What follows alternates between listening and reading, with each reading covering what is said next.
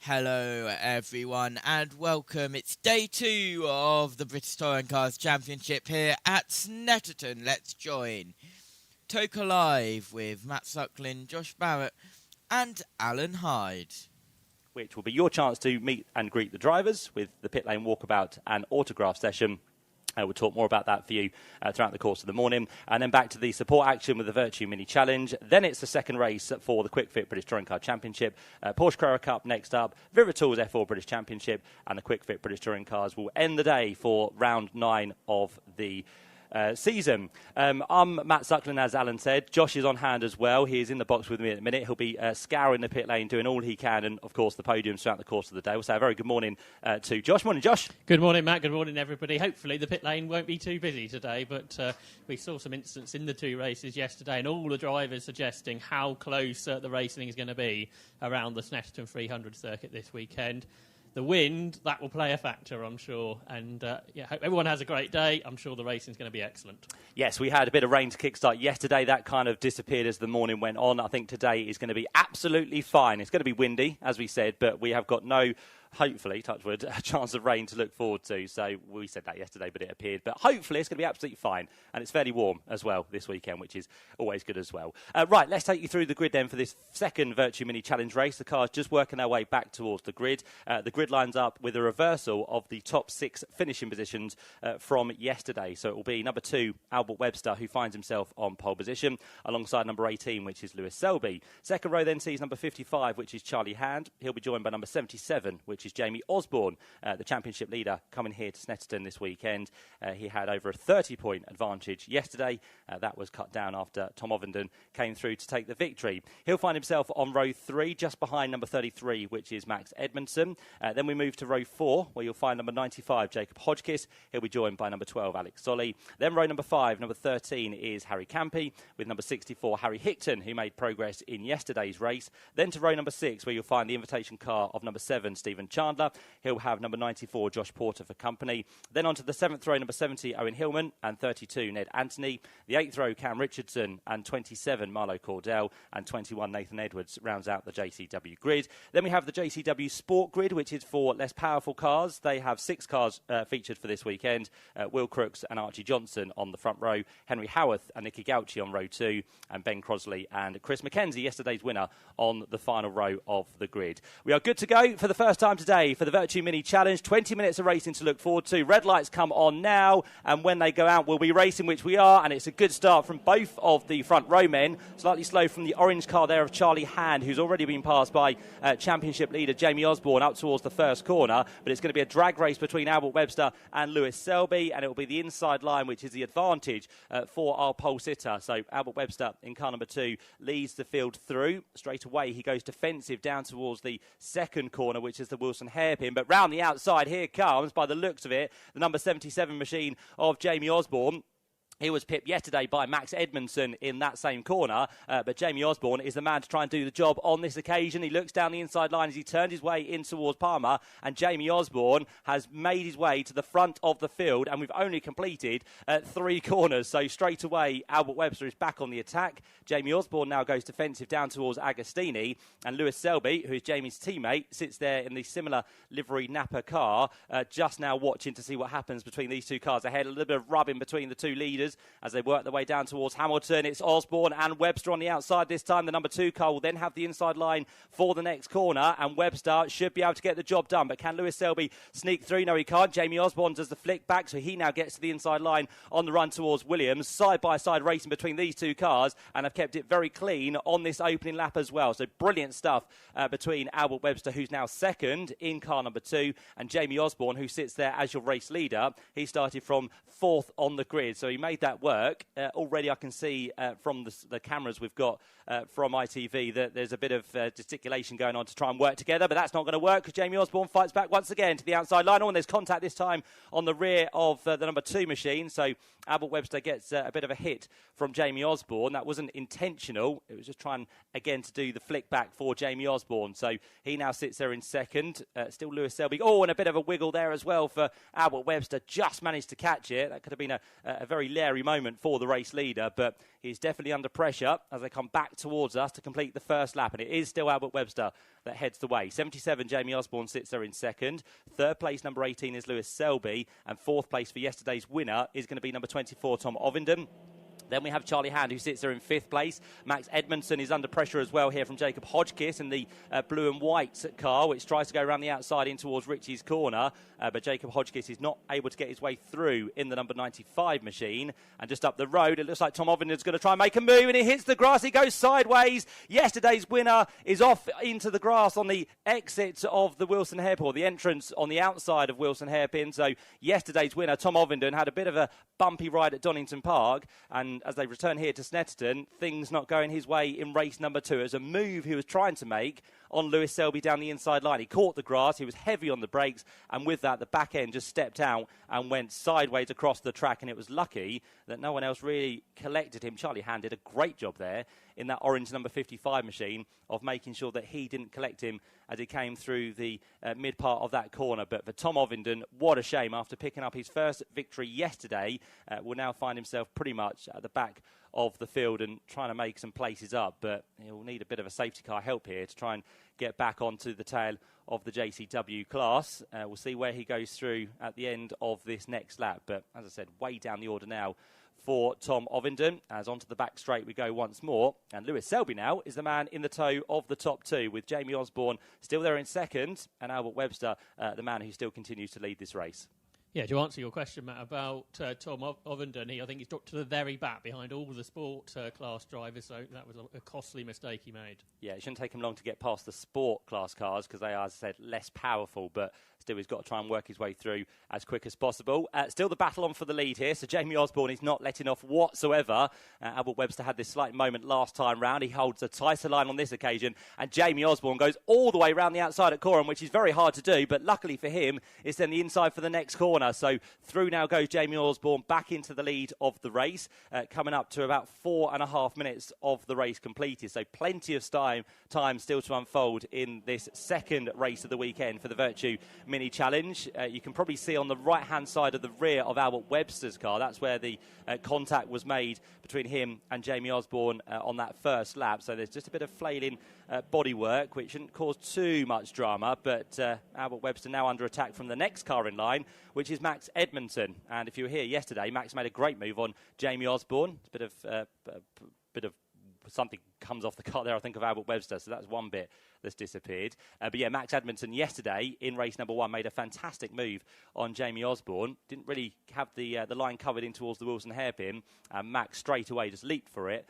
and got himself through. And once again, Max Edmondson is having a good run in this race. Bit of a lock-up there for Albert Webster in second position, but doesn't make him run wide on the exit of the corner. It makes him slow, though, so Max Edmondson now gets a good run down towards Hamilton. He briefly looks towards the inside line, but as we mentioned yesterday as well, you don't really run side by side through there. It's a quite daunting corner, still very quick, and for this weekend you'll find a tyre bundle on the inside as well, so you can't really use any of that inside corner to get a bit of an advantage. So Max Edmondson still sits there behind in third place, and I'm just worried now that these two fighting is just allowing Jamie Osborne to pull away, which means he'll get away. It means that they won't be able to fight with him, but again, if they can work together, they might then have a chance of trying to do something in the latter stages of this one. But for now, it's still pretty even between the top three. A big bump there in the inside curb of Brundle. So that, again, just puts the car unsettled for Albert Webster, which puts him under more attack on the run down towards the bomb hole. But a great fight this is between first, second and third.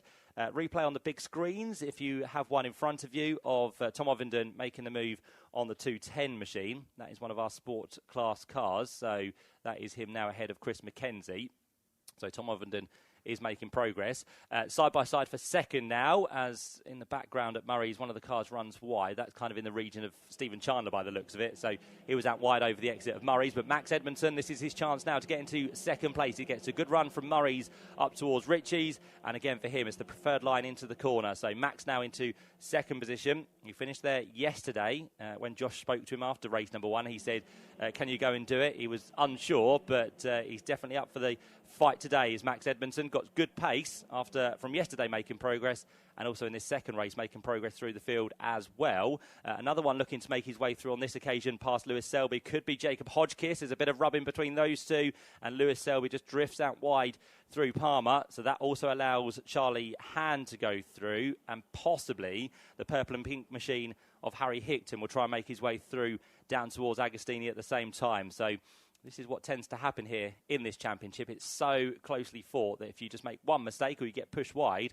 it just then opens the door for everybody else to claw their way through, and that's exactly what Harry Hickton has done on the run down towards Hamilton. So the 64 machine now up into what's going to be 6th position. So Harry yesterday came from 14th on the grid up to 10th place. He was as high as 8th, but lost those 2 positions on the last lap of the race. But today he's come from 10th, now up into 6th place, as I said. So really good run here from Harry Hickton, who last year was in the Mini Challenge Championship, or the Trophy Championship as it's known, the less powerful minis we have, but it's a great stepping stone from Trophy up to the JCW class, and of course nowadays with the JCW Sport class as well. It's another kind of bridge between the two championships that we have for Mini Challenge. Stephen Chandler out quite wide there at Nelson, but manages not to lose any places, so good for him. And we were speaking about his new livery this weekend as well. He's got a nice cartoon character on the front of his bonnet, so you might be able to pick out that around the circuit. It's called Bubbles. That's what he's known as.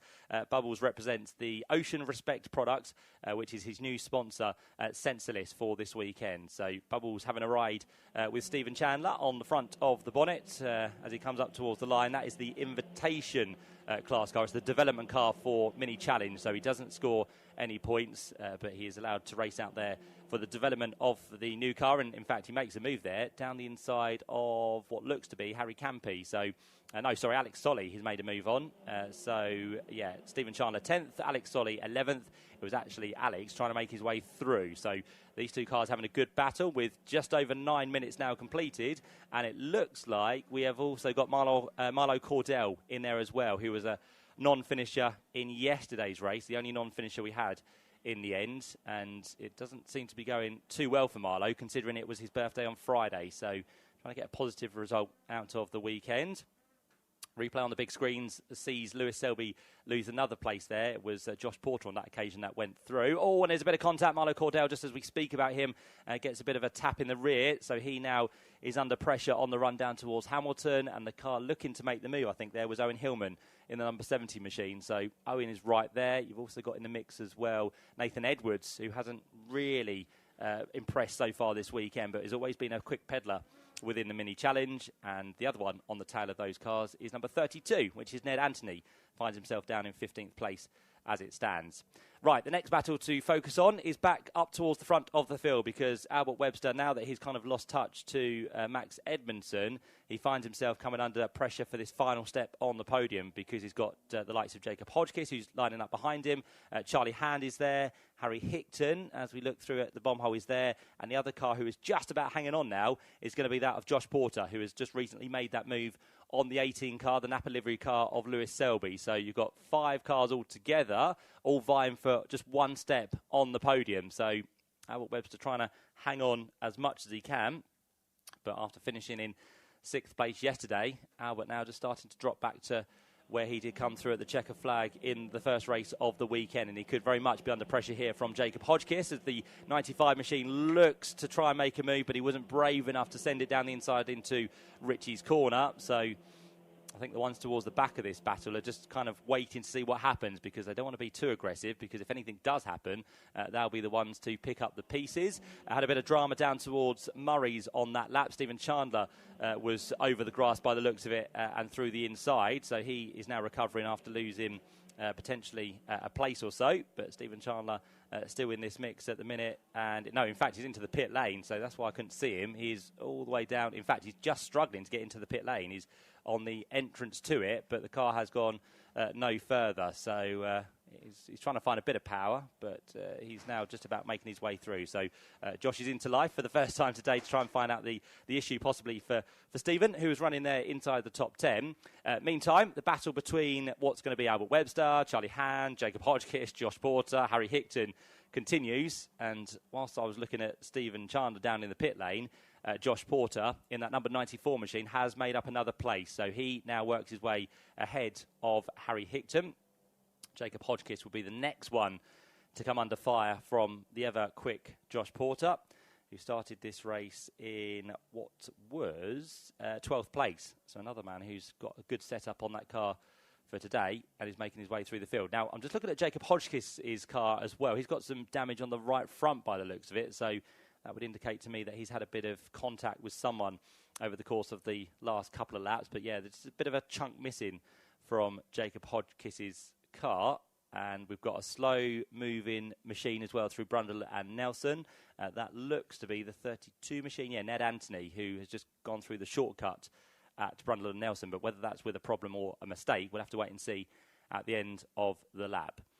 In terms of the sport class, just to mention that for you as well, we have our leader in that at the minute, Henry Howarth, who was leading yesterday, but he was showing the black and orange flag, so he had to come into the pit lane to get his splitter either removed or repaired. They did do that, but Henry then lost a couple of laps. So Henry is currently the sport class leader, and Charlie Hand is trying to make his move for third place now, round the outside of Albert Webster, but unfortunate for him, it's then the outside in towards the Wilson hairpin. He's had his mirror readjusted as well, as they've made wing mirror to wing mirror contact. They now make side to side contact as Albert Webster tries to usher Charlie Hand out to the outside of the circuit, but then he has the inside for him, which is a benefit down towards Palmer. So Charlie Hand should be able to get the job done now, and he'll probably just usher Albert Webster slightly wide. Albert tries to keep his foot in, and Josh Porter comes into the mix as well. So we're almost 3 wide, but there's no gap for Josh Porter to try and squeeze his car into. There's a big lock-up as well for Charlie Hand, so there might be further contact between him and Albert Webster, which there is down towards Agostini. There's further contact on the exit of the corner between Josh Porter and Charlie Hand, but both of them continue in a straight line. But now Josh Porter works his way through onto the podium, so all of a sudden you've taken this kind of pack of cards, you've shuffled them up very quickly, and the order is very dramatically changed, because Porter now goes to third.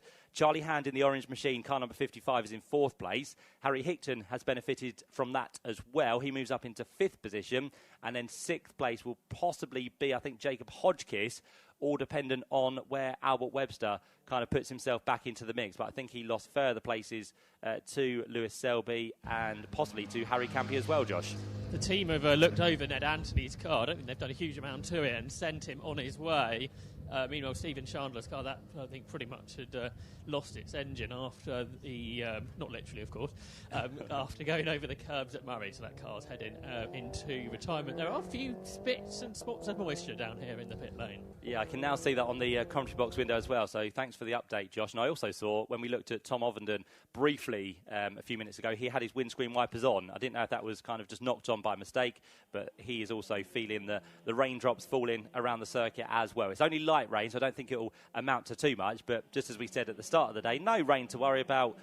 Guess what happens? A few drops of rain start to emerge here at the circuit. So nothing could come close to what we endured for this meeting last year. Was it a bad one? Oh, yes. It was, wasn't it? Yeah. Yeah, nothing like that today, Alan. No. Just a few spots. Things were halted a little bit in the afternoon where there was a huge amount of water in roofs of hospitality and puddles, certainly for me, knee deep, but I'm only little. It was really tricky last year. So a couple of little spits and spots to get their attention on the circuit. I think we'll get away lightly. We'll deal with that, won't we? It was a bad start to the year, actually, because Donington was a wet one, Snetterton was a wet one. So, yeah, much better this year because Donington and Brands have both been really warm. It's going to be beautiful all year this year. It is. Good summer on the horizon. Fight continues now between Charlie Hand and Harry Hickton in this Virtue Mini Challenge race. And as we said yesterday, Harry Hickton had some good pace to pretty much gained 6 positions. As I said, he lost 2 of those on the last lap. But today, Harry Hickton is still making good progress, which he really needs to do, because after Donington Park, where he only got 1 points scoring finish, Harry Hickton very much looking for a much positive rest of the year now. And it's definitely a circuit that Harry's always gone well at, whether it be in previous championships, mainly the Mini Challenge Trophy, which he raced in last year, had a really good result here at this circuit. So it's one that he favours, and that's definitely showing with the pace he is currently having up now into 5th place. And as he sits there with Charlie Hand, who is battling, he might actually be up now into, no, not quite up into 4th place, but both of them are still kind of just teetering on the edge of Josh Porter here. So Josh is not safe in 3rd place, and then behind them, they are not safe either from the number 18 machine of Lewis Selby, who finds himself getting closer and closer. Meantime, out front, Jamie Osborne still continues to lead. The gap was 1.3 seconds, now slightly more, out to 1.6 between him and Max Edmondson. There goes Josh Porter through, still in 3rd place, and here comes the challenge from Harry Hickton. It's the outside line in towards Ritchie's. It's a brave man to go around the outside, which Harry Hickton does, so a great move there for Harry. Can he hold it, though, through the second part of Ritchie's? He hasn't quite got the door shut there, so Charlie Hand is back down the inside in the number 55 machine. Hopefully they keep it clean through the apex of the corner, which they do, and Charlie does give just about enough racing room on the exit of the corner as well, so good racing between the two of them. And again, it's favoured Harry Hickton for the next corner, who has the inside line. So Harry now is through into 4th position, but then he's slightly wide, which almost gives Charlie Hand another opportunity to get down the inside on the run towards Agostini. But Harry Hickton does finally have that covered in towards the left-hander. So 64 now ahead of 55. Charlie's got his window wide open, which will not be doing the aerodynamics of that car any good whatsoever. It will be bringing a lot of air into the car and maybe just slowing him down through the straights, but he feels he needs a bit of cool air into the car. He makes a slight mistake in towards Hamilton, which just then brings Lewis Selby into the mix here, who now is crawling all over the back, and change that to alongside, because Lewis Selby has got a good acceleration through Oggies on towards Williams, and in the space of just 3 corners, Charlie Hand has gone from what was 4th position now down into 6th place, and he might be under attack also before too much longer from the Jacob Hodgkiss. No, it's not. It's the Harry Campy car, isn't it? That is next behind. Chris McKenzie has had a moment down at Murray's, and that does bring out the red flag, unfortunately, because his broadside across the circuit, and with just 90 seconds left on the clock, we would have been heading on to the last lap anyway. But by the time we got that car recovered and possibly a safety car, it does mean that there's no real time to complete the race. So a good call from the officials to bring out the red flag. A shame in a way, because we were hotting up nicely for the battle for 3rd place. On the big screen of replay, all on his own by the looks of it, for the 210 machine of Chris McKenzie. He kind of carried the speed through Coram. One end started to go, then he kind of tried to catch it, and with that the rear end stepped out on him. So Chris McKenzie, unfortunately, down there in the wrong direction. He was the winner yesterday within the sport class, and just as we talk about sport, there was a good battle between Henry Howarth and Archie Johnson, and I think this was possibly, was this just before the red flag came out? It would have been, but does that then maybe change the order? Because we will go back to the last completed lap. So the sports order might be under contention, and yes, it has. It's gone back to the last completed lap under a red flag. So Henry Howarth, who got passed by Archie Johnson just on the run down towards Nelson, it won't stand. So Henry Howarth does pick up the victory today. He was unlucky yesterday after that black and orange flag. He will finish just ahead of Archie Johnson, and Ben Crosley will pick up 3rd within the sport class. And the top 3 overall will be Jamie Osborne, who takes his 4th victory of the season out of the 5 races so far we've had this year. He did the clean sweep at Donington Park and just lost out to Tom Ovenden yesterday, but he's back on the top step for today. Max Edmondson comes through in 2nd place, just 1.3 seconds adrift, and Josh Porter will complete the podium in 3rd place. The quickest lap of the race did go the way of Max Edmondson, so for this year, not the 6 points we used to give out, but the 3 points for the fastest lap within a race. So he gets that on a 204.987.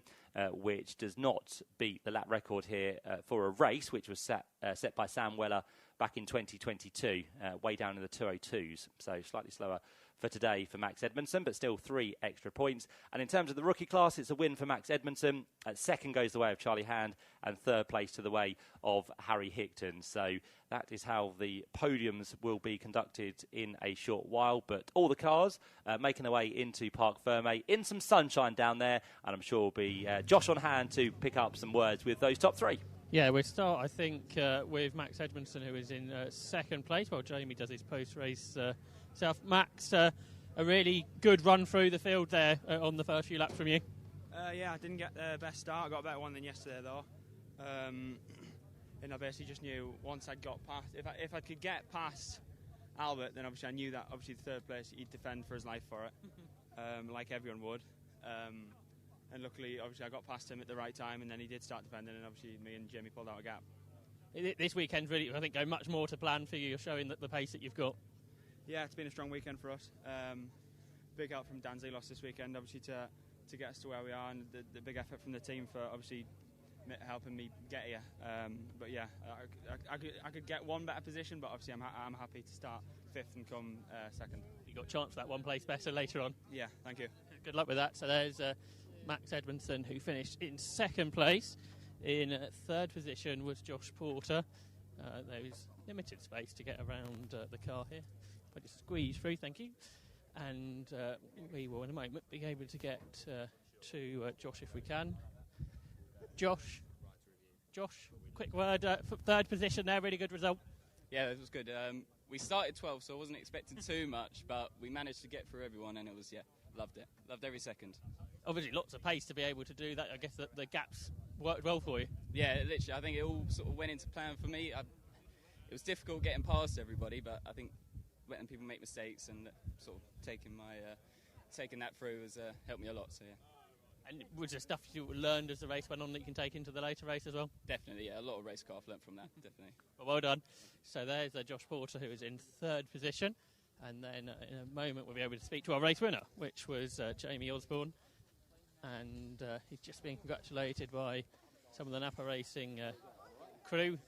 Well done, Jamie. That's more what you wanted, isn't it? Yeah, definitely. I mean, we got a great start again, same as yesterday, but this time we just managed to make it work. Obviously, compared to Tom's amazing defending yesterday, we managed to just squeeze a gap round Coram on Albert and just make it stick. And then after that, we just had to control the race, really, and that's what we did. So, big thank you to Napa Auto Parts and Alliance Racing. We've done a mega job this weekend. For a moment, I thought you sort of done it immediately, then Albert, he gave it a go to come back, but then, like you say, managed that really good move around the outside at Coram. Yeah, I think because youngsters tend to not settle for anything less than first. So, he did a mega job, though.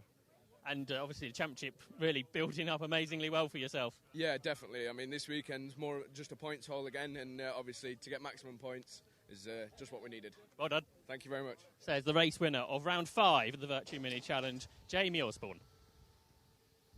Thanks very much indeed to Josh down there in Parc Ferme. He's going to make his way over towards the podium in due course once the drivers have finished all their post-race debriefs with the team just on the other side of the fence at Parc Ferme, and potentially done a few television interviews. Then hopefully, fingers crossed, we'll get a podium from Josh as well. But there will be more than one podium to be conducted down there for the first race of today for the Virtue Mini Challenge. They race again at 1:25 this afternoon, and there'll also be a chance heading up towards that 10 minutes for a grid walk as well. Seeing pictures coming in from ITV of the crowd all settled in for the day, got their vantage point on the bank. You see it's reasonably blowy, but it's a very welcome addition of the sunshine. Now, if you are sat out on the bank wherever you are around the circuit here at Snetterton and you'd like to say hi to someone, you can do so here on Toka Live on Radio Snetterton.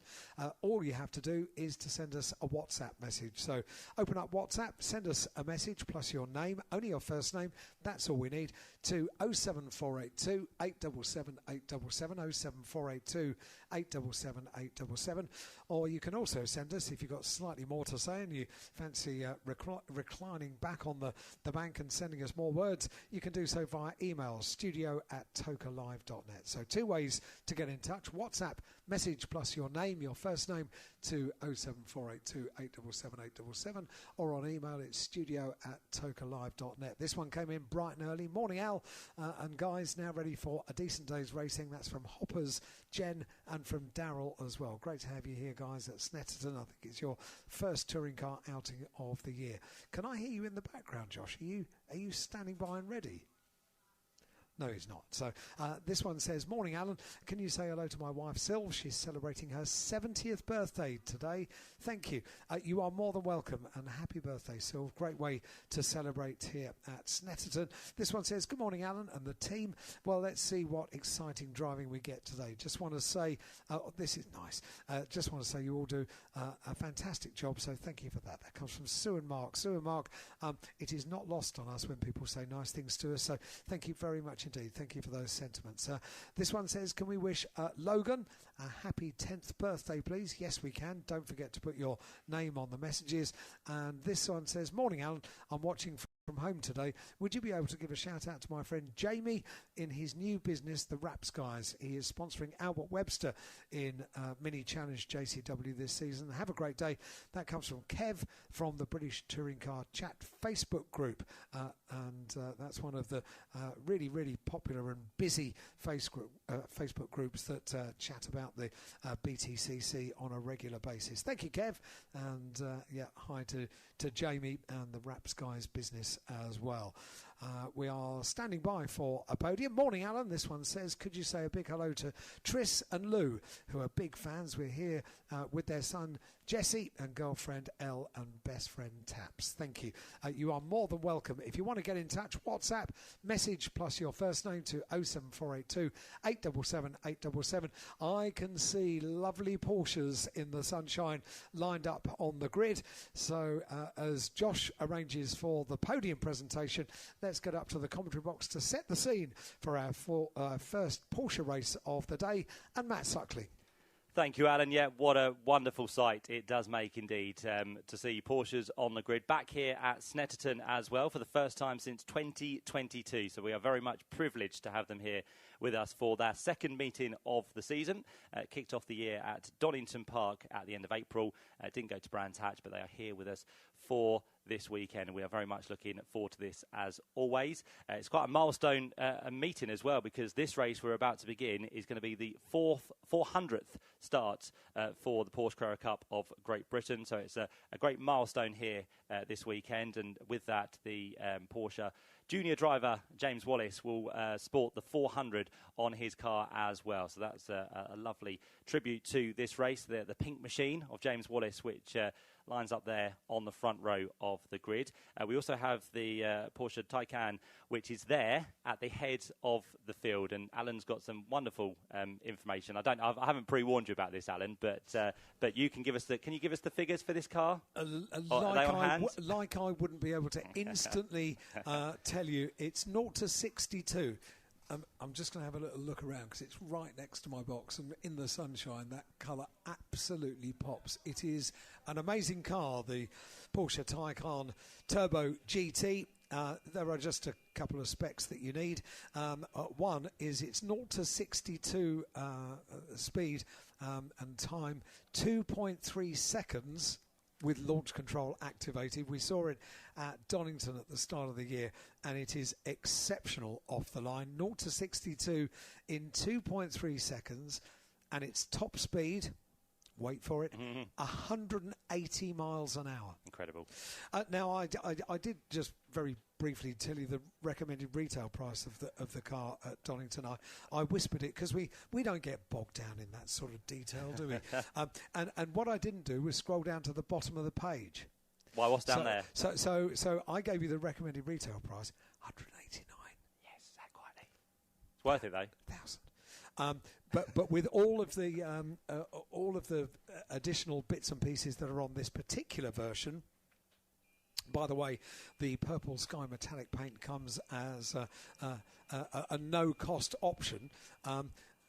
With all of the bits that are on that Porsche Taycan, 206, 697. Wow. Quite a lot, isn't it? Yeah.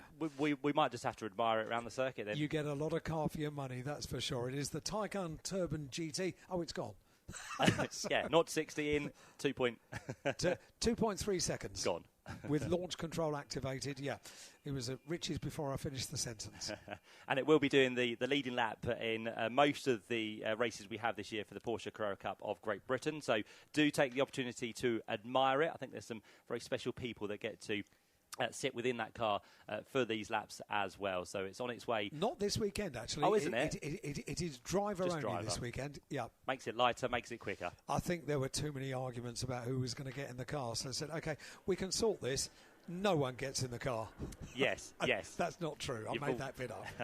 But if you want to admire it up close and personal, it will be on display outside the Porsche clubhouse for the entirety of this weekend when it's not on circuit doing its leading laps. So go and have a look at it. And it's, by the way, the exact same vehicle which you might have seen, which took part in a recent Drive Tribe video reuniting Top Gear's Richard Hammond and James May in the Electrified Challenge Plane versus Car race.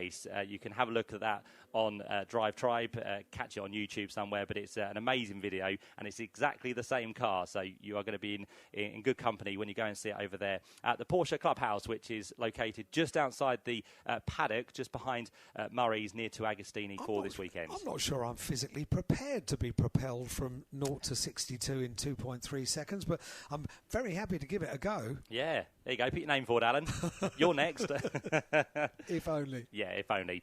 So Porsche's now off onto that green flag lap for the first time this weekend in terms of race conditions. They had their 30-minute qualifying session yesterday. It was quite early in the day for them because normally we have it kind of around touring car qualifying time, but they had an early start yesterday and a leisurely afternoon to relax and enjoy what was happening here at Snetterton. So off they go for their formation lap. It's going to be a 14-lap race. If we have a safety car, it might then go to time, which will be a maximum of 30 minutes. So that's what we have in prospect for this one. Page 52 in your programme is where you can find the entry list, and on the adjacent page you'll also find a spotter's guide as well to pick out colours, cars and maybe your favourite driver for this race as well. The grid though, after qualifying, lines up as follows. It will see number 99 Sid Smith start with Team Parker Racing from pole position. He was the man who claimed his first pole position in the championship yesterday. His time was a 1:49.277. He did it by just 4 thousandths of a second, so it was very close between the top two, and it's the 400 car of James Wallace which will start alongside. The second row will then see number 40, which is Andrew Rackstraw. Andrew's already been a winner so far this year, so he's had a good qualifying from yesterday, and he'll be lining up alongside number 10, which is the machine of Will Martin. The third row then sees number 1, which is last year's champion, that being George Gamble, back this year to try and retain the title. Only the fourth man to do that, if he can do it, after Damien Faulkner, Michael Meadows and Dan Camish. Alongside him, the championship leader at the minute, number 52, is Angus Whiteside. And then back from them, last year's Porsche Sprint Challenge champion, number 18, which is Seb Hopkins. He's the first of the rookies, with number 30, Will Jenkins, alongside. Then we move back to row number 5, where you'll find number 94, Ollie White. He'll be joined by number 59, which is Josh Stanton. The sixth row of the grid lines up with number 71, which is Max Coates. On the outside of him will be the first of our AM competitors, and that's going to be number 44, Jonathan Beeson. The seventh row will then be headed by number 48, which is Oliver Jackson. On the outside, number 22, Carl Cavers, and the back row of the grid will be as follows: number 58, Henry Dawes, and 73, William Paul. So that's how we line up. Get ready for the roar of these Porsche machines. The 510 brake horsepower 911 GT3 Cup car, which was introduced the last time that actually the championship raced here, back in 2022. But you are going to be entertained aplenty with the first of 2 races today for this championship in the 400th race for the Porsche Carrera Cup of Great Britain. It's a milestone for the championship. Let's make it a good race. We've got 14 laps to look forward to. The revs are about to rise when the red lights come on, and as soon as they go out, it'll be Sid Smith to lead them away from the line. He does now, but it's a better start from the outside of James Wallace, so already it's going to be a drag race towards the first corner, but with the long run down towards Ritchie's, it might just see James Wallace lead the way, which it does. So he's got the jump, he's got the lead, and he takes himself through ahead of Sid Smith for the first time of asking. For third place is going to be the car of what looks to be Andrew Rackstraw, just ahead of George Gamble, who's made a good start from the inside of row number 3. So he's already trying to go around the outside of Andrew Rackstraw on the run down towards Palmer, but it is still Rackstraw, the South African, ahead of George Gamble. Looks like then Will Martin has lost the place, so he falls behind George Gamble at the start of this one, and some good battling going on further back as well, because we've got the 48 machine of what's going to be Ollie Jackson, is that? Yeah, trying to make his way through on Seb Hopkins. So Ollie's made a fantastic start from 13th on the grid, already up inside the top 8, I would say. So a mega start from him. And here comes George Gamble to make the move on the number 40 machine. So round the outside, George Gamble will try and go. These two run with the same team, the Rosalind Gold by Century Motorsport. So hopefully they'll play very evenly and very fairly as they are teammates. But of course, they both bring their own thing to the championship, and of course get their own drive as well. Oh, and for Will Jenkins, he's had a bit of a moment, unfortunately, because he was running in 5th place. Oh, and he made contact with the rear of George Gamble, so it was pretty much self-induced there for Will Jenkins, and that has seen him, unfortunately, drop down the order. So that is a real shame for one of our rookie drivers. But out front, James Wallace is the man who continues to command this race with a bit of a buffer over Sid Smith as they work their way back to the end of this lap. There was briefly a yellow flag at Richie's corner as well, but not too sure what that was for. Didn't seem to be any incident on that first lap. So through they go. And, in fact, we've had another car which has deposited itself by the side of the track. That's going to be the 73 machine of William Paul. So a couple of incidences for a couple of cars. I think that Will Jenkins has continued. Will Martin has also had dramas by the looks of it on the first lap as well. So he had a slow start and he's also dropped out of 5th position. So where has that happened for Will Martin? There are marshals moving somewhere over there towards the Wilson hairpin. And we have the yellow flags, don't we, at Ritchie's, Matt? And I don't think he's come through the first sector, so possibly that's where Will Martin has ended off somewhere in that direction. Yeah, it could well be. We haven't picked it up on the cameras just as yet. So Will Martin has disappeared on the first lap. Will Jenkins has disappeared after that spin and contact. And there is confirmation on the big screens of Will Martin. I'd say that's towards the inside of the Armco barrier on the exit of Ritchie's, possibly. So we'll wait and see. But yeah, that looks like he is definitely out the car, pulled up, and another bad one for Will Martin, unfortunately, because it wasn't that good at Donington Park. He had a great first race, did Will Martin, but then the second race was one where he scored no points. So a man who was very close to taking the championship last year with George Gamble got his season off to a pretty terrible start, to be fair. So he is out. William Paul is into the pit lane, so we saw him parked up on the side of the track. The bonnet is up on the car, and we have also got some team members trying to look under the car as well. So William Paul, one of the AM drivers, is into the pit lane. And, of course, for Will Jenkins, he also had that bit of a moment, and he has not come through either. So I think he has stopped over there on the entrance to Oggie's corner. So a real drama-filled first lap, unfortunately. Car number 99, which is the pole sitter, second place at the minute, Sid Smith. His start will be investigated after the race, which is never a good sign. So we'll have to see what that leads to, if anything, for Sid Smith, who picked up his first pole position yesterday. And on the big screens there, you might have just seen a little bit of movement from him, but whether he gained an advantage, that will be decided by the officials. He didn't really, because he lost the lead down towards the first corner. So we'll see if anything comes from that at the end of the race. So James Wallace is your race leader, leads now by 0.6 of a second over Sid Smith. Third place is still that of number 40, which is Andrew Rackstraw. Fourth place, last year's champion, number 1, George Gamble. And then behind that, we had the number 59 machine at the end of that previous lap, which is the car of Josh Stanton. So he sits there in 5th position.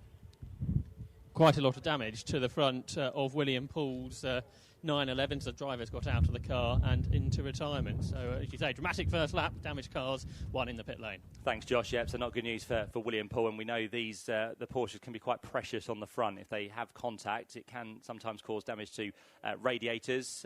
But, yeah, some significant damage to the front of William Paul's car, which has now put him out of the race for the time being. Just seeing if Will Jenkins' car hasn't stopped on the inside of Oggie, so it's kind of limped round somewhere else, I think, to a place of safety. But Will Jenkins is definitely out of this race. The closest battle on track at the minute is a little bit lower down. It looks to be between Seb Hopkins and is that going to be Angus Whiteside trying to get his way through? No, it's Max Coates, isn't it, who's trying to get through in the 71 machine, and he goes round the outside. So Max Coates gets the move done into Brundle and Nelson. A bit of a lock-up ahead of them as well, which would have been from Angus Whiteside by the looks of it, but he didn't suffer and lose any time by the looks of it. So just, again, late on the brakes for the championship leader.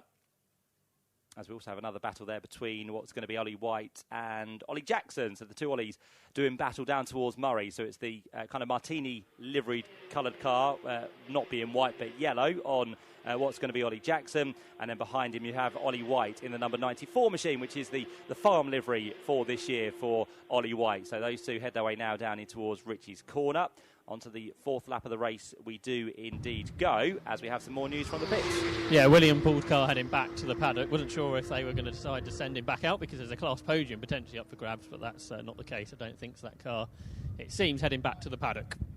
Yeah, so he is in the AM category, so for the amateur drivers, and it's quite a close battle between those two AMs at the minute, because Jonathan Beeson, who sits just ahead of Cole Cavers, those two separated by less than 0.4 of a second there, so a great battle once again between the AMs. We've had 2 wins so far this year for Cole Cavers, but at the minute, as I said, Jonathan Beeson in that number 44 machine is the man that heads the way within that class. In the other classes, well, we have Pro-Am, which is for the professional amateur drivers, currently being led by Josh Stanton, car number 59, ahead of the two battling Ollies, Ollie Jackson and Ollie White in second and third position.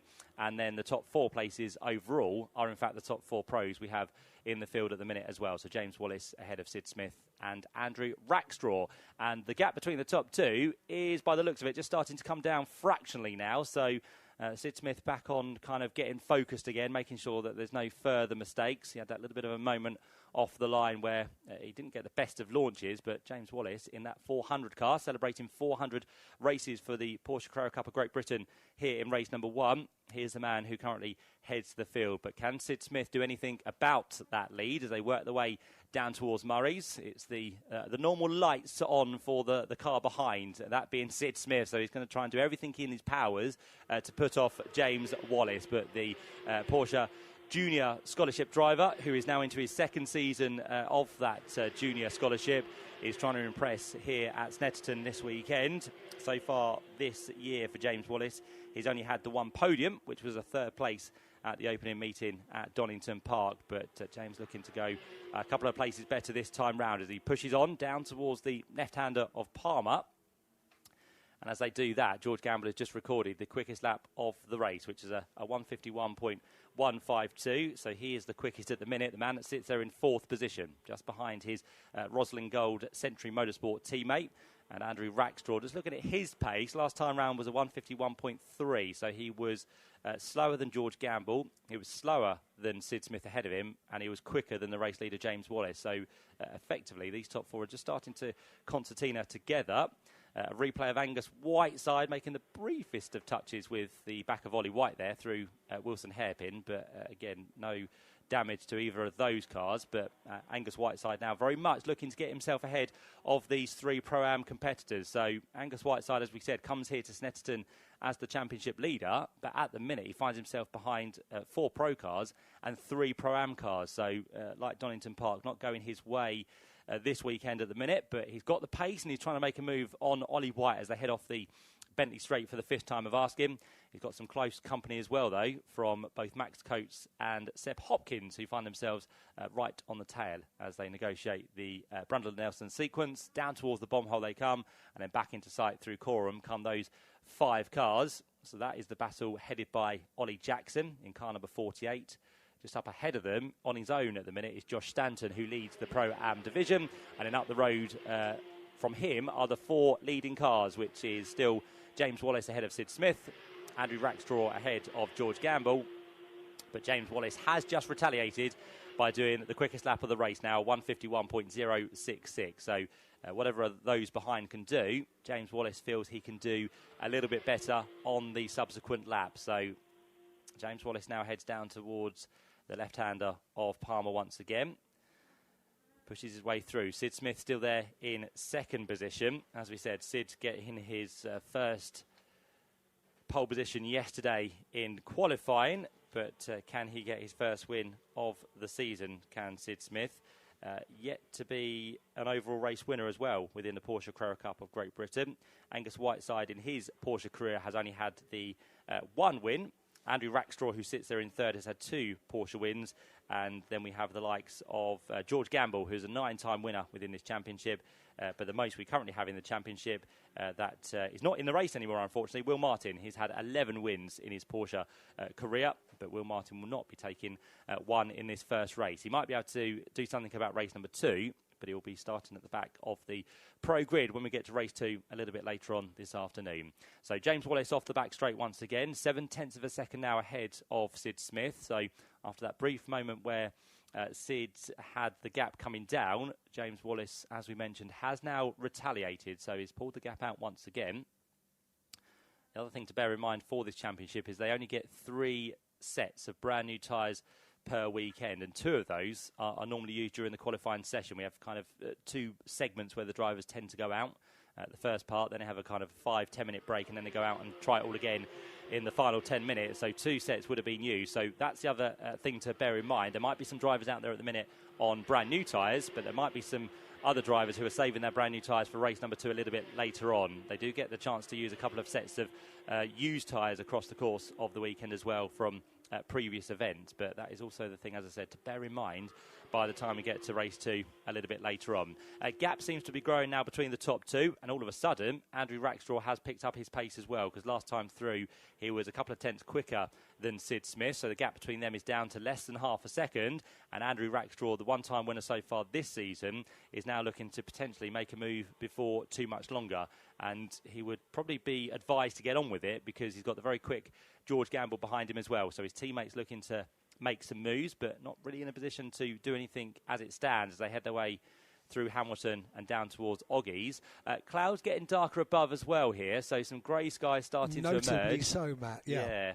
And Simon Jackson, who's up here in the commentary box with me, spoke to one of the marshals, I think Morris Marshall down there in Parc Fermé, or the assembly area, who says if you look over towards the Ritchies, there's a church spire, and if you can't see that, then rain's on the way. But for now, we can see the spire, so I think we're safe for the time being. But yeah, some darker clouds starting to hover over the Snetterton circuit as we head to half race distance with almost 7 laps completed.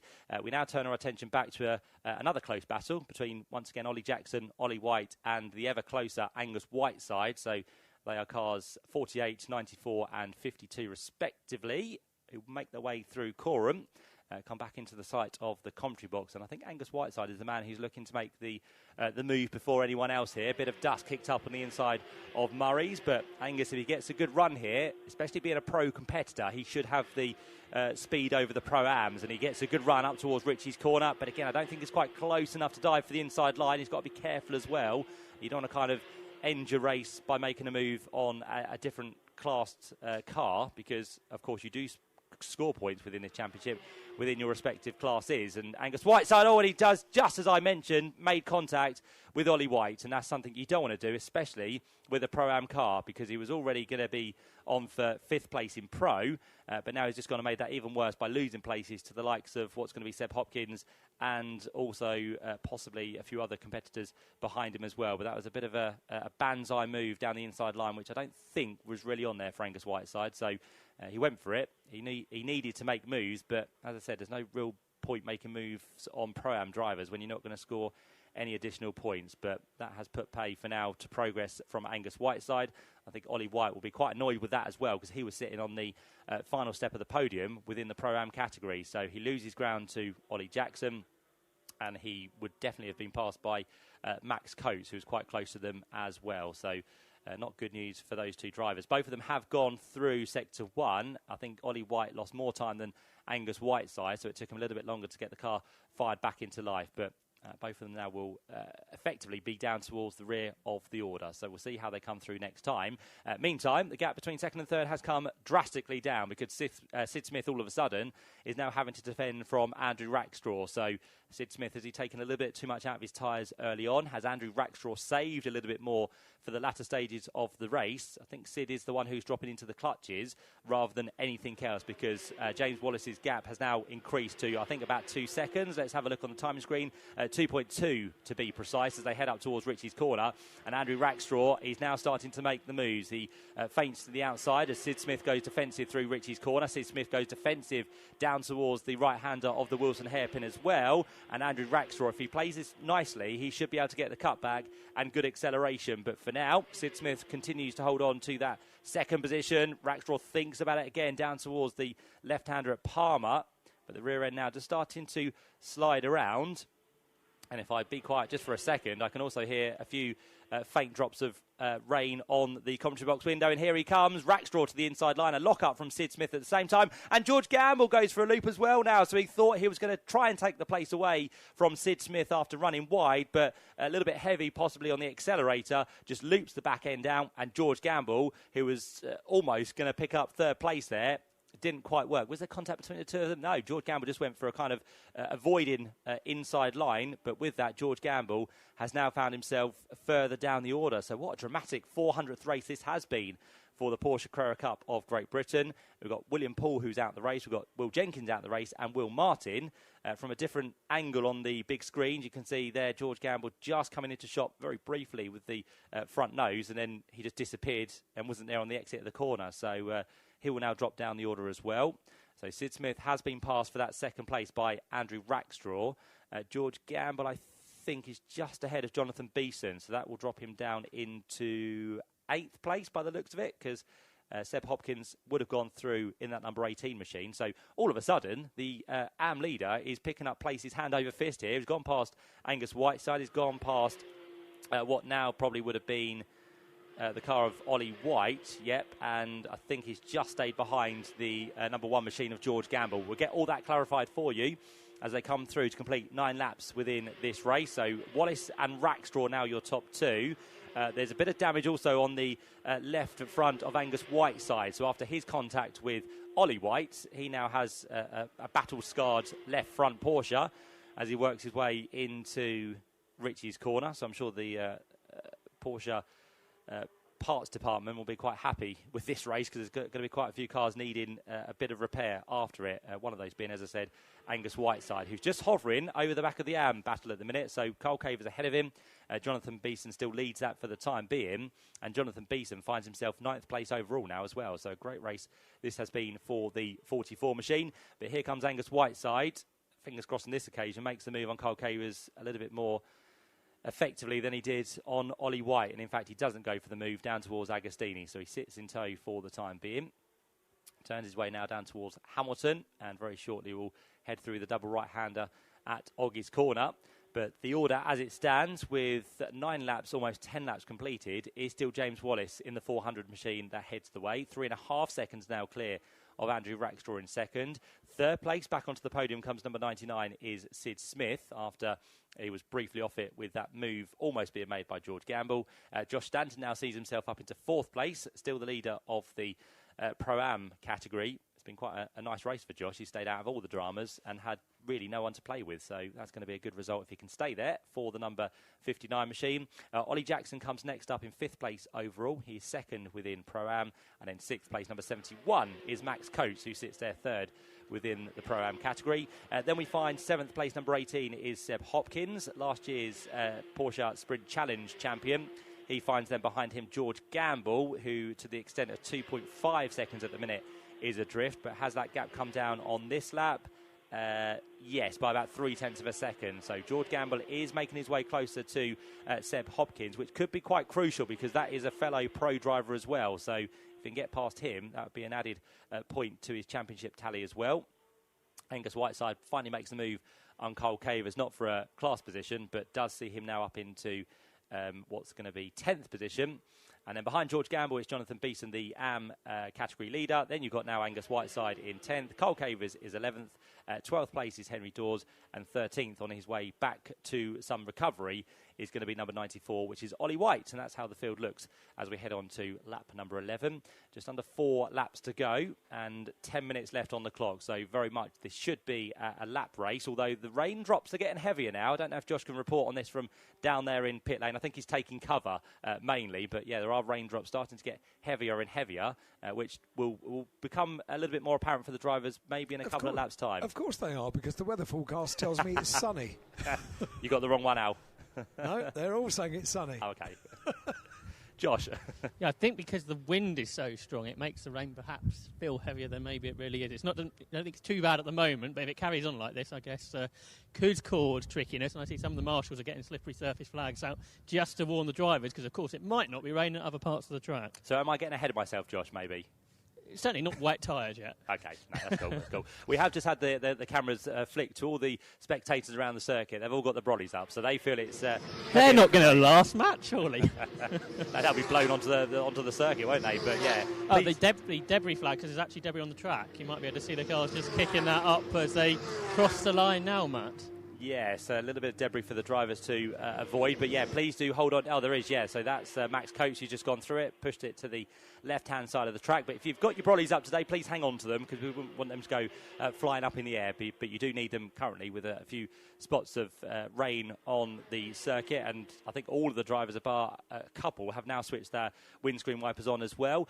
George Gamble makes a move on Seb Hopkins, so he feels confident to go to the inside of what's going to be the Wilson hairpin. So George Gamble now up into what's going to be 7th place, but I think more significant, as I said, up into 4th place within the pro category. So that's important points, considering that Angus Whiteside, the championship leader, is behind him. Andrew Rackstraw, I think, is the only one, and James Wallace, who are ahead of him in this one. So George Gamble is going to be on for another bad point-scoring race by the looks of it. So the 400th race for the Porsche Carrera Cup of Great Britain is not going to be a good one for George Gamble, but at the minute it looks to be a very good one for the 400 car, ironically. So James Wallace out front, 2.8 seconds clear now from Andrew Rackstraw. So he's bringing the gap down, and this is sometimes what happens when the rain starts to fall. Some drivers feel a little bit more confident than others, and of course with the experience that Andrew Rackstraw has had within this championship and also in other categories as well. Andrew Rackstraw is a very keen Formula Ford racer, so he might be able to kind of judge the conditions a little bit better and kind of judge how the car works in these conditions. So Rackstraw feeling a little bit more confident at the minute. The gap down to 2.8 seconds between the top two. I think the raindrops have just stopped briefly on the commentary box window, so let's see if the gap has changed on this next time round. 2.8 becomes 2.4, so yeah, more time being taken out by Andrew Rackstraw. The lap times have dropped by about a second for some of the drivers. So, yeah, they are just finding slightly more damper parts of the circuit. Not hugely damp, but, again, just got to be very cautious as they work their way over the possibly slippery curbs as well. But, yeah, Wallace to Rackstraw is now 2.4 seconds for the race lead. Sid Smith is a further 1.9 seconds adrift, still there in the green recycling number 99 machine. So it looks like the Team Parker driver is still on for a podium as it stands, but we still do have, of course, this kind of pending investigation over Sid Smith after the race due to his start procedure. So we'll see if that has an impact before we get to race number 2. 4th place is still Josh Stanton, still leads the Pro-Am division by 1.2 seconds. And last time round, Ollie Jackson was a couple of tenths quicker. So I don't think that is quite sewn up just yet for Josh Stanton. So we'll keep an eye on that one between those two drivers in what are going to be 4th and 5th place overall. Just turning their way now in towards Oggies. They have reappear onto our screens, and there is Josh Stanton and Ollie Jackson in the background. So those two separated by just over a second. Then comes Max Coates, who has got now George Gamble to worry about. And again, it's not massively important that Max Coates has to defend here, because he wouldn't lose a place within the Pro-Am division.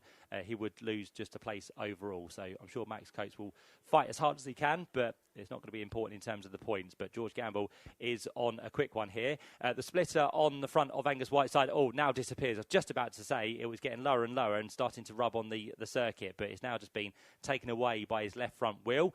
So Angus Whiteside with windscreen wiper going, damage to the left front, lights are flashing, and now trying to make a move on the AM leader, Jonathan Beeson. Angus Whiteside is hopefully going to do this a little bit more naturally rather than robust on Jonathan Beeson if he gets the chance. But we'll wait and see as the leader, James Wallace, works his way now onto the final lap of this 400th race for the Porsche Carrera Cup of Great Britain. And Andrew Rackstraw, although we've had a few raindrops, has just gone and improved the quickest lap of the race. We're down to a 150.748 now, so Andrew Rackstraw definitely finding the grip out on circuit as he works his way from Palmer down towards Agostini for the final time. Still windscreen wiper going on Andrew Rackstraw's car, but James Wallace might just be keeping this now kind of convenient for him in terms of the gap. He knows that he's done enough in the early stages. He probably feels he's got enough in hand on this last lap unless anything goes horribly wrong for the Porsche junior driver.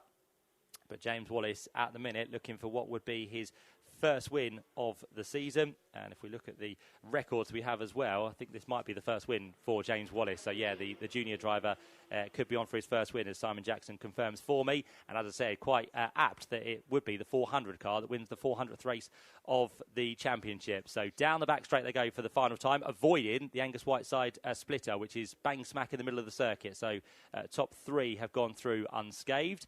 Wait for the rest of the pack to head through down in towards Brundle and Nelson. We'll keep an eye on what's happening in Pro-Am as well, because Josh Stanton and Ollie Jackson covered by, as I said, just over a second. I think Josh should be okay, but you never know what might happen on this final lap. But through down to the final corner in what is a landmark race for the Porsche Carrera Cup of Great Britain.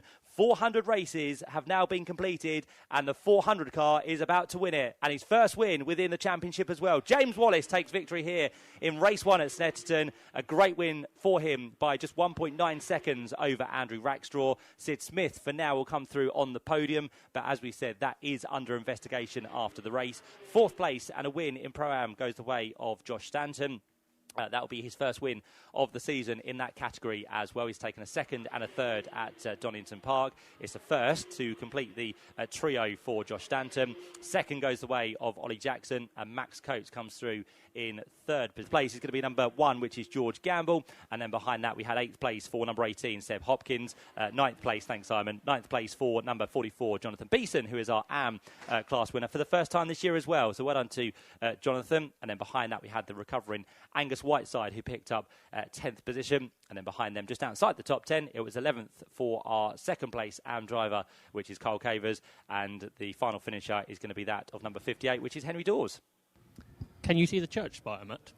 Let me have a look. Oh, I can just about, yes. Well, it's definitely raining, no doubt about it now. So I don't know, we might get a delayed F4 start, because I think they might be a chance they might have to switch to wet weather tyres if this carries on for very much longer. Well, in a way, for the drivers, the rain came at the right time, didn't it? Because if it had been like this, for the end, it might have been a little bit adventurous for James Wallace. So I think that might be a conversation for him when he gets back to you at the end of this one. But well done to James Wallace. Car number 400 wins the 400th race for the Porsche Carrera Cup of Great Britain. So do show your appreciation for the drivers as they make their way down the very wet now Bentley Straight and in towards Brundle and Nelson.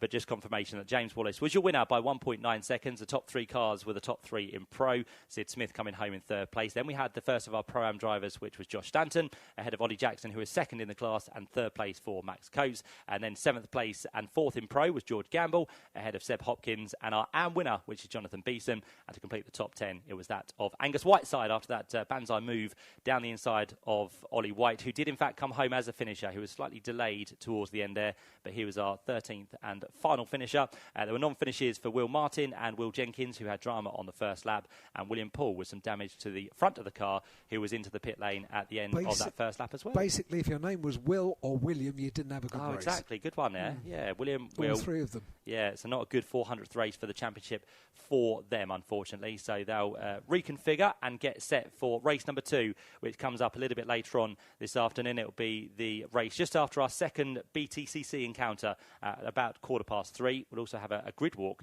to commence just before that as well. So we look forward to that. But I'm sure James Wallace is going to be very happy as he gets the applause from the team down there in pit lane. So the JTR team on hand. I think Josh said yesterday that Nick Tandy was here as well to celebrate, and it's a great weekend for him to be with the championship this weekend as well. One of the team owners of JTR. But James Wallace comes through, first-time winner in the Porsche Carrera Cup of Great Britain, and the man down there in Parc Fermé to greet him will be Josh Barrett. Yep, James Wallace then makes his way down into Parc Fermé. The winner, I think he's very emotional, is James, after taking his first victory in the Porsche Carrera Cup of Great Britain, running number 400 in the 400th race for the championship. And he's going to be congratulated, I think, as well from members of the championship as the junior driver of Porsche GB for a second year. James Wallace then will get out of the race-winning car, and he's about to be congratulated, I think, as well by Andrew Rackstraw. The big punch of the air for James Wallace, the race winner in round 3 of the 2025 Porsche Carrera Cup of Great Britain. Andrew Rackstraw gives the race winner a hug. James Wallace is now going to have his photographs taken as a race winner for the first time in the championship. And he has more congratulations to come. So while that is happening, let's see if we can speak to Andrew Rackstraw, because he's already got his helmet off. Andrew, good fight there with Sid, and you managed to get past after a few laps of trying. Yeah, like I said yesterday, it's not the easiest of tracks to overtake, but like I also said yesterday, we'll make the most of it, and we did.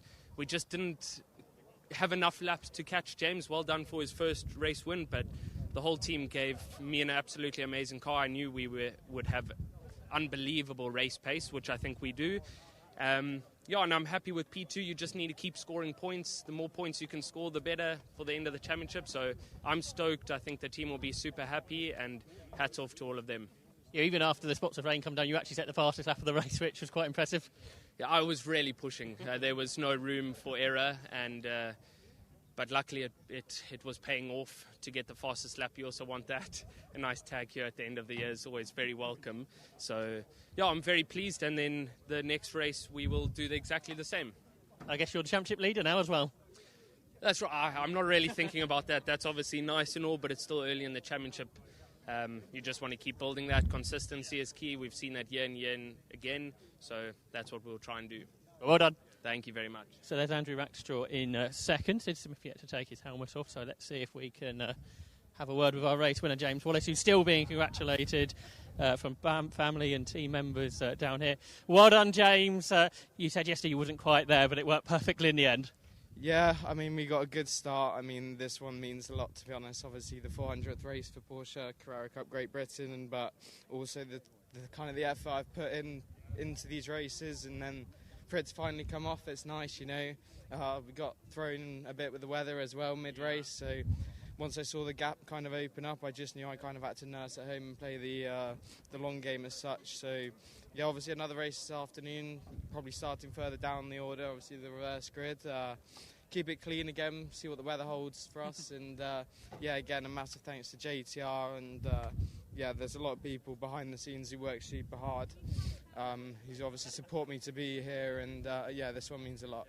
I guess you're quite clear this amount of rain didn't come down in the middle of the race, because when you're in the lead, that's the last thing you want. No, we had drops around, obviously, the track, but yeah, nothing too serious apart from the end lap, so it was an excuse to light the rear up and show to the fans of it, but yeah. Well done, James. Now a Porsche Carrera Cup of Great Britain race winner in 2025. In third position in the race was Sid Smith, who's now taken his helmet off, so we'll grab a word with Sid. Sid, not quite, I guess, the result you wanted after how yesterday went. No, well, doesn't always go away. We had a couple of just bits here and there. I was trying to catch James at the start and just took too much out my front tyres, unfortunately. Yeah. But yeah, I mean, it was a good race, and you can see it was just fought to the end. So unlucky, not exactly where I wanted to be, but still we're looking for the championship and that solid points. So just keep it going, and we'll come back stronger. You keep getting podiums throughout the year. That's not a bad thing, is it? Yeah, definitely. Just well, how you win the championship is just continuous podiums and being consistent. Obviously, that wasn't 100% the best result, but still, it could be a lot worse. So I'll take what I can, and yeah, we'll be back in race 2. You said about like the front tyres going off. I guess that's still a learning curve to know how to run these races. Yeah, 100%. Well, it's technically a sprint race, but it's technically not, where it's like 35 minutes. So it's still a management factor as well. So I took so much out of tyres at the start. By the end, I was just obviously just didn't have 100% in the car, and Andrew and James had the edge on me at the end. But yeah, that's what makes these races fantastic. The fact they are a bit longer and a bit more a bit more management phase in them. But yeah, thank you. Well done on third. I think we're heading off to the podium now, so I'll see you there. For a moment, Alan, I'll head back down to you in the studio. Thanks very much indeed. Josh Barrett down there with the reflections of the top 3 drivers down in Park Fairmay, and marshals on the circuit just investigating just how much rain has fallen down there as they await the next cars to set up on the grid for our third race of today, the Vera Tools F4 British Championship, certified by FIA. Here on Toker Live, we're taking your messages all day. Thank you very much indeed for WhatsApping. This one says, morning Alan, first touring cars for us. Could you say a big hello to Keaton McKenzie and Ryan Lee? Yes, we can. Hi guys, great to have you here at Snetterton. This one says, good morning. We're in the tent out of the wind at Brundle and Nelson, enjoying the sunshine, though hoping for a Hill fight back after qualifying yesterday for Jake Hill. Hope everyone has a great day. That comes from Gary and from Jem as well. Great to have you here, guys. Thank you for writing in. This one says, please and thank you. Can we have a happy 42nd birthday to Daniel, please, from his dad, Chris, and Kieran as well. You've done it. Happy birthday, Daniel. And welcome along to Snetterton for what is, in prospect, a very busy day of racing. This one says, Roy, Ollie and Harvey here this weekend. Could give a shout out to Roy for driving up here from the Netherlands for his 45th birthday. Happy birthday, Roy, and great to have you here, Roy.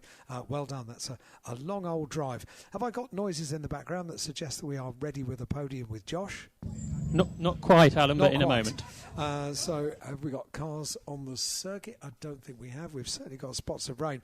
So Matt, as and when you've got, you see, I don't have eyes in the back of my head, so, and the grid is just behind me, so you'll have to help me on this one. You're absolutely fine at the minute, Al. Nothing in front of me. Good news, so we can get through all of your WhatsApp messages. By the way, if you'd like to WhatsApp into the studio, all you need to do is, well, I say all you need to do, you have to have the WhatsApp app first of all, and then you need to type out a message, put your name on it, only your first name. We only deal with first names on air.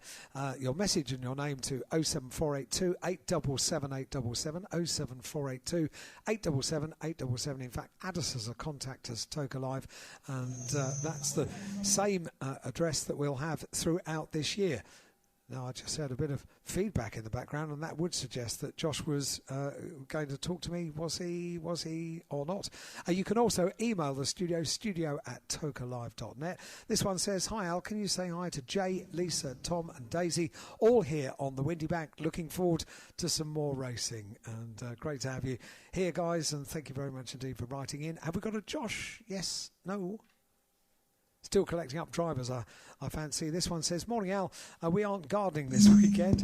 Nice to be here sitting in Murray's in the sunshine, listening to you and looking forward to the racing today. Enjoy.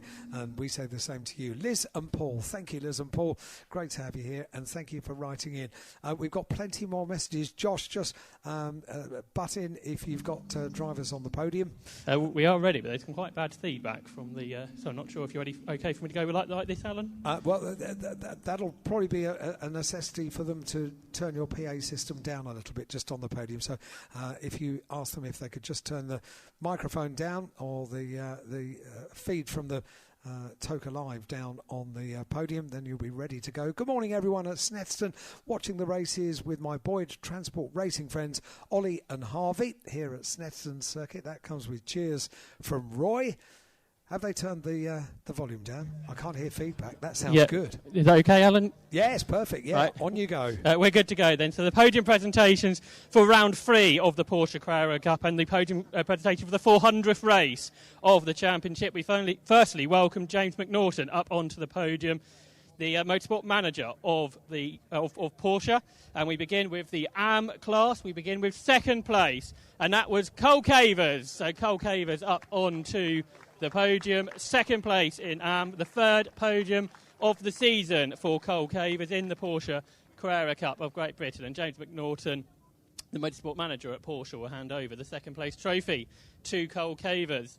The winner of the AM class in round 3 of the championship, Jonathan Beeson. Well done, Jonathan, a first win of the year in the Porsche Carrera Cup in the AM class, and onto the top step of the podium, Jonathan Beeson, second place for Cole Cavers. Congratulations to the top 2 in the AM class.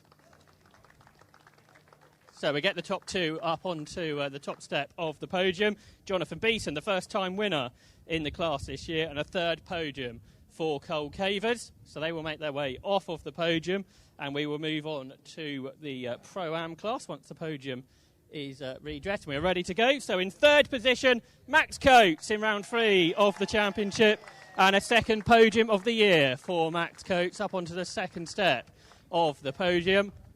Well done to Max. In second position, Oliver Jackson. Well done, Ollie. A second podium of the year as well for Ollie Jackson in the Pro-Am class. He will go onto the far end of the podium once he gives a handshake to Max Coates. And, congratulations. So it's a second step of the podium for Ollie Jackson. He will receive his trophy from James McNaughton.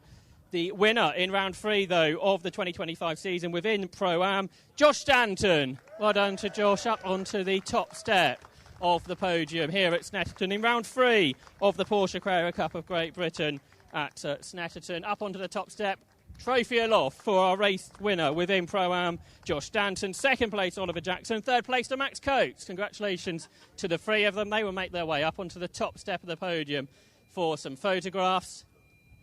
Once more, congratulations to our top 3 in Pro-Am. The winner, Josh Stanton, for the first time this year. In second place, Oliver Jackson. And third place to Max Coates. Now the podium presentations for the 400th race of the Porsche Carrera Cup of Great Britain in the overall top 3 and the third round of the 2025 season. In third place, Sid Smith. Well done, Sid. A second podium of the 2025 season, and he will receive his third place trophy from James McNaughton of Porsche. In second position, Andrew Rackstraw. Well done, Andrew. A second podium of the season as well for Andrew Rackstraw as he makes his way up onto the podium. He receives a handshake from James and up onto the second step of the podium for Andrew Rackstraw. The winner in round 3 of the Porsche Carrera Cup of Great Britain in 2025, James Wallace. The winner of the 400th race of the championship, up onto the top step of the podium. For the first time goes James Wallace, and he receives a handshake. He receives the winner's trophy as well, and he holds the trophy aloft for the first time as a winner in the championship, James Wallace. Second place, Andrew Rackstraw, also setting a lap record in the championship, and Sid Smith in third position. The 3 drivers up onto the top step of the podium for some photographs. So congratulations once more to James, Andrew and Sid. Next up we have our reverse grid draw, and James Wallace will get the responsibility of the reverse grid.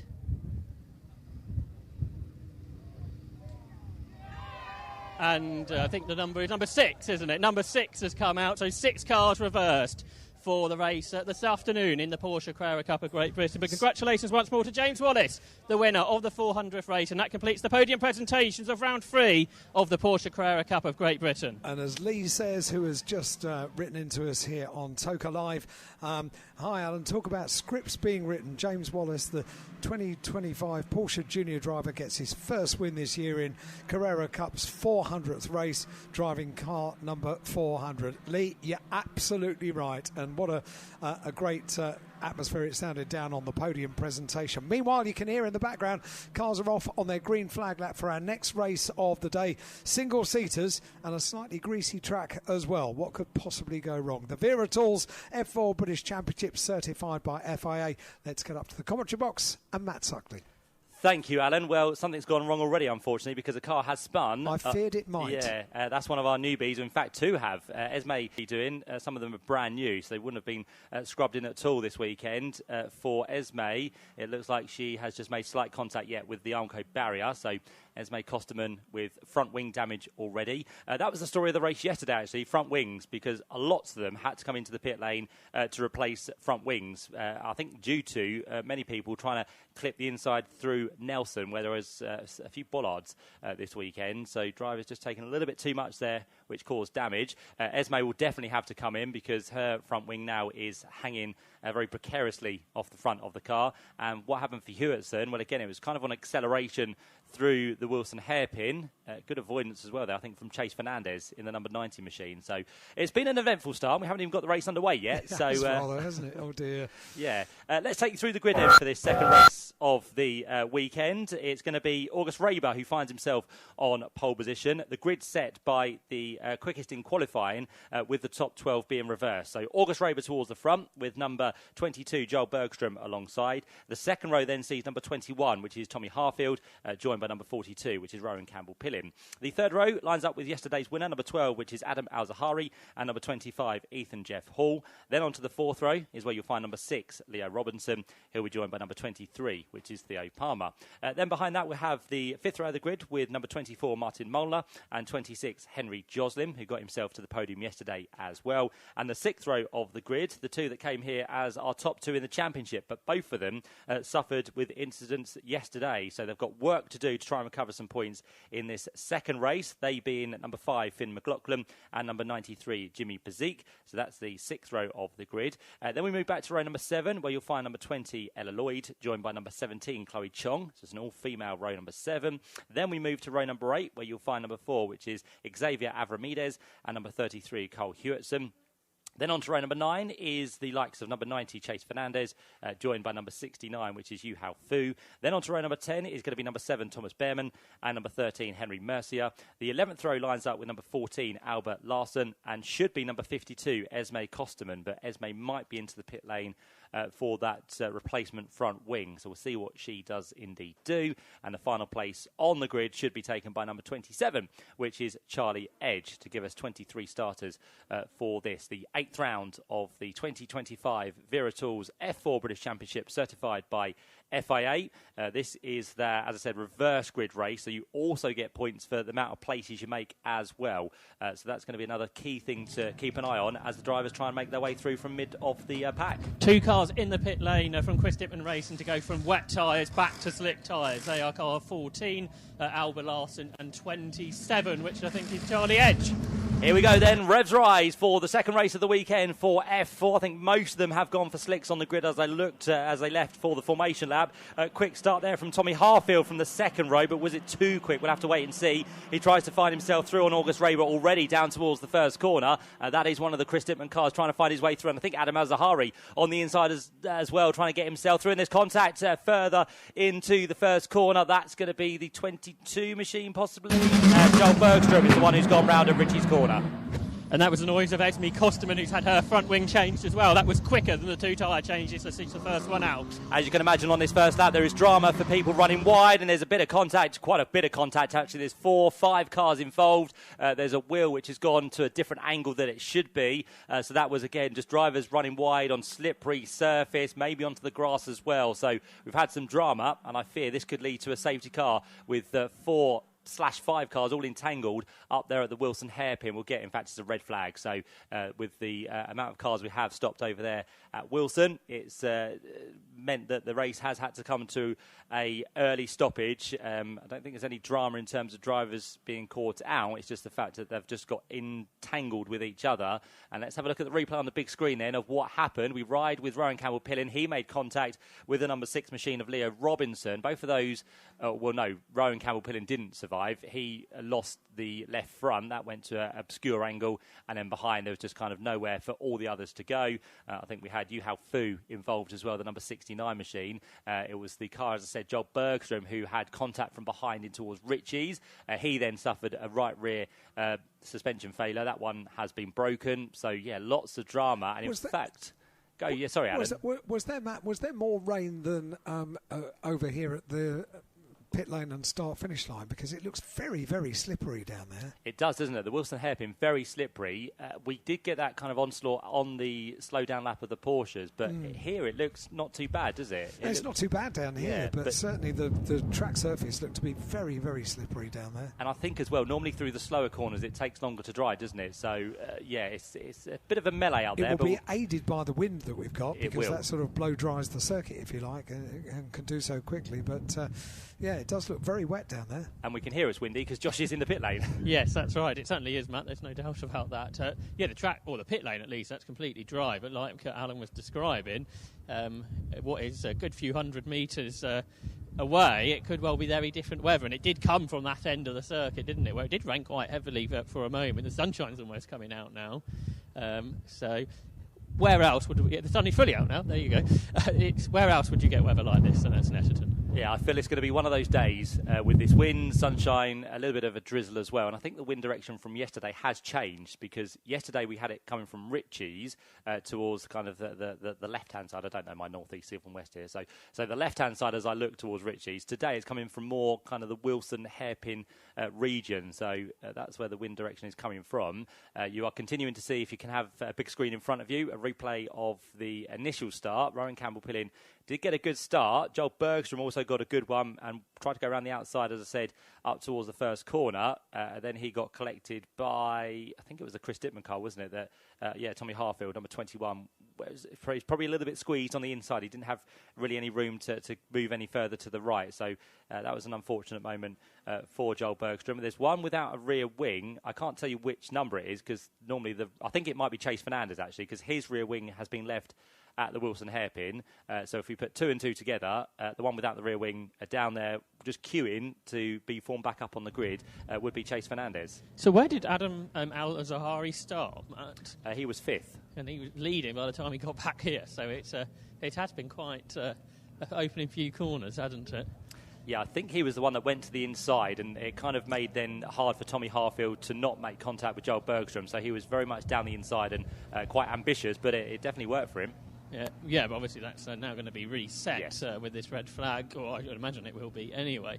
Finn McLaughlin was up to 4th, and he would have started 12th, wouldn't he, from the reverse grid? 11th. 11th. Yeah, pretty much. So and then Ella Lloyd was 5th. So, yeah, the order is nothing like the grid represented. Everyone, as far as I can see, are on slicks, as you surmise. Those 2 cars that were on wets pitted. So they obviously felt it was dry enough after the green flag lap.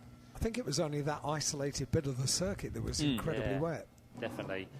So recovery continues. I think the reason that the likes of Finn McLaughlin and Ella Lloyd all made places, because that incident happened quite far up the order. If you bear in mind, Joel Bergstrom, who was on the front row, was involved at Ritchie, so we lost him. We then had Rowan Campbell-Pillin, who made contact. We then lost him. There was then a couple of cars that ran into the back of the number 42 machine, and then that, of course, just meant that the likes of Finn McLaughlin, Jimmy Pazik, they just found the gap. And if you find the gap and you don't get involved, you can very nicely make your way through. So a bit of recovery to be done for the 2 cars over there at the Wilson hairpin. I think more news from Josh. Yeah, I just wonder how many of those front runners sort of survived the incident and will be able to take this restart. Yes, we'll find out, won't we, when they line back up on the grid. We've got 27 in the pit lane as well. That was one that was going to rejoin the race, but that hadn't been released before, as you say, before that. So the first car on the grid we've got at the moment is that 5th place car, the Rodin Motorsport car that won yesterday, of Adam Al-Zahari. And then pretty much it's full behind that, but none of the top 4 are back yet, Matt. No, not yet. So we'll see how the grid lines up. Adam Al-Zahari already slotted into his 5th position on the grid. But for now, with clear up to be done over there at the Wilson hairpin, let's head back to the Toker Live studio with Alan Hyde. Thanks very much indeed, Matt. And we've got plenty of messages to catch up with while they're recovering those cars which are stricken out on circuit. It'll be a pretty quick recovery job. They look like they're very quickly able to secure the harness, and the recovery vehicles already in place. This message from June and Robin. Hi guys, loving the sunshine on our first ever BTCC weekend and our pit entrance view. Not sure how the tent didn't blow away last night. I do rather gather it was quite windy during the night. So I'm glad it didn't, and I'm glad you've got a great view of pit lane entry. This one says, morning Al, could you please shout out to my husband Tristan? He's a massive fan of BTCC. We had the pleasure of a chat with the lovely Michael Creasy last night, who came over to the camping field and said hi. We're camping in our Van Kermit, because it's a bright green VW. We were up early and got a great spot with a view of the day's racing. Thanks for the excellent commentary. That's very kind of you to say so, Lisa. Thank you very much indeed. And hopefully the team are listening to that. They're the ones that are doing the majority of the commentary today. This one says, hi, could I have a massive shout out to my sons Owen and Albie, their first BTCC race. We've got a lot of newbies coming along to the BTCC this weekend, which is great to see, and I can guarantee it won't be the last, that's for sure. Owen and Albie, first BTCC race, enjoying the sunshine and the breeze on the Bentley Straight. That comes from Dad, and now we're enjoying the rain slightly less. So this one says, we've already done that one actually. That's for Keaton and for Ryan. Hi, guys. This one says, hey, Al, can you do a shout-out for my brother Damali, please? It's her first time at BTCC and excited to see all of the racing today. This one is from Phil, Joe, Paul and John. Hello from Marshall Post 3.4. Again, it's a different team today. So Phil, Joe, Paul, John, hi guys, and thank you very much indeed for all that you do for us to allow us to go motor racing. The Orange Army do just an exceptional job. Hello Al and all in the studio. Big hello from Lee and from Frank. We are all the way from Bonnie, Scotland, and great that you made the journey down as well. Of course, we visit Scotland once with the Quick Fit British Touring Car Championship, and it is well worth the visit up to Knockhill in just a few meetings' time. Loads of messages coming in. Hi, Alan. Yeah, we did that one a little bit earlier. That was from Lee, and this one says, good morning from Stuart and Jess, enjoying the shelter of our umbrella overlooking Palmer's. Fingers are crossed for a few Tingram podiums today. I reckon he'll be wanting to be on the top step of that podium as well. And this one is from Colin and from Sally. Morning, Al. Please can you thank all the marshals for giving up their spare time so we can all enjoy motor racing. Echoed in the studio here, Colin and Sally. Thank you very much indeed for your sentiments and for writing in. Right, we've got a recovery vehicle which is doing a rather smart U-turn and making its way back to the paddock and down the rather dried out grass which is on the infield. So I wonder what's the scene down on the grid from Matt Suckling's vantage point overlooking the start-finish line. We've just had the 2-minute board out, so we're getting close. There you go. Almost like we planned it, huh? Indeed. Can I just remind people, if you do want to get a shout out on air, WhatsApp is the app that you need on your phone. Just write your message and your first name, only your first name. That's all we need. We don't read out surnames. Message and your first name to 07482 877 877 and we'll get you on air. Sounds good, doesn't it? Really good. Yeah, get involved with us. We'd love to hear from all of you out there. Getting emails as well. Getting emails, which is at studio@tokalive.net. Simple as that. Easy, isn't it? Very easy. We'd love to hear from you today. Do send us your messages. They'll go straight through to Alan in the studio, and we'll get those read out when we get time across the course of the day. Just to say as well, if you are looking to support drivers and want to come and cheer them on the podium, please do. It's a very open paddock here at Snetterton. It allows you to come down and greet the drivers and see what they all get up to. Sometimes we are able to do them on the PA, sometimes we are not. So it all depends on time restraints throughout the day. But just head for a big tree in the paddock. That is where you'll find the podium just located behind it, and there's plenty of room for you to kind of gather around and get yourselves a good vantage point for all the podiums we have for you across the course of today. So come and have a look in the paddock. There's plenty for you to have a look around as well. The garages. You can kind of wander down the back and see the teams and the drivers. You've got all the support paddock in here as well. So do take a trip at some point today when you can get away from the edge of the track. I know there's lots going on circuit, so it's going to be hard, but do have a little walk around. Revised race distance has just been announced, 15 minutes. So due to the red flag in the early stages, at the kind of end of the first half of the lap, we have now lost a little bit of time just to make sure we stay on schedule for our Quick Fit British Touring Car race, the first one of the weekend coming up at 11:30. So we need to make sure we're good for that because, of course, we are live on ITV4 for the rest of the day for all those races. So that does take priority. But F4 cars now heading off once again. And as Josh mentioned, there will be a few gaps down there after the problems that were suffered up there at the Wilson Hairpin. And the gaps, I think, Matt, are in 2nd and 4th on the grid. Yes, yeah, that's correct. So you've got Joel Bergstrom, who, of course, was involved at Ritchie's, and Rowan Campbell-Pillin, who was involved at the Montreal Hairpin. And the teams of, I think, August Raby's car in particular, were able to investigate, weren't really able to touch the car, but I think they were as happy as they could be with his car. So everyone sort of got an idea what the conditions might be like out there, Matt, but some cars might not be as in good condition as they once were. Exactly, yeah. We're also missing completely row number 9 because Chase Fernandez was without any rear wing, so he was missing from the grid. And Yu Hao Fu, who had tyre damage as well, was also missing from that 9th row. There is a car that's just been pushed into the back of the pit lane. I'm not sure if that is from earlier or when the cars didn't get away. So I shall head down there. Josh is on his stroll, then down the pit lane to see who that may well be. As I said, the revised distance now is 15 minutes. That 15 minutes on both the gantry and the screen has started counting down. So that might be correct because, as I said, there's time restraints today for the BTCC. So it could be a pacey lap here for the safety car with Scott Stringfellow and the team to lead the pack back to the grid. I wonder if that means it might be whether it be a safety car start, Matt, or whether it be a standing start. Yeah, it's interesting. We'll keep an eye on the marshals. We'll see what they do.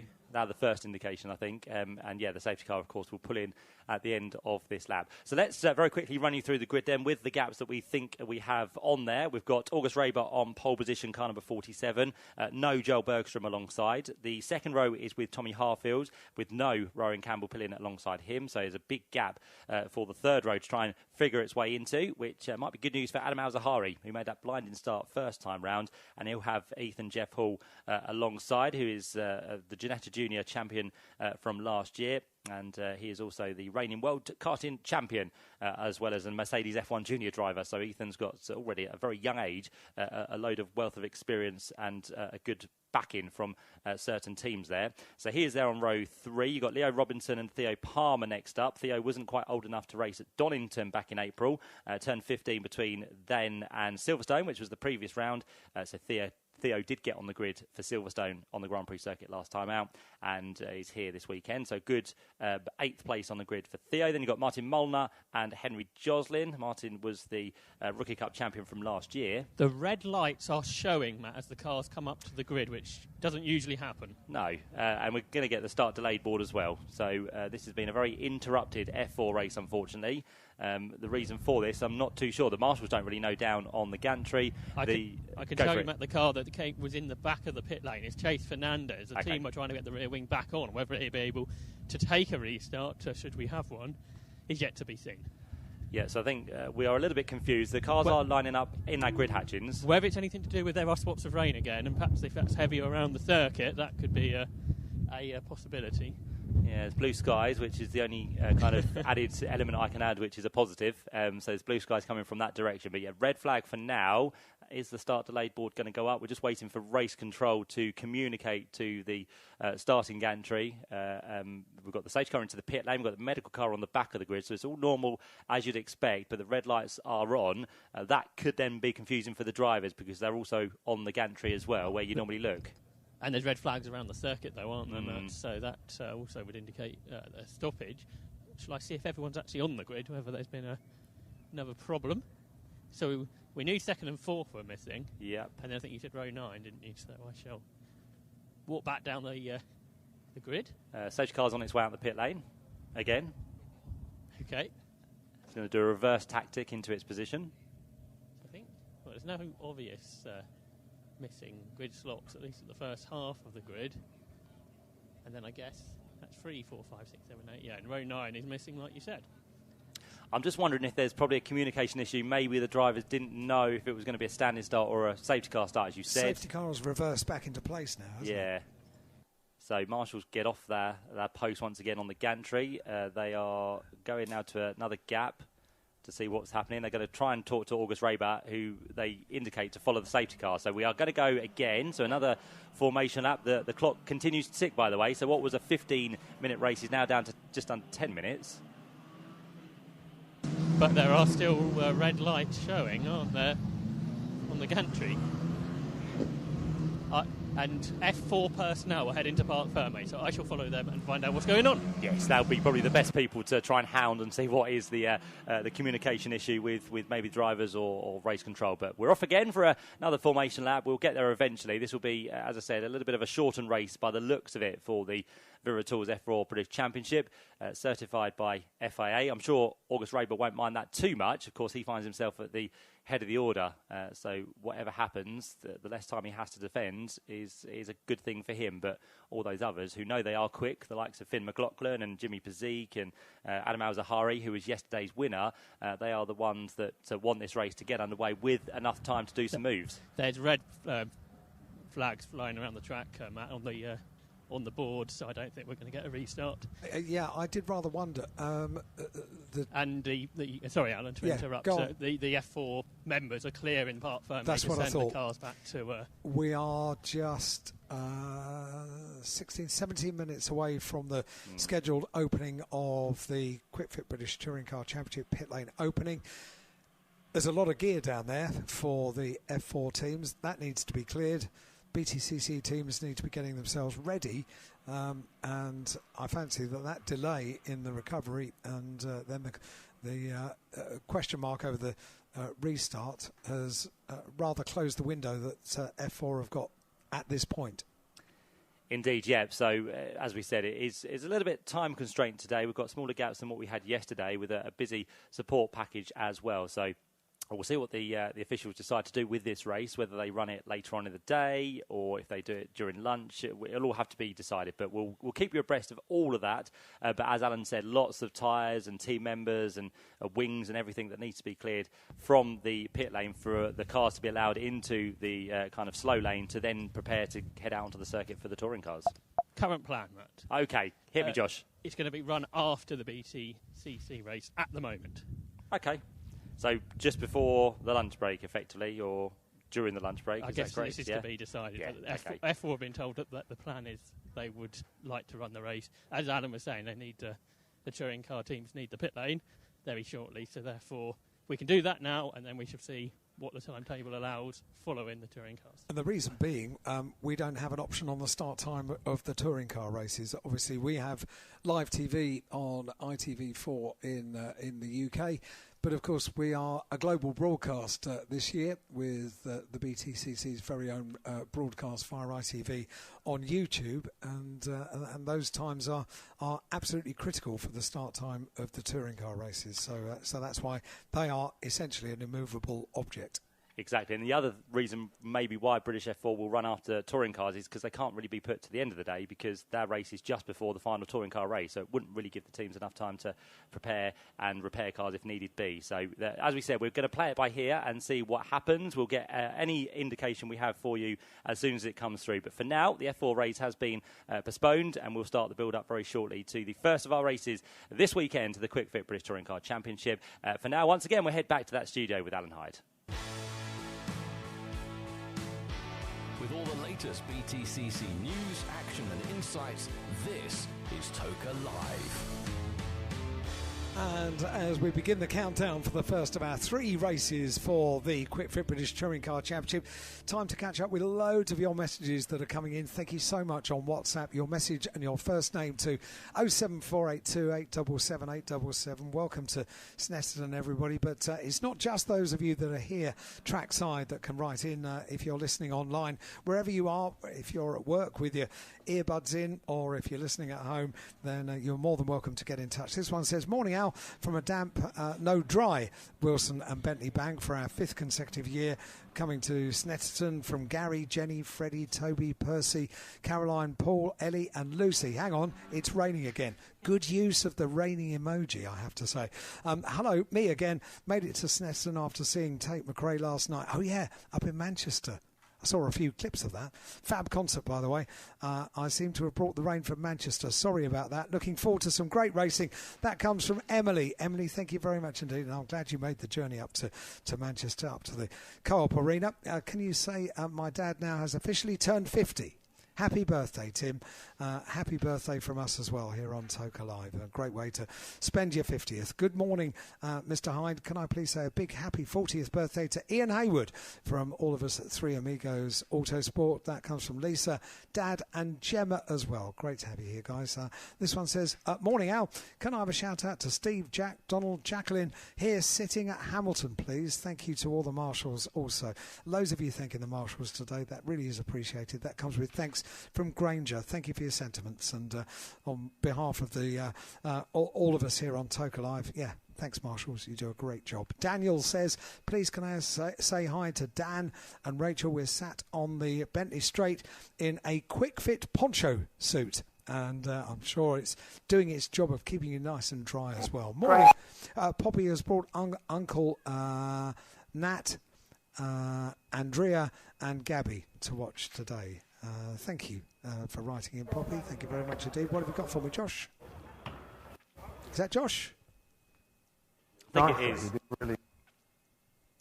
I'm not sure I'm not sure that is Josh, to be perfectly honest. Ashley, massive thank you to my dad for giving up his weekends and bringing us to BTCC and always buying us amazing merch. There is some great merch available this weekend as well. I've seen some very, very smart outfits around and about. Right, we've got touring cars making it out onto the apron. And this one says, morning, can I please have a shout out to Emma, Indy, Tom, Ben and Chris, loving the races despite the rain.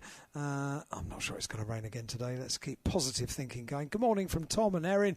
First time back to Snetterton after a few years of not being able to make it. Hoping for an action-packed day. And David Addison, ITV's commentator, shouldn't you be busy? Says, oi, it doesn't rain in Manchester. Okay, right. There's a spoken from a man from Manchester, if ever there was one. Morning, Adders.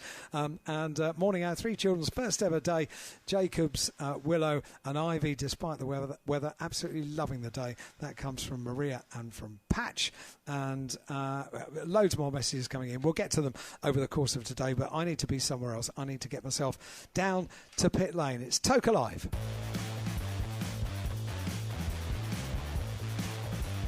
With all the latest news, views and interviews, this is Toke Live. With opportunity to maybe get a few thoughts from people down in pit lane ahead of our first race of the day at Snetterton, third meeting of the year for the 2025 Quick Fit British Touring Car Championship. Let's get up to the commentary box and Matt Suckling. Thank you so much, Alan. Yep, keep those messages coming. We'll get a chance, I'm sure, throughout the day to give you a mention. As we said, whether you're here for the first time, celebrating birthdays, anniversaries, just want to say hello, you're more than welcome. We'd love to hear from you. The number you need, 07482 877 877. That's the number you can use for WhatsApp. And if you want a longer message, then send it to us via email. studio@tokalive.net is where you can do that. So they are the ways to get in contact with us as preparation builds, as we said, for the first race of the weekend for the Quick Fit British Touring Car Championship. Personnel very shortly to head to the grid. We have the grid boards as well heading their way onto the circuit, and we'll very much look forward to the build-up of the first race of the weekend. Apologies for any interruption that you are possibly hearing on the Toke Live feed or around the PA system. We'll try and get the answer to that, but there is someone jumping on our channel by the sounds of it, so we'll get that sorted for you very shortly indeed.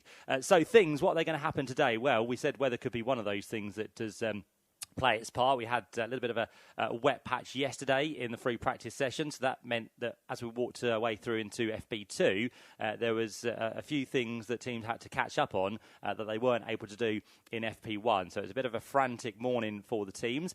Then we headed into qualifying, and I think the story of qualifying yesterday is that the BMWs really did suffer with the pace and what they had. So, we'll see how they go today. We had a few words from the likes of Jake Hill, also heard from Aidan Moffat down there. I think briefly through free practice we heard from Charles Rainford as well. But all of them said it's a different day today. They can go away, they can figure things out, they can then sit there and try and put things right for today. But as we know with the BTCC, nothing is ever simple, nothing is ever easy. That's why it takes a lot to win one of these championships. But once again, the form people pretty much back towards the head of the order, and we say a very warm welcome to Ryan Bensley for this weekend, because if you weren't here with us yesterday and haven't caught up on the news stories, Michael Crease has vacated that car for this weekend. He's done a very nice thing to allow Ryan Bensley to jump into his Team Virtue Hyundai.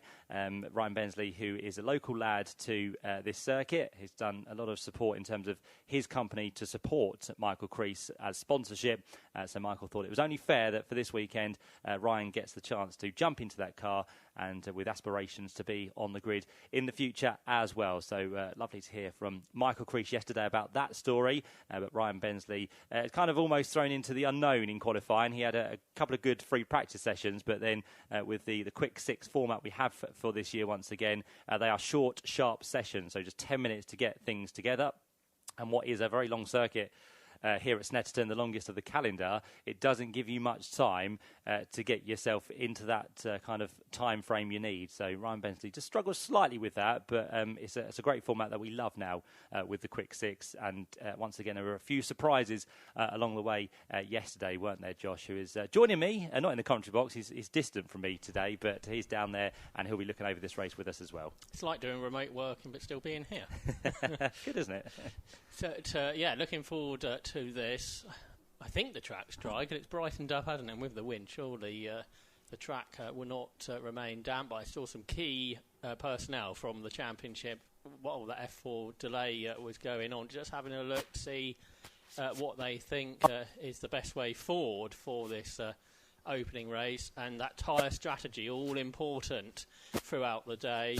Softs and hards are the choices, and we saw how much that could affect the results depending on when you use each compound. And track temperature, that could play a factor into that. When the sun comes out, that track temperature will start to rise, I'm sure.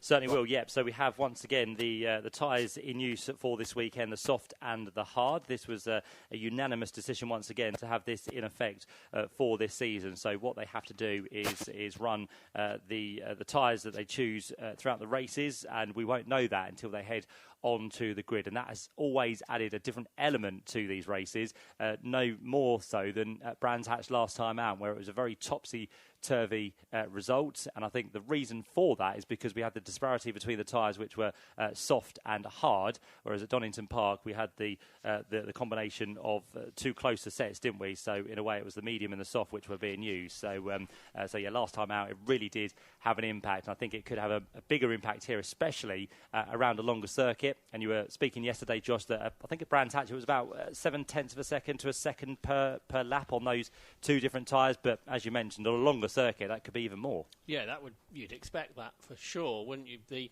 Brands Hatch circuit was resurfaced ahead of the meetings. That could have played a bigger factor.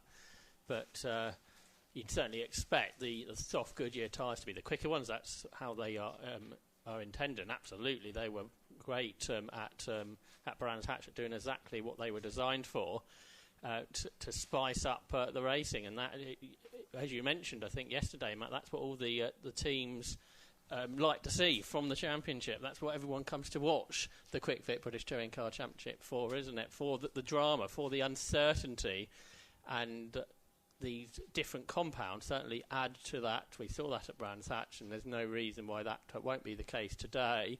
Generally, we see those who qualify well go softs in this first race, but then that could put them at disadvantage for the remainder of the day. But that is all part of the strategy. It's the same for everybody. They've all got to use the tyres in the same amount, but they can just choose when to use them throughout the day. Certainly can. And just talking about tyres, the way that all of you out there can pick out what tyres the drivers are on, there's a new rectangle, a light rectangle in the side of the car, which denotes what tyre each driver is on. So for this weekend, as we said, we're using the soft and the hard. So if it's a white rectangle on the outside, it means that they are on the soft tyre. If it's a red outline of the rectangle, it means they're on the hard tyre. And very briefly yesterday, we had a blue outline, which was a wet tyre. So we'll just give you that for now, because it could well be a wet race at some point this weekend. We just don't know. But a blue outline means a wet tyre, a white one is a soft tyre, and a red one is the hard tyre. So that is how you can pick out what tyres each driver is on when they head round through their races this afternoon. So we're getting closer to the build-up. A lot of people now starting to make their way onto the grid. We've got all the VIPs, all the people who are lucky enough to get a ticket onto the grid, and very shortly they'll be joined by a load of cars which are just nosing out of the garages. They're all looking absolutely magnificent with their liveries once again, and it makes it even better when the sun is coming down onto those cars as well. So all of those a couple of minutes away from being released onto the circuit, and of course we'll continue to build up. We'll give you the grid just before the green flag lap gets underway, and very shortly Alan Hyde will be down there when the drivers arrive to have a quick chat as best as he can with those drivers to just find out their thoughts overnight, because as we said, some drivers yesterday, Josh, had good results. Some didn't have the best result they could possibly have from a qualifying session. So it does mean they've had to think about strategies coming into today, and it'll be interesting to see what they have actually figured out as they head to race number 1. Yeah, not least Jake Hill, whose qualifying didn't go to plan whatsoever, and it was a bit of a mystery, I think, to him, wasn't it, when he spoke to Alan Hyde after the session. He said the speed just wasn't there. So I'm sure down at West Surrey Racing there's been lots of thinking overnight how best to attack Sunday here at Snetterton. I suspect that rain, that's one of the things that could have helped them out, because they were very quick in that wet pre-practice session yesterday. Well, Dick Bennett's probably didn't order enough. That's right. When you put the order in, you've got to make sure you got the right quantity and the right time as well. Yeah, it needs to be over a time frame, doesn't it? How many hours do you want it for? Came too early, didn't it? You have to specify delivery time. It looks quite nice down there on the grid, Al. It feels like it's getting warmer. It's lovely. Sunshine. People are doing selfies with nice blue sky in the background. It's still pretty blowy, but we're getting ever closer to the cars being released from pit lane, and then they'll form up on the grid, and that's the point at which all of the guests and VIPs that are allowed down on the grid, they've got the very special pass that gets them down to get to see the cars up close and personal before the race starts. Once the cars are in place, then all of the guests will be invited over from the grass on the left-hand side of the centre straight to come and get the opportunity to really savour the atmosphere in the build-up to the first of our races. Here, engines firing up in the background. The car right at the front of the grid, already in place, is Alan Gale's Porsche Cayenne. Over 700 brake horsepower in that machine. It will do the closing lap at the 3-minute board, and it will do it fairly briskly as well before taking up its place at the back of the grid and then into pit lane and leaving the contest to take place for what will be round 7 of the Quick Fit British Touring Car Championship. And as we count down, I'm sure you can hear the wind in the background. It's very, very blowy indeed. Hopefully we've resolved our interference problem. I jumped up and down quite a lot, and I think whoever was on our frequency has now changed to a different frequency. So hopefully we'll have uninterrupted coverage as the green light shows at the end of pit lane. 15-minute board is displayed, which means 15 minutes until the start of the race. And Tom Ingram leads them out onto the circuit down towards turn 1, which is Rich's. He certainly does, yep. So Tom Ingram leading the pack onto the grid, ready to the build-up of the 7th round of this year's championship. We've got 15 minutes just under until the green flag lap does get underway. Just had confirmation that we will have the F4 race straight after this. So that has just been confirmed by race control, that is the plan for the rest of this morning into the afternoon. So we'll squeeze that in, and then we should still have a pit lane walkabout and autograph session to bring you during a shortened lunch break for today. So that's the plan for that. So touring cars heading out, and let's just give you a bit of a backstory about how the championship sits. If you haven't been with us for this season, you haven't had a chance to catch up on ITV4, it is Ash Sutton who comes here this weekend as your championship leader. 92 points he has so far accumulated in the 6 races we've had. With that, he's had 4 podiums, 2 of those being race wins at the opening meeting at Donington Park. Second in the championship, the man who starts higher up ahead of Ash Sutton for today is going to be Tom Ingram. He is there and has done a sterling job this year. In 5 of the 6 races, he has finished on the podium. The only one he didn't was race 2 at Brands Hatch, where he just kind of fell back in that race on the wrong tyre, but he still got himself a confident finish with some good points for 11th place. So he comes here second to Ash Sutton on 87 points, and then behind that we have Jake Hill, who is really struggling this weekend, as we said, in qualifying, but we'll see what race pace he does tend to have. Jake Hill got his first victory of the season last time out at Brands Hatch in race number 1, and he followed that up with a podium in race number 3. So he now sits on 80 points, but very much got his championship back on the rails at the previous round at his home circuit at Brands Hatch. To complete the top 4, teammate to Tom Ingram in the Team Virtue Hyundai is Tom Chilton. After a victory so far this year, that came in the reverse grid race at Donington Park. He's had 1 win, but sits on 55 points. But I think it's fair to say, Josh, the top 3 have already got the march on the rest of the field, as the rest of them still try and chase in this early stage of the season. That's right, they've got that gap, but that doesn't mean, of course, someone else will close that down, even over the course of this weekend. How about Dan Camish, who's got pole position yesterday? He's there in 7th place, but only 5 points off of Tom Chilton in 4th position, and Dan Camish trying to fight back after an ignition drama in race 2 at Brands Hatch when he was in a very strong position. That put him out of the race and sort of really hurt his weekend. But Dan Kamish, who set that blistering lap time yesterday, a qualifying lap record around this circuit in the Napa Racing Ford, so he will certainly be wanting to have a very strong day, I suspect, here at Snetterton. His teammate Ash Sutton, he had an electrical fault in qualifying yesterday which stopped the car on a few occasions and means he's maybe a little bit further down the grid than he might have been, but as he told Alan Hyde yesterday, if you're in the top 6, you can't really call that a bad day. No, not at all. The job in hand to try and get himself a little bit higher up on the grid. But yeah, yesterday's qualifying was absolutely immense, wasn't it? Right down to the final few minutes we had.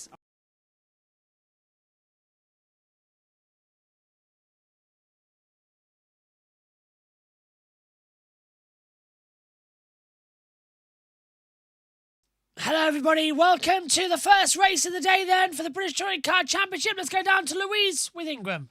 Oh, sorry, I'm just getting in the way of him getting his the tape going on the wall, which we see quite a lot, so that he can make sure that he's lined up in the right position. So we did have a little bit of rain earlier on. The Formula 4 cars went out, and within half a lap, quite a few of them had kind of binned it. But I'm hoping is it dry out there now, Tom?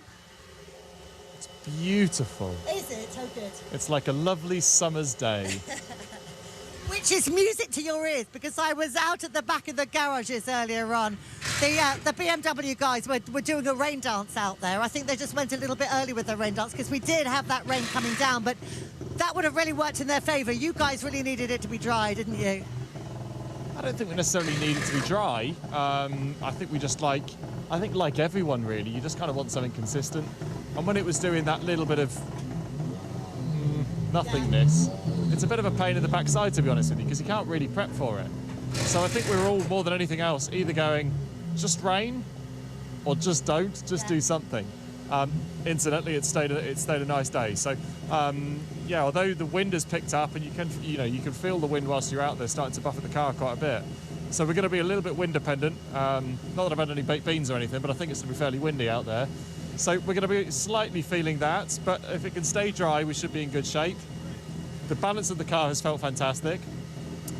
In the wet, in free practice 1 yesterday, we were trying a lot of things to get over what was our problem last year, and I think in fairness, we're probably a long way down the line from there. So if it was to be wet, we're going to be all right, I think. It's a nice place to be, but the car's feeling good. We've had a great qualifying. We're where we kind of want to be.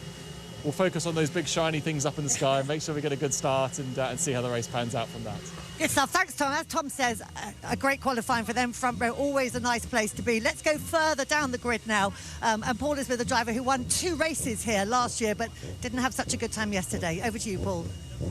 Yes, so P20 for Jake Hill. I always get in the way and everyone's trying to do tyre crosses. Jake Hill, you're on the hard. Have you heard about any rain coming from your WSR radar? I wish there was, Owie, because I think we'd probably get to the front pretty quickly, but I think we've had it now, mate, to be honest with you. So a bit gutting, because I'd have loved it to have been wet for this race one especially, but it's all right, mate. I'm actually feeling relatively calm and actually quite looking forward to it. You're trying to get up there and get a reverse grid and finish this weekend off fantastically, or do you think I can actually move up with these hards on? I think a bit of both, I think actually, we proved at Brands, all right, the safety car sort of screwed us up a bit in that race 2 at Brands, but we were very, very quick on the hards, and I'm actually, car felt great on the way to the grid there, so I'm feeling positive about being on the hards. We're surrounded by everyone else that's on hards as well, so yeah, it shouldn't be too much of a deficit this first one. I'm just got to try and move forward a bit, mate. Top man, I'll leave you to it, mate. Well done. Right, let's go and see Ryan Bensley. Sorry for the back of my head. Follow me. Sorry, you're going to have to hot foot this one because I want to throw back to Lou in a bit. So let's get down to Ryan Bensley. This is his first race. Ryan is somebody I know quite well, and he's a top man. Hello, boys. I tell you, it's so busy on the grid, even down here at the back. Ryan will be so nervous about this first race start. He's probably got the strategy all sorted. He's getting a little bit of a chat from Michael Crease, actually. Creasy, can I just jump out of the way, mate? Ryan, quick word, mate. You must be so happy to be on the grid and just get on with this and get rid of people like me. Yeah, I need to get the race done because I've got a mortgage appointment afterwards.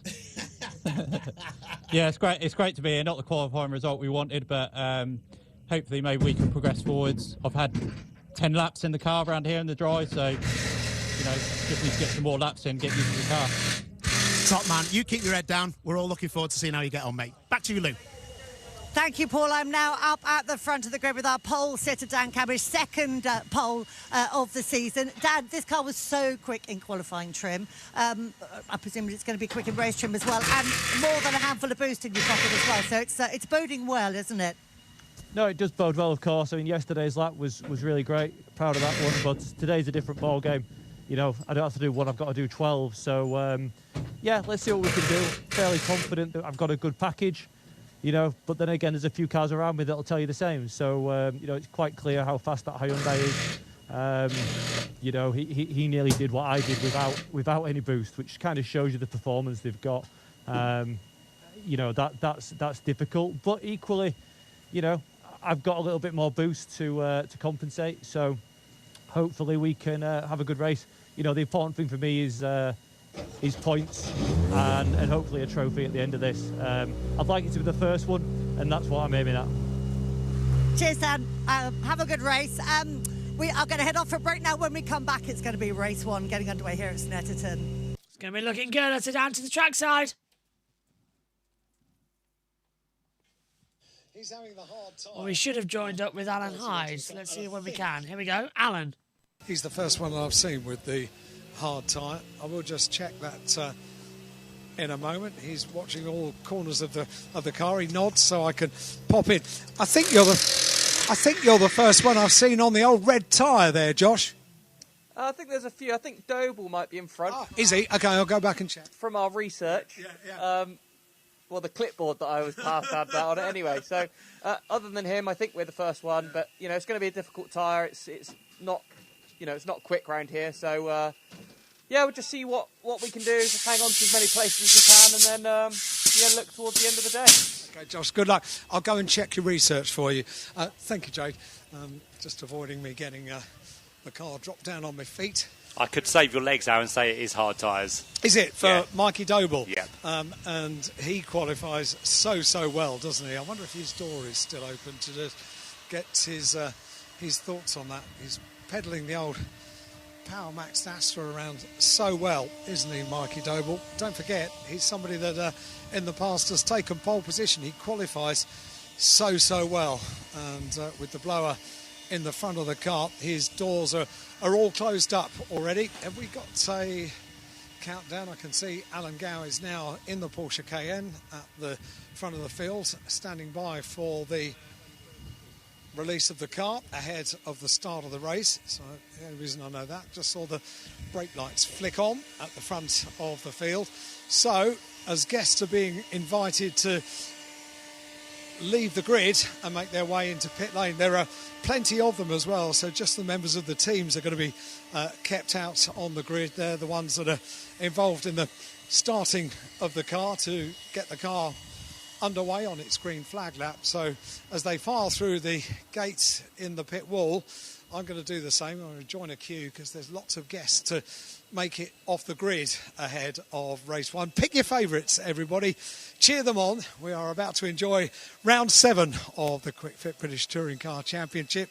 And what a thrilling race this is going to be around the very testing and demanding 300 circuit here at Snetterton. Pick your favourites. Cheer them on. The first of 3 races for the Quick Fit British Touring Car Championship. Thanks very much, Al. Yep, so we are very much looking forward to the first race of the weekend for the Quick Fit British Touring Car Championship. We're looking forward to this very much, Josh, because all the cars are down there, all the drivers are ready to go, and the build-up has all commenced after qualifying yesterday, and we'll see what's going to be delivered in this first race. Tensions rising, atmosphere is building. Welcome to 12 laps here at the Snetterton 300 circuit in Norfolk. We're in Norwich as well, alongside there. Down to turn 1, that's Riches. Then Wilson, Hairpin, Palmer. Then down into Augustini and Hamilton. Oggies, Williams, the Bentley Straight. Into Brundle, Nelson. The bomb hole where an unexploded bomb was. Coran, Then into Murray's as well, the last corner before the Senna straight. It's 2.9689 miles long, 4.778 kilometres. It's longer than Monte Carlo. Now, isn't that a surprise when you think about it? Monaco is shorter than the Snetterton 300 circuit. Welcome up then to JB Motorsports' coverage. We're about to have the trackside audio as well as we get ready. Sadly, the JBM team are not trackside this weekend, with it being a clash between the Monaco Grand Prix as well. Tom's at Biggin Hill working, and we're all here with the Indy 500 prep and Monaco. So we'll be back on site as well at Thruxton and Alton Park. Back to back, we're going to be trackside for the British Touring Car Championship, and we're looking forward to what is going to be a superb 2 events there as well. So stand by for all of that action in a couple of weeks' time as well. The formation lap's going to venture off.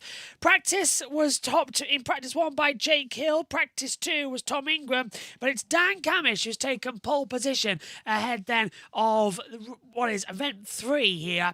And it is going to be round 7 of the Quick Fit British Touring Car Championship. Your commentary lineup, by the way, today for the touring cars. I'm here for the first race. JT's taking you for the second. And we're both hopefully together for race 3 shortly before the green flag falls for the Indy 500. But this is always a big one. This is always the opportunity for an overtake. Let's check in, though, with our commentary team on ITV as well. The day's touring car action all set to go here at Snetterton. Dan Camish is on pole position for round 7 of the Quick Fit British Touring Car Championship. And in the commentary box, Tim Harvey and David Adson. Steve, thanks. We are ready to go then for our first of 3 races in the sunshine at a fairly blustery Snetterton. The grid all lined up. 1 or 2 drivers inevitably, given the qualifying format we have these days, out of position. 1 or 2 drivers looking to try to improve from yesterday, like Jake Hill, who you heard from on the grid, like Chris Smiley, who had a drama in the rear suspension yesterday, and the car was certainly not a nice handling one in Q2, and he felt he could have done better. The Hyundais have been rapid all weekend, and there's a very rapid Hyundai.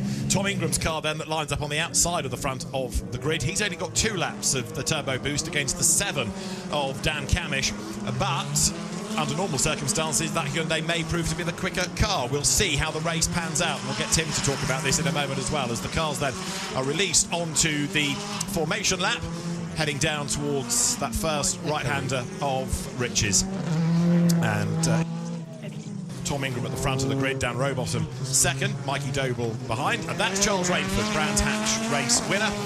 Here he starts 11th on the grid and has been on cloud 9 of late, given the result at Brands Hatch. He is working his way down towards Rich's. And before we go racing, let's try and check in with Charles Rainford. Touring car race winner, Charles Rainford, now we can say. It's got a nice ring to it, Charles. Hello, sir. Good to speak to you. Yeah, I mean, that's got a nice ring to it, hasn't it? We've got some work to do in this race. Obviously, the tyres are very mixed, so looking forward to this one. I've not raced around Snet for a long time, so yeah, we'll see how it goes. You're near the front of the group on the harder tyre. What's the game plan then off the start? Keep out of trouble or go on attack mode? I mean, yeah, it's race 1, so it's always got to be keep out of trouble. So we'll see how the first couple of laps go and take it from there, really. Yesterday was a tough day for BMW generally. Much work overnight to try and find a bit more pace? Yeah, we think we've got a good race car underneath us. To be fair, the time that I could have achieved was a lot better than what I actually did, so I locked myself out of boost on my best lap, so we'll see how we go in this one. We'll leave you to it. Good luck, Charles. Cheers, thank you very much. Charles Rainford then lining up at the back of the field. We are almost set to go. It's going to be a fascinating battle as well. Apologies, by the way, that we can't bring you the touring cars. Here's your grid then. Dan Camish and Tom Ingram on row 1, both starting on the soft compound tyre. Row 2 sees Dan Rowbottom and Mikey Doble on the hards. Adam Morgan and Ash Sutton take row 3. Dan Lloyd and Josh Cook also on that hard tyre. Then it's going to be Tom Chilton and James Dorlin who's starting on hards. Charles Rainford, Chris Smiley, Aidan Moffat alongside as well with Darryl de Jong, and Gordon Shen and Sam Osborne both on hard tyres as well. Aaron Taylor Smith and Dexter Patterson hards for both of them. Max Hall and Jake Hill both hards for them.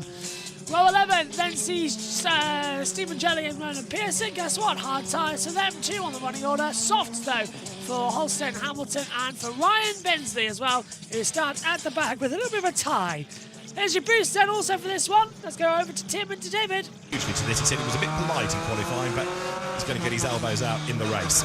Right, Camish or Ingram for the win? It's fascinating, this front row. Yeah, I mean, the popular choice would be Camish because he's got more boost.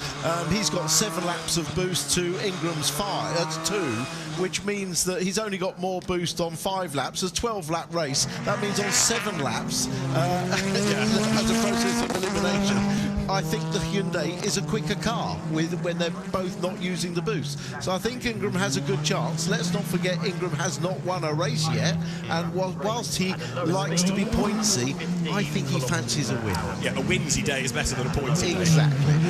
But this lap is a long lap. A lot can happen. And there are plenty of overtaking places. There really are. He may be keen to just get away at the start, see who's in the lead at the start, but then try and make a gap before he does anything. We'll have to see, but we also know he likes to go hard from the off.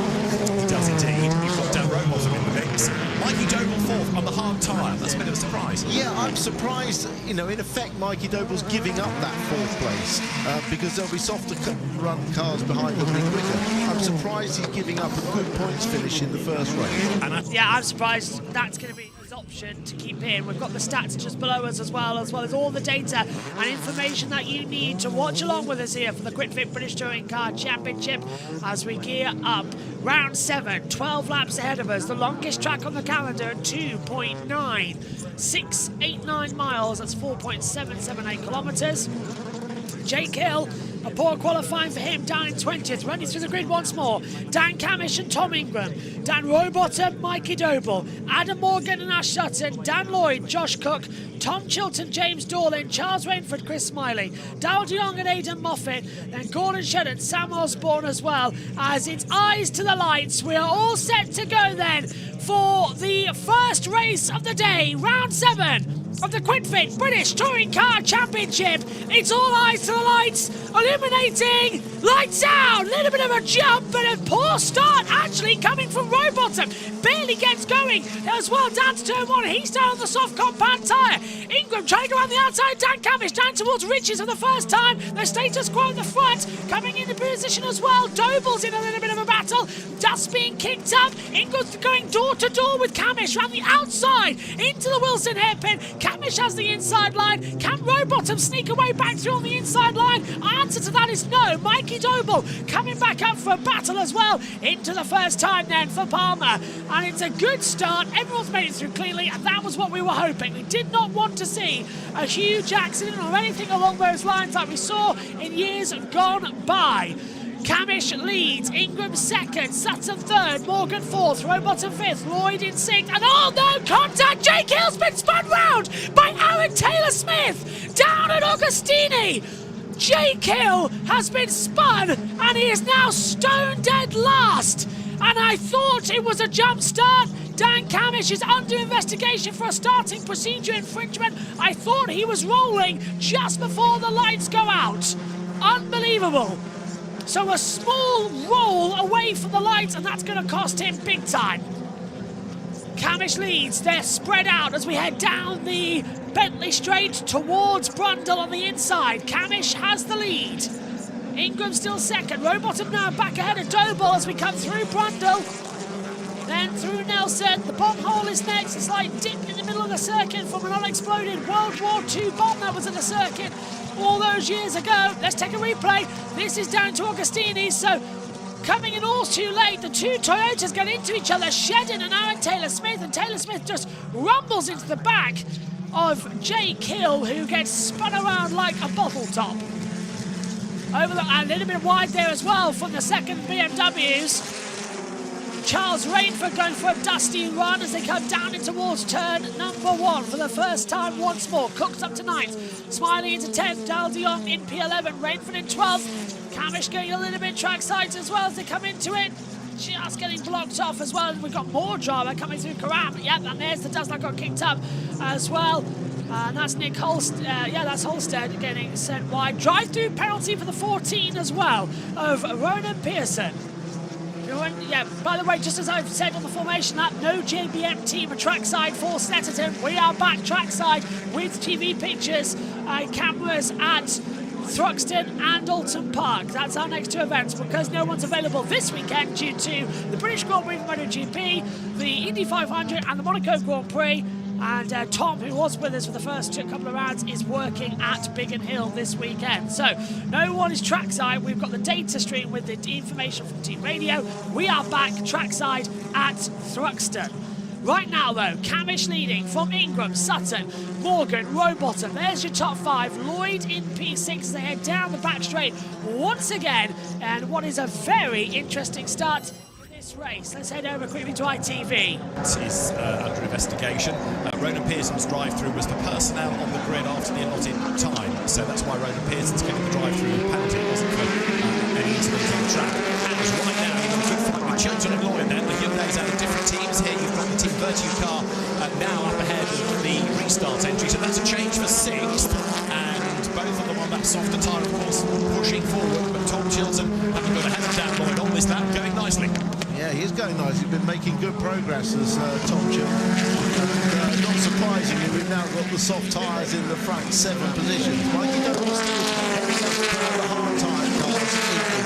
Now, are we expecting the hard-tyred cars to fall further and further back, or is there a tipping point where they then start to come forward again? No, I don't expect them to be faster at any point in the race.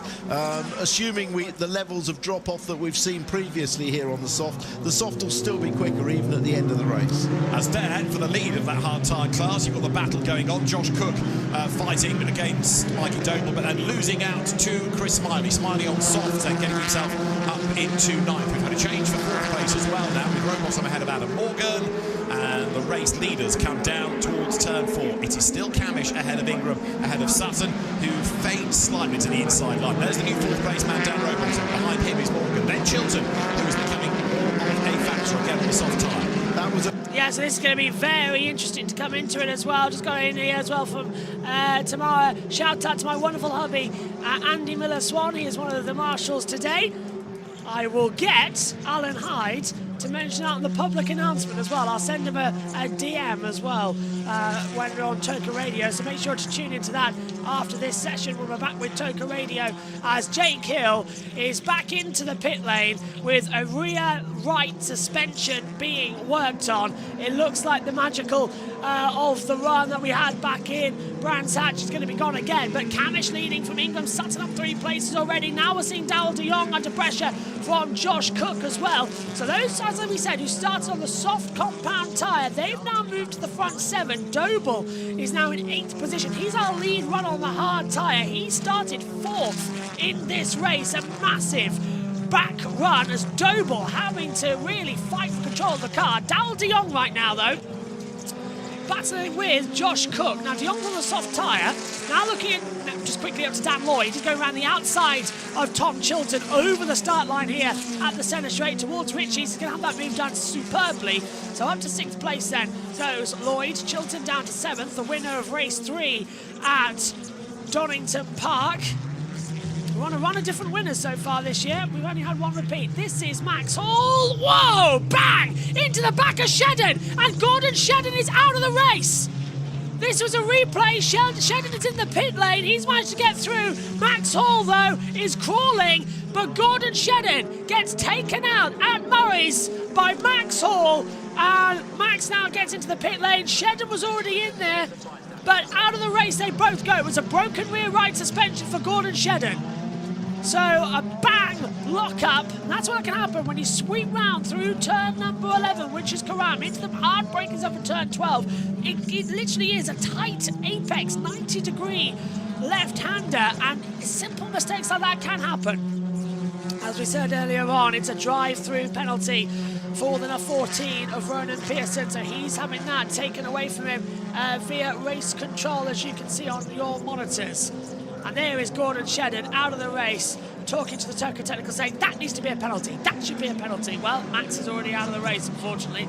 And I think I wish I was there, though, guys. I really do. Watching on in the live chat, because I would go and stick a microphone underneath Gordon Shedden right now and probably lose monetization for swearing. But I would go there and have a word. We'll see what Alan Hyde can make of it shortly as well. I'll keep an eye out. If I hear from Alan, I will tell, but usually he's patrolling the pits at this point. We'll have a pit reporter next time at Alton Park. We will actually have a couple more people on site. With myself and Tom at Thruxton, and LA Wilshaw will join us trackside at Alton Park for what is going to be a fascinating race. Really is going to be good. Tamara says, in the briefing this morning they were told that there will be no live media today. Live media? Oh, that would be me. Yeah. Hello. Yeah, Snetterton in Norfolk, of course. It's such a difficult race to do as well, trackside. So, no live media trackside. That includes me. Hello. But we'll be back at Thruxton. Of course, with this round also clashing with the British Touring Cars and MotoGP, I'm delighted to say that more people are at Snetterton than they are at MotoGP right now. So that's the British support going on.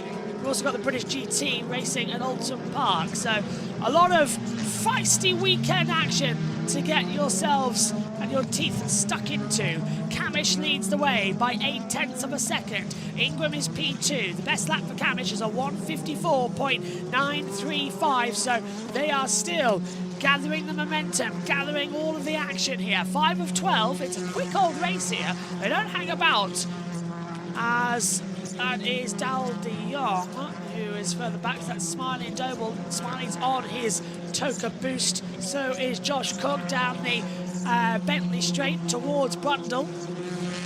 There is Ryan Beasley. Where is Ryan up to now? He is up into 17th place. Not bad for Ryan Beasley in his first ever British Touring Car race. That's more like it. 25 cars in entry here at Snetterton. And let's have a little bit of a look-see then what we're seeing down to the braking zone. That's Chilton. So this is side by side. That's Chris Smiley, who goes on the inside line and gets ahead of Mikey Doble into Brundle, and that was why we saw him on the Toka boost. Ingram sitting behind Dan Camish, who is looking for his first win of the season. Out of the 6 races we've had so far, we've had 5 different race winners. Ash Sutton repeated it with a 1-2 at Donington Park. And Tom Ingram, of course, had a 2-2-2 across the board. So he was having a jolly old good day, wasn't he? Coming up though after this, it's the lunch break. So there'll be a pit lane walkabout at 12:35 with some interviews, and then at 1:15 is the Virtue Mini Challenge. Taylor Smith, the inside line of his teammate Dorlin in the 132 car, and that's Nick Hamilton running wide at Nelson at the exit, just running onto the grass and regaining control by the time the car heads towards Bomb Hole. To really say that in a couple of breaths, don't you, to come into it. Camish by 0.8 of a second leads to Ingram. Patterson's on his hybrid boost now.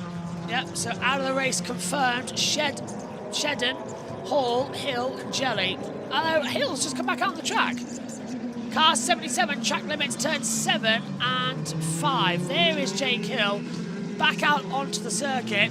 This presumably is a suspension car test ahead of the race later on to make sure it is okay. And also, your finishing position in this race is where you are next. He needs to get ahead of Hall and of Shedden to start at least 22nd on the grid. So it's worth Hill going out to get those laps back. He'll probably only do a couple of laps, then box, knowing that he's got his starting position nailed in. But personally, I'll do the next because he is 5 laps behind Hamilton. If Hamilton retires the next lap, yeah, maybe it would be beneficial for Hill to just do a shakedown, do 2 laps and come in and start the race 2 from 22nd. The cloud cover is starting to come over here at Snetterton, as Ingram has got a great run as well on Camish, but not going to do much for it. This is Mikey Doble now we're cutting. He's in a battle with, no, this is Morgan in a battle with Rowbottom. Morgan was in 5th position. How has he dropped behind? Lloyd's got ahead. Lloyd is in 5th place. He's past Morgan. So this is how that's going to happen. Down to the inside line at Richie's. Lloyd sends it on the inside and Morgan can't fight back. So we thought it was the battle for 9th, but it's not. It's the battle for 4th position. 5th, and yeah, Lloyd ahead. The timing screens haven't updated. So that's why we're all confused up here in the commentary box. Timing screens have not adjusted themselves right now.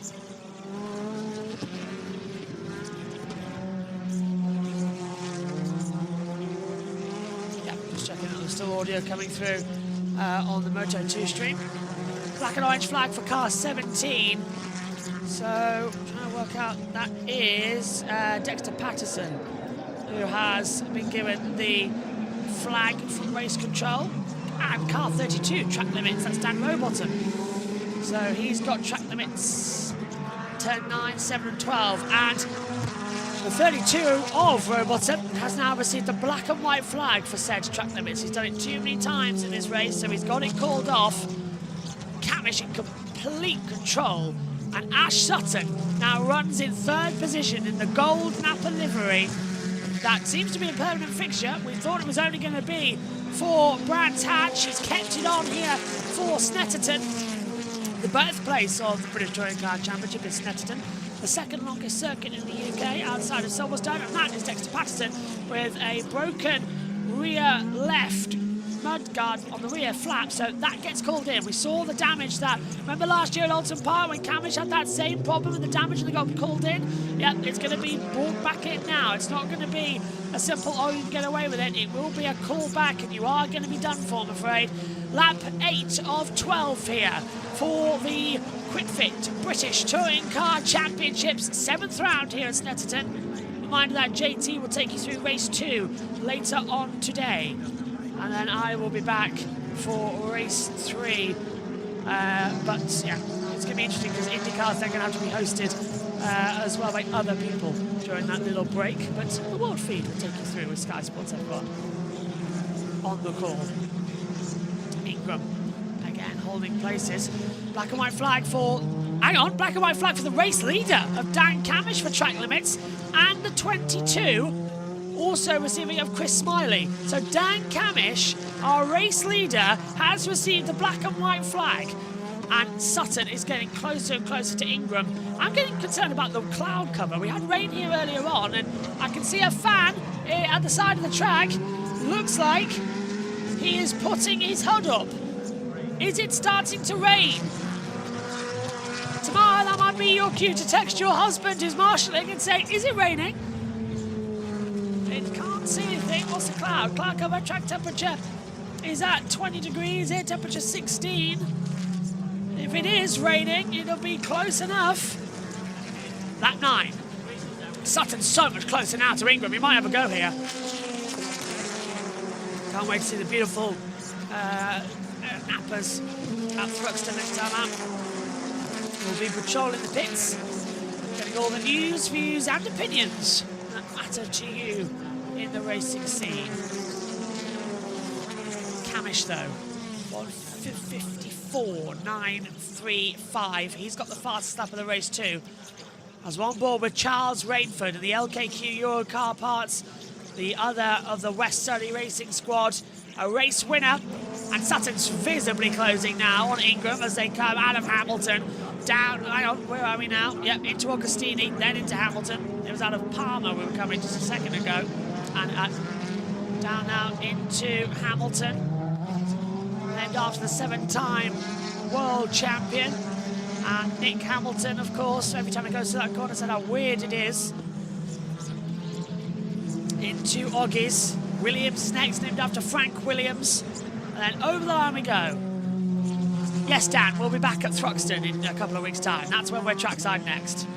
We're trackside at Thruxton and Alton Park.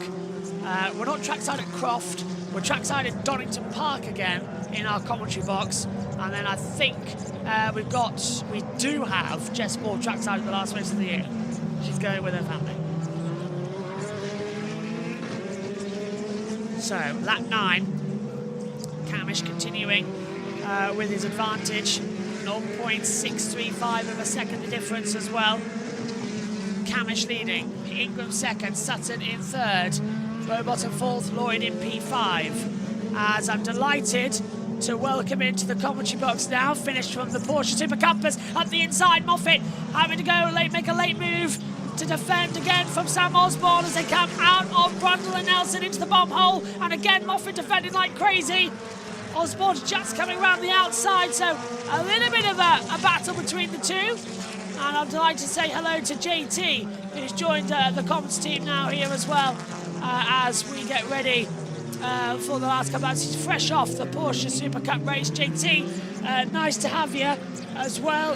Interesting weekend ahead of us. And this is a great one. Camish, Ingram, Sutton battling, but Camish has dominated. What happened to the Porsches? Massive exit of turn 1, piled up on lap 1. Then we went to red flag, and then we went green flag for a 2.5 minute procession. And I don't think anyone made a move in that final 2.5 minutes of racing. Monaco being Monaco then? Yes. Yeah. Formula 1's going to be great later. Right, Sam Osborne has been mugged here by the inside line of the 40 of Aaron Taylor-Smith, who's got a window. What's Taylor Smith's window? He's taken out Jake Hill. On the opening lap, he took out Jake Hill, and Hill's out. Hill's circulating. He's in 22nd place, but he basically only went out because he didn't want to start 24th, and it's rather to have 22nd. In fact, he might go back out again because Nick Holstead's in the pits, which might mean that Hill. No, he's not going to start it. He's 4 laps down, and this was Holstead's. His door's open. Yeah, so that's never a good sign. You've got race 2 later, and I will be with you for race 3. But you're producing the rest of the day. So I have to put my camera on for race 3. I will absolutely enjoy having you for race 3. It's going to be fun. Leave the world feed of Sky and Megan in charge of IndyCar, as well as Omi and Jackson and everyone.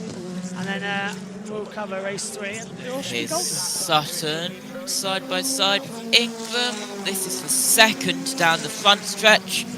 Across the line, black and white flag being shown to cars 3 and 99. Sutton not able to get past. So Ingram has 2 laps of Toka Turbo boosted. Ingram is using his first now, but Sutton only got 1 lap of Toka Turbo boost. No doubt he'll save that for the final lap. But Ingram has Toka Technical boost for the remainder of the race. Sutton once again looking to the inside, and they did listen to the fans. They kept delivery. Yeah, they've kept it for this weekend and the next weekend, so Thruxton will be able to see it in person. It's a beautiful livery for this year. It's Ash Sutton sort of leading it, the championship leader, in a lot of strife right now, which he can't get back past. So there is a danger here that Snetterton is very much like Silverstone. Very much like Monaco. You struggle to overtake, and Taylor Smith going very wide and letting Osborne through and letting Dorlin through. Is it fair that Snetterton is the Monaco of the touring cars? A long circuit, struggling to overtake that? Well, long circuit in Monaco. It's a very short circuit in Monaco. But right, it's too narrow. It's hard to overtake. We've gone to Snetterton, and the grass is green. Yeah, they've painted it a little bit. Kind of. Yeah. Not really, but there's actual colour. You should see Silverstone. Is it green or is it not green? Yeah, it's brown. 87. Yeah, I just needed to check because unfortunately Moto 2's ended and they're playing an ad break and I can't get up to fix it because it's the last lap. So apologies to everyone who's listening to some adverts on the Moto 2 stream. Final lap of the race. You've got time. I do not. Not to get upstairs, end it and come back again. So I'll leave it playing and sort it out afterwards. So Camish leading. And he's still got a lap left hybrid. Ingram's got 1 more to use. Where's Sutton going to use it? This is the problem at this circuit with the Toka Boost. It's to either make sure everybody has the same amount of it or don't. Because it's not really playing for it. Sutton has a championship leader, so he has 1 lap of boost. It's not right. You struggle an awful lot. And it's only 15 seconds, isn't it? Sutton's going for it! And he's going to hit Ingram, door to door, as they come down into Augustini. Ingram's going to have the power of the exit, but Sutton did go for a move. Very late, though, as they come through Hamilton down towards Oggies. Yeah, door banging there from Sutton and Ingram. As here we go out on towards the backstretch for the final time under the bridge and towards our favourite corner in a couple of corners' time. Yeah, Brundle, Nelson, and the bomb hole. B-O-M-B. Yeah, B-O-M-B. Oh. Well, I've camped down there as well. It's freezing with the rest of the media. That was back in 2021, of course. Hottest day of the year over the two. First event back, and it all went crazy, but... Oh! Here we go. Sutton's trying for it, down into the bomb hole, through Karam, and then into Morris, the last corner. He might just get it, but it's going to be Dan Camish who's going to win for the first time this year from pole to the end. Sutton's trying, Ingram defends. Dan Camish wins round 7 of the QuickFit British Touring Car Championship. The run of different winners continues. Ingram will come home in second, with third for Ash Sutton. Jake Hill finishes there, and he will take the flag to start 22nd. His weekend is going to go from bad to worse. What a race. What an action. So what actually happened with Hill? Down into Augustini, and oh, car 27 starts, still under investigation. So Camish still might get a penalty post-race, which means Ingram might have won. That's going to be interesting. It's flashed up on the monitor, it's still under investigation. They're going to have to tell us before the podium. So Hill was on the inside line, and he got taken out by, Shedden ran into the side of Taylor Smith. Taylor Smith had nowhere to go, got on the grass and hit the side of Hill and looped back around down at Augustini. Broken rear tailbone. They cut. Was it on lap 1? It was. Okay, the BTCC video. Oh, no, never mind, here it is. Alright, got a replay of it now. This is Camish. Yeah, he jumped the start. Camish was moving before the lights went out. I thought I saw that jump. I said it at the time, he was rolling. Oh, that's a targeted assault by the two Toyotas. Yeah. And this was Sutton diving on the inside. Well, could be for the race win at the end, but Ingram had a better defensive plan at the end. Unfortunately, though, that is going to be Dan Camish under investigation. Josh Cook has been tapped by Charles Rainford, but that's all gone okay. Okay, let's head back over then to RTV. The officials will have a look and use the timing data as to when the lights went out relative to when Dan Camish moved. So the story will continue. But on the timing screen, it says car 27 race start still under investigation post-race. Well, he jumped it, Ian Watson and Dave White, the clerk and deputy clerk of the course, will study the evidence, and the story will continue. Here's your results then. Dan Camish is victorious at the moment with Tom Ingram, Ash Sutton, Dan Rowbottom, Dan Lloyd, Anna Morgan, Tom Chilton, Chris Smiley, Mikey Doble and Darryl Dion rounding out your top 10. Further down, we have Josh Cook with Charles Rainford, Aidan Moffat, Sam Osborne, Aaron Taylor-Smith, James Dorlin, Ryan Bensley, finishing 17th, and Ronan Pearson, Nick Hamilton and Dexter Patterson.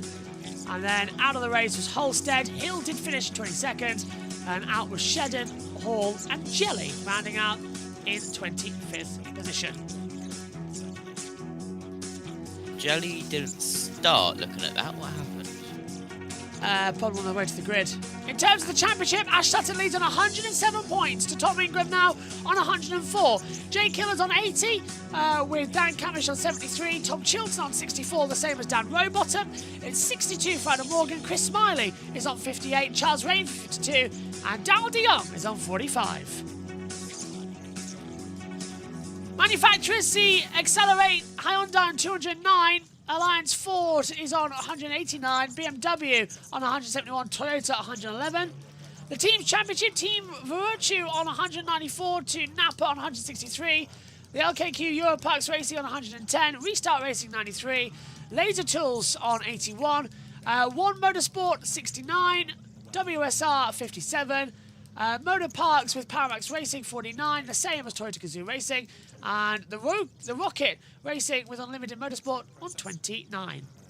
Independence Trophy, Chris Smiley on 124, Mikey Doble on 108, Josh Cook 99, Stephen Jelly 78, Dan Lloyd 68, 61 for Patterson and Hamilton, Hall on 45, Nick Holstead 27. The independent team sees Restart Racing on 129 to Motor Parts Direct with Paramax Racing on 118, One Motorsport 111, Rocket with Unlimited Motorsport on 80, and Powder Monkey, the Exeter car, on 72. Jackson's Trophy, Darryl DeYoung On 119 to Charles Rainford on 99. Ronan Pearson the same with 78 Sam Osborne, 75 James Dorland, 68 Dexter Patterson, 56 Nick Hamilton, 50... Camish's car just died. Yes, it has. 50 for Max Hall, 20 for Nick Holstead, and 11 for Ryan Beasley. But yeah, that's how it goes. And yeah, look, now then, Camish knows he might be under investigation, so he hasn't even gone through Toka Technical. Wow. Gets out of the car because... Go on, he did go through it, yeah, but that could be a penalty coming for him, sadly. There's an investigation hanging over you. You can't celebrate until you know the outcome. He won't feel, as you say, he's done anything wrong, but he can't really enjoy this moment at all. No, exactly. So, the story, as I say, will continue. For now, the provisional race winner is Dan Camish. He won on the road by 4.3 seconds. And as you can see, now he's hardly leaping out of the car to celebrate. This might be a rather glum driver that gets out until he knows the outcome. And indeed, should there be a penalty, how far down that drops him. He's happy with the race win, though. On track, he did everything right, and he goes to the team to celebrate that part of it. But as I say, the race officials are going to have a look at the start. So, we'll hear from Dan Camish and get his take on the start. Yeah, well, right now, let's cross over to Alan Hyde and the trackside commentary team. Dan's still got his helmet on, and he's now taking off the gloves. The hands just shaking a little with the adrenaline of his first win of the year. Undoes the strap on the helmet. That'll come off fairly soon. And Gavin from ITV is standing by with the podium cap and the bottle of winner's water as well. And as Dan Cam puts on the Goodyear cap and, well, tries it on for size at least. Someone's got a big head. It's a bit too big for you. Yeah, it is, yeah, a bit tighter. There we go. Oh, too small. You've gone the other way. It's like setting up a race car, isn't it? Exactly like that. Hey, I tell you what, Dan, congratulations. That makes things feel a lot better. Yeah, it does, you know.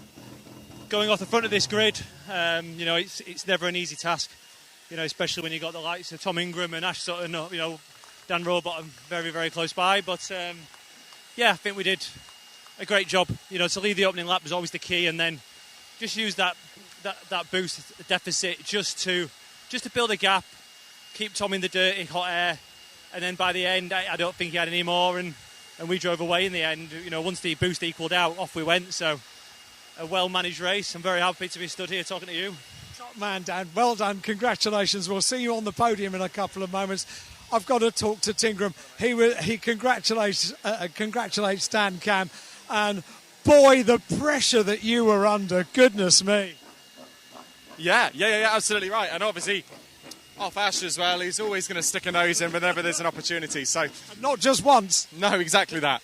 No, you know what you're getting with Ash, don't you? So it's good hard touring car racing. I lost brakes fairly early on, so I was really struggling on brake temps. So I was so vulnerable in the braking zones, and I knew that's where Ash was coming for me. So it was good. You know, I think that obviously the 1 lap extra really helped. Naturally, that goes without saying, but pleased with that. Yeah, very It's a proper touring car race when you two were doing that. We love to watch it. Being behind the wheel of the car, what does it fit? Disgusting. That's a great quote. Let me talk to Ash, who has already got out of his car and is over talking to Tony, his engineer. I tell you what, to watch these two go together, watching you two battle it out together is stunning. It's good, isn't it? It's I'm as hard on Tom as Tom is with me, so it's we'll always give the place back if we think it's unfair. I went in a bit deep at 4, but it made it entertaining for you guys, and I gave Tom the place back on the exit just because it was the right thing to do. The key for you was the start of the race. You knew it was going to be the key.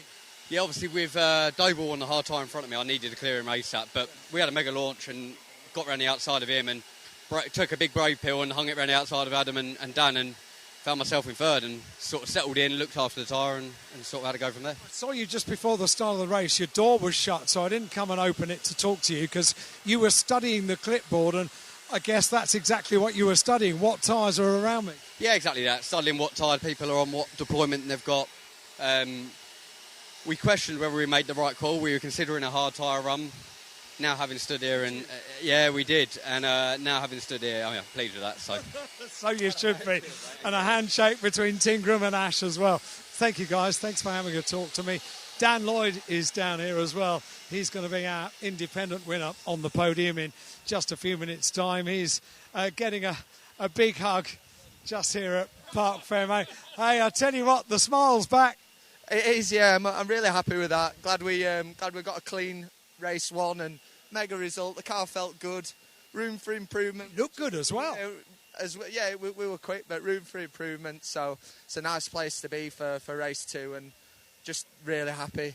This little bit of bad luck has stopped for a little bit, and yeah, it's mega. Get first independence win and good points for the team. Playing my part now, and yeah, really happy with that. We'll get you on the podium in a minute. Dan, thank you very much indeed. Louis Goodman is about to do the top 3 driver interviews down in Park Fairmay, so I'll make my way over to the podium because the podium is coming up next. And you have a wonderful crowd waiting for you, Alan, as well. I can tell you that now because they've all gathered ready for the podium for...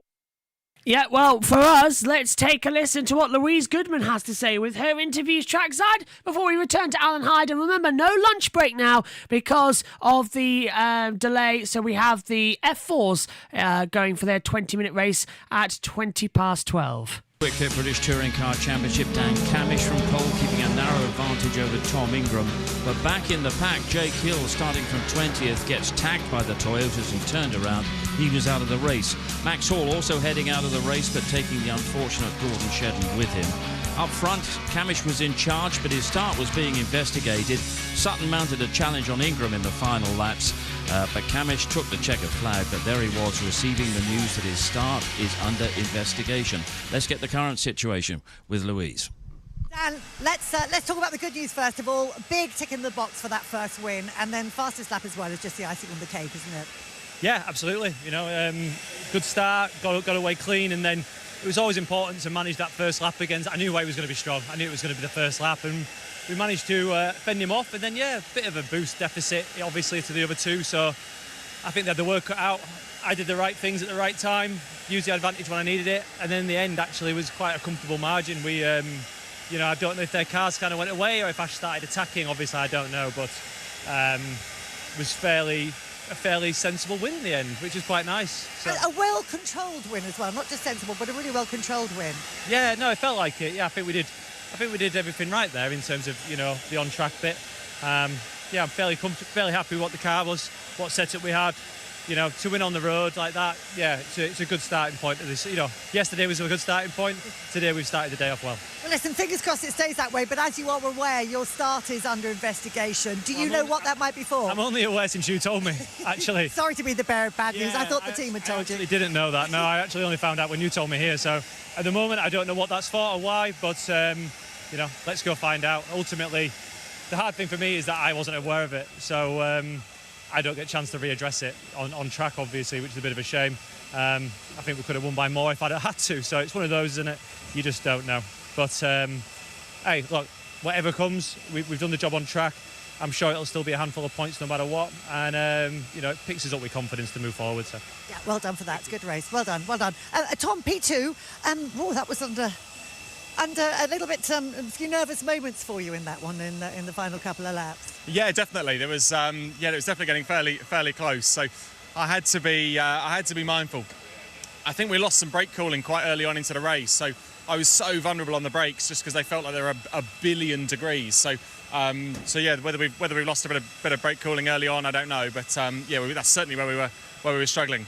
And then obviously once you got ash in your mirrors as well, you know that if there's 2 millimeters left to the mark, Ash will fill it. So yeah, it was good. You know, from that side, I knew Ash was obviously fairly keen to try and make an attack. And from my side, I knew I couldn't really afford to make a mistake. So you're always kind of this side of the mark with it as well. But no, credit to Ash, he stuck a nose in, managed to sort of get a nose coming down into the second hairpin, and then again into the bomb hole, and that's the stuff. But good touring car racing, you know, that's what we do it for. We like it's that sort of good hard racing that we really enjoy. So from our side, a good first result. As Team Virtue, we've done very well.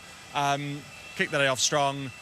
We were always going to be slightly behind the mark with where we were with TTB, so we had to sort of be aware of that. And I didn't know if Dan had a bit of a jump start at the start of the race, so I was kind of mindful to not get stuck in case there was a penalty incoming and leave the door open for this man to sneak in. So whilst there was a hint of something going on, I thought I'll just hang back and just be safe. So, yeah, good first result. Let's see how the rest of the day goes. It was a great race to watch, that's for sure. And thanks to... I love the fact you two like racing together. I mean, you were going to lick it and send it at some point, weren't you? Yeah, 100%. It's in the DNA, and no doubt Tom would have done exactly the same thing to me. So, yeah, mega race for us. Obviously, we done all the damage on lap 1, well, pretty much before turn 1. So, hung it around the outside, took a brake pill, and it paid off. So, pleased with that. With the amount of deployment we had, it was always going to be tough to progress. But we had good pace in the car. We've come here this weekend with a completely different philosophy on how we sort of engineer the car, and are we in the optimal? Probably not. We've got a bit more to come from it.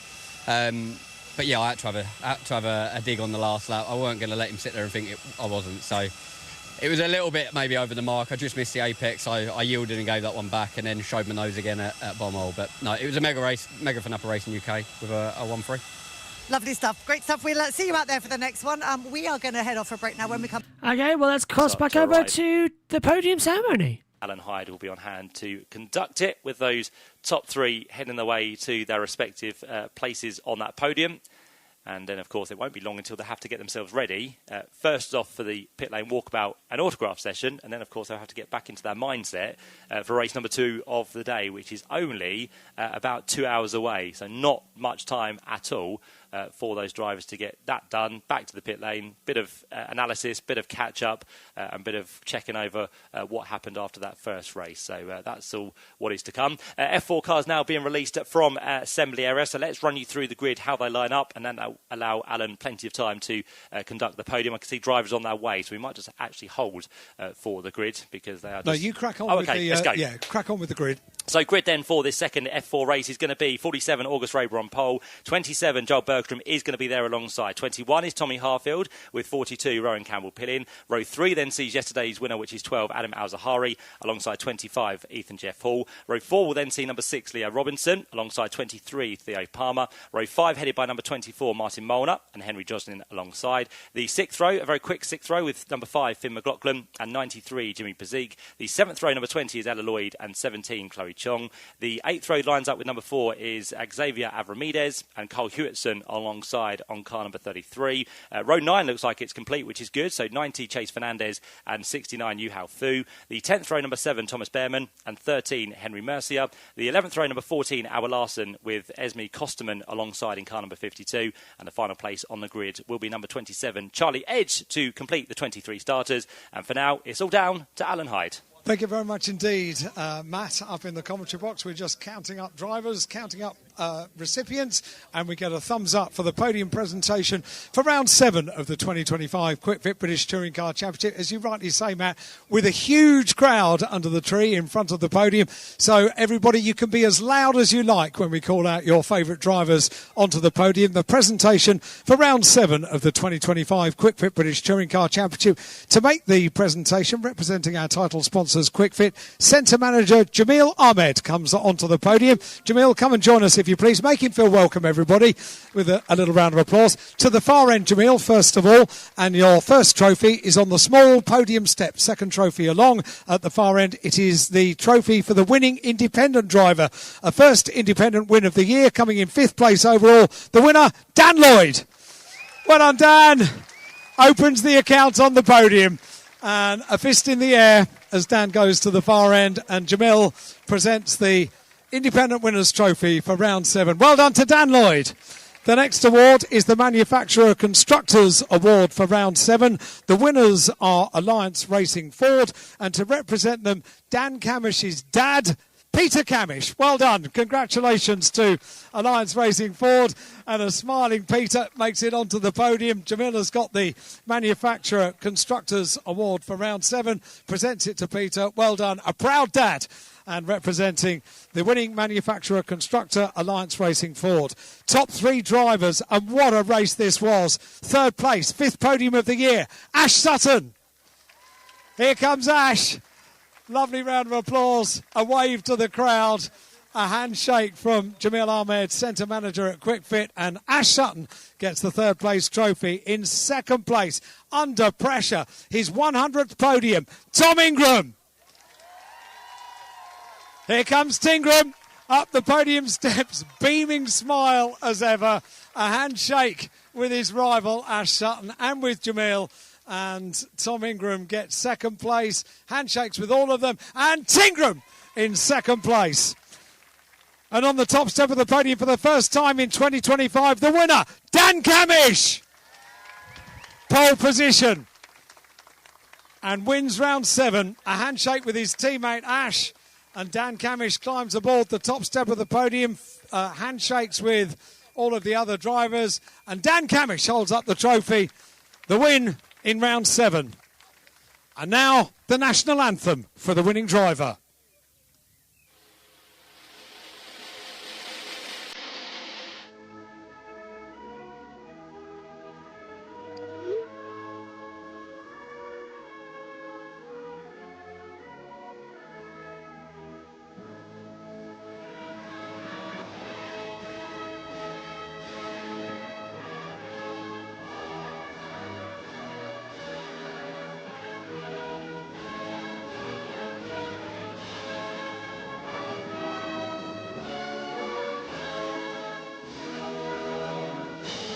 Dan Camish wins round 7 of the 2025 Quick Fit British Touring Car Championship.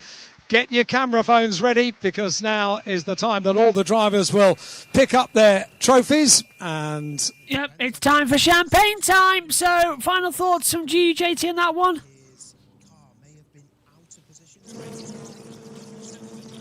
Hello. Hello, final thoughts quickly before we hand back over. It's been a good race, and, well, from what I saw of it, bit contacty. Okay, let's head back over to the World Feed. And we'll quickly head back over to Alan Hyde.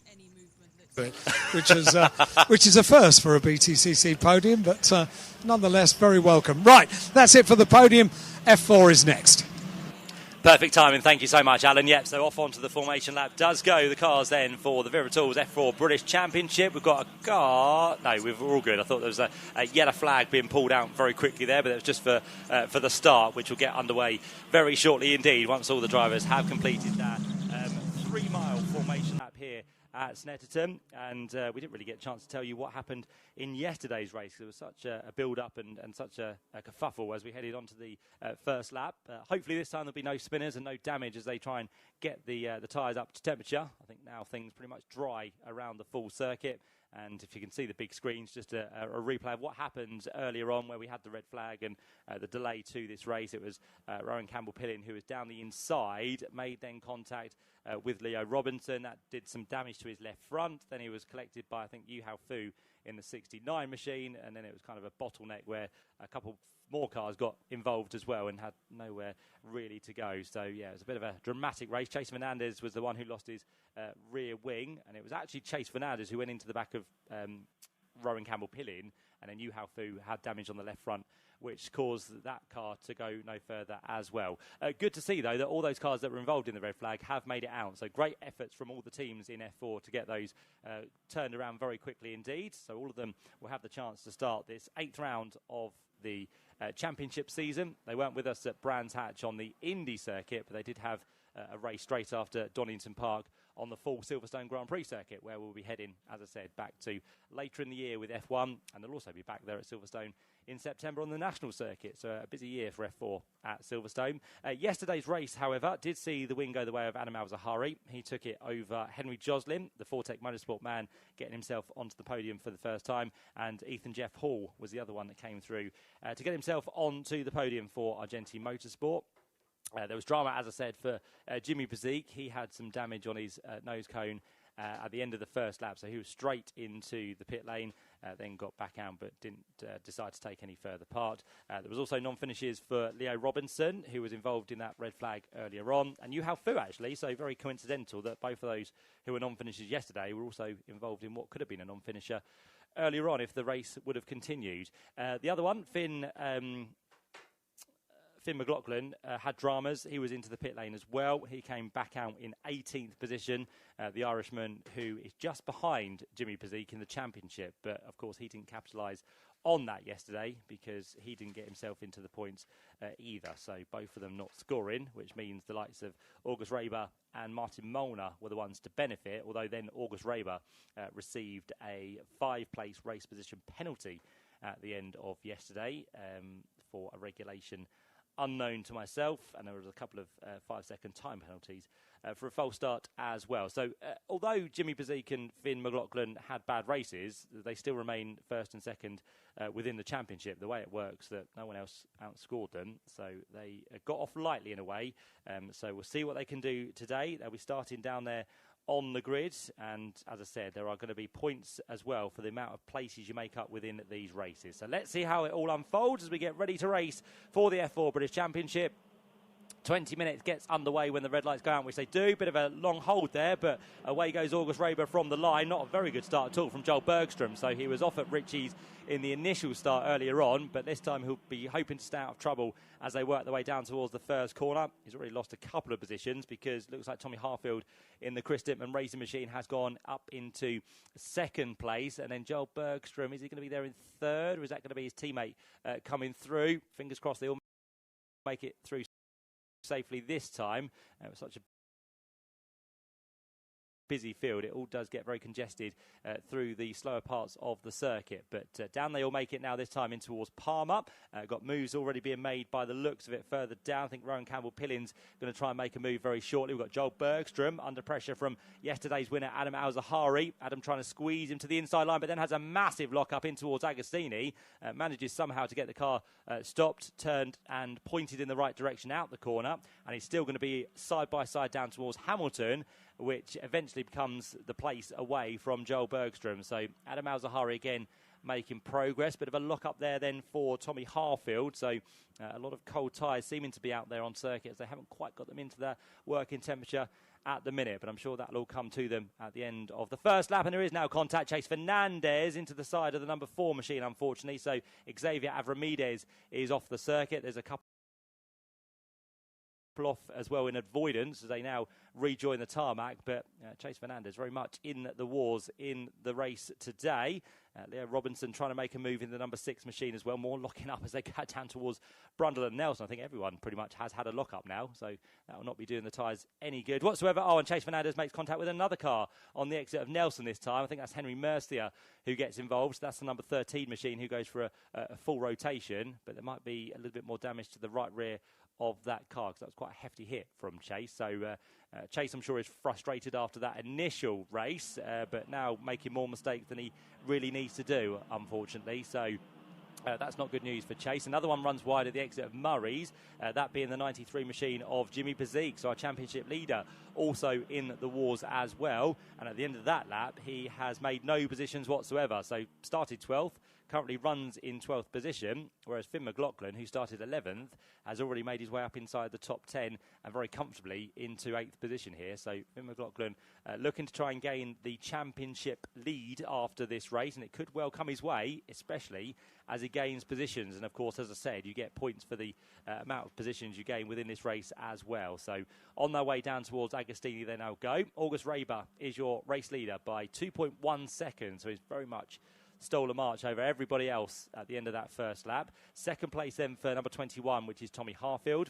Yesterday's winner, Adam Al-Zahari, sits there in third place. And then Joel Bergstrom, after starting on the outside of row 1, is already now down into 4th position, with Rowan Campbell-Pillin completing the top 5.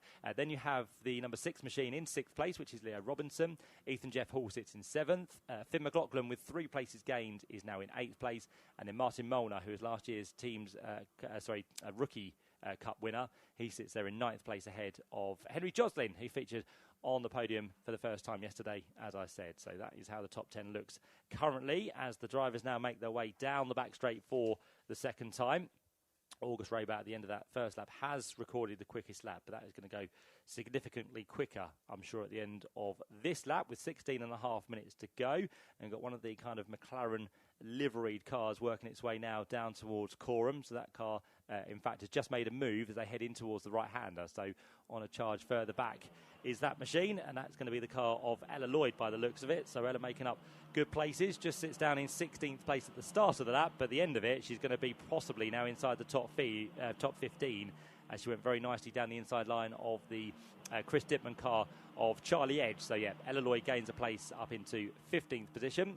We ride on board on the big screens with Rowan Campbell-Pillin briefly, and now we get a replay of a move down towards the first corner. Leah Robinson making the move on the car we were briefly on board with. So, Robinson now up into 5th position at the start of lap number 3. Gap out front between the top two has elongated once again, so another couple of tenths of a second have been put on by August Raber. And further back is Rowan Campbell-Pillin now coming under pressure from another car. Yes, he is the answer to that question, because Ethan Jeff Hall tried to go around the outside in towards Agostini. Just wondering if there might be a slight problem here with Rowan's car, because it's not as quick as it should be. And now we're getting quite a queue forming behind, including Finn McLaughlin in that red Bull liveried high-tech machine. So Finn McLaughlin continuing to make up places is going to try and go to the outside line of Ethan Jeff Hall as they turn away now on towards Williams. Behind that we have the car of Martin Molnar, don't we? So both of the teammates are sandwiching Finn McLaughlin as it stands. So the Argenti Motorsport run cars with Finn McLaughlin in the middle. He has a little bit of a dart out in towards Brundle, but doesn't make anything of it. And a big lock-up for the number 25 machine as they turn through the corner. I've had a moment as well for one of the Roding cars by the looks of it. And is that, well, August Raber had a lock-up firstly, and then we had the third-place car of yesterday's winner, Adam Al-Zahari, all over the grass on the inside of Nelson, then all on the outside through Nelson as well. He lost one. And did he lose 2 places at the end of that? Because Joel Bergstrom went through, but I don't think Rowan Campbell-Pillin was close enough to make the move as well. No, he wasn't. In fact, it's Leo Robinson, isn't it, who made that move at the start of the lap. So it was Robinson who was looking to take the place away. You've got some slightly dirtier tyres now for Adam Al-Zahari, so it'll take a couple of corners for those to be scrubbed back to absolutely clear of the grass, but very much under pressure now as Leo Robinson and Rowan Campbell-Pillin start to queue. I think Finn McLaughlin will be there before too much longer. He has yet to make his way through, though, on Ethan Jeff Hall, so he's still trying to figure his way through with 13 minutes and 45 seconds left on the clock. But again, a bird's eye view as we ride with Rowan Campbell-Pillin with the JHR development team. Down towards Agostini he now goes. The best performance so far this year for Rowan has come with a second place so far this year. That was the second race we had at Silverstone on the Grand Prix circuit, but that's the only podium he has so far had this season. Returns to the championship once again for this year. And just a replay of a move in towards the first corner as well there. That was Albert Larson just being passed by Thomas Bem by the looks of it. So Thomas quite a way down the order at the minute in 20th position. And if you're unfamiliar to Thomas, he is, yes, the younger brother of Ollie, who is over there this weekend in Monaco and will very shortly be gearing up to get his race underway for the Haas F1 team. So Ollie over there in Monaco, Thomas here in the county of Norfolk, doing the best he can to work his way up from 20th position. I think Snetterton is definitely the place to be this weekend with all the highlights going on around the world, whether it be Monaco or the Indianapolis 500, mainly because of the action, but mainly as well due to the reduced cost it will affect you at the end of the weekend, because it's the more affordable weekend to come to, I have to say. And as I said, great racing to look forward to throughout the afternoon as well.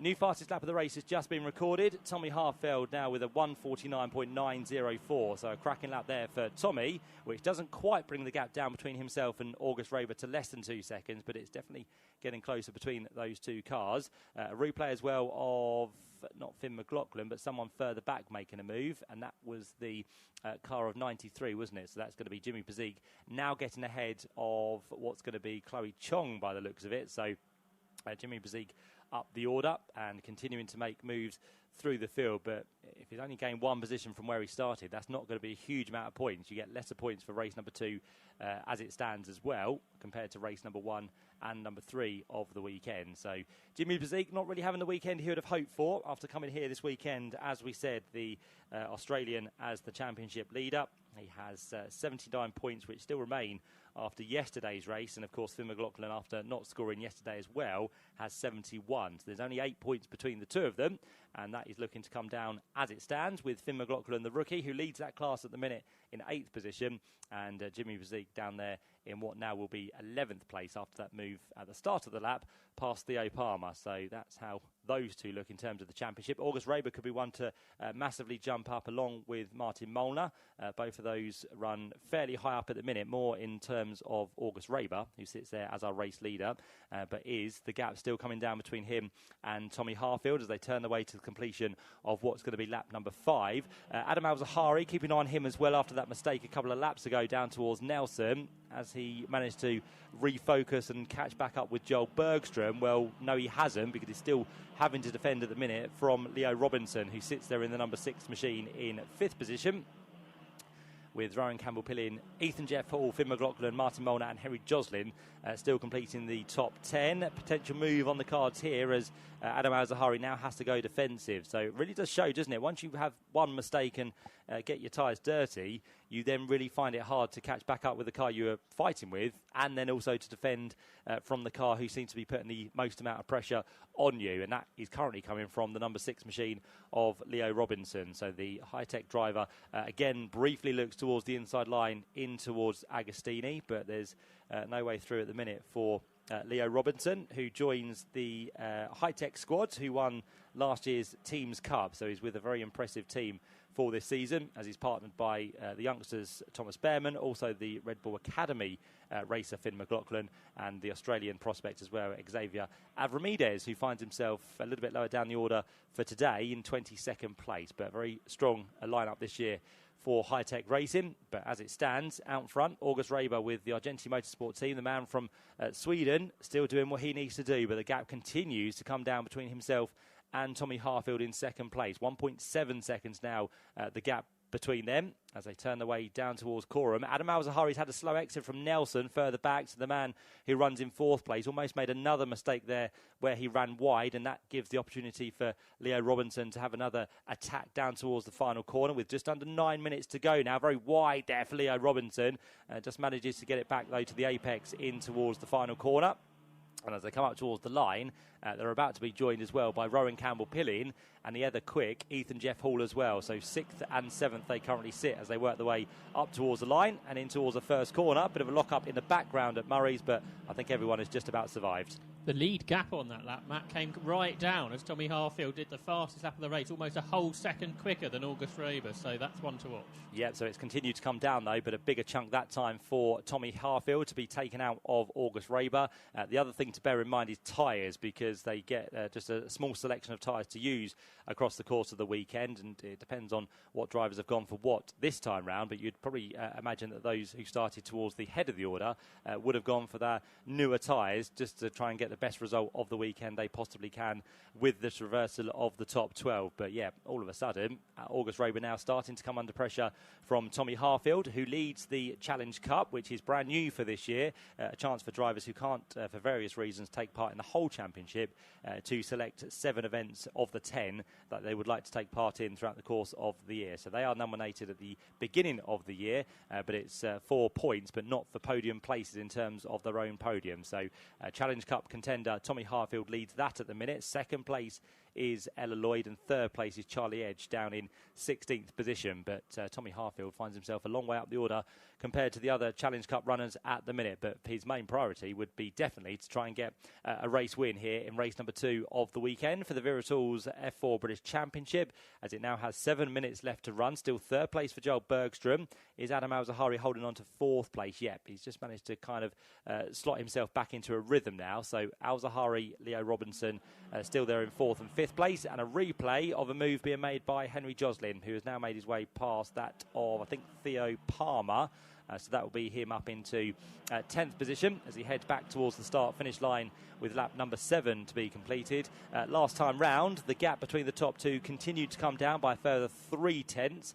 It was a 149.9 for the race leader and a 149.6 for Tommy Harfield there in second position. Rowan Campbell-Pillin in 6th place, still getting closer to Leo Robinson, so that's the next one to possibly evolve in terms of a move being made. But for the race lead, we're now well and truly on for a move to be had, because Tommy Harfield seems to be the more confident. Bit of a lock-up there from August Raber as he turns his way through the left-hander of Agostini. So it'll now be the charge down towards the fast left-hander of what's going to be Hamilton. But two-time winner so far this year, August Raber, very much under pressure from Tommy Harfield with the Chris Dittman racing team for a part season, as we said, in 2025. Tommy has featured on the podium on 2 occasions so far this year in the 7 races we've had, but now looking for his first victory of the season. With just under 6 minutes to go, they head at full speed down the Bentley Straight. They'll hit the brakes and hopefully no lock-up for any of them as they turn left through Rundle and right in towards Nelson.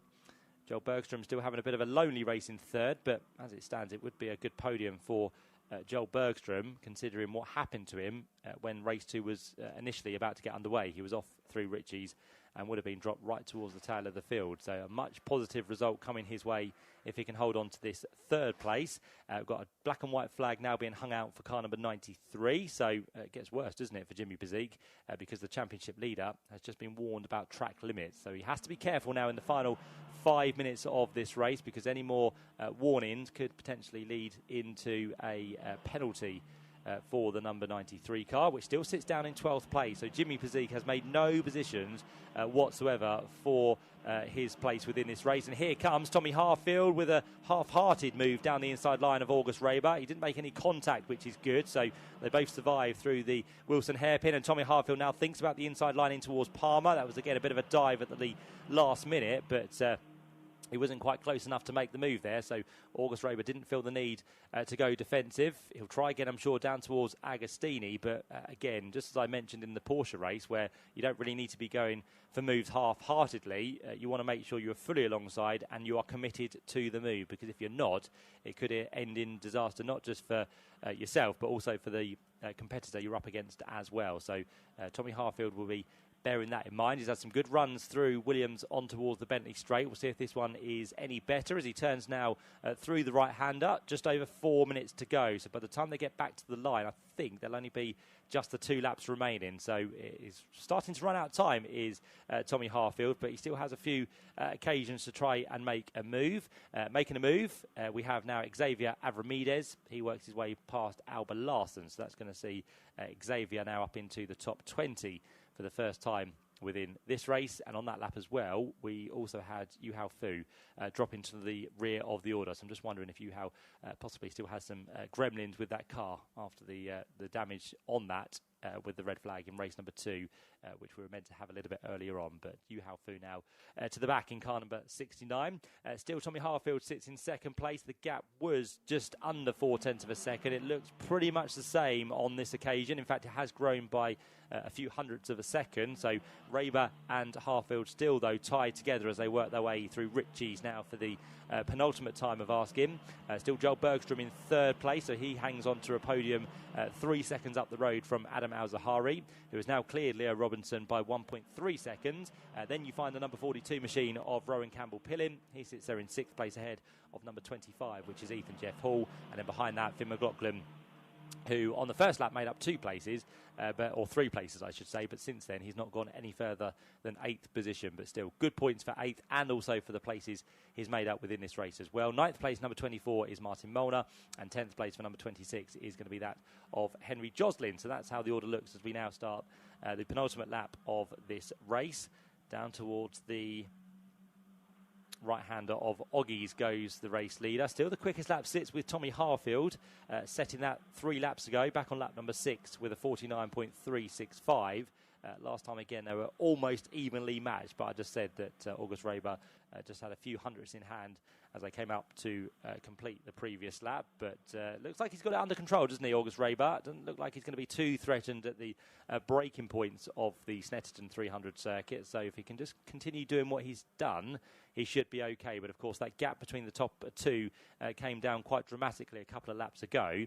But since then, Tommy Harfield has just had to sit in the dirty air, which does affect your car around a circuit like Snetterton. So Tommy Harfield might have an inkling to go for a lunge at some point, but bear in mind this is at the minute the best result of the season for Tommy Harfield, and of course all drivers would love to get their first win within the championship, but if you take second place, it's still good, valuable points and still a podium, which is all helpful to your mainly Challenge Cup campaign for Tommy Harfield for this year, but also for your overall position in the championship as well, if you look to do a full campaign for the next season. But again, on the brakes, down towards Wilson Hairpin, Tommy is good, so he closes right onto the back of August Raber. We are now on to the final lap, just to confirm that for you, with a minute now left within the race. But can August Raber hold on for the best part of 2 miles as he works his way from Palmer down the short straight, kicks up a bit of dust behind the Tyrrell's restaurant, but he goes down onto the brakes in towards Agostini. I don't think there's going to be any lock-up. Oh, there's a little lock-up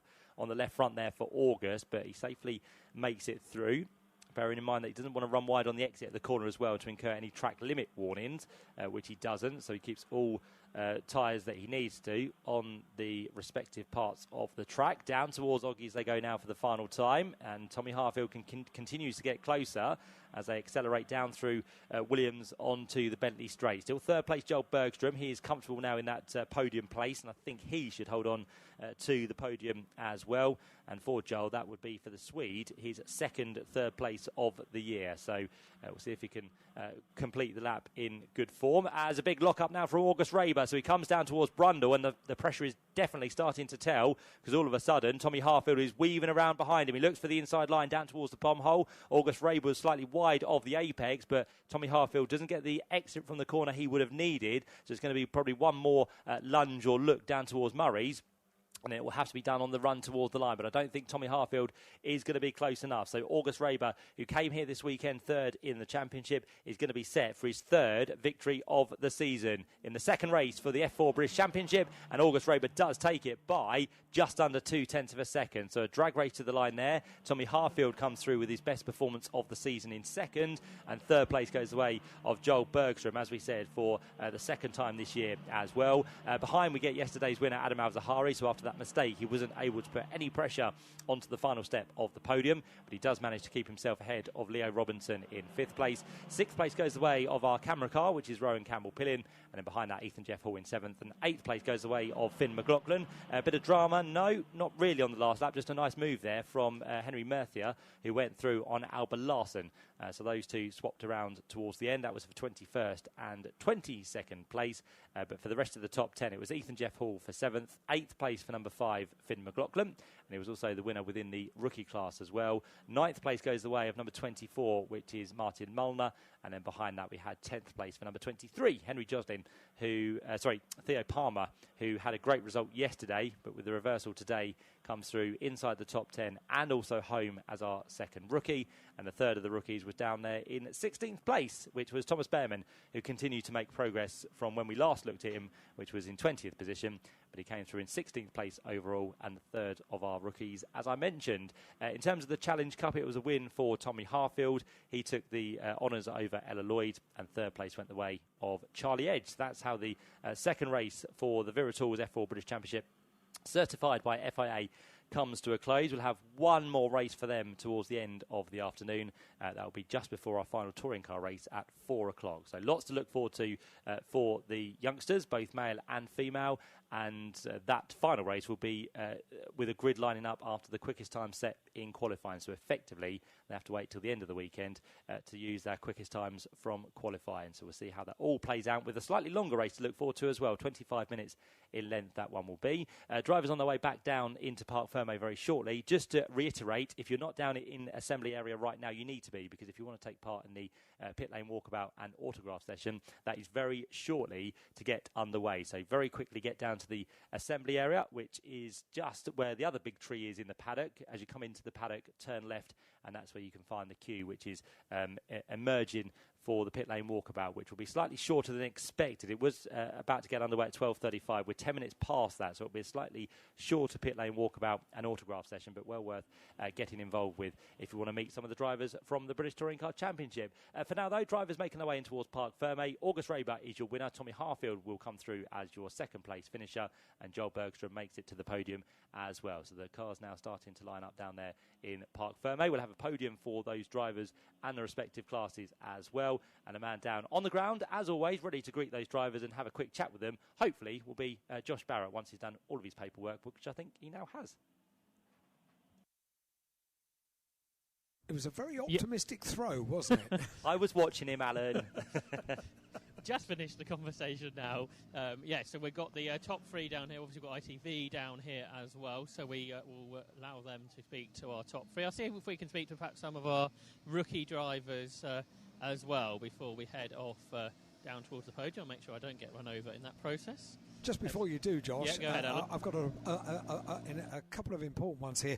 It's a birthday shout-out. It's been in my diary for weeks and weeks and weeks because, let me just see who this is from. It's from Jeremy, and he got the request in really early by emailing into Snetterton Circuit. Could we do a birthday shout-out on the Sunday of BTCC for Harry Brown, please? He's absolutely mad about motor racing, and he is 14 years old today. Harry, happy birthday. Great to have you here at Snetterton for your 14th birthday, and what a great way to celebrate as well. Thank you, Jeremy, for writing in. And this one says, Julian Potts will be marrying his fiancée Lisa on the 28th of June. He is celebrating a stag weekend this weekend. Apparently he's going to be dressed as the Stig from Top Gear. He will be with his two best friends, Matthew and Ant, and one of our adult children, Kai, Owen and Jackson. He loves Snetterton Circuit. We're all camping this weekend, so anything you can do for him would be amazing. A Stig on a stag. Oh, very good. That is good. And also, we've got another stag which is in operation this weekend. And the stag, I'll get to the message in a couple of minutes, but I've been sent a photograph. He's dressed as a traffic cone today. They come up with all sorts, don't they? If you see a traffic cone, then... Don't stop. No. Treat the cone with respect. Wise words. Shall we get down to Josh? Save me, Josh. See if we can catch up with Theo Palmer, because it's a driver we haven't spoke to yet, but was a rookie winner yesterday and second today. So if we... Theo, all right for a quick chat for Toka Live. Obviously, your first weekend racing with Toka, because you weren't young, you weren't old enough at Donington Park, but it's been a good weekend here at Snetterton. Yeah, I mean, it's been excellent so far. We had a good start again, and then just being patient in the race, waiting for the guy in front to make a mistake, which he did, so then that was good, yeah. How are you finding moving from karts into car racing this year? Obviously, you did Silverstone when you weren't on this meeting. I enjoy it a lot more, to be honest. I mean, I feel a lot safer in these cars because of the halo and stuff. But yeah, I prefer a lot more to karting, and it's a lot more enjoyable to be in. Obviously, yesterday was a really good result on the overall as well. I think a top 5 finish. So an overall podium could beckon at some point this season, I think. Yeah, I mean, I'm really happy with it, to be honest. I mean, the amount of experience I have, I would not have been expecting me to finish, in the rookie podium. So I think it's very good. I'm really proud of myself and my team and my family for all the hard work, and looking forward to the next race. How have you find learning these new circuits? Obviously, Silverstone's very different to here. Yeah, I mean, I'm finding it quite easy to learn. I mean, it's just finding the limit, to be honest, and just working on the lines, braking zones, etc. But yeah, it's pretty good. I guess the racecraft, that's sort of the biggest difference from karting, because it's not so easy to overtake here. Yeah, I mean, there's no front bumper that you can hit someone, so I have to be quite careful and not damage the front wing. So yeah, just have to be a bit more cautious. It's been a really good weekend so far. Well done. Thank you. So it's Theo Palmer. He was a winner in the rookies yesterday, second today, and he's just turned 15 a few weeks ago. Yep, so the youngsters are about, aren't they? And as I said, this is kind of one of their first steps on the ladder to where they want to be in the future, whether it be kind of F1, which many aspire to be to. There's not always places there, but of course, the higher you can go in your career, the better it is for you. But it'll be a great opportunity, as we mentioned, when they do get to support the British Grand Prix at the beginning of July this year. It's going to be a great, great thing for them. So the Viratools podium is being dressed. The pit lane has been opened for all the fans here today to try and get up close and personal to the BTCC stars for this year, and it's going to be a busy one, I think, because they're all starting to queue in their respective places for the drivers they want to see and get autographs from. So they're all standing by. But yeah, as I said, you can get involved in that for the next 20 minutes. You can also get your lunch as well, because we are in the lunch break now until around about 1:05. That's when the pit lane walkabout will come to a close. We've got about 15 minutes to grab some lunch, and then we'll start to build up to the support action once again for the Virtue Mini Challenge. Podium on the way very shortly for the Vera Tools British F4 Championship. But for now, I'm going to hand back to that studio at Toka Live with Alan Hyde.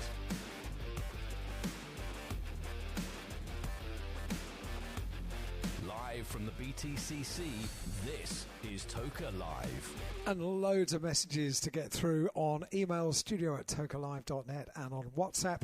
Message plus your first name to 07482 877 877, and we'll see if we can get you on air in our shortened lunch break. This one says, morning all, made the trek down to Williams this morning. I've been to every BTCC meeting so far this year, and it's my 19th visit to Snetterton. Fingers crossed, all goes smoothly today and we can enjoy a great day's racing. It's absolutely what we're all looking forward to for this afternoon's racing. 2 races for the BTCC and a race apiece for the Mini Challenge, for Porsche Carrera Cup, and for F4 that we've just enjoyed. Josh, as soon as you're ready with the podium, then just put your mic live and we'll conduct our podium, and very soon we're going to be in the build-up to our Mini Challenge race. So I think you might be going straight from the podium onto the grid, or pretty much about 10 minutes time you'll be heading over towards the grid. This one says, hello, this is our second time visiting Snetterton. It rained last time we were here. Looking forward to a good day's racing. My son Lewis and myself, Paul, are here supporting Mikey Doble. Hashtag 88Army, go, go, go. That's on email, studio@tokalive.net. This one says, please shout out to Ollie. He is celebrating his 8th birthday with Mum, Dad, Charlie, Nana and Grandad. Hi, Ollie, and great decision. And this one says, can we say hello to Daniel, Edward, Jacob and Seth at their very first touring car race, drying out at the start of the Bentley Straight. That was sent about an hour ago to our Toka Live email address, studio@tokalive.net. And of course, throughout today, we are taking your WhatsApp messages as well. And as we scroll down, we've actually got an awful lot of them to do. So, Josh, when you are ready with the podium, I think I can probably still be reading out WhatsApp messages. This one says, having a great weekend. First time at the BTCC weekend, but certainly not my last. That comes from Mark. Thank you, Mark. Great to have you here. This one says, good morning, Alan Co. First time at Snetterton. We've followed the touring cars to every circuit so far this year, and we've messaged your studio every time. We're currently under umbrellas, but hoping the rain will pass. Keep up the fine work. We're looking forward to the racing. That comes from Tom and Joe, who have driven up from, read more, from Kent. Okay, so just down the A11, down the M11 and onto the M25, and you find Brands Hatch and the county of Kent. This one says, hi from Murray's 7-year-old Matt is braving the showers at his 4th BTCC Snetterton weekend in a row. He's got his camera out and he's very excited for the first BTCC race. This came in at 11 o'clock this morning. He thinks Tingram is going to win. He didn't. Dan Camish did, and I understand that he's got nothing to worry about the start. I hear unofficially that the investigation is complete and he's in the clear. So Dan Camish wins the first race of the day here at Snetterton. That's a bit of a relief. Certainly for Dan. Samuel, who is 9 years old, is loving his first in-person experience of touring cars down at Nelson Bank. Even a bit of rain couldn't dampen the excitement. That's good to hear. Samuel, enjoy your day here. This one says, good morning, Al. Please shout out Keely and Jordan. We've brought our cousin Terry with us for her first trip to Snetterton and first BTCC race as well. She's loving it so far, slowly turning all the family into BTCC fans. Absolutely nothing wrong with that. In fact, it's positively encouraged. This is from Kat and Nigel. We're still sheltering against wind and now rain under an umbrella at Agostini. That was just after 11 o'clock. This one says, hi to the... No, that doesn't make any sense to me, but thank you, Daniel, for writing in. A big hello to the commentary team, enjoying our day on the Bentley Straight. Looking forward to seeing Ash Sutton hopefully win another round. 2 more opportunities today. First time for grandson Rudy at the BTCC with regulars Grandma Jackie and Grandpa Phil as well. Just to remind you, if you are on the pit lane walkabout, if you've got a favourite driver, make for that driver first of all. otherwise you might be disappointed because the queues do get very, very long. Do I hear a Josh in the background? Yeah, you do. I think we are ready for the podium presentation for round 8 of the Vera Tools F4 British Championship, certified by the FIA. And our podium presenter for the 8th round of the championship, Ian Wolford.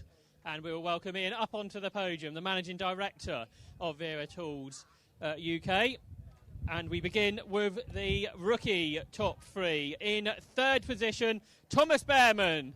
Up onto the podium for Thomas Behrman, an 8th rookie podium of the season in the 2025 Vera Tools F4 British Championship, certified by the FIA. In 2nd place, Theo Palmer. Well done, Theo, a 2nd podium here at Snetterton this weekend, and he will get a handshake from Thomas, and he will get up onto the 2nd step of the podium and receive his trophy from Ian Wolford, the managing director of the championship, sponsored Vera Tools UK. The winner of the rookie class in round 8 of the championship, Finn McLaughlin. Well done, Finn, a 6th rookie victory in 2025, and he will receive his winner's trophy from Ian Wolford. Up onto the top step of the podium for Finn McLaughlin, the rookie winner. 2nd place, Theo Palmer, and Thomas Behrman in 3rd. So we get the 3 drivers up onto the top step for some photograph opportunity. So congratulations once more to Finn McLaughlin, the winner. 2nd place, Theo Palmer, and 3rd place for Thomas Behrman. So those drivers will make their way off of the podium. Then we'll move on to our overall top 3 for round 8 of the Vera Tools F4 British Championship, certified by the FIA here at Snetterton. In 3rd place, Joel Bergstrom. Well done, Joel, a 2nd podium of the 2025 season, and up onto the 3rd step of the podium for Joel. In 2nd place, Tommy Harfield. Well done, Tommy, a 3rd podium of the season in the British Formula 4 Championship, and he will receive his 2nd place trophy now from Ian Wolford. The winner of round 8 of the Vera Tools F4 British Championship, certified by the FIA, August Raber. Well done, August, a 3rd victory of the season, and up onto the top step of the podium as he receives his winner's trophy from Ian Wolford, the managing director of Vera Tools UK. The winning team in round 8 of the championship are JBMotorsports, and a member from the team will make their way up onto the podium to receive the winner's trophy for the teams in round 8 of the championship. So congratulations to our JBMotorsports. Congratulations to our top 3, August Raber, Tommy Harfield and Joel Bergstrom. So the 3 drivers make their way up onto the top step of the podium for some final photograph opportunities, and that will complete the podium presentations for round 8 of the Vera Tools F4 British Championship, certified by the FIA. Good work, Josh.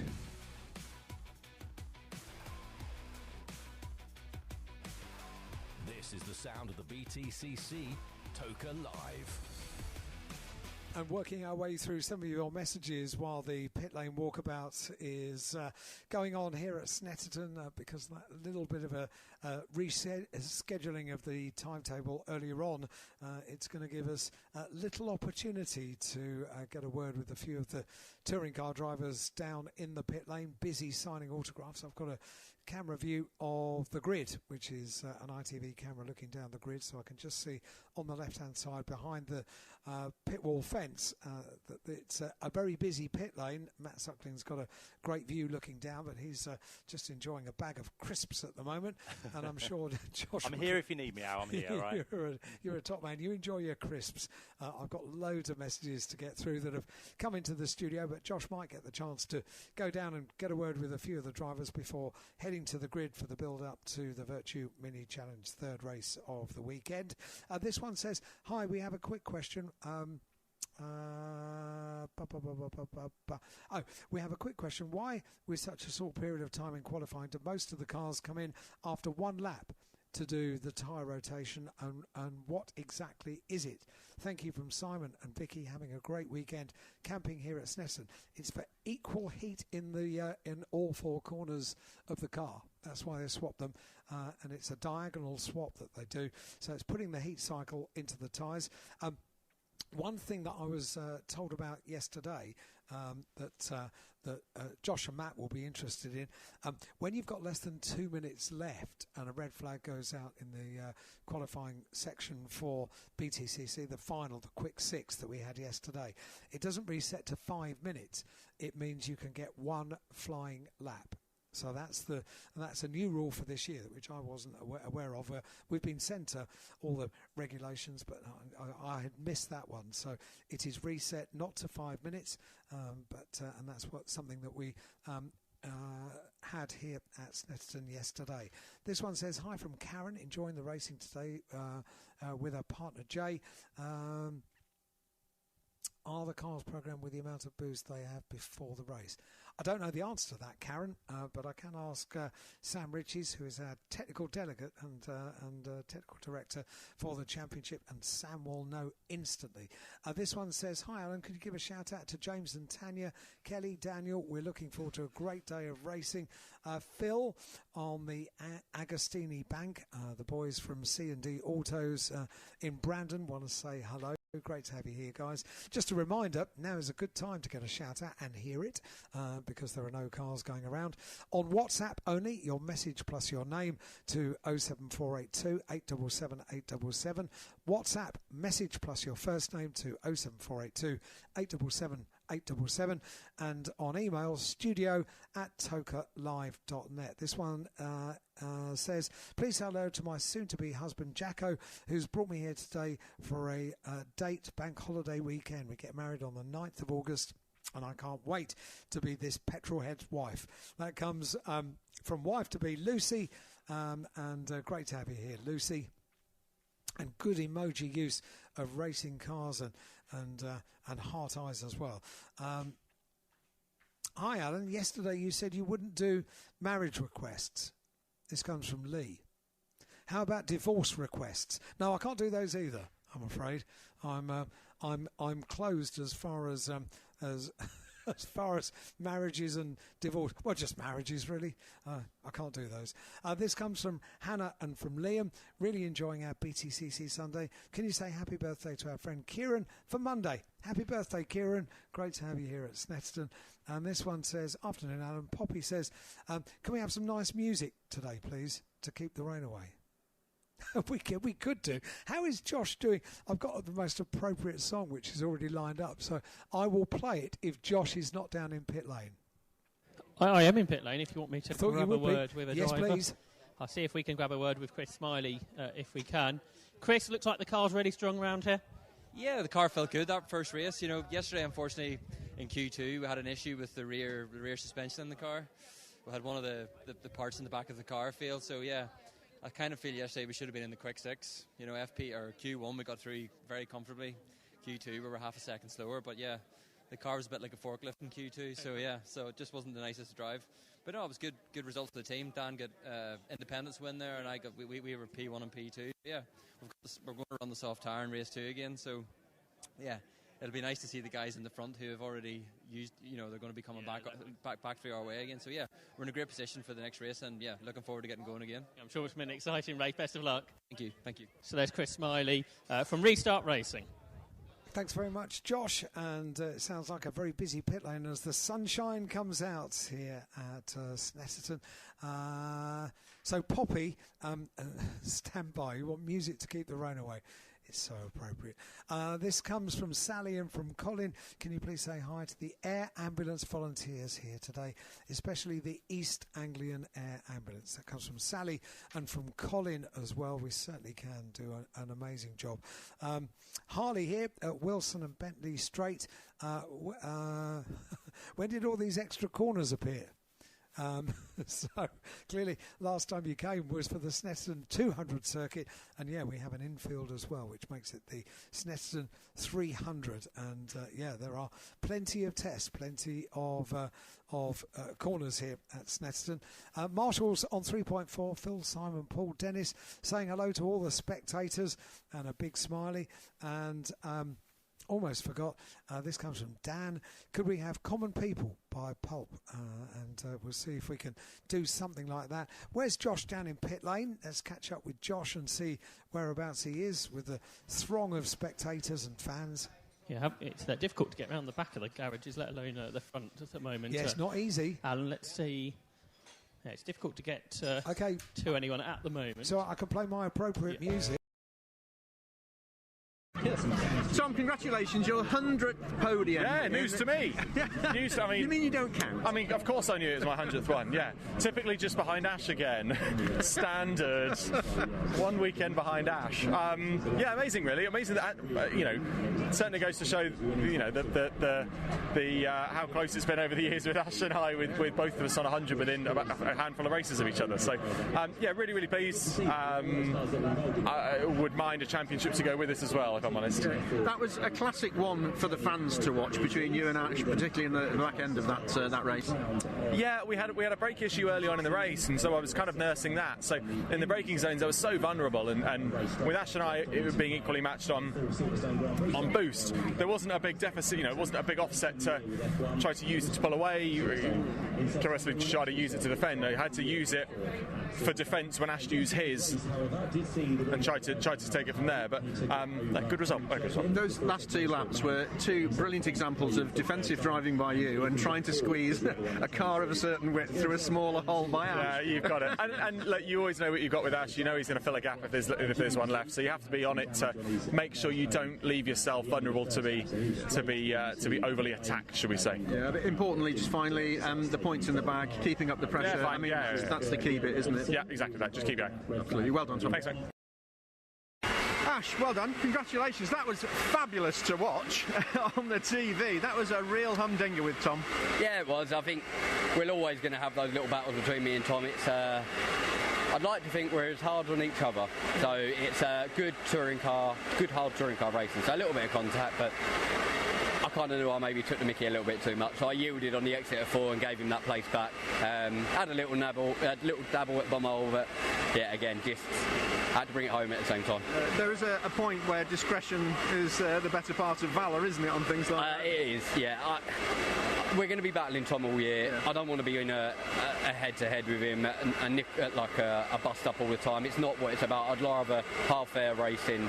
I don't want to be sat on the bus with everyone and discussing minor details. I've got more important things to be doing. So, yeah, really pleased with the Very quick word, Ryan, with Toka Live. First ever touring car meeting. What were your thoughts after race 1? Yeah, pretty frantic. Yeah, it was good. Very tiring. I think the cars are quite a bit more physical than other formulas that I've raced in. So I'll be in the gym twice a day for the next 120 odd days, or however long it is till next year. I don't know, but yeah, it was good. I was a bit gutted that I didn't actually get to fully pass someone on track because I was looking at a few moves and then they just seemed to take themselves off. So it kind of saved me a bit of a bother. But I think next race will be a bit different. Well, great to have you here and good luck for the rest of the weekend. Appreciate it. Says Ryan Bensley, new to the championship this weekend. Great to have a word with him. Thanks. Progress, mega fun upper race in UK, P6 to P3. It's a brilliant way to start with the deployment we had. At the beginning of the season, we've been talking about the pace that the Hyundai seem to have. You now seem to be catching up. Yeah, obviously, they're always going to be stronger than us in a straight line. No two ways about that. We can't deny that. They can't deny that. So it is what it is. But we're doing a good enough job through the corner. Is it perfect? Probably not right now. We've come to Snet this weekend with a completely different philosophy on the car, a way we go about things. We're not quite in the optimal window, so we're close. We're not quite there yet, though. So I'm hoping some small tweaks for race 2, and we'll have a bit more pace in it. Just finally, from a team perspective, you chasing Tom down meant that he had to watch his mirrors rather than watching Dan ahead of him. I'm hoping that owes me a beer somewhere along the line. But no, to be fair, Dan had a deployment over both of us. He could sort of use that to manage the gap, but he did a mega job himself, holding us off and keeping it out in front. Great job, well done. Cheers, thank you. Own hats, so I can see you having fun. This one is from Karen and Lisa. Hi, as first-time visitors to Snetterton, could you please give a shout-out to brothers-in-law Chris and David enjoying the racing? Lots of love from Karen and from Lisa as well. If you'd like to get a message in, you've got a couple of moments to do it before the minis go to the grid, and so too will Josh. And a chance for a grid walk with Josh in just a couple of moments. He's there already. You can see him down there at the front of the grid as the marshals make their way out. So Josh is standing by. I think we probably will get the chance to play a very quick song. But in the meantime, if you want to get a message on air, do so now. WhatsApp message plus your name to 07482 877 877. With all the latest BTCC news, action and insights, this is Toka Live. Dan, lights to flag victory, your first here at Snetterton. That must be a good feeling. Yeah, no, it does, especially after yesterday's pole. Nice to convert it. Yeah, you know, it was a good race. I think we managed it well. We managed the boost well. I think everything was pretty much under control. I had a good car. I seemed to have enough where I needed it. Tom was fast in some places, I was faster in others. But at the end, I think, you know, the setup told, and I don't know whether he came under a bit of pressure from Ash or what, but, you know, we had enough in the tank to keep extending the lead, even once he had the hybrid available. So, yeah, fairly happy. It must be nice to know that you've got that speed now, because we spoke yesterday, didn't we, about not being quite able to keep up with the Hyundais. You did me a nice little demonstration in the bus of how much quicker they were, and had to help keep him behind you. Yeah, I think if you can keep him behind and get it, I think if you can get them hot, I think you've got half a chance. Obviously, it's a very fast car. I don't think it likes being behind too long. I think we've seen that when Ash has been in front of him. I think it loses some of its edge. Clearly, in clean air, it's a bit of a weapon. And yeah, obviously the boost deficit, I think, probably hurt. You know, if it had had the same amount as me, you know, it would have been a tough old race. But no, happy to get it over the line. Just finally, sorry to have to ask. It says under investigation at the start. Do you know what's going to happen? No, the first thing I heard of it is actually when Louise told me in here. So I actually don't know what that is. Actually, I was never told down the radio, and I have no information about it. I'm afraid. I was literally told by Louise. So. All right, lights to flag victory. Congratulations, Dan. Great drive. Thank you. Dan, congratulations. You're here in Parc Fermé, Independence win. Congratulations, well done. Thank you. Yeah, really happy with that. Over the moon. Really good race, solid race. Yeah, good throughout. I'm really happy. I'm glad to get it under my belt and get it out of the way. So, yeah, really good. Showed some very nice pace there as well. You must be delighted with the car setup. I am. Definitely some improvements we can make, which is always a good thing, but of course the pace was good. Definitely improvements we can make, and in a good position for race 2, so yeah, I'm happy. Yeah. What else can you do now? I mean, between now and race 2, any tweaks, big tweaks you need to make, or is it just finding that extra bit of pace from somewhere? No, quite a decent tweak. I wasn't happy with the balance. We can definitely make it better, certainly for the second half of the race. Yeah. So yeah, definitely more to come.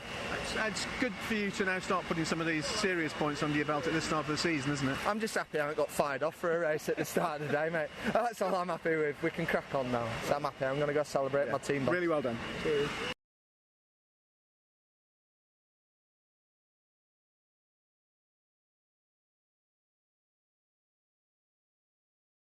Yeah, absolutely as well. Let's have a look at the rest of the timetable for today at Snetterton. So we get underway with the Virtue Mini Challenge over 20 minutes at 1:25. Then BTCC, the pit lane opens at 5 minutes past 2 with their second race of the day. Over 12 laps once again getting underway at 20 past 2. At 3:05, the Porsche Carrera Cup cars are going to the grid, and at 3:15, their race gets underway. The Porsche Carrera Cup Great Britain, final race of the day, over 14 laps. And at 4 p.m, the Vera Tools F4 British Championship, certified by FIA, get underway for their final race of the day. That's 25 minutes long. And then at 20 to 5, the BTCC pit lane opens for their final race of the day. Over 12 laps once more for the Quick Fit British Touring Car Championship. Their final race of the day gets underway at 5:25. Let's go back over to Toka Live.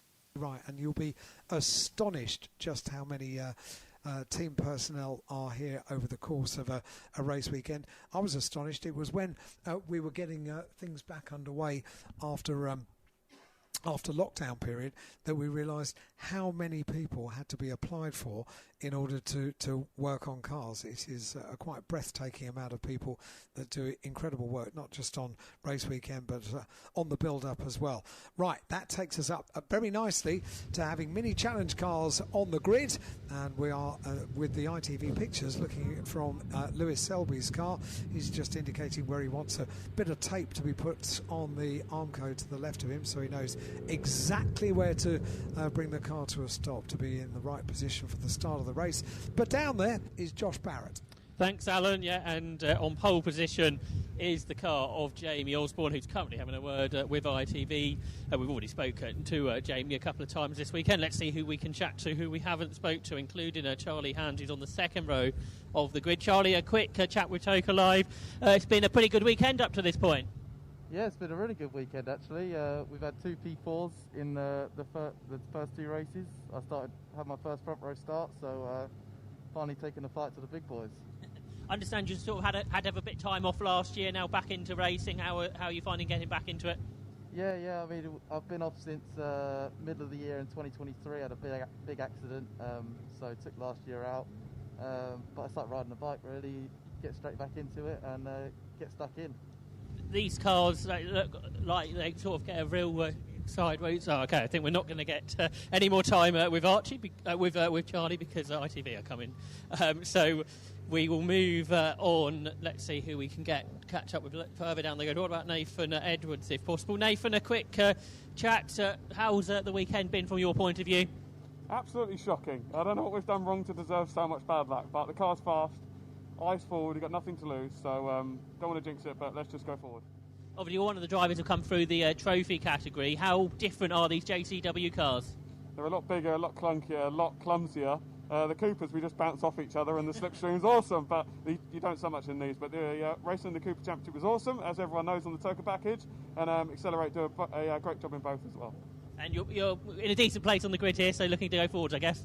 Yeah, definitely. As I said, we've had such shocking luck this season, but I'm up for it here. We're in the right place. We should be a little bit further out, but hopefully we can use the car's pace and try and get through. I hope your luck changes here, so good luck to Nathan Edwards, who's there on the third row of the grid here at Snetterton. Someone else that hasn't had great luck this weekend was Marlo Cordell. He starts on the fifth row of the grid. Let's see if we can have a word with Marlo. It was his birthday a couple of days ago. Marlo, this weekend's not quite gone to plan for you. Hopefully that changes this time out. Oh, absolutely. I mean, it's just been one of the weekends where everything could have been so special. On Friday, we had great pace. We felt strong. Car felt good. It's the best car I've driven around Snet, by far. So we just need to capitalise on that and just crack on. And then versus yesterday, let's just try and get past the second corner. Well, let's hope that for sure. Slightly longer races at some points over the course of this year. Do you have to manage tyres over the 20 minutes or even when they're longer races? Absolutely, especially if you're on anything that's remotely used. Absolutely, on a track like this, it's you can take so much out of the tyre just unnecessarily. So it's on the brakes we can pull over 60 bars. So it's you can properly take a chunk out of a tyre if you just cock it up slightly. And this circuit looks like it sort of is prone for overtaking. There's been lots of positional changes over the course of the 2 races. So I guess that's what you're hoping for here to move forwards. Oh, absolutely. I mean, especially around here, it's just basically hairpin straight. So Constantino effect is huge around here. So it's in the last race we were overtaken around the outside of turn 2.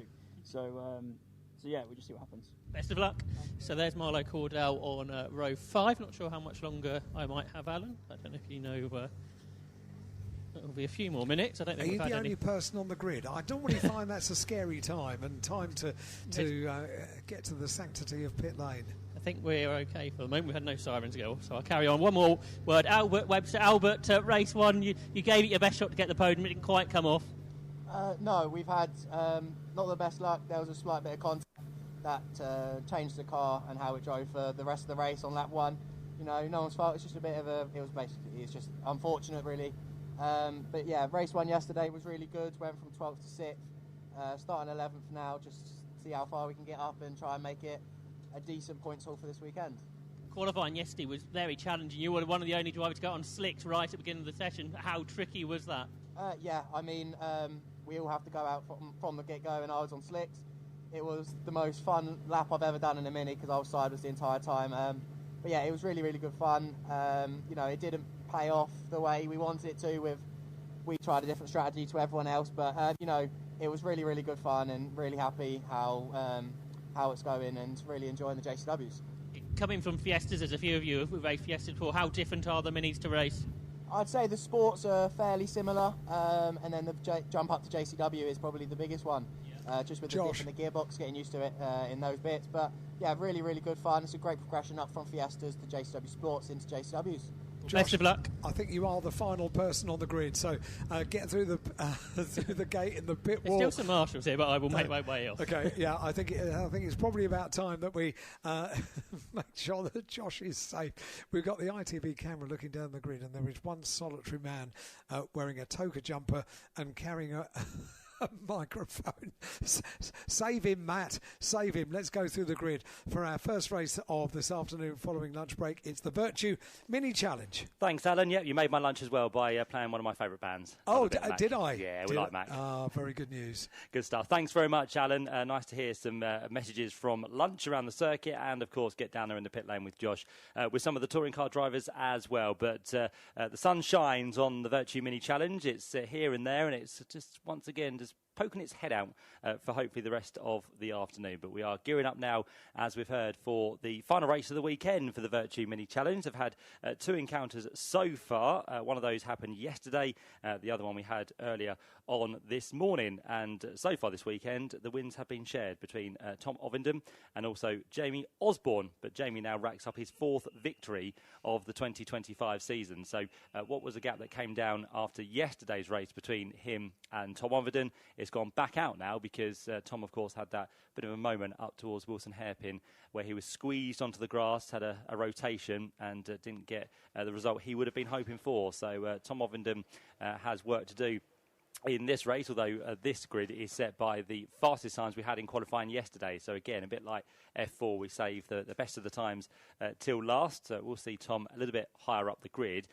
With that move that Lewis Selby did put on Tom Ovenden, Lewis has received a 2-place penalty for this race. So he's lost 2 places on the grid, which will now see him down on row number 4. So it was a bit of a squeeze as the officials saw it, and for that Lewis Selby has received that 2-place penalty. So then let's take you through the grid then for this final Virtue Mini Challenge race of the weekend. It will see number 77, Jamie Osborne, once again towards the head of the order. He seems to be unstoppable so far this year, but of course there's some hungry youngsters behind trying to get themselves onto the top step of the podium as well. So he goes from pole alongside number 24, Tom Ovenden, who took the victory in yesterday's race. The second row then lines up with number 33, Max Edmondson, who's shown some good pace so far this weekend, and again finds himself starting in a really good position on the grid from the inside of row 2. Alongside him, number 55, which is Charlie Hand, who we briefly heard from on the grid until ITV got into the mix as well. But they are the 2 on row 2. Row 3 then sees number 13, which is Harry Campy, joined by number 21, Nathan Edwards, who again we heard a bit of a frustrated start to the season, but things hoping to go up for him, especially again after a good qualifying, to see him on the outside of row 3. The fourth row then lines up with number 94, which is Josh Porter. He'll be joined by the penalised number 18, Lewis Selby. Then we move back to a man who's just celebrated his birthday on Friday, number 27, Marlo Cordell, but another one that struggled so far this weekend. He'll have for company number 12, which is going to be Alex Solly. Then we move back to the sixth row, where you'll find number 2, which is Albert Webster. He'll be joined by number 7, which is Stephen Chandler, with his beautiful cartoon character on the front. That's Bubbles, who is joined by 4 this weekend. So Bubbles having a ride on the number 7 machine. Then we move back to row number 7, another man who's shown really, really good pace this weekend. Unfortunately not in qualifying, which sees him down 13th on the grid. But every single race, Harry Hickton has made progress in the number 64 machine. He'll be joined by number 15, which is Cam Richardson. Then we move back to row number 8, where you'll find 95, Jacob Hodgkiss, and alongside him, number 70 is Owen Hillman. And the final place on the JCW grid is going to be that of number 32, which is Ned Anthony. So that's how the main class lines up. We also have the JCW Sport class, which is for those cars with a little bit less power and also run the H-pattern gearbox, a class which was debuted last season, but it was well received and back for another year here in 2025. So for that class, it will see number 56, Ben Crosley, on pole position, alongside number 29, which is going to be Will Crooks. Then on to the second row, number 42, Henry Howarth, who's been one of our race winners so far this weekend in the sport division. Alongside him, number 10, Archie Johnson. And then towards the back, the other winner this weekend, number 210, which is Chris McKenzie, and 22, Nicky Gauci, which completes the grid. So that's how they'll all line up then for this one. As I said, championship has slightly changed after the earlier race, back in favour of Jamie Osborne after clawing some points back over Tom Ovenden. They are still your top two with 246 points now for the Napa Racing UK machine of Jamie and 194 points for Tom Ovenden. Lewis Selby has closed down the gap. He is on 170 points now compared to those behind who are very, very close together. The likes of Max Edmondson for Pro Alloys Racing, 156 points for him. Then you've got Jacob Hodgkiss on 152 and 150 points currently sit with number 2, which is Albert Webster. So that's how the main JCW Drivers' Championship currently stands. But let's see how this final race of the weekend is about to unfold in what are now almost perfect conditions for the drivers.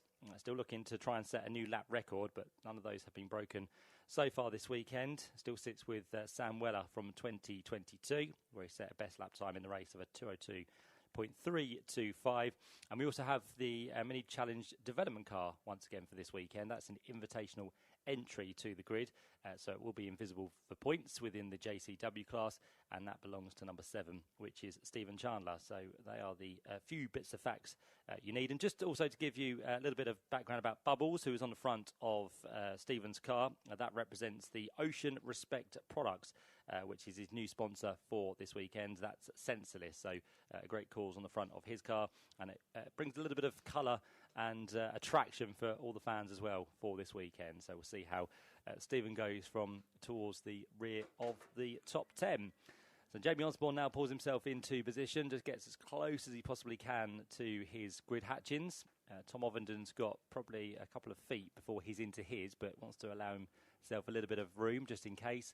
And then Max Edmondson with the orange machine of Charlie Hand alongside, and then the final few cars towards the rear of the grid now starting to come into position. That will be the JCW Sport class, which now line up on their respective 3 rows, and we are almost good to go with 20 minutes of racing to look forward to for the final time this weekend for the Virtue Mini Challenge. The red lights will come on, and who can make the rest of the starts from the front of the grid? Great start there from Jamie Osborne, got the launch absolutely perfect, so he already blasts his way into the lead of the race. From the inside of row 2, Max Edmondson makes a good start as well, being pushed there by the looks of it by Jacob Hodgkiss. So those two run together, which might see them past from the outside of the front row, that of Tom Ovenden, who didn't make the best of starts whatsoever again. So he's going to be possibly third by the looks of it as they work their way down towards the braking zone at Wilson Hairpin. Yep, so Tom Ovenden is third.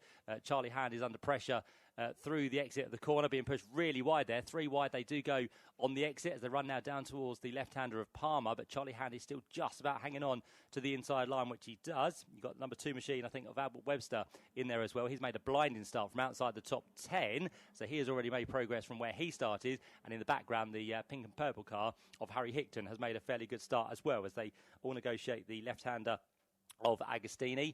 The car on the outside of Albert Webster is the 13 machine of Harry Campy, so he is still trying to keep himself ahead, but it's going to be a drag race all the way down towards Hamilton, side by side for second. Had a bit of contact. Max Edmondson, is he going to hold it on the exit? Yes, he is, but that was a very scary moment as he ran side by side with Tom Ovenden. And as we said numerous times this weekend, it's not really a place you want to run side by side, especially with a tyre stack on the inside this weekend.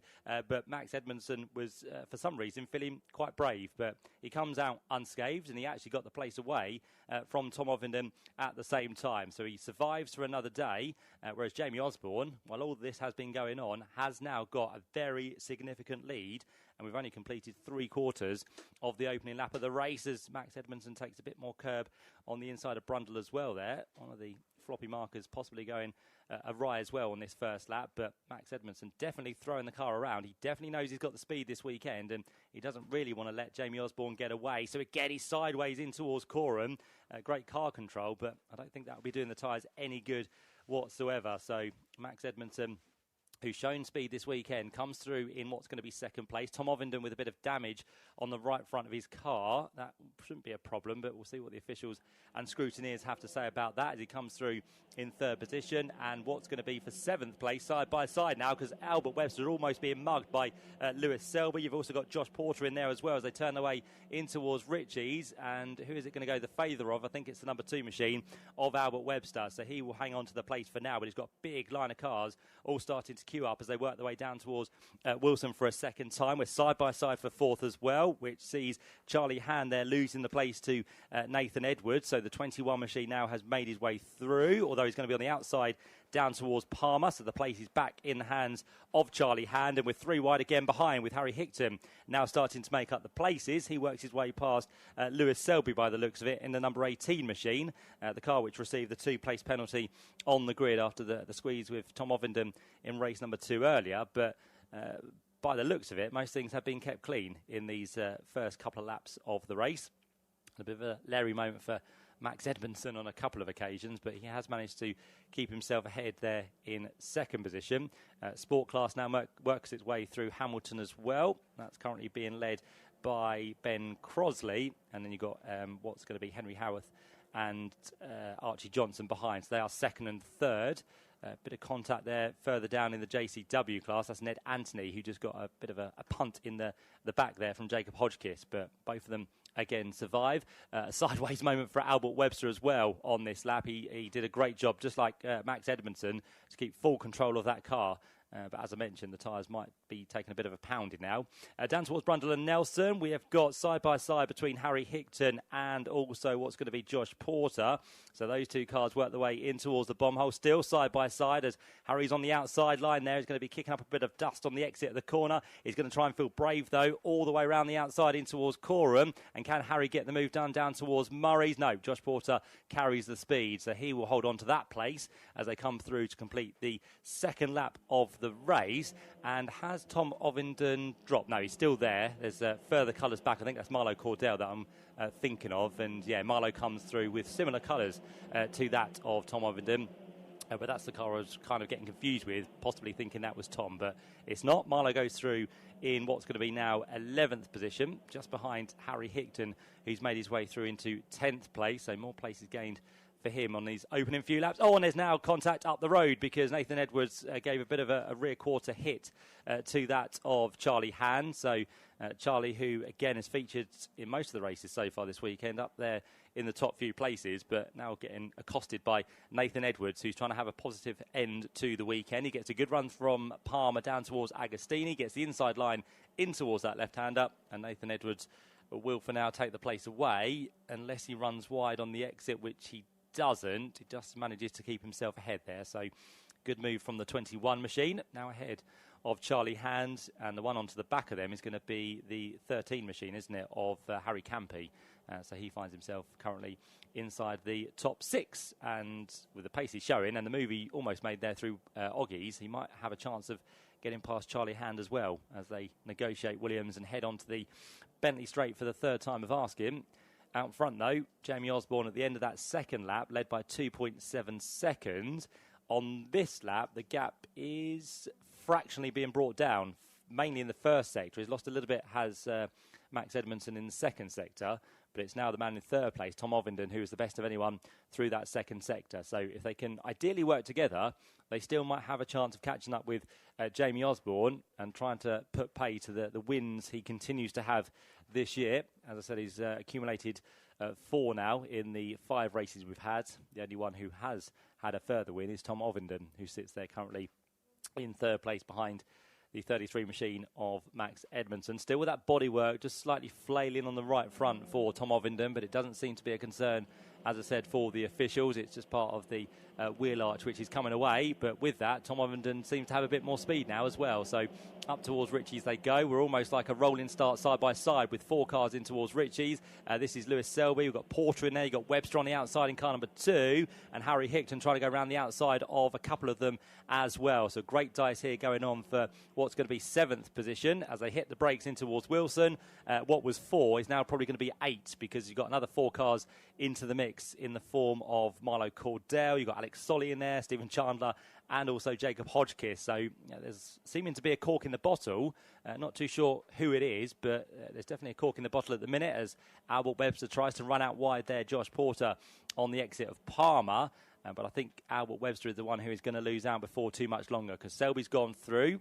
Webster tries to send one back down the inside in towards Agostini. But he's got his own worries to try and keep Josh Porter at bay here. So it's a drag race again down towards Hamilton. Little bit of argy-bargy between the two of them, but Porter comes out ahead, and Harry Hickton could be the man to pick up a few more places as well, unless he leaves the door open, which he does to Milo Cordell. Milo Cordell has a think about getting his nose down the inside, but again, with the speed that Harry Hickton's carries through the corner, he does then have the momentum on towards the Bentley straight for the fourth time of asking now. Jamie Osborne comes off the back straight. Max Edmondson and Tom Ovenden still pretty glued together. But it was Tom Ovenden on that previous lap who did the best of anyone, a 2:05.380, which was around about 300ths quicker than the car ahead and almost a couple of tenths quicker than Jamie Osborne. So, yeah, they are kind of working together here, but I think they still need a little bit of help to try and catch up with Jamie Osborne, who did all of that hard work pretty much on lap one, where everyone was squabbling. And he was just able to clear out in front of everyone with all the clear air he has currently got. So Jamie Osborne looking good as he heads towards the line once again. 11.5 minutes now left on the clock. Edmondson and Ovenden still there in second and third. Nathan Edwards has managed to break away now from Charlie Hand, so he finds himself pretty lonely in fourth position. And then you got number 13, Harry Campy, making his way through into sixth. We've had the shuffle for seventh, as we said. Lewis Selby making the move on what was Albert Webster, and Josh Porter also got that completed at the end of that previous lap as well. So Webster loses 2, now finds himself under pressure from Harry Hickton as they work their way from the Wilson hairpin down towards Palmer. That's where the second place battle is currently as they accelerate down towards Agostini once again. Just looking in the background, has Nathan Edwards possibly got some more speed than the two ahead? Yes, he has, because last time through, Nathan Edwards in that 21 machine did his best lap of the race, which coincidentally was quicker than the two cars ahead. So Nathan Edwards, now he's getting his head down, and after speaking to Josh on the grid, he feels that he needs some good luck this weekend. It hasn't really come, so let's see if he can do anything here to try and put himself in a good spirited move before they head to the next event of the season, which will be at Alton Park towards the end of June. They'll have just the 2 races to look forward to there, but still should be an action-packed weekend on the Island circuit up there in Cheshire. But Nathan Edwards would very much like to head there in a good mood with a good result from this third and final race of the weekend for the Virtue Mini Challenge. Just about to hit half race distance with 10 minutes down, 10 minutes to go.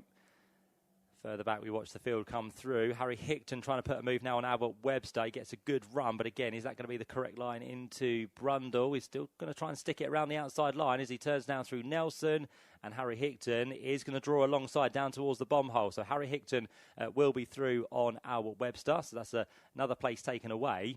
He was briefly alongside as they worked their way in towards Williams, but then something must have gone wrong for Harry. Did he run wide on the exit of the corner? Possibly, because Albert Webster, as I said, was back ahead, but Harry Hickton has now secured himself back ahead of him as they work their way to the end of this next lap. Black and white flag now being shown to number 13, so Harry Campy has his first warning of the race. That would have been for track limits, as again some wonderful sideways action there for Albert Webster, but it really hasn't done him any help whatsoever because he's lost that place to Harry Hickton. With that moment, there was then contact between Alex Solly and Jacob Hodgkiss in the 12 and 95 machine through Murray's, but I think Albert Webster has really worn his tyres out through this race, so he's starting to struggle. Oh, and Archie Johnson's come in, Matt says, from second within the sport class, so that's one of the cars which is in the pit lane. It comes up to the team now, and straight away the guys have got the jack at the ready to try and lift it up, but firstly they'll have a chat to the driver to see what the issue might be. But in that sport class, it is currently Ben Crossley that leads the way. Second now for the 42 machine of Henry Howarth, and third place Nicky Gauci onto the podium in this one at the minute. So it could be a 3 different winners from the sport class this weekend, because we've had already Chris McKenzie taking a victory. We've had Henry Howarth, And currently it's Ben Crossley that leads away by a significant margin, actually, 4.8 seconds as it stands in the sport class. Meantime, back to the JCWs. Charlie Hand has now just lost a place to Harry Campy. So those two both find themselves in the rookie class. So that's a change within that podium order as well. So Campy ahead of Hand for second within the rookie class. And in the background, starting to lurk now, is Lewis Selby and also Josh Porter. So another four-way scrap as they accelerate from Nelson down towards the bomb hole. Charlie Hand flicks to the inside line, not quite close enough to make the move, but more of an off-put to try and scare the driver into making a mistake ahead of him. But I'm sure Harry Campy will be wise to that as they go around the very long right-hander at Coram. Archie Johnson tries to rejoin the race, but that doesn't look too healthy, I'm afraid to say. So it's just trundling its way to the end of the pit lane. He might just be aware that there are cars on circuit and the leaders coming through, so he might just be waiting for them to go through, but it still doesn't look too good for Archie as he tries to rejoin this race. But meantime, Jamie Osborne, still your race leader, 2.2 seconds now clear of the rest of the pack. And although he was being caught, I think he's just kind of managing the gap. He doesn't need to try too hard. He knows what the cars are doing behind him, and he can see that gap as well. So I think Jamie Osborne, for now, has this one under control. Meantime, further back, Lewis Selby trying to go round the outside there of what was Charlie Hand, but he was slightly out wide of the corner. And here comes Harry Hickton to the inside as well on Josh Porter. That was a banzai move once again. It worked very nicely, and he should be able to hold the inside line down towards Agostini at the same point here. So Harry Hickton, as soon as he gets to the back of these four cars, is making moves hand over fist. So a lovely move there for the 64 machine of Harry Hickton, who now goes through. And Nathan Edwards, there's a problem that's a replay, Nathan. So yeah, Matt just informs me he's into the pit lane, but a replay on the big screen was that engine possibly expiring in a big way. So hopefully it hasn't left any fluid on the circuit, but he's crawling his way into the pits, which is a massive shame for Nathan. Things were looking to go a little bit better here in race number 3, but again, his torrid season does continue. So Nathan is still just crawling down, but yeah, that car has unfortunately expired, and the marshal's on the case there just to inform drivers that there is possibly some slippery stuff on the track. So the yellow and red striped flags being held out. I don't think that's going to catch out anybody. It looks like they've all safely made it through the part of the circuit where Nathan Edwards' car went through in a big cloud of smoke. So 3 leaders through, then a big gap back to 4th place at the minute, which is going to be that of Harry Campy. But unfortunately for Harry Campy, it might not be 4th place for too much longer because he's just received a time penalty for track limits. So we did say that warnings can turn into penalties sometimes, and that's exactly what's happened for Harry Campy. 5 seconds added to his time, and he's now got 1, 2, 3, 4, 5, 6, 7, 8, 9 cars all line astern behind him. So if he does have this 5 second applied, he will probably drop all the way to those 9 places at the back. So he's struggling anyway by the looks of it. As they work their way towards Richie's corner, he's out wide. There's a bit of a sideways moment there as well for Charlie Hand, which may just open the door for Lewis Selby in the Napa Racing 18 machine. He gets to the inside in towards the Wilson hairpin. This is a great battle further down the field at the minute. Harry Campy's almost kind of backed out of this and thought, well, my race might be over now. So he's not really fighting too hard as Harry Hickton runs now side by side with Charlie Hand in the 55 machine.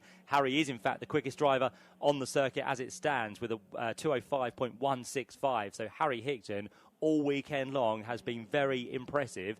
It was just a shame that the qualifying wasn't that good, which saw him start down on the grid for both race 1 and race 3. So Harry Hickton definitely making the best of a bad situation for this weekend.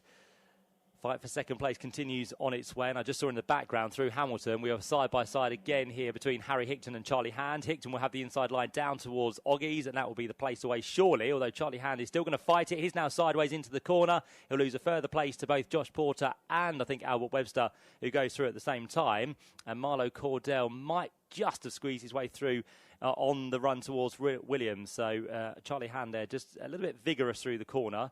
He was trying to hold on to one place, but in the end that all unfolded and allowed 3 further cars through. So Harry Hickton now, let's have a quick check. He's up into 6th position. So he is absolutely storming through the field as Marlo Cordell, by the looks of it, was that Harry Campy? Yes, Harry Campy having a fight with Jacob Hodgkiss. So those two do battle just outside the top 10. Harry Hickton, just to remind ourselves, 13th on the grid, now up into 6th place. So absolutely amazing drive from him. Leader goes through once again with 3 minutes and a bit of change left on the clock. So Jamie Osborne will still be good for 2 more laps. The gap between second and third is starting to come down as well. Although that time, Tom Ovenden was slightly slower by 1/10 of a second. So it, in fact, opens up to just shy of 4/10 on that previous lap. Through goes Lewis Selby in 4th, so he gains a place after Charlie Hand made a mistake that time round. So Selby now into 4th place. 5th place for number 64 is Harry Hickton. 6th place, 94, is Josh Porter. And then behind that, number 2, Albert Webster. 8th place, and losing 4 places on that lap was number 55, Charlie Hand.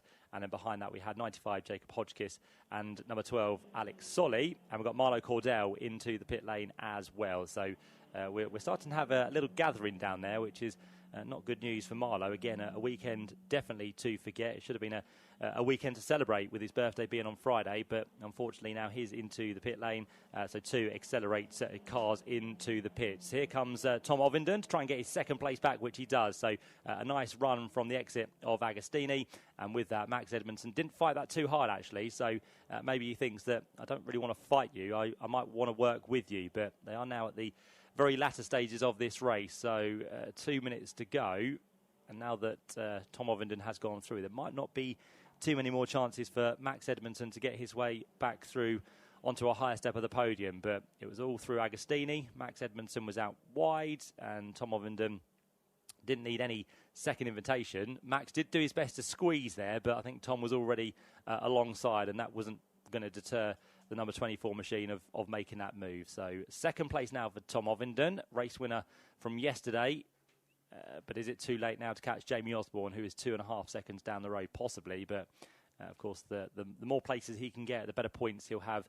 He'll still be a distant 2nd place in the championship as we head to Alton Park, but at least he won't be losing the points which he would have got for 3rd place rather than 2nd. So on to the last lap they're about to go. That shows now on the pit board, and also shows on the Marshalls gantry, which says the last lap has now commenced with just under 60 seconds to go. It's Osborne, Ovenden and Edmondson, your top 3. For 4th place, Lewis Selby is about to come through. He is not secure, though, because Harry Hickton is right with him onto this last lap. So Harry Hickton's progress is about to continue. 13th to 4th could it be? Well, it's 5th at the minute as they work their way in towards Richie's corner. Almost side by side again for 2nd place over there at the Wilson hairpin. But Max Edmondson might just have to leave it till the last possible place on this lap, because if he gets past and Tom Ovenden wants to retaliate, that would not be good news for Max Edmondson. But we'll see what they can do as they turn away now through Palmer. Harry Hickton, in the meantime, is still all over the back of Lewis Selby as they run now down towards Palmer themselves. And who else is joining in on that one? I think it possibly is the car of Josh Porter, which it is. Yeah, the orange and black machine is on the outside line. So 3 into 1. Hopefully they all safely make it through as they turn in towards the wide open space of Agostini. As they head through there, let's see, the order is still the same, but it's more now Harry Hickton under pressure rather than the man in 4th place, Lewis Selby. So on towards Hamilton they turn. Behind these 3 we then have what's going to be Albert Webster in the number 2 machine. Charlie Hand finds himself then just behind with what's going to be Harry Campy trying to recover in the number 13 car, and then the rest of them all starting to usher themselves onto the Bentley Straight, which will be for the last time in this race. That bodywork flailing on the right front hasn't caused any concern whatsoever for Tom Ovenden, because he is still very quick as they turn their way through on towards the final part of the circuit. A replay of what was a move there, which saw Josh Porter out wide. It was Harry Hickton saying, I want to make up as many places in this race as possible, so am I going to give way to you? Not at all. So Harry Hickton was quite forceful on the exit of the corner, but he did have the line through that one. The clock has expired. We're down to 0, and Jamie Osborne, once again, is back to winning ways. He's had 5 wins out of 6 now in the Virtue Mini Challenge. Only once he has not won, and that came this weekend with Tom Ovenden taking the victory. Tom this time comes through in 2nd place, with Max Edmondson getting himself on the podium once again this weekend. And for 4th position, it'll be a little bit more comfortable as they come towards the flag, because Lewis Selby crosses the line a few tenths of a second ahead of Harry Hickton, who was able to hang on ahead of Josh Porter on the run to the line, and after that move down at Agostini on the last lap. Behind that, 7th place went the way of Albert Webster.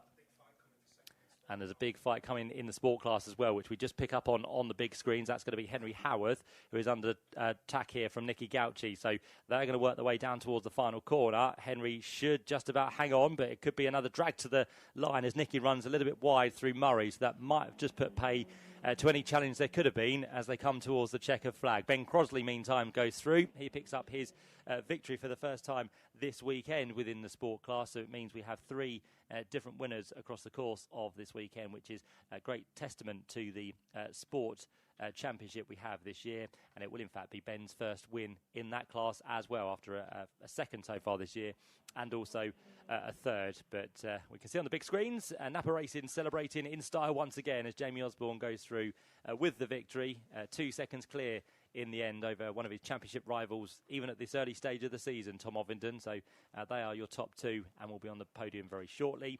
Third place goes the way of Max Edmondson, who is also our rookie class winner. He finishes ahead of Lewis Selby in 4th place. Harry Hickton comes through in 5th and will be the second of our rookies home at the flag.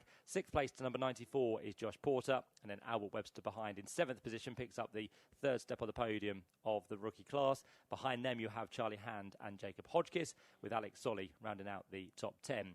In terms of the sport class, just to confirm that as well, Ben Crossley is your winner for the first time this season. 2nd place goes the way of Henry Howarth, who has been a winner already this weekend, and Nicky Gauci gets to the podium in what's going to be 18th place overall, but 3rd within the sport class. So action-packed race as always, lots of little battles to focus on throughout the field, but it was a very commanding win once again, not by a huge amount, but from the outset, Jamie Osborne was the man that everybody needed to catch, and unfortunately for those behind, they weren't able to do it for the 5th time this year. So it's going to be an extended championship lead now as they work their way to Alton Park in around about a month's time, so a little bit of a break for the championship, and then after that they'll be heading off to Croft for 2 further races, and then we'll be heading to the home stretch with Knockhill, 3 races there up in Scotland, Silverstone National, and they'll be with us at the Brands Hatch Grand Prix circuit for the final meeting of the year. And just to confirm, Jamie Osborne now leads by 64 points in the championship. Might seem a lot, as we said at the beginning of the weekend, but just bear in mind that 50 points are always awarded for a race victory in Mini Challenge. So it can only take 1 race to bring that big 60-plus point gap down between the top 2. And we've seen that Tom's had his problems so far this year, but it could also come to Jamie as the season goes on. But Jamie is a 5-time winner this season, congratulated by the team down there in the pit lane as he works his way up towards Parc Fermé once again, and he'll be celebrating, I'm sure, in dramatic fashion, as Jamie Osborne normally tends to do. So a very early weekend end to the 3 races here at Snetterton. Normally you have to wait until towards the end of the afternoon, but at what's going to be just before 2 o'clock, they are now done for the weekend. So Jamie Osborne into the Parc Fermé area.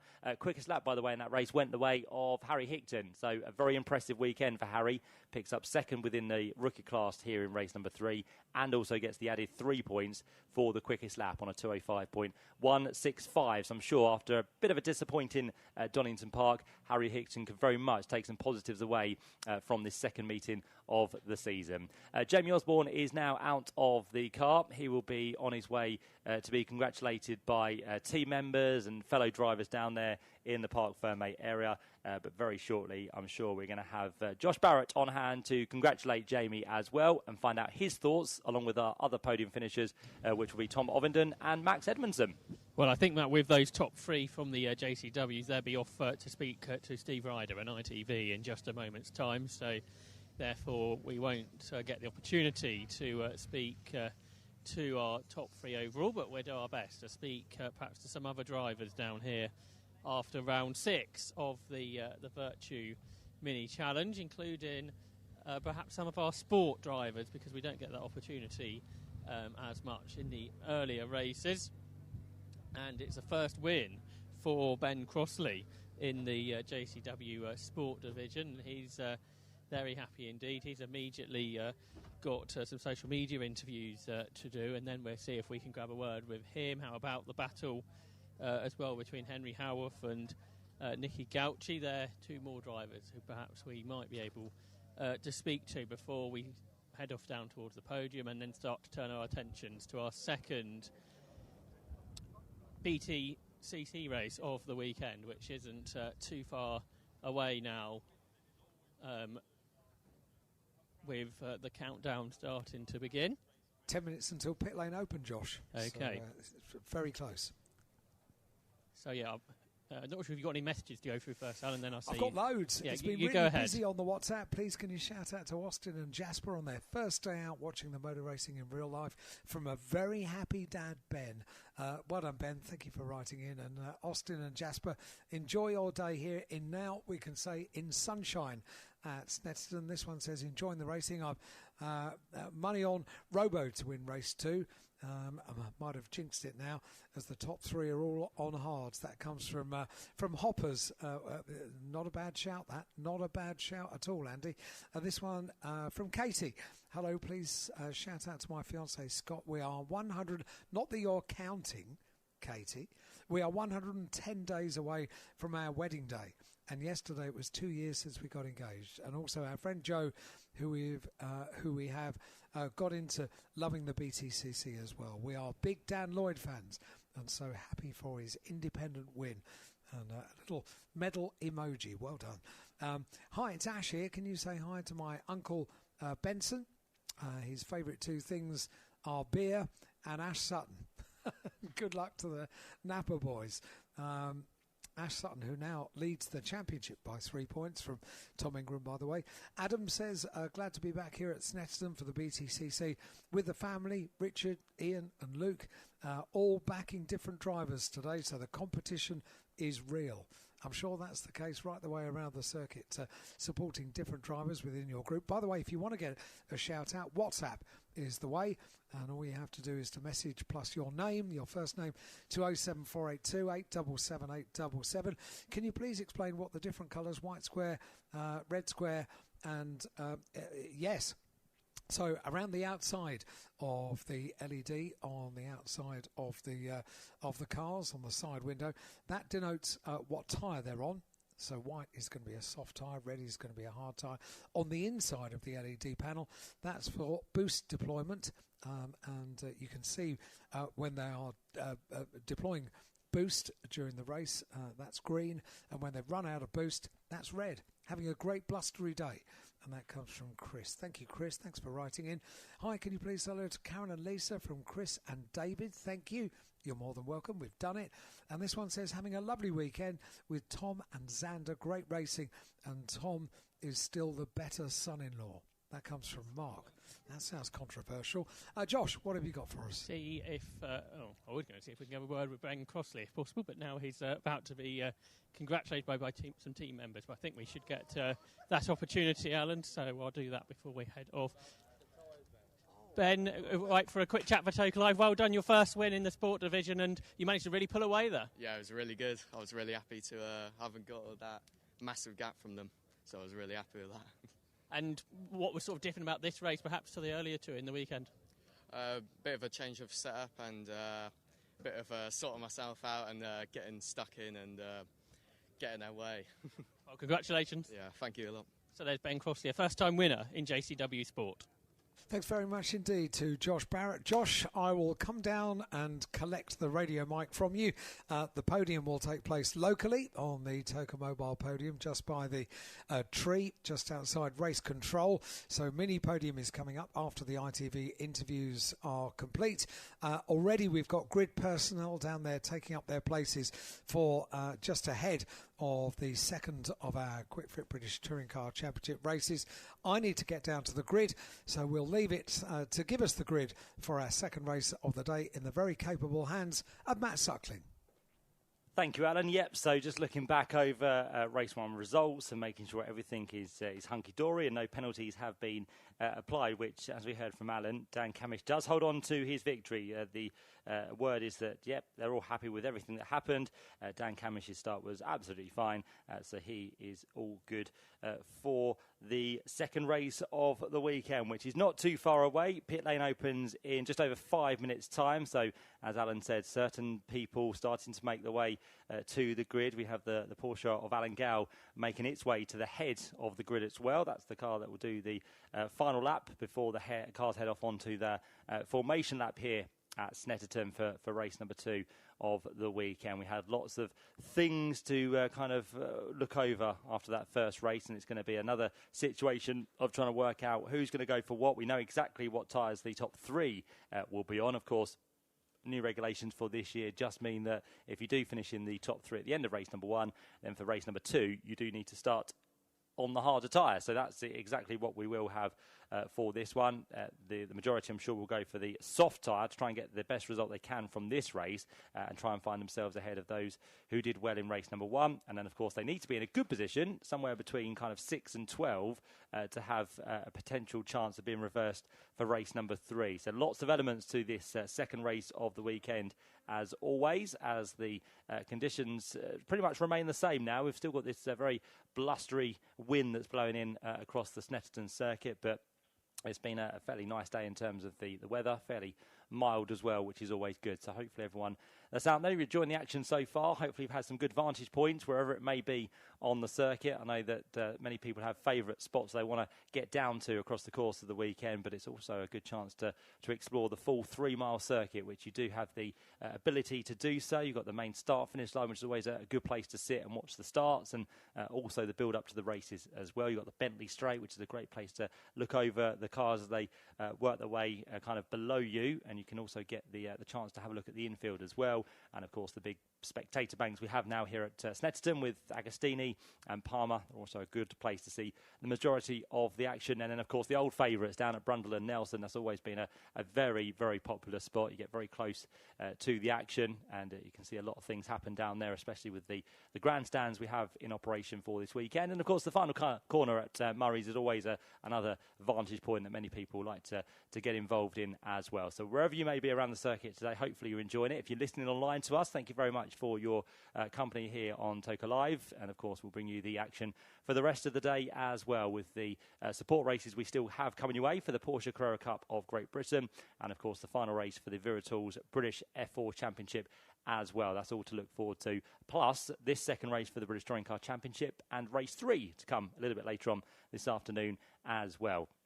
So lots of drama throughout the course of the first race. So it was a few non-finishes, unfortunately, towards the rear of the field. It was a non-finish for Nick Housted. It was a non-finish for Gordon Shedden after that very hefty contact he had with Max Hall down towards the final corner. There was a non-finish as well for Stephen Jelly. That car was pushed into the garage in the very early stages at the end of lap number 1.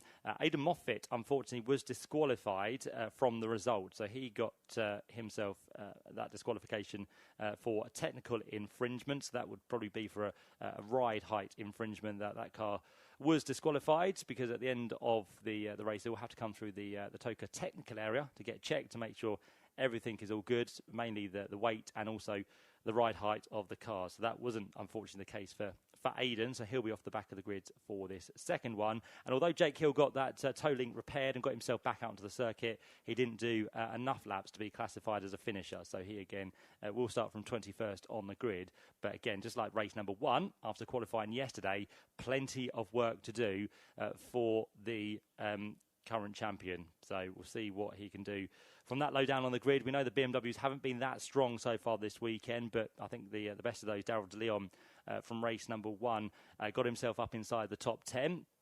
We saw what that could do at Brands Hatch. If you watch the action from race 2, he started from 7th on the grid, and with the optimum tyre on that car for that race, he was very quickly up through the field and made it work very nicely for him to pick up his first ever BTCC win on his 50th race start. So that's what Daryl De Leon will be looking to do to try and change the fortunes of Team WSR for this weekend, and we'll see what he can do when he makes his way to the grid, Alan. I've just bumped into a local man and a bit of a hero of mine and a jolly good friend over the years as well. Martin Donnelly is down here. I think he's about to do something with Louise Goodman on ITV, but he's he's a great character, absolutely great character, and he's with Louise Goodman at the moment, just by Ash Sutton's board down on the grid, and now they're walking over to the other side where Dan Rowbottom's and already on Toka Live on WhatsApp we've had a few people writing in saying they fancy Dan Rowbottom for the win in this race. That's the signal down there in pit lane that the pit lane is now open, and they get the 15-minute board as they leave pit lane. So the number 80 car, the Hyundai of Tom Ingram, accelerates out of pit lane, second in the championship, 3 points behind Ash Sutton, who will line up third on the grid. And don't forget that those top 3 all on the hard tyre as they leave pit lane. We've been talking about how gusty and windy it is. The weather forecast today, which in fairness has been pretty awful. It said it wasn't going to rain today, and it's rained more than once. But I think it's right about the wind, because it was saying that it was going to be gusting up to 40 miles an hour today, which is pretty gusty. Down here on the grid, I think you can probably hear it is really beginning to get a little bit more blowy now down here on the grid. So this is something they have to deal with. Louise Goodman, I think, is about to chat to Martin Donnelly. She's live as the cars leave pit lane. We've got the Porsche Cayenne with Alan Gow lined up right at the front of the grid. I think he's going to have some lucky passengers on this closing lap, which will be fairly speedy. A friend of the championship from many years is with Alan Gow, and I have a feeling that they are poised to have the treat of a lifetime going in that Porsche around on the closing lap. I'll say it again, over 700 brake horsepower, that machine. Absolutely gorgeous, lined up at the front of the field. It's going to take a little while for the cars to get to the grid, and it's only at that point that we can get all the guests onto the grid as well. The cars have to thread their way through to their grid board, and in blustery conditions down here. I'm just having a little walk down here to see if there might be any more interesting people I might be able to have a chat to before we get the cars on the grid. Martin Donnelly was my first choice, to be honest, to get a word with the former Grand Prix driver, local man from Norfolk. But it seems that the plan was that ITV were going to get the first chance to speak to Martin, and quite right too.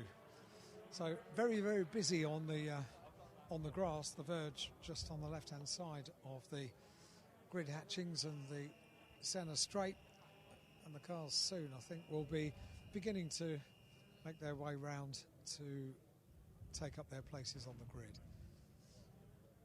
So waiting for the cars takes a little while, doesn't it, because it's a long circuit here, but Tom Ingram, the first of the cars to leave the pit lane, now begins to make his way down the centre of the tarmac. Turns left now, comes up towards the grid board and brings the car to a stop. Now the good news is that as they appear here on the grid, Louise Goodman is going to chat to Martin Donnelly, so I can make the most of it and potentially have a word with a few of the drivers before they do their ITV interview. So Sandra, the assistant team manager of Team Virtue, run the Hyundais, opens the door for Tom Ingram, waiting for Dan Camish's car to thread its way through. Who's coming through now? That's Robo, takes up his place. Didn't speak to Dan before race one. Ash Sutton brings his car, and the sunshine comes out, which is really good. Marvin Humphreys, who is the team manager of Team Virtue, gets an opportunity to catch up with Martin Donnelly and have a hearty handshake. And I've made it down to Dan Rowbottom's car as they're just checking the tyre pressures. And Dan's just looking in his mirror. The door is closed on the car at the moment. I'm not going to be the one to open it while he's going through some of these final checks. And I think he's talking on the radio as well. Dan Lloyd brings his car up towards the 5th spot on the grid. And I wonder if I will... such a helpful chap. He's opened the door for me. Dan, thank you so much. That's really good. Good result for you. Strong result. Yeah, great race one. We didn't have the pace for a podium, so to start this race on the soft tyre in P4 is with the first car on the soft tyre, so hopefully we can make some hay. Some people have been writing into us, tipping you for the win here. I hope so. I mean, you know, we're backing ourselves, but obviously there's a lot of competitive cars out there. There's a lot of people that are quick, so we've just got to keep our head, and ultimately it's about bagging points, you know. And the car feels good, you feel good? Yeah, car feels great, I feel great. The team have done a fantastic job since Brands, you know, Napa Racing have worked really, really hard. Yeah, let's see what we can do. Delighted for you, Dan. Thank you, and thank you for opening the door as well. Do you want me to close it, or shall I leave it open? Okay, very good. Just worried about the wind actually gusting these car doors, because when we do get that really sharp gust of wind, it really does catch you down here on the grid. Right, I'll carry on walking. Adam Morgan is just to my right. Tom Shilton is just to my left. I'm going to carry on walking, carry on walking, carry on walking. We spoke to Chris Smiley with Josh on the pit lane walkabout. Good to hear from Chris. He's sounding very positive indeed about the prospects for this weekend. And then it's Mikey Doble. Let's see if I can get a word with Mikey. He's got the one from the team is just leaning into the side of the car. I'll see if I can get a word with Mikey. Oh, it's all busy down here. So, how long was the conversation about tyre choice and which way you were going to go and take the pain early on? Yeah, we were discussing it all night, really. We were looking at the pros and cons, and I just felt like our best chance of you know, beating those front guys in a race today, maybe getting a win or a podium, was to do something different. So the race went exactly to plan. Yeah, we were P1 of the hard tyre race, and now we're sitting here with full boost and the soft tyre.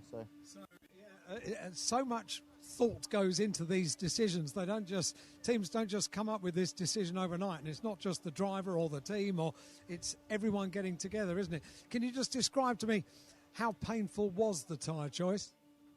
Yeah, it got a lot more difficult when we had those showers about half an hour before the race. So we were deliberating as to whether the soft tyre would be a better option.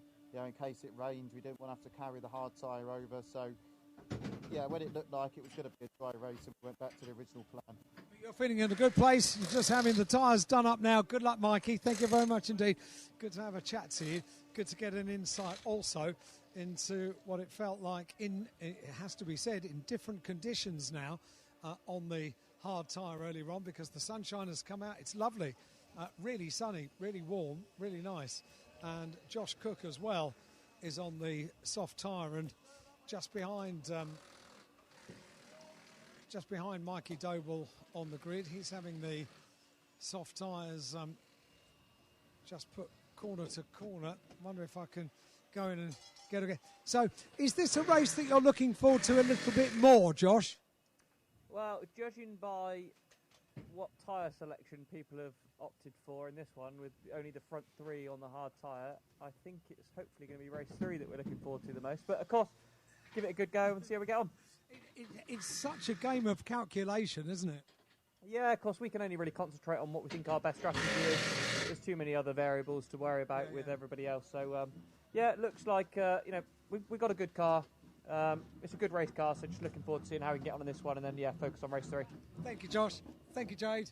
Thank you very much indeed. Once again, she saves me from getting squashed underneath the car when it's thrown down. I'll see if I can get a word with Charles Rainford. We've not spoken to many of the BMW drivers today, if any, and I wonder, is his door open? No, he's going to speak to Dick Bennett, so our race winner in the BTCC just a couple of weeks ago, Charles Rainford, having a word from the boss. Sam Osborne down here. Aaron Taylor-Smith is next. We're into Toyota land here, because James Dorlin is next on the grid. Ryan Bensley, who we've heard from, making his debut weekend in the BTCC this weekend. See if I can get with the radio mic and stretch it a little bit further and get right the way to the back of the grid, where Nick Hamilton, his car just to my right. The grid is being cleared now, so the guests and VIPs are being invited to make their way off the grid. Dexter Patterson's car is next. Nick Halstead and Radio Mike doing a quite exceptional job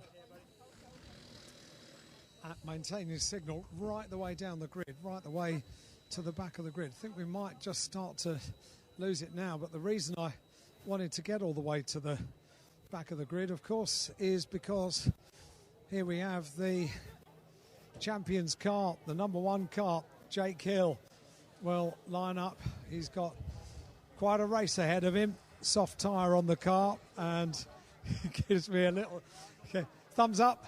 Yeah, he knows the job that he's got ahead of him. Maybe an opportunity for Craig Pauly to take the drinks bottle away, and Jake is left on his own inside the car. Gordon Shedden, who we heard from, very upset when he ended up down in pit lane. A gap where Max Hall's car should be. So there is a gap right at the back of the grid where Max Hall's very brightly liveried car should be. Stephen Jelly's car is here. That car required a bit of work to get it turned around in between the races. So Stephen Jelly is here. Aidan Moffat as well towards the very back of the grid, the final car on the grid. Right, that's it. We did the whole of the grid walk. I'm coming up towards the chase car, the safety car now, with Scott Stringfellow and Kieran Salmons, his observer at the wheel. And behind that, the doctor's car for the weekend. That's the Porsche Cayenne, which is being driven over the course of this weekend by Abby Eaton. I might just get a quick word. Have you driven a doctor's car before, Abby? Today's my first day. Are you enjoying it? I am. It's great fun. They're a nice bunch, aren't they? I've just been having such a laugh. I've not stopped laughing all day. Yes, that's what they're like. Enjoy, Abby. Thank you very much indeed. Abby Eaton, who, of course, won a round of the Porsches last year at Silverstone in fine style as well. There is quite a queue to get back into pit lane, and if I just squeeze through, I might be able to join the queue alongside Craig Pauly, who is Jake Hill's engineer, who's on the headset. Thank you very much indeed. So I'm back into the safety of pit lane now. Thank you very much. Oh, we have to hold that, do we? Right, otherwise it's going to, catapult back into someone. So just make our way past the advertising hoardings back into pit lane. There we go. That's the grid walk ahead of our 8th round of the Quick Fit British Touring Car Championship here at sunny Snetterton today. It's lovely to see the sunshine out. Sunny but windy. The scene is set. Cheer on your favourite drivers. We're about to enjoy our second race of the day for the Quick Fit British Touring Car Championship. Yeah, thank you very much, Alan Hyde, down there in the pit lane, and we are getting ready to get underway on the formation lap here, and we'll go through the grid in a moment when they get underway in their formation lap.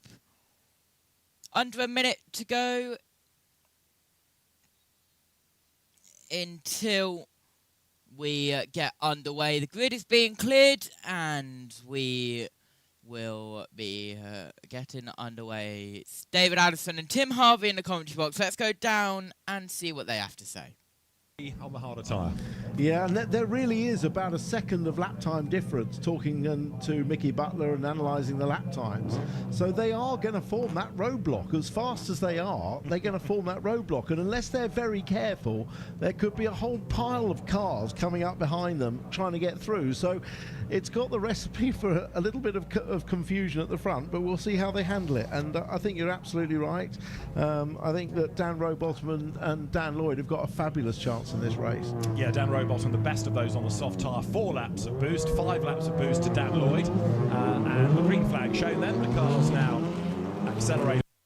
flag shown, and the formation lap is underway for the second race of the day here at Snetterton for the Quick Fit British Touring Car Championship. We'll get ready to go through the grid. It'll be a long formation lap here. 2.97 miles is the length of this Snetterton 300 circuit. That's what the 300 means. It is 3 miles. Let's go down to Chris Smiley. First race for you, really good first race for the team as well. Yeah, it was a nice positive start to the day. You know, yesterday we were looking good to get through to the quick six, but unfortunately we had an issue with the rear of the car in Q2. So yeah, we qualified 12th. So yeah, probably out of position slightly. So yeah, we probably got ourselves closer to where we should have been yesterday. And yeah, as you say, race one was pretty positive there, and yeah, made a few tweaks to the car. A few cars at the front on the hard tire should make an interesting race. So you can push forward in this, and it's a nice long lap, lots of places to overtake, so you must be going into this with a really positive feeling. Yeah, you know, it's a nice place to be, sitting in P8 with you know, the 3 cars at the very front on the unpreferred tire, as I should say. But yeah, looking forward to getting going and seeing what we can do. Right, get going. Talk to you later, Chris. Thank you.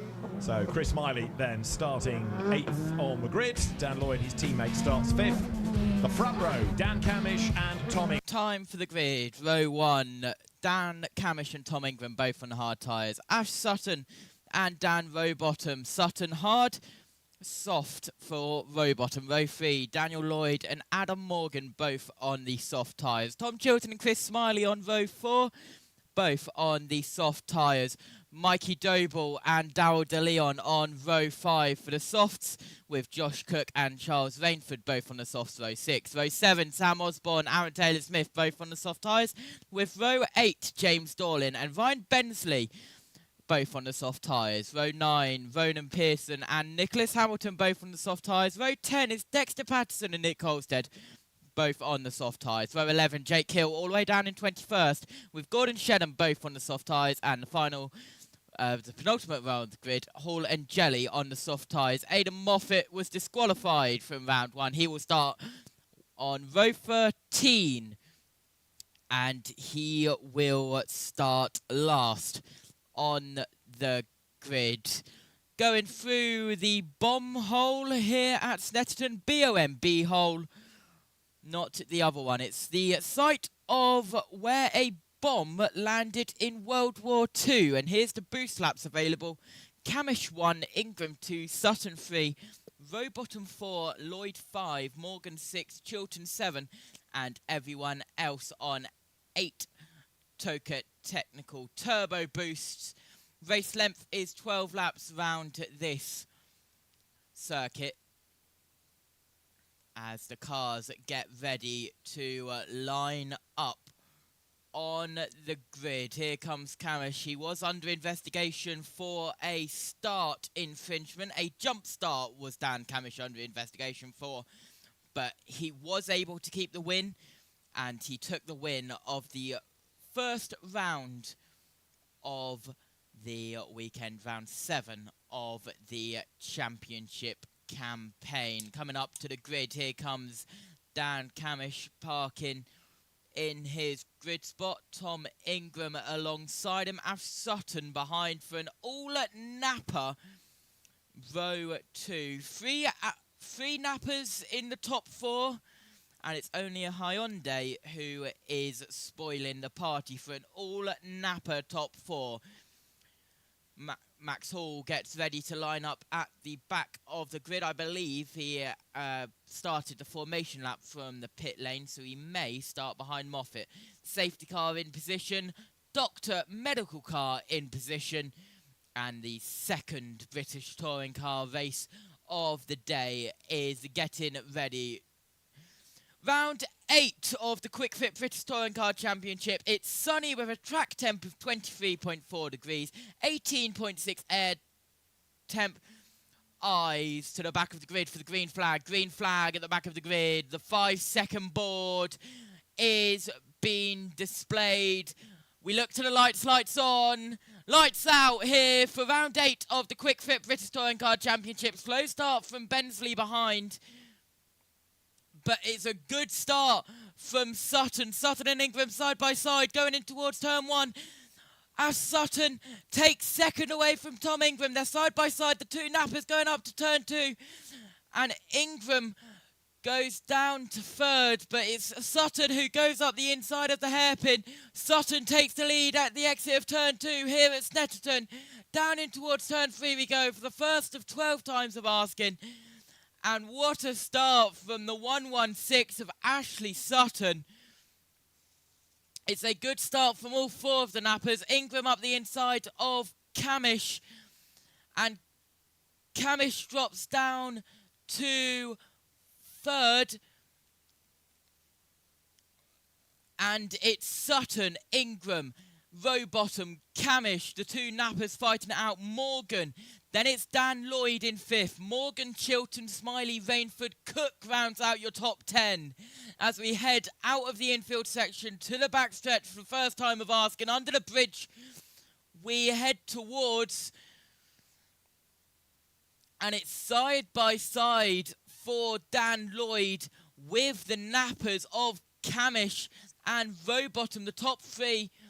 But it's Dan Lloyd round the outside, and one of the bollards goes absolutely flying. It's a bit of a lock-up for Chilton down the inside of Brundle.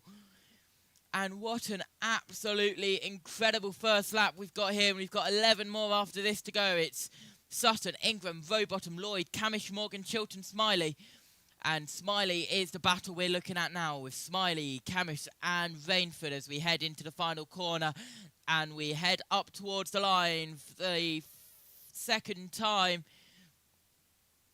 We start lap 2 now, as that was Charles Rainford getting wide at the exit of the final corner. Let's go down to ITV and see what they think about the first lap. First lap to survive in the front in the hard tyres. You can see how hard it is just by the way Camish has gone back. There is Dan Camish under attack from his teammate Sam Osborne. Look who's got Mikey Doble behind him. Then Josh Cook is next in the queue as the leaders come down towards turn 3 for the second time of asking. And there, Camish on the inside line. Osborne switches sides, gets up the inside on the corner exit, and will have the right line for Agostini. But also, look, Mikey Doble's very, very rapid. Vauxhall Astra tries to follow the forward through. There's Josh Cook on his toes as well. He finds a gap on the inside, and there's not much Dan Camish can do there to defend. No, he's absolutely been hung out to dry there, but there isn't anything he can do. They've got a big grip advantage. I'm just waiting to see what happens when Rowbottom and Lloyd catch up with Sutton and Ingram. And look, they're catching. They're not far away. Yeah, they're almost there, aren't they? If they get stuck, that's going to allow Morgan and Chilton to catch up. You've got Josh Cook there crawling all over the back of Camish now, looking for another place as well. Dust kicked up by Max Hall, who's on the back of James Dorlin. As here are the leaders then, down Bentley straight, and Rowbottom makes his move against Ingram, who does defend. He's not prepared to just let him by. Ingram wants as many points out of this as he can get, so he's not just going to roll over and let Rowbottom through. It might not be the best advice to try to win the race, as Tim explained before, but Ingram's in no mood to just let people past. Yeah, absolutely. As Ingram goes wide out on the outside of the bomb hole, but a little bit of a lock-up for Daniel Rowbottom. So both drivers struggling. Ingram locks up going in towards the final corner. Down the back stretch we go. So now onto the front stretch, as the back stretch is where the back markers are. Rowbottom uses his first out of 4 Toka Turbo boost laps.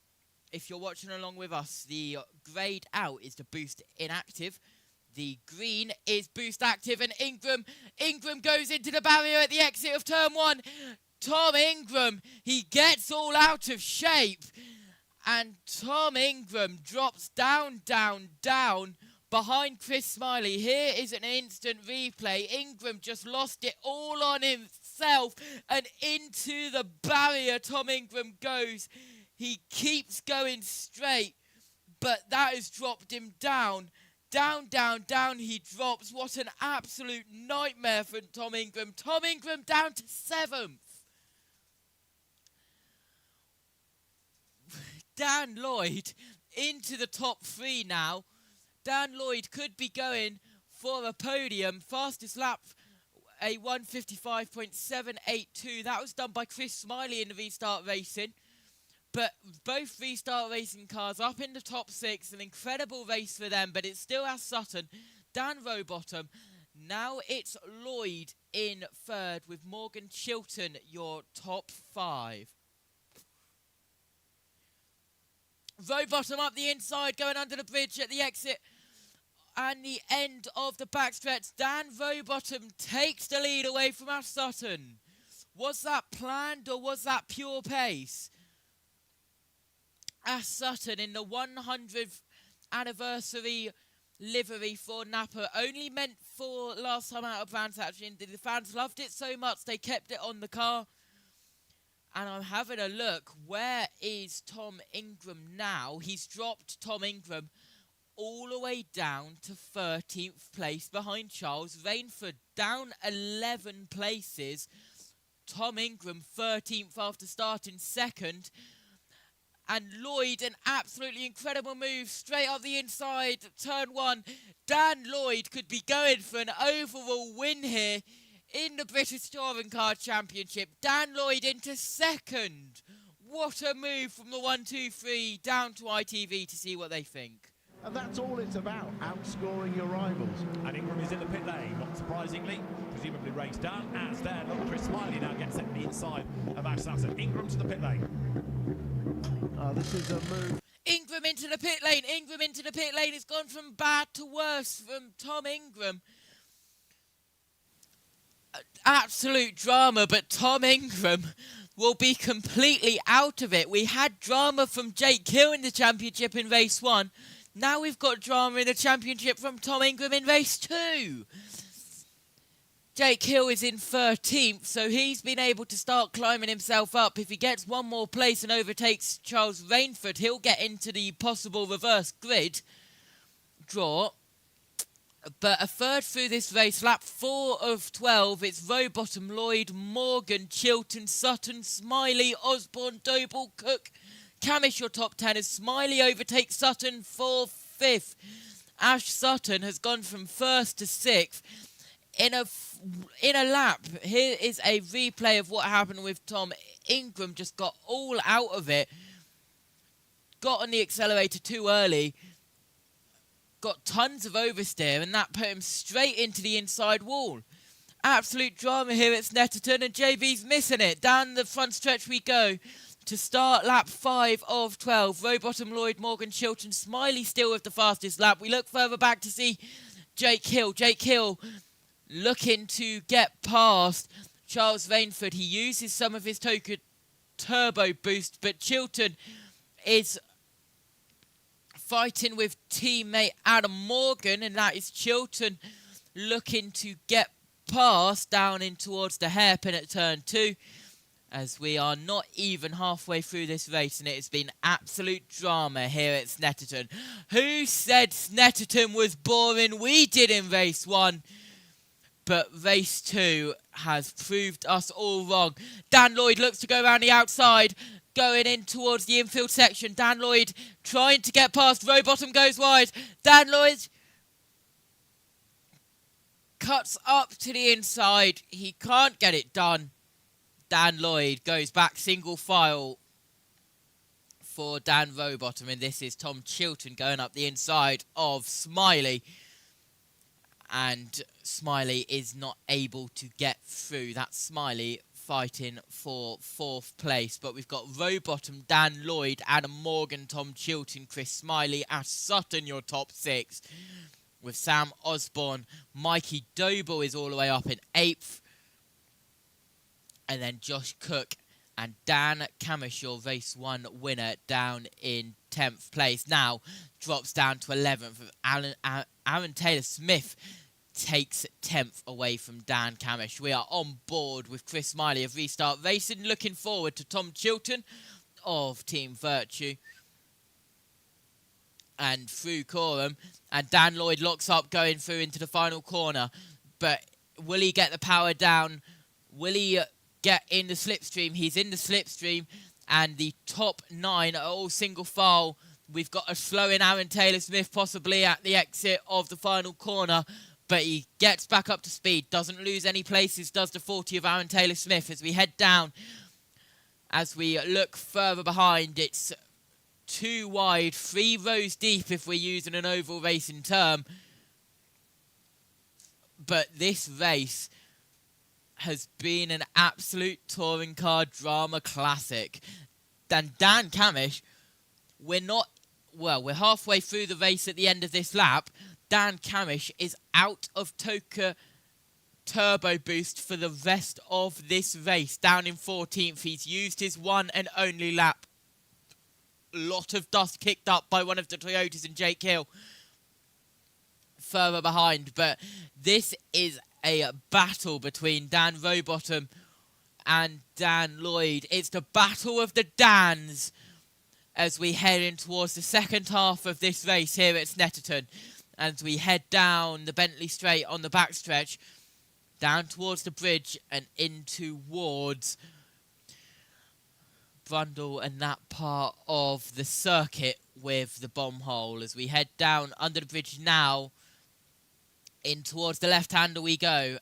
Mikey Doble going up the inside, trying to defend from, that would be Sam Osborne, as I'm waiting to see if that was a proper issue. Oh, Mikey Doble going, oh, wow. What an absolute massive contact mistake from Mikey Doble. Straight off the infield grass on the inside of the bomb hole and Brundle. There was contact there, but Mikey Doble rejoins. So that's what happened there. That's why there was tons of dust. That's why he was slowing. Massive moment for Mikey Doble. Luckily not to be collected as he rejoined the circuit at the bomb hole. Gordon Shedden on the back of Bensley, of course, making his British Touring Car debut. Dan Lloyd looking around the outside at the hairpin at turn 2. Isn't able to get it done. Lap 7 of 12. Rowbottom, Lloyd, Morgan, Chilton, Smiley, Sutton, Doble, Cook, Osborne, Rainford, your top 10. Hill is into the top 12, which means he is available for the reverse grid draw. But who will draw the reverse grid? It's the winner of race 2 who always does it. Will it be Dan Rowbottom or will it be Dan Lloyd? What an absolutely amazing battle out front. We look further behind, and that's Dexter Patterson with Stephen Jelly and Max Hall battling it out, with Bensley just in front. But these 3 cars of Jelly, Patterson, Hall battling it out further back, that would be for 20th, 21st and 22nd place. So even though they're not fighting for the win at all, they are still battling it out like it is for the win, as we are jump on board, picture in picture on board with Chris Smiley, who is still chasing down Tom Chilton for 4th. Chris Smiley still in 5th. Down the backstretch we go one more time into the left-hander at the end of the straight. In towards Brundle we go, down towards the bomb hole. And Dan Lloyd has got 3 more laps of TOCA technical boost left. Rowbottom has only got 2 left. That could be the deciding factor. But Dan Lloyd has been able to keep up with the pace of the Napa Ford. But will he be able to pass it? This is strategy for when they deploy the turbo boost. Black and white flag for number 27. That is Dan Camish. As Hill is pushing Taylor-Smith into the final corner. Hill trying to get past Taylor-Smith. Pushing the back. Isn't able to get past. As Dan Lloyd takes the lead, we cut to turn 1. Daniel Lloyd takes the lead of race 2 here at Snetterton. The 2 Dan side by side. Dan Lloyd up the inside of Dan Rowbottom. And Dan Lloyd takes the lead and keeps the lead away from the Napa. Oh my goodness, what a battle we have between the 2 Dans. We could be here for an overall independent win. Rowbottom around the outside as we head to the infield hairpin. Isn't able to do it. Dan Lloyd keeps the race lead.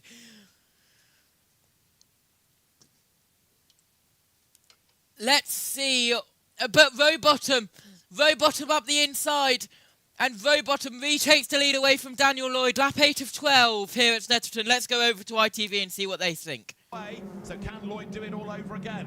Rowbottom lost out, but certainly had the pace in the racecraft and go darting back ahead, and actually on Bentley Straight has gapped him by a couple of lengths. Oh, great stuff, Dan Rowbottom. That's what we like to see. Real fight shown there by Dan Rowbottom to get back. He wants this win. It's great to see.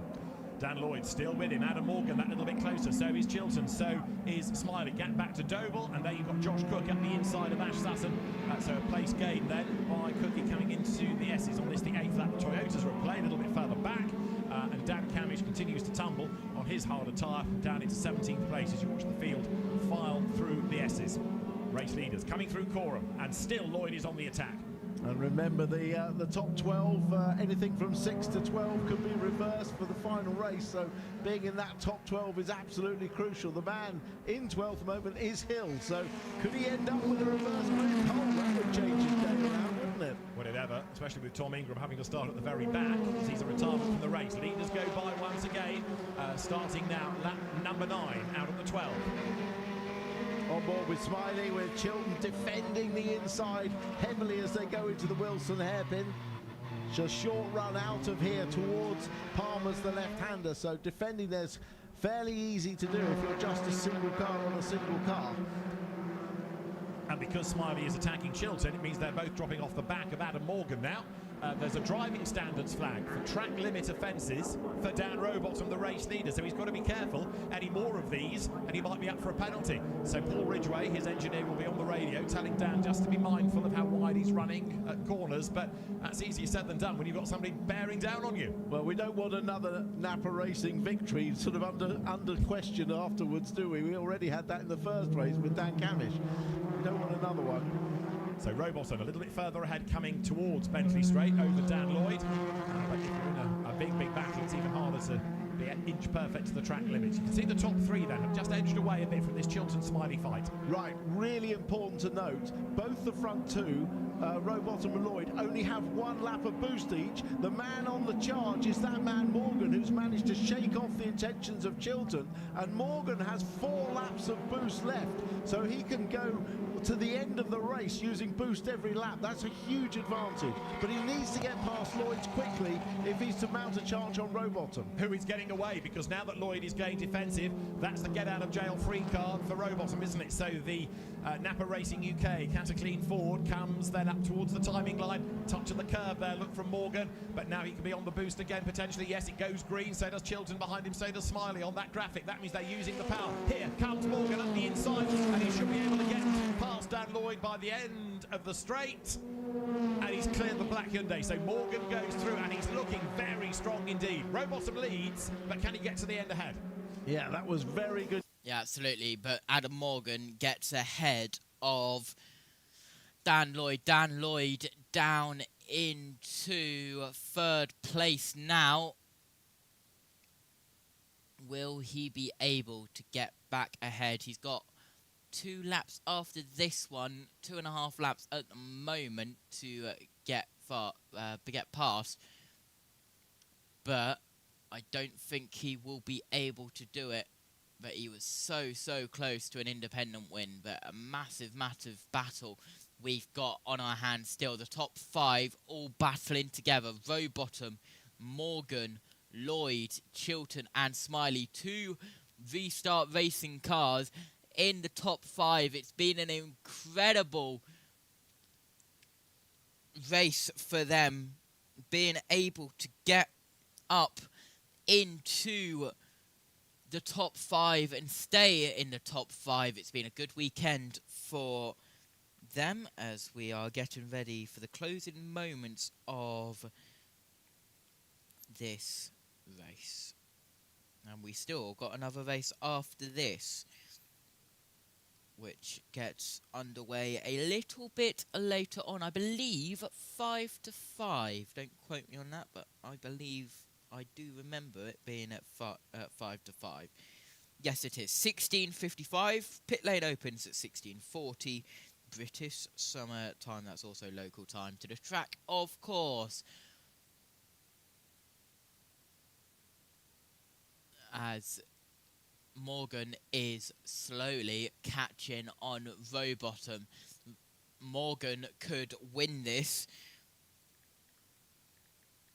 And out of nowhere, Adam Morgan could win this race. Just getting all of the stats up. And if Adam Morgan wins, this will be his first win since Thruxton Race 3 in 2022 in the Car Gods with Sicily Motorsport team. Got a second in Brands Hatch Race 2. Had many podiums since then. But we are getting ready for a possible Adam Morgan win. Rowbottom has to defend with his life. Morgan isn't close enough as we head down the backstretch for the penultimate time. Dan Rowbottom, Adam Morgan, Dan Lloyd, Tom Chilton, Chris Smiley. The current gap is 0.633. The gap history was 0.559. So a tenth has been added onto that, just under a tenth.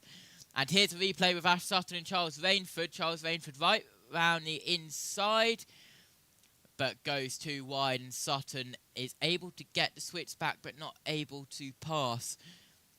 Lap 11 of 12, heading towards the final corner to get the last lap board. Oh, Tom Chilton on two wheels. That slowed him down a lot.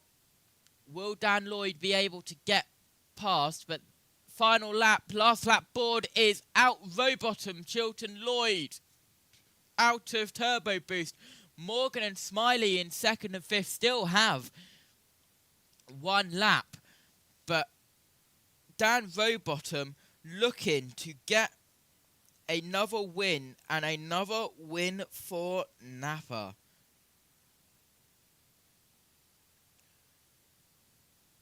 Adam Morgan using his turbo boost in the infield section, trying to get near Dan Rowbottom and trying to overtake.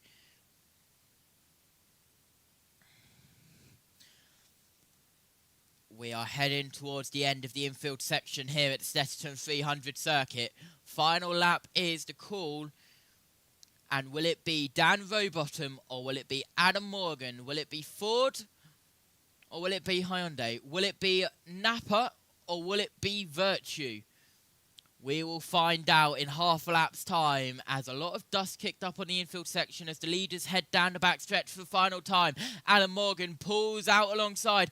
They're side by side. Adam Morgan can't get enough drive, and Adam Morgan slots back behind Dan Rowbottom once again. But we head down into the bomb hole for the final time. If it's going to be anything, it's going to be a final corner dive bomb, and it's going to be a run to the flag. Dan Rowbottom, Adam Morgan. Rowbottom looks like he's done enough in towards the final corner, and Dan Rowbottom heads towards the checkered flag. He flashes his light. Daniel Rowbottom, for the first time since Thruxton Race 3 2023, is a British touring car race winner here at Snetterton. He's had to wait 2 years, but he's got another win, and it's another win for Napa. An incredible battle at the start of the race to the middle of the race. It died out towards the end, but an incredible race. And side-by-side photo finish at the line between Dexter Patterson and Max Hall. And it was Dexter Patterson who got ahead of Hall by 7 thousandths of a second. Patterson and Hall, the gap at the line, 7 thousandths of a second. But winner, round 8 of the Quick Fit British Touring Cars Championship is getting ready. And, well, his second ever win in the BTCC Championship. His first.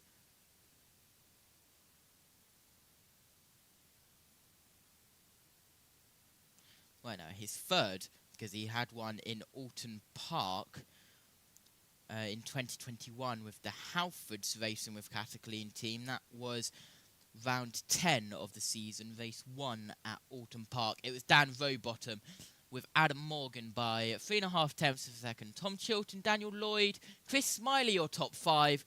And then it's Mikey Doble, Josh Cook, Sam Osborne, Charles Rainford, Ash Sutton rounds out your top 10. And then Jake Hill, 11th. Aaron Taylor-Smith, 12th. Ronan Pearson, 13th. James Dorlin up in 14th for Toyota, 12th, 13th, 14th. Daryl De Leon with WSR in 15th. And then Aidan Moffat also with WSR. But the LKQ Eurocar Parts squad down there in 16th. 17th, Shedden. 18th, Jelly. 19th, Bensley. 20th is Camish. Then 21st, Patterson. And then Max Hall, the gap between them at the line, 7 thousandths of a second, Patterson and Hall. Then Hamilton, Halstead and Tom Ingram did not finish. This is what the Drivers' Championship looks like after that chaotic race for the championship. Ash Sutton leads with 114 points. 10 points behind on 104 is Tom Ingram. Then Jake Hill and Dan Rowbottom tied on 85. Chilton and Morgan tied on 79. Then Camish, 73. Chris Smiley in 8th on 70 points. But Dan Rowbottom flashing his lights, waving to the crowd. And what an incredible race we've had. Of course, open heart surgery in the winter break with that heart condition he has, but that does not stop him at all,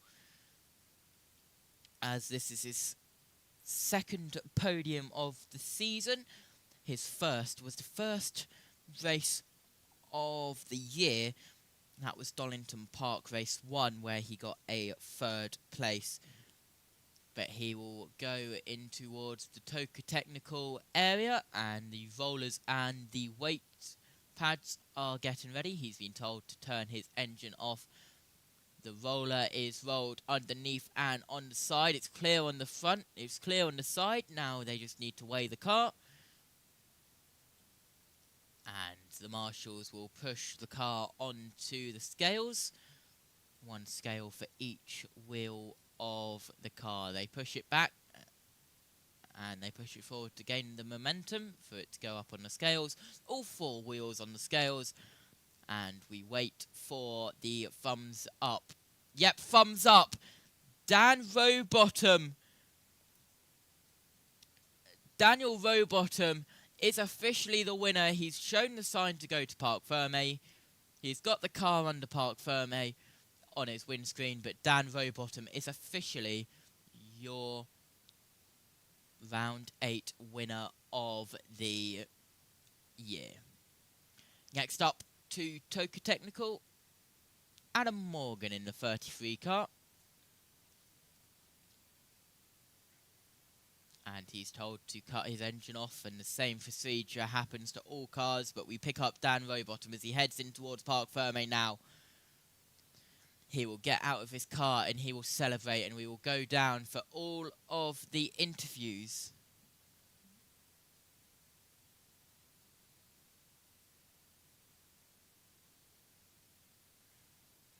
Let's go down to ITV.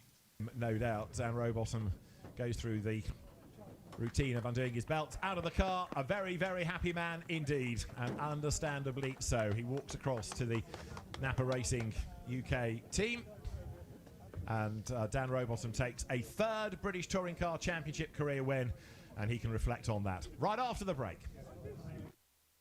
Well, while ITV go for a break, let's go down and join the trackside commentary Toka Live team for their interviews. Pat on the back of their helmet from the team. Everybody congratulating Dan Rowbottom, and I think I'll probably. You want me? Yeah, well, yes, we all want you, Dan. Yeah, okay. Off your helmet can come, and then we'll talk to you.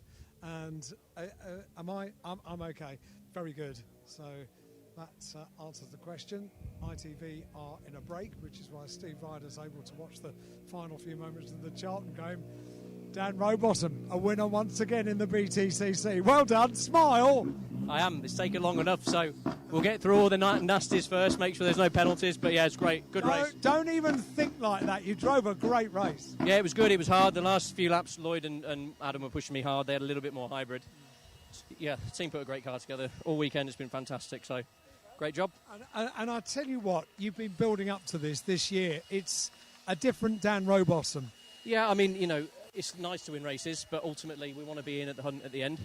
And to be honest, I'd be quite proud if we did that without any race wins, but a race win certainly feels better, doesn't it? So, yeah, no, great day so far. You'll get that moment on the top step of the podium of which there is nothing like it. Exactly. Top man, Dan. Thank you very much indeed. Well done to Dan Rowbottom. Where is Adam Morgan? Because he too is just on an upward trajectory, and it is impressive to watch. So Adam just undoing his earpieces and all the wiring which is connected to the helmet. Off comes the helmet, off comes the hands device, gloves go in the helmet, off comes the balaclava, and I'll tell you what, you, like Dan Rowbottom, are going in absolutely the right direction this year. Yeah, that was mega. I really enjoyed that. I'm really happy. That's a podium, you know, another podium, another good haul of points. I was getting all. It was ever so close. I was getting all the info on the radio, and I was like, right, I'm in a good place here. Just need to save it for another lap. Yeah. And I was catching, and then I made a mistake at turn 5, and that kind of blew it. That was enough. That was enough. He just had the legs on me then, so fair play to Dan. It was a tough race, was that? A super race to watch. You'll enjoy watching that back tomorrow, Bank Holiday Monday. Well, maybe with a gin and tonic or two, who knows? Quite right. You'd have deserved it. Let's see if I can talk to also Tom Chilton, who has arrived down here. Louise Goodman has gone into action for the interview with Robo. Dan Lloyd is out of the car. He's getting congratulated. He'll be on the podium as independent winner, but I'm sure that he sniffed a victory there.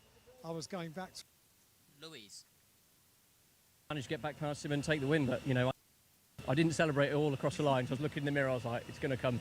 But it didn't, so it was great. Car's fantastic today. It's been great all weekend, actually, so we just keep tweaking and hopefully some more wins. What does this win mean, though? Because you've wanted this very hard, haven't you? What's it going to do for you? Excuse the pun, but it's been a bit of a dry spell. Yeah, I mean, yeah, of course. You know, we do want to win races. You know, my target is to challenge for the title at the end of the day. And if I'm quite honest, I'm not that proud. If I got to Brands and won it and never won another race again, I'd be quite happy. So to pick up wins along the way is obviously fantastic. And it's just testament to how hard everybody worked. You know, it was a really dark weekend at Brands. We really struggled with our car.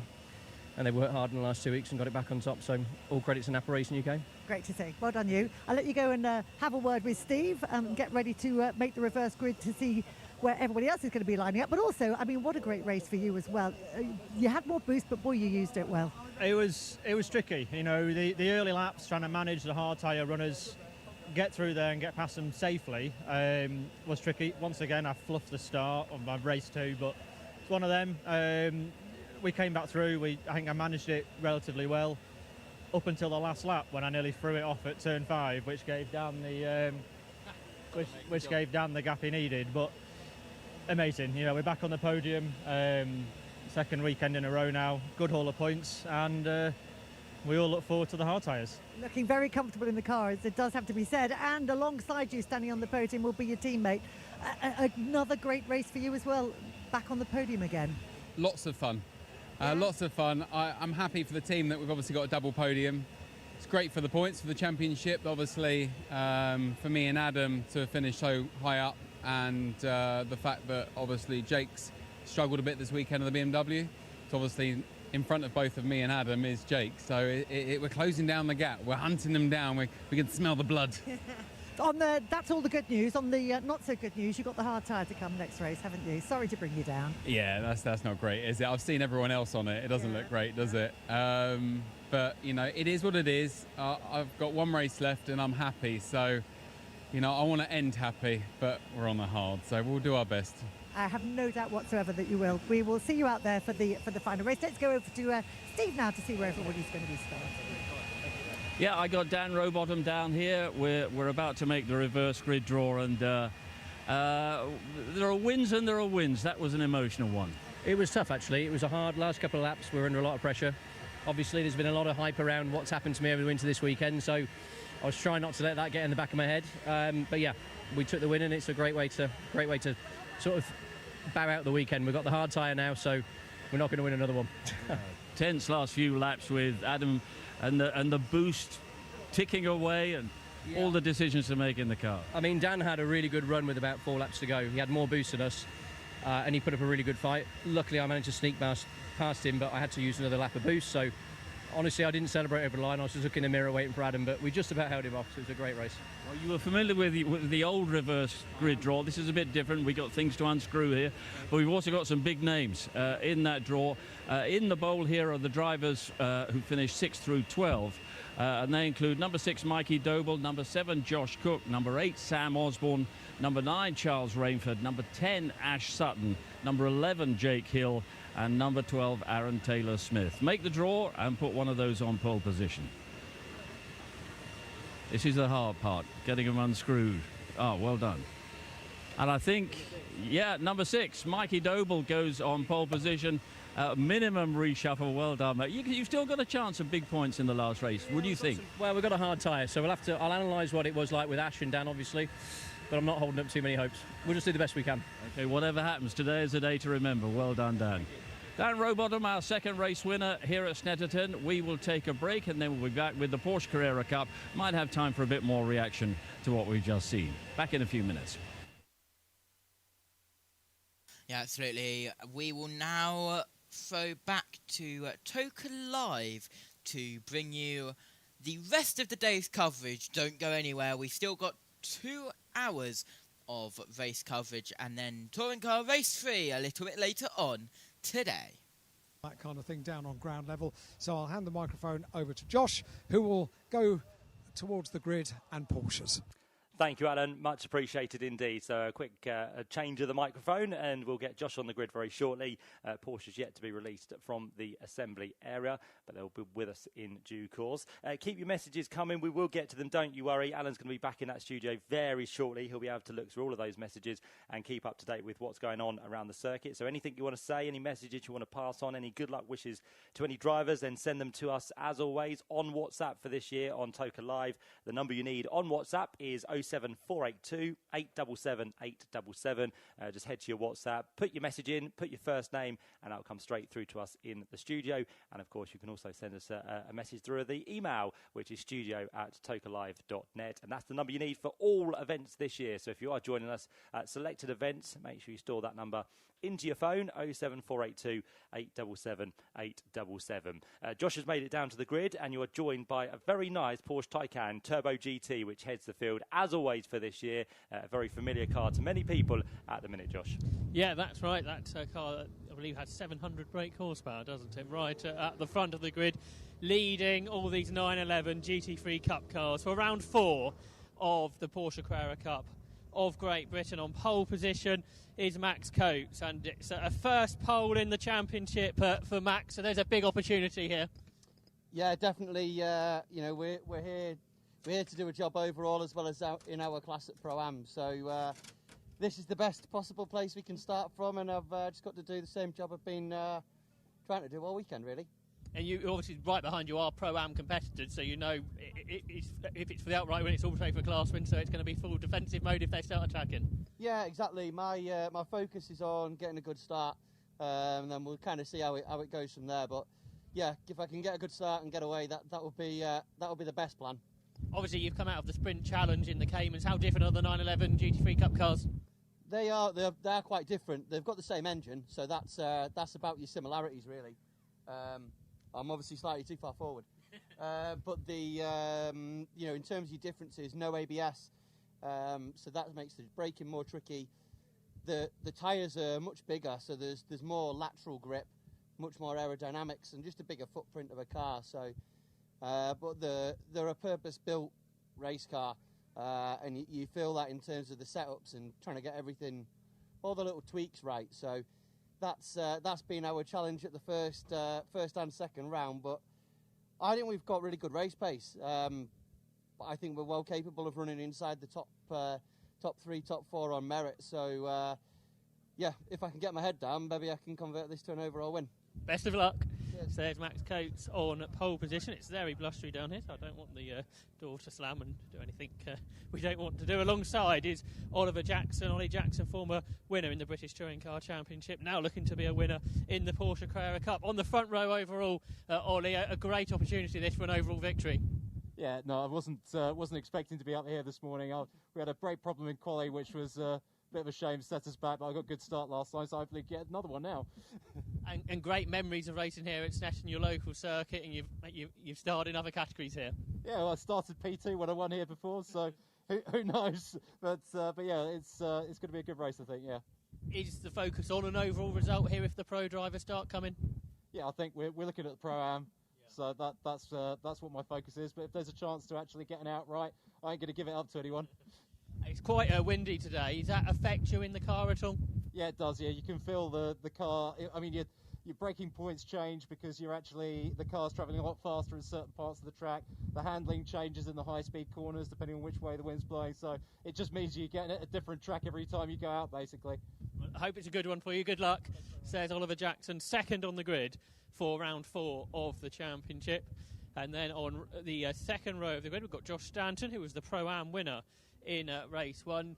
Josh, a great race earlier on. This time, obviously, the reverse grid. This time, it has put the Pro-Am guide you again. It's up in front of you, so there's a challenging race up in front of you. Yeah, it's a bit of a strange situation, really. Normally, you'd start if you win Pro-Am, you'd start the race first in Pro-Am. But yeah, we all had a good race and have ended up at the sharp end. So yeah, looking forward to getting stuck in. Hopefully, we can get a few places further forward like we did in race 1. But yeah, should be a good race. Looking forward to it. Have you sort of got a strategy in mind with the pro drivers behind? I guess if you think if they come through, they might go forward, but then they might not vote the Pro-Am guide, so it's a bit of a difficult situation. Yeah, absolutely. I think go like stink, to be honest. Yeah, foot down, and just because they're a pro doesn't mean they have any right to be in front of me. So I'm going to get stuck in. And you've been racing the championship for a few years now, getting more and more used to this car. Max was saying his first season in the car, they're not easy to drive. No, they're certainly not, and I know I've done it for a couple of years now, but every time you get in it, you learn something new. So yeah, good result in that one, and let's take it a couple of steps further forward. Good luck, hope to see you on the podium. So there's Josh Stanton, third on the grid for round 4 of the championship. Then we move on to the fourth spot, which is Sid Smith, who was on the overall podium in race 1. And Sid, this is an interesting prospect, talking to the other guys. Obviously, they're not in your class, they're not scoring points ahead of you, but if you can't get held up because of your main competitions just behind you. Yeah, I would say this is probably the main thing about Carrera Cup. This second race is a random reverse race, but I haven't done too bad, but it creates a bit of action, and who knows what's going to happen. But all for me, it would be just getting my head down. I'll take what I can take, but you never know what's going to go on, so I'm just going to give it everything. Have you sort of look back at the first race and see anything you can change from how race 1 went? Yeah, there's a couple of factors I went through as a team, just on how I can get more out of the car for longer, and little tweaks here and there. But yeah, we're feeling good. The car's good, so we'll see what we can do. Best of luck. So Sid Smith, 4th on the grid for the 4th round of the championship. Second earlier on was Andrew Rackstraw, and he starts 5th this time, so I'll have a word with Andrew. Andrew, it was a good race earlier on. This race can be very different with the reverse grid. Yeah, we're really chuffed with that P2. We know we're super fast during the race distance, so we're just going to have to try capitalize. Consistency, like I said, is key. That's what we're aiming for, even if it's not a win, but always just being on the podium. So we'll see what happens. These reverse grid races, they've gone in my favor quite a few times. We'll see if it's another one of those races, but most importantly, just staying out of trouble. Can you predict how this opening lap will go, or is it just instinct that takes you around that first lap and finding the gaps? I can tell you now it will be chaos. The fans will love it. The drivers will hate it. But that's the fun of these reverse grids. The skilled drivers always come out on top, so hopefully we're that driver. Well, good luck with it. So there's Andrew Rackstraw, 5th on the grid for this race. Earlier on, it was James Wallace who was the winner in the Porsche Carrera Cup in round 3. Round 4, it's 6th on the grid, though. So, James, this race is going to be a lot more challenging than the earlier one to get to the front. Yeah, I mean, hopefully it's not as lonely as this time. Obviously, pulling out number 6, I've kind of made my work cut out for myself, but hopefully we can emulate the first result. And it was obviously a very good starter in the earlier race, and that's going to be pretty key to how this race goes. Yeah, hopefully we can get a few positions off the start, but we'll see how it goes. We'll play it smart, and yeah, looking forward to it. Do you, in this situation, do you think about the championship, or is it all about this single result? Just taking it race by race at the moment. Obviously, consistency is key, but at the end of the day, it's race by race right now. Well, good luck with this race. And as we spoke to our top 6 on the grid for round 4 of the Porsche Carrera Cup of Great Britain, the countdown is on, ready for our next race. Thanks, Josh. Great work. So all the drivers inside the top 6 spoken to. Find out their thoughts before this second race of the day gets underway for the Porsche Carrera Cup of Great Britain. We had a fascinating first race for the 400th race for the championship. We're now into 401. And as we said, it's very aptly won by the 400 car of James Wallace, who has got work to do, as we just heard from Josh on the grid. But James Wallace will be looking forward and seeing what he can do in the opening stages and see how that all plays out as the 14-lap race does unfold. It could be a maximum of 30 minutes if we do get a safety car interruption, but for this race, we do get a few pro-ams towards the head of the field. So Max Coates is one of those. He'll be battling, of course, with Ollie Jackson and Josh Stanton towards the front. And then the first pro driver is down there in 4th position, which is going to be Sid Smith. So that's how it all looks as the Porsche heads away from the front of the grid. So off it goes on its clearing lap. This is the Porsche Taycan Turbo GT, which has been on display all weekend outside the Porsche clubhouse. So if you want to still see it, you can after this race. The exact vehicle, which, as we spoke earlier, took part in a recent Drive Tribe video. If you haven't seen it, go and see it. It's very interesting, which reunited Top Gear's James May and Richard Hammond as they did the electrified challenge of plane versus car race. A very epic challenge it was indeed, but great to see Richard and James back together.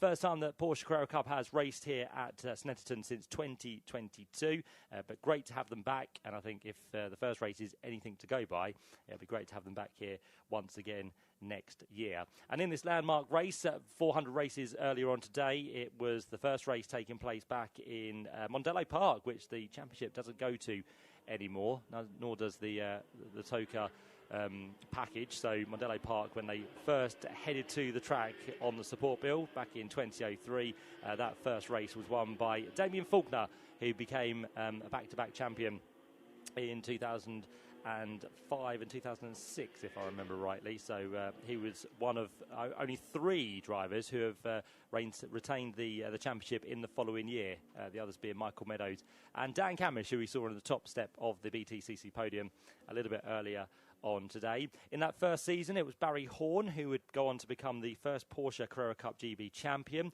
Barry is still around the paddock today. He is the team manager of Team Parker Racing. The Leicestershire team has competed in the championships since the first day back in 2003, and overall they've taken 90 wins to date. So the Porsche 911 GT3 Cup cars head off onto that formation lap. The 510 brake horsepower machines working their way through pretty rapidly just to get the final bit of temperature into their tyres, alongside number 48, which is going to be Ollie Jackson. Second row of the grid will then line up with the third of our prime drivers, which is 59, Josh Stanton. He'll be alongside number 99, Sid Smith, who claimed his first pole position yesterday in qualifying, but unfortunately wasn't able to hold on for the victory in the earlier race. Alongside on the third row together will be number 40, Andrew Rackstraw, joined by number 400, James Wallace, who picked up his first Porsche win earlier today. Then onto the fourth row we'll find the current champion, number 1, George Gamble. He had a bit of a tangle in that first race, so he'll have work to do from 7th on the grid with number 18, Seb Hopkins, alongside. Then onto the 5th row, a great run for the AM driver of Jonathan Beeson. Jonathan picked up his first AM victory earlier today as well, and he'll have the number 52 machine, Angus Whiteside, who headed to Snetterton this weekend as the championship leader, but after his melee in race number 1, he now falls back behind Andrew Rackstraw, but he will be there on the outside of row 5. Row 6 then sees number 10, Will Martin, who was a non-finisher in the first race, alongside number 22, that being Carl Cavers. Then on to row number 7, where you'll find number 58, Henry Dawes, joined by number 94, which is Ollie White. And then the final row of the grid, number 30, William Jenkins, who was a non-finisher in race number 1 as well, and 73, William Paul, the other of our AM drivers, who completes the grid. And as Alan said, if your name was Will in that first race, it wasn't really the name to have, was was it? Because all of those Wills or Williams, unfortunately not finishing the first race earlier today. But looking for something to take away as a positive from this weekend, and the likes of William Jenkins and William Paul from the back, and Will Martin from 11th on the grid will only be looking forward over the next 14 laps of this race. So formation lap now to a close. Max Coates brings his Duckham's liveried Porsche onto pole position alongside the Martini liveried car of Ollie Jackson, although in a different colour to the normal Martini colours. It's the yellow machine that we have of Ollie Jackson. Then you've got the blue, purple and pink machine of Josh Stanton, and then the very exuberant green recycling green and white car of Sid Smith on the outside, and then you've got the Rosling Gold Century Motorsports number 40 car of Andrew Rackstraw alongside the all-pink machine of James Wallace. But here we go, 14 laps of racing to look forward to for the second time today for the Porsche Carrera Cup of Great Britain. Lights go out, and a good start from Max Coates and a good start from Josh Stanton as well on the second row of the grid. So Josh is already alongside and possibly past Ollie Jackson into the run to the first corner. And he should be able to take the place away, which he does. So Ollie Jackson not able. And there's contact. James Wallace, our earlier winner, is that who goes round and into the Armco barrier. So James Wallace, by the looks of it, has had drama. He's going to rejoin at the tail of the field. But whether there's any significant damage after making contact on the front radiator, we'll have to wait and see. But not what James Wallace would have wanted from highs and lows in motorsport. You win one, and then, unfortunately, you find yourself at the back for the next one. So he has now definitely got work to do if that car is not damaged. But out front, Max Coates leads the way. Josh Stanton second, and Ollie Jackson from the outside of the front row is now into third place. Further back with a bit of a gap is going to be Andrew Rackstraw, who is already ahead of Sid Smith. So he's made good progress off the start. And then I think George Gamble will slot himself into sixth place as they run down in towards the right-hander of Oggies for the first time. And then they'll be joined by Seb Hopkins. And Will Martin looks like he's made a good start up inside the top 8. So that's how the order looks currently as they file their way through in towards the right-hander of Williams. And Wallace was collected by Sid Smith. Sid then got a bit of a tap from Andrew Rackstraw. And I think there was the smallest of contacts with the Armco for James Wallace, and possibly the underskirt of the front splitter might be missing as well. But whether that harms his pace, we'll wait and see. He's got a long way to go in this 14-lap race as Josh Stanton's now wide through the bomb hole, which allows Ollie Jackson to get back through. So Josh Stanton for 3/4 of the lap was in second, but then with that small mistake has just allowed Ollie Jackson to get through. So shuffling of the order for second and third. Andrew Rackstraw now onto the tail behind them, very close as they accelerate from Murray's up towards the start-finish line to complete lap number 1 of the race, and the lead for Max Coates is to the extent of just under a second, by 600ths of a second actually. So that's how big the gap is between the top two. I think James Wallace is already trying to make a move back through the order, so he looks down the inside of William Paul, and that'll be him past the AM driver, so not too much of a problem to get past the slightly slower AM driver. So James Wallace is making progress. Doesn't seem to be too much damage to the car then, but we'll see how it, as I said, works out through the next 13 or so laps. But the leader, Max Coates, on his way down towards Agostini. Ollie Jackson is second in that number 48 machine, and Josh Stanton sits third, and it is still the 3 cars out front that are all from the Pro-Am category. So they might be professional amateurs, but still seem to be slightly better than the professional drivers at the minute as they work their way through on this second lap. We've got the medical car, not anything to worry about. It's just heading out the pit lane into its place near the scrutineering bay, so that is nothing to worry about as the leader now works his way through Williams. It seems to be that Ollie Jackson now is starting to have a big train behind him here, because all of a sudden everybody now starting to queue up behind our second place car. So Ollie was able to get the job done on Josh Stanton, but now he seems to be just under pressure from all of these other drivers as they head down the back straight. Andrew Rackstraw has a little bit of a look to the inside in towards Brundle. He needs to be careful not to make a move and then leave the door open, because Sid Smith in the 99 machine is fairly close as well there. So the Team Parker Racing driver eager to get back up the order after losing that spot to Andrew Rackstraw, and of course that may have come after that little bit of contact with James Wallace, so it just kind of backed him off through the first corner, and we get a brief look there of James Wallace's car, but again not a long enough look to see if there is any damage to it. But it continues to be carrying on his way. So we'll see if he can make the move now on Cole Cavers as he works his way towards the line. Let's have a look at the front of the car. Doesn't look too bad, actually. I think from here he should be okay. And as I said, just managed to jump on those brakes to make sure that he didn't have heavy contact with the Armco on the inside of Ritchie. So we'll see what progress he can make and how far he can get up the order. Meantime, Rackstraw now all over the back. He's crawling on the back of Josh Stanton. He's flashing his lights as well. So again, if he can put a car between himself and a fellow category driver, then that would be good news for Andrew Rackstraw as he comes into this race. He is now the championship leader after that good result in race number 1 today. So Andrew Rackstraw now moves to 26 points, just 2 points clear of James Wallace, but he might be about to lose the place to Sid Smith here because he gets a bit of a wide run through the left-hander of Agostini. And again, we've said multiple times, it's quite rare that you go side by side through Hamilton, but they almost did it there. But Sid Smith at the very last minute just backed out. So he then sits behind Andrew Rackstraw. In doing so, he was almost then under pressure from George Gamble in that number 1 machine, but then George had to back out of it, and Seb Hopkins comes onto the tail of him. So it's kind of a knock-on effect. If you have a moment, then the car behind seems to want to pass, but then has a moment at the same time. And here comes Will Martin now for a move down the inside in towards Brundle. It's very late, but Will Martin makes the move very nicely indeed. Seb Hopkins doesn't fight it too much, although they are both in the same class as Pro, but Seb Hopkins didn't quite have the line covered there. So Will Martin takes the place away and moves now up into 7th position.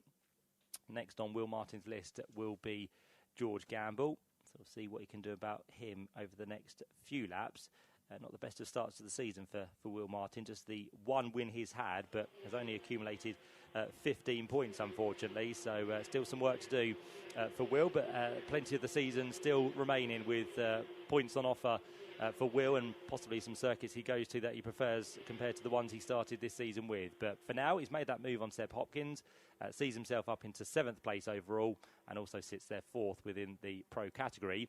Max Coates, though, the man out front, continues to lead by an extended 2.2 seconds. And one of the reasons for that is he's just gone and done the quickest lap of the race, which is a 1:52.023. So that is the quickest lap we've seen so far in this race. Compared to earlier on, it was a 1:50.748. So still time to go to do that. But in its class, it was Ollie Jackson who did a 1:51.4. So he's not too far away from that one as it stands. But still, doing a good job is Max Coates. And again, this will be the result he needs to get his kind of championship campaign underway for 2025 after, again, not the best of Donington Park rounds. We said that about quite a few of the cars so far this weekend, but I think most of them did struggle at that opening meeting. But for some, things looking better this time round. On lap number 4 we go. Down the back straight for Ollie Jackson, still in 2nd place. Josh Stanton sits in 3rd. Andrew Rackstraw now seems to have shaken off the attentions of Sid Smith once again, so he's got kind of eyes focused forward rather than his rear view mirror, so he can focus on those 2 Pro-Am drivers up the road who still continue to be ahead of the Pro drivers. So Coates, Jackson and Stanton, bear in mind, these are Pro-Am drivers, but the way the competitive nature of this championship has come over the more recent years, it does mean there's not really a lot between Pro and Pro-Am, so they continue to fight their way and hold their position on the overall podium. Sid Smith still trying to close that gap of Andrew Rackstraw, but it's now pretty equidistant between the 2 team cars either side of him. So you've got the 2 Roslyn Gold by Century Motorsport machines ahead and behind Sid Smith as they turn in towards Ritchie's. Will Martin still there in car number 10 in 7th place. And then the first of our rookies is Seb Hopkins, who sits in 8th position. What of the progress of Will Jenkins? Well, he is now up into 12th place from pretty much the back of the grid. He remains the 2nd of our rookies within the field, but he does find himself ahead of all bar one of the AM competitors. So again, it's becoming hard, isn't it? Because you think of a Pro-Am driver should be ahead of an AM driver, but that's not the case these days. And Jonathan Beeson is doing a grand job to keep himself in the top 10 overall, and he's ahead of a couple of Pro drivers and also a couple of Pro-Am drivers there. So Beeson having a really good weekend. First victory in class for him earlier on today. So Beeson is looking for the double. He sits ahead of Cole Cavers and William Paul, who's at the back of the field at the minute. And those cars just working their way now down through Oggies, and then onto the fast right-hander, which leads onto the back straight on this 5th lap of the race. And on that previous lap, it was George Gamble who took over as the quickest driver in this second race of the day, because he did a 151.783. So now that puts him half a second adrift of Sid Smith. Not really looking to make a move in towards Nelson as the sun continues to shine here at Snetterton, so the day has very much improved from the few sprinkles of rain we had earlier on, but now almost perfect conditions with heavy wind today, as we said, but sunshine and making the track a lot warmer for the drivers. Angus Whiteside, he's had a bit of a struggling weekend, hasn't he, after, for him, a good Donington Park, where he left there as the championship leader, but he's come here and that form hasn't really continued. So Angus, he picked up a second and a third, very consistent finishes at Donington Park for the opening meeting, but earlier on today he only picked up 3 points. So for the Century Motorsport driver, he now falls to 4th in the championship behind Sid Smith, James Wallace and Andrew Rackstraw. So again, it's the highs and lows of motorsport, where one weekend can be good, the other one where it's not kind of your circuit can really drop you away from the contenders around you. But within Porsche racing, it is quite even, and in terms of the championship points, you don't get that many points available for race number 2 as you do for race number 1, so it can very quickly turn on its head, and probably at the end of this race it's going to turn again, whether that be in favour of Andrew Rackstraw or whether his other championship protagonists can try and work their way through. One of those trying to be James Wallace, who is still down there in 15th place, so just wondering if there is a bit of a niggle with that car. But I just think it's the competitive of the nature of the field this year, that all Pro-Am and Am drivers are very evenly matched, so there's nothing really to choose between them. And in fact, the top 15 in this race, with what is now almost 6 laps completed, are covered by less than 12 seconds. So there's nothing apart from the lead gap, which has a kind of a gap between it. So, yeah, Max Coates is the man who stormed away with a 2.1 second lead. Almost there a move from Andrew Rackstraw, but I think he's just been compromised out of Nelson. So Sid Smith now straight back on the tail. You've got George Gamble starting to line up for a move as well. So all of a sudden, Rackstraw was going to try and go for a move on Stanton. That's just delayed it, and then brought all those cars behind back into the equation once more. But Josh Stanton now starting to fall away from that of Ollie Jackson. We've got George Gamble all over the rear of Sid Smith for 5th place as well. So it's going to be a drag race up again towards Richie's corner. Who's got the best of the braking abilities as Sid Smith thinks about going defensive. George Gamble does have a brief look, but again, with these cars running some serious top speed, there's hardly room to make a move down towards Richie's corner unless you're mega late on the brakes. But down towards the Wilson hairpin might be a different story, as Rackstraw looked, Sid Smith also had a look, and George Gamble was also having a look at him. So 3 all vying for positions which didn't quite come in the end. And behind, we've now got Angus Whiteside trying to squeeze his way past Seb Hopkins. He might have just put him offline in towards Palmer. So on the exit of the corner, is there going to be a chance for Whiteside to get through? He'll think about the outside run down towards Agostini, and ahead of them, Will Martin is trying to phase out of a position George Gamble, but I don't think that's quite going to work for the champion from 2024. So George Gamble holds on to what will be 6th position in the number 1 car, but again, nothing to choose between 3rd, 4th, 5th, 6th, 7th, 8th and 9th places. So it's a long old line, which is almost joined now by Jonathan Beeson, actually. So Jonathan there about 2nd to a second and a half adrift. So he is, again, trying to catch on to those cars ahead. And if he gets a good run and a good tow down the Bentley Straight, he might just be able to make his way there. So Jonathan Beeson having a wonderful run here at Snetterton today as he works his way now under the bridge. He's got Ollie White behind in the number 94 machine, and then behind that you'll find Will Jenkins and Henry Dawes. And then further back, James Wallace still not making a move on Cole Cavers. So the AM driver keeping the Pro at bay for 14th and 15th position.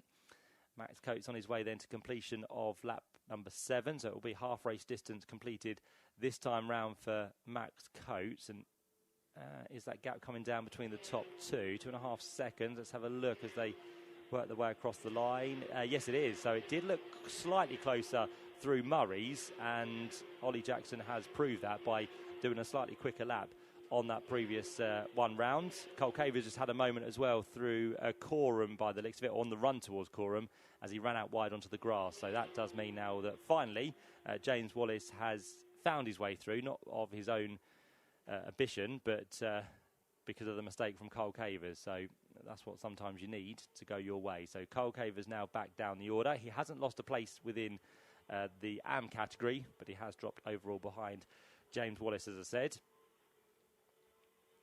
In towards Agostini, there goes our third place driver, which is Josh Stanton. I'm just wondering again the tyre situation, because as we said, you get 3 brand new sets of tyres for this championship per weekend. The majority of the drivers will use 2 of those sets for qualifying, which then only leaves you 1 for the 2 races on Sunday.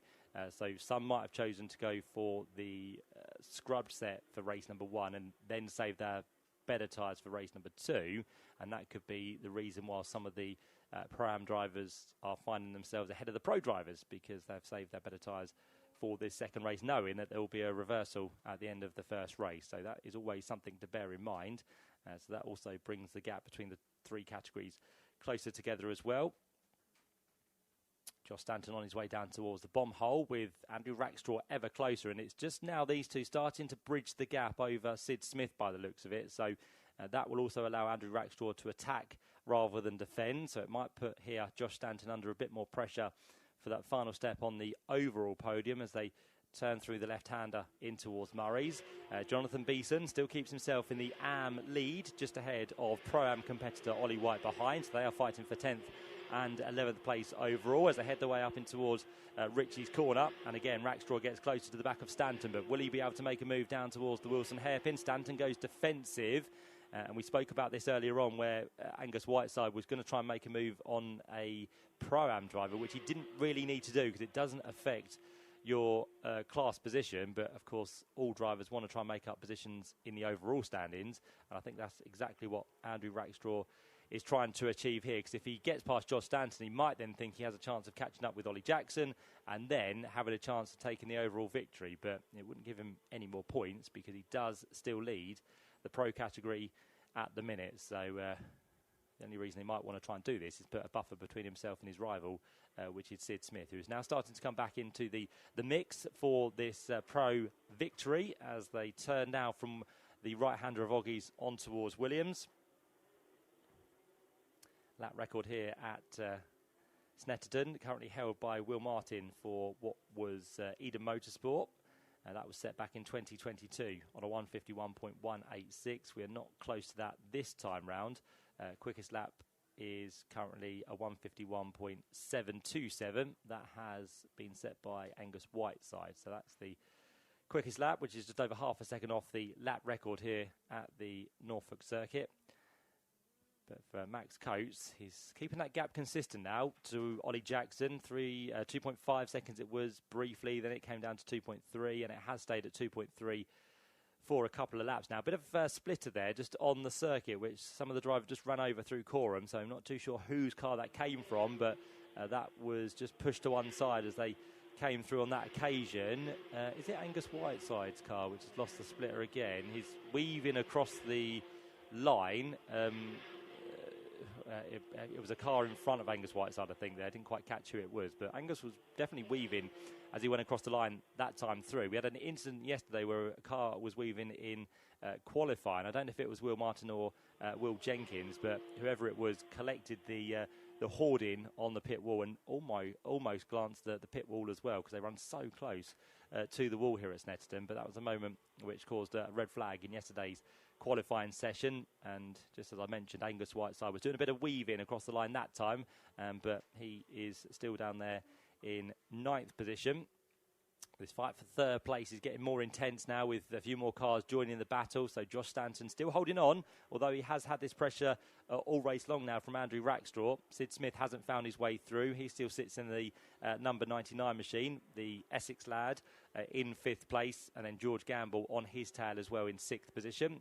7th place is Will Martin, with now a gap of just over a second between him and Seb Hopkins, who is behind, and then Angus Whiteside. And Jonathan Beeson has now caught that gaggle ahead. So Jonathan Beeson has taken with him Ollie White, so they've just about caught up to the tail of Angus Whiteside as they turn now through Brundle and Nelson. You can see on the big screen just coming into shot there. So through into the right-hander they go. And Jonathan Beeson, to be fair, is actually putting a lot of pressure on the pro driver of Angus Whiteside. So whether this is Angus just not being on form or the car has a bit of an issue, but whatever it is, Jonathan Beeson has really upped his game this weekend after taking his first victory in the AM category earlier on today. He's now looking to get himself past what was the championship leader prior to the first race of the weekend. So Beeson on the charge now, still taking with him Ollie White. You've got Will Jenkins about 2 seconds adrift as he comes across the line to complete lap number 10 of the race, and on to lap number 11 goes the race leader Max Coates, who has continued to extend his margin now, because we're out to 2.6 seconds between Max and Ollie Jackson in second place. Black and white flag has just been shown to George Gamble, so the number 1 machine has received his first track limit warning. As we say, you've got to be careful not to do too many of those, because 5-second penalties will start to be handed out if these cars continue to go over the edge of the circuit. But for now, it is just a warning for George Gamble as he works his way on towards the left-hander of Hamilton. And it's quite nice, actually, that this race has had quite a bit of sunshine, because for this year, Creative FX has become a new partner for the championship. They supply vehicle wrapping and decal services to the Porsche Motorsport GB family, and you can just see what a great job they have done, because when we get some of the great liveries within this championship, they do really stand out when the sun shines down on them. So great to have Creative FX as a partner for this year. But who is going to leave this weekend as the championship leader as it stands, with the position that Andrew Rackstraw finds himself in now, looking for a second class victory, second pro victory of the season. He would be the man to potentially take the lead off to the next round, because from here at Snetterton we head to Thruxton, the ultra-fast Thruxton, where Porsche Carrera Cup of Great Britain will be going next. So in 2 weeks' time we'll be down there in Hampshire, and the rest of the season will be up north with Croft and Knock Hill. We go back to the Midlands with the Donington Grand Prix circuit in August, and then the short, sharp Silverstone National Circuit in September, and then they round off that season at the Brands Hatch Grand Prix circuit in October, where hopefully the championship will still be up for grabs for quite a few drivers. It went all the way to the wire last year. It was a fantastic battle for quite a few of the drivers. A majority of those were BTCC stars, the likes of Stephen Jelly and Dan Lloyd, George Gamble, who's been a touring car driver in recent years. So all of those are back in the championship once again. And what a great show they did give us throughout the course of 2024. And once more this year, the competitiveness of this championship is absolutely up there, like many years gone by. Might not have the full complement of cars we'd like, but still the actual competitiveness of the drivers is incredible. As I said, very close between all the Pro-Am and AM drivers, especially here this weekend. There goes our AM leader, Jonathan Beeson, still out front at the minute. He's got Cole Cavers further back now. He's behind 3 Pro-Am drivers, and also a Pro driver is Cole Cavers. So that is the gap that we have between the two in the AM category. Pro-Am still being led by our overall race leader, which is Max Coates. He hasn't been challenged, although the gap has come down across the course of the previous lap. Not by a huge amount, just by a couple of tenths of a second. So now 2.3 seconds between Max Coates and Ollie Jackson, and the Pro class still being led by Andrew Rackstraw, who's had Sid Smith pretty much behind him since the start of this race. Just 7/10 of a second between those two, with George Gamble now 4/10 of a second back in what's going to be 3rd place in class, but 6th place overall. And is this Andrew Rackstraw's chance to get through? He's been hassling every single lap, hasn't he? This is the closest he's been for quite a while, though. So Andrew Rackstraw on the drag to the line. Can he get the job done on this occasion? He doesn't want to try anything stupid, because if he does, it could then compromise a victory within the Pro class. He tries for the outside line in towards Richie's corner. He'll then try and do the cut back, but can Josh Stanton get to the inside first? He does, so the door should be shut. There's a little bit of a brief look for Andrew Rackstraw, who then goes to the outside in towards the Wilson hairpin. But if you do that, you might well leave the door open for Sid Smith to close his way in and past, but he doesn't. So Rackstraw just about gets that door shut from his nearest competitor within the Pro category. But Andrew Rackstraw, for some reason, is determined to get past this Pro-Am driver, isn't he? Because he wants to see what he can do about Ollie Jackson up the road. Time is starting to run out for these drivers, because we are now on to the 13th lap of the race as they turn in towards Agostini. Back end just wanting to step out there on Josh Stanton's number 59 machine, but Andrew Rackstraw definitely putting the pressure on, but that was very close to him leaving that door open, as I said, and with that, Sid Smith could have gone through, and that would have been a man who took over the lead within the pro category, but it's not the case, and Andrew Rackstraw fights for another day as he turns his way now for the 13th time onto the Bentley Straight. Sid Smith and George Gamble still in tow. Will Martin's probably about 2 to 3 car lengths back at the minute, so not really in contention to make a move on this lap is Will Martin. And then Seb Hopkins, Angus Whiteside and Jonathan Beeson still complete the top 10 as they head under the bridge and down towards the old S's there at Brundle and Nelson. Max Coates continues to keep the gap over 2 seconds between himself and Ollie Jackson, but for Max Coates this is looking like a very good class victory, but more importantly this is going to be a fantastic overall victory as well for Max Coates, who so far this year within class has only had 2 podiums, that being a second and a third, so he would complete the trio here this weekend if he can hold on to this Pro-Am lead as he goes through now onto the final lap of the race. So up towards Ritchie's goes Max Coates, he looks good, and Ollie Jackson looks good in second, but what about Josh Stanton doing his best with the JTR run Porsche there in third place to hold on for what could be his 4th podium of the season within class, but he would love to have an overall podium at the same time as well. So Andrew Rackstraw continues to push. The man from South Africa now flashing the lights down towards Palmer.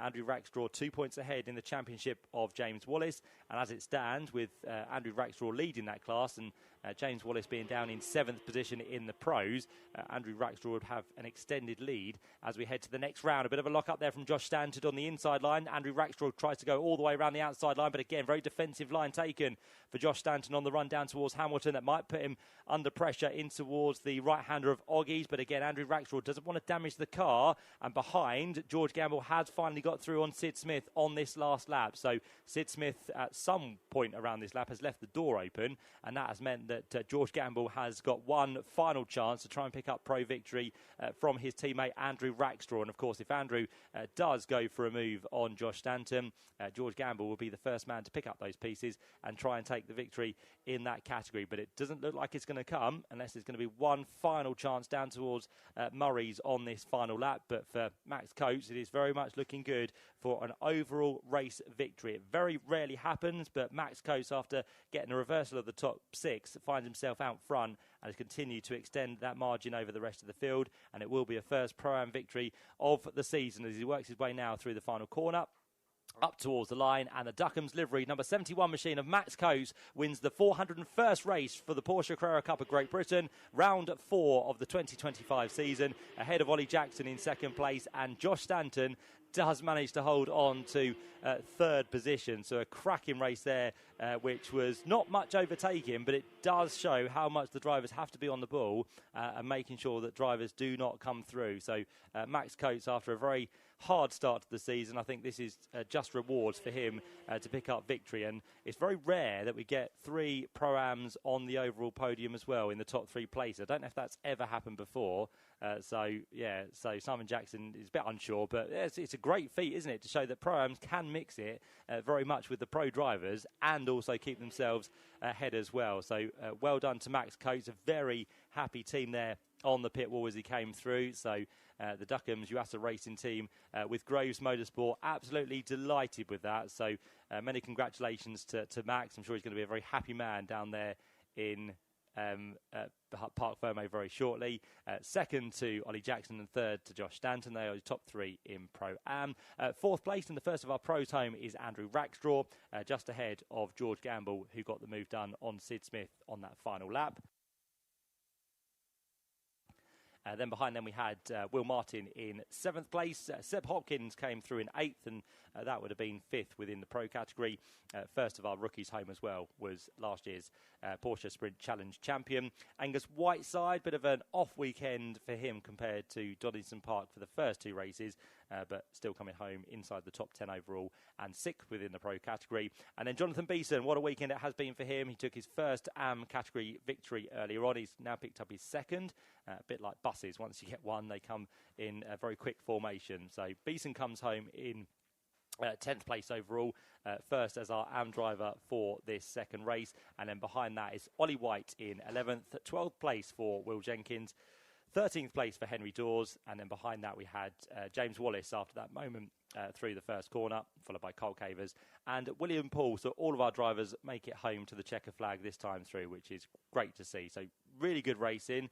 As I said, not much overtaking, but it just shows how much of a competitive championship the Porsche Carrera Cup of Great Britain is once again this season. And Max Coates, after starting from pole position, he's still excited, he's still celebrating. I think he's going to be celebrating long into the evening here because Max Coates very much deserves that. A lot of effort goes in, not just from the driver, but also from the team as well. So old habits die hard, I'm afraid, Matt. So don't cross to me for a little while because I want to go down to Parc Fermé and congratulate the drivers. Absolutely fine, no problem at all, Al. So yeah, Max Coates comes into the pit lane. There'll be a big cheer, I'm sure, from the team as he makes his way through. And Max Coates, all being good, will be down there in Parc Fermé to celebrate in style. Thumbs up from everyone, pretty much, that he's seen on the way to the pit lane, from marshals, from team personnel, from media, from photographers, from championship organisers. But yeah, Max Coates comes in as our victor from the Pro-Am category and also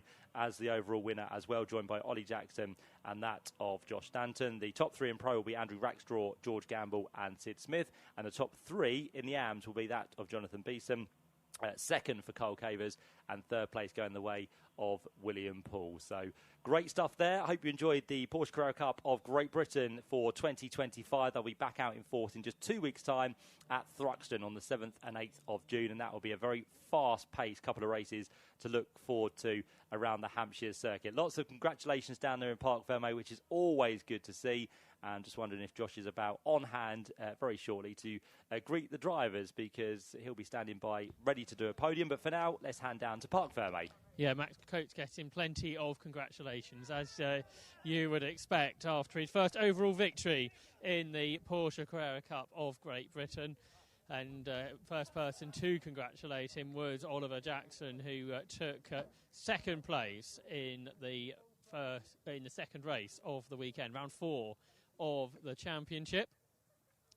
And it does mean they will be not just one podium, which will feature those three drivers, but 2 podiums, because we will have the Pro-Am podium and we will have the overall podium as well. For what you were suggesting, Matt, I think it does seem to be that is the case. First time that has happened, because there were discussions exactly how the process will work in a few moments' time. So Max and co will be off to speak to Louise Goodman with the ITV interview. So we'll see who we can speak to here on Toka Live.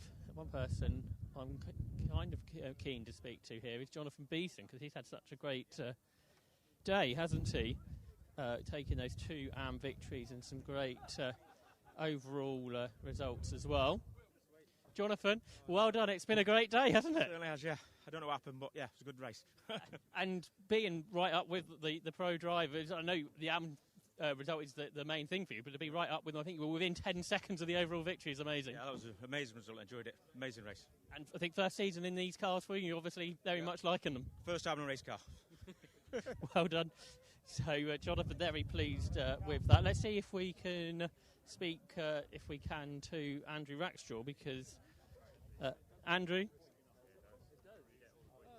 obviously not an overall result, but the points of the pro class, and that's what matters, I guess.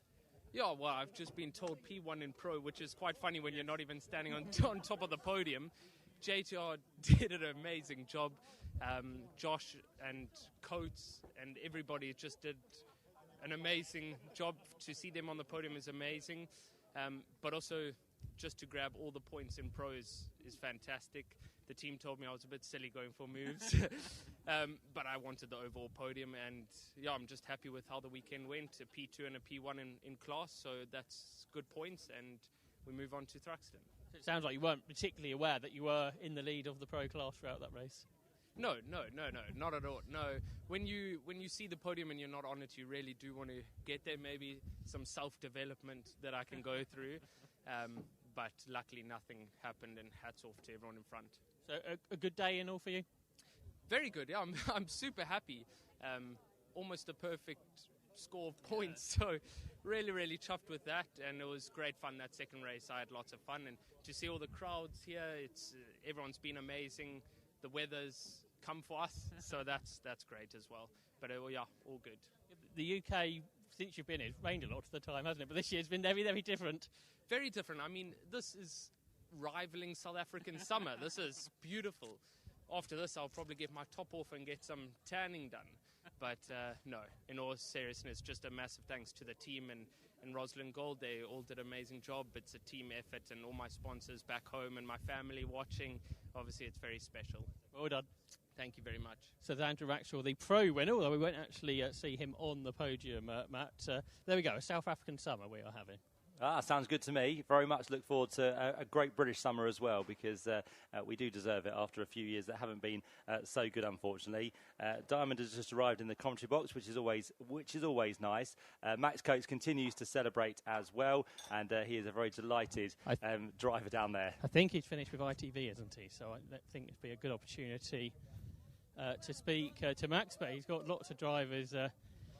Lots of people want to congratulate him, firstly, from Graves Motorsport, but it'd be great to speak to Max, because it's a big winning. I think you've finished with ITV, haven't you, Max? So I think so. Well done. Me again, I don't know. What a race that was. That went really, really well. Yeah, well, I said to you before, the plan was to get a good start and disappear off up the road, so that was what we did. And was that one of the easier ways to win a race, or was it still difficult making sure you didn't make any mistakes? I'd say the first 6 laps or so were relatively plain sailing, and then the mind starts to wander and you start to pick up the odd mistake. So, you know, half an hour is a long stint to be out there on your own, just pounding the laps in, trying not to make a mistake. So, probably from lap 6, I started to think, we've got this. I thought, there's a lot of people around me who are a lot more experienced in Carrera Cup than I am. Are they saving a tyre for the end that I don't know about that we got to do here? So, thought, okay, don't go too nuts. We need to make sure we conserve a tyre so that there's something left. And I had no idea, there could have been a safety car or anything, especially on a reverse grid race. You got somebody who's rapid like Will Martin coming through from the back. So, it was, it was still really tough. Well done, congratulations. Thank you very much. So it's Max Coates, the winner of round 4 of the Porsche Carrera Cup of Great Britain, and we are all off to the podium. Beautiful stuff. Thanks very much, Josh. Yep, so podium to look forward to very shortly. One more support race coming your way as well in just a few minutes' time. That's going to be race 3 for the Vera Tools F4 British Championship, certified by FIA. And then we start the build-up to the final race of the weekend for round 9 of the Quick Fit British Touring Car Championship. I've just seen some traffic cones, so on that note, let's head back to the Toka Live studio. Yes, a jolly stag weekend being had by all, I think, at Snetterton.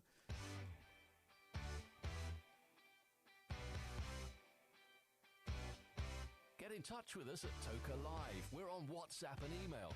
Add the number 07482 877 877 to your WhatsApp contacts, or email us at studio@tokalive.net to get in touch. Say hi to someone, wish someone a happy birthday, or wish a driver good luck. Anything you like, get in touch now with Toka Live. And you've been doing it all afternoon. We haven't had a chance to catch up with everything. Got a great picture. This one says, loving the commentary as always. Jason is proudly wearing his 1997 Vauxhall T-shirt. Just wondering if anyone else has vintage merchandise. Keep up the great work. That comes from Jason and Abigail as well. I can hear in the background they're getting ready for what is going to be a great celebration down there on the podium. This one says, hi, can you wish a happy 13th birthday to Evie and happy 48th to her dad, James, rocking their Quick Fit hats and loving the racing today. Thank you and happy birthday. I just want to shout out for our son, Joel, who celebrates his 18th birthday this week and is here with his girlfriend, Bethany, who is at her first BTCC race. Love from Mum and Dad. Are we ready with a podium? We're pretty much there, Alan. We're ready. We're all good to go live, are we, on Toka Live with the podium?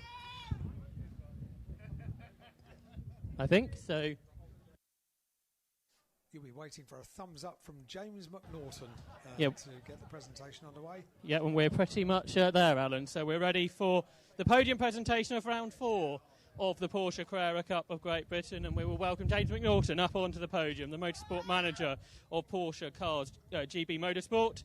And we start with the AM podium in 3rd position, Dominic Paul. William Poole, apologies. William Poole up onto the third step of the podium. William Poole, then a third podium of the season in the Porsche Carrera Cup of Great Britain. So William Poole up onto the third step of the podium. In second place, Cole Cavers. Well done, Cole, a fourth podium of the season up onto the second step of the podium here at Snetterton. Round 4 of the Porsche Carrera Cup of Great Britain. The AM winner, Jonathan Beeson. Well done, Jonathan. A second win of the day here at Snetterton in the AM class, and a big reception for Jonathan Beeson, the winner for the second time of the day, up onto the top step of the podium. Second place for Cole Cavers, and then William Poole in third place. So we get the three drivers up onto the top step of the podium for some photograph opportunities, and that will complete our round podium. So congratulations to the three drivers. Apologies, William. In third place. Second place to Cole Cavers and Jonathan Beeson, the winner. So we'll redress the podium now with our Pro-Am podium trophies, and we are ready to go for the Pro-Am podium for round 4 of the Porsche Carrera Cup of Great Britain. In third place, Josh Danton up onto the podium in the third step of the podium for Josh Danton, and it's the fourth podium of the season in Pro-Am. In second place, Oliver Jackson. Well done, Ollie, a third podium of the season within Pro-Am, and up onto the second step of the podium will go Ollie Jackson, a third podium of the year, a second podium of the weekend. The winner of round 4 of the Porsche Carrera Cup of Great Britain in Pro-Am, Max Coates. Big cheer, as we expected, for Max up onto the top step of the podium in Pro-Am here at Snetterton in round 4 of the championship. It's a first win in Pro-Am for Max Coates. So congratulations to Max, to Oliver Jackson in second as well, as Josh Danton in third. The three drivers up onto the top step for some photographs, and then we'll let the three drivers make their way back off of the podium. We may see them again, because up next it's the overall podium for round 4 of the Porsche Carrera Cup of Great Britain. And in third place, it was Josh Danton. Well done, Josh. A first overall podium for Josh Danton. In third overall here for the 4th round of the championship, and he holds his trophy aloft. In second place, Ollie Jackson. Well done, Ollie. Back onto the podium. It's second in the overall order, though, this time. And he'll receive his second place trophy from James McNaughton from Porsche. The winner overall in round 4 of the Porsche Carrera Cup of Great Britain, Max Coates. And a bigger cheer still for Max, who gets back onto the top step of the podium. But it's an overall victory this time, and an overall winner's trophy that James McNaughton will hand over to Max Coates. So congratulations to Max, to Ollie and to Josh. We'll get the three drivers onto the top step. We think we've just about had that. It's a champagne that comes next. And a champagne shower in the Porsche Carrera Cup of Great Britain here at Snetterton to complete the podium presentations of round 4 of the championship.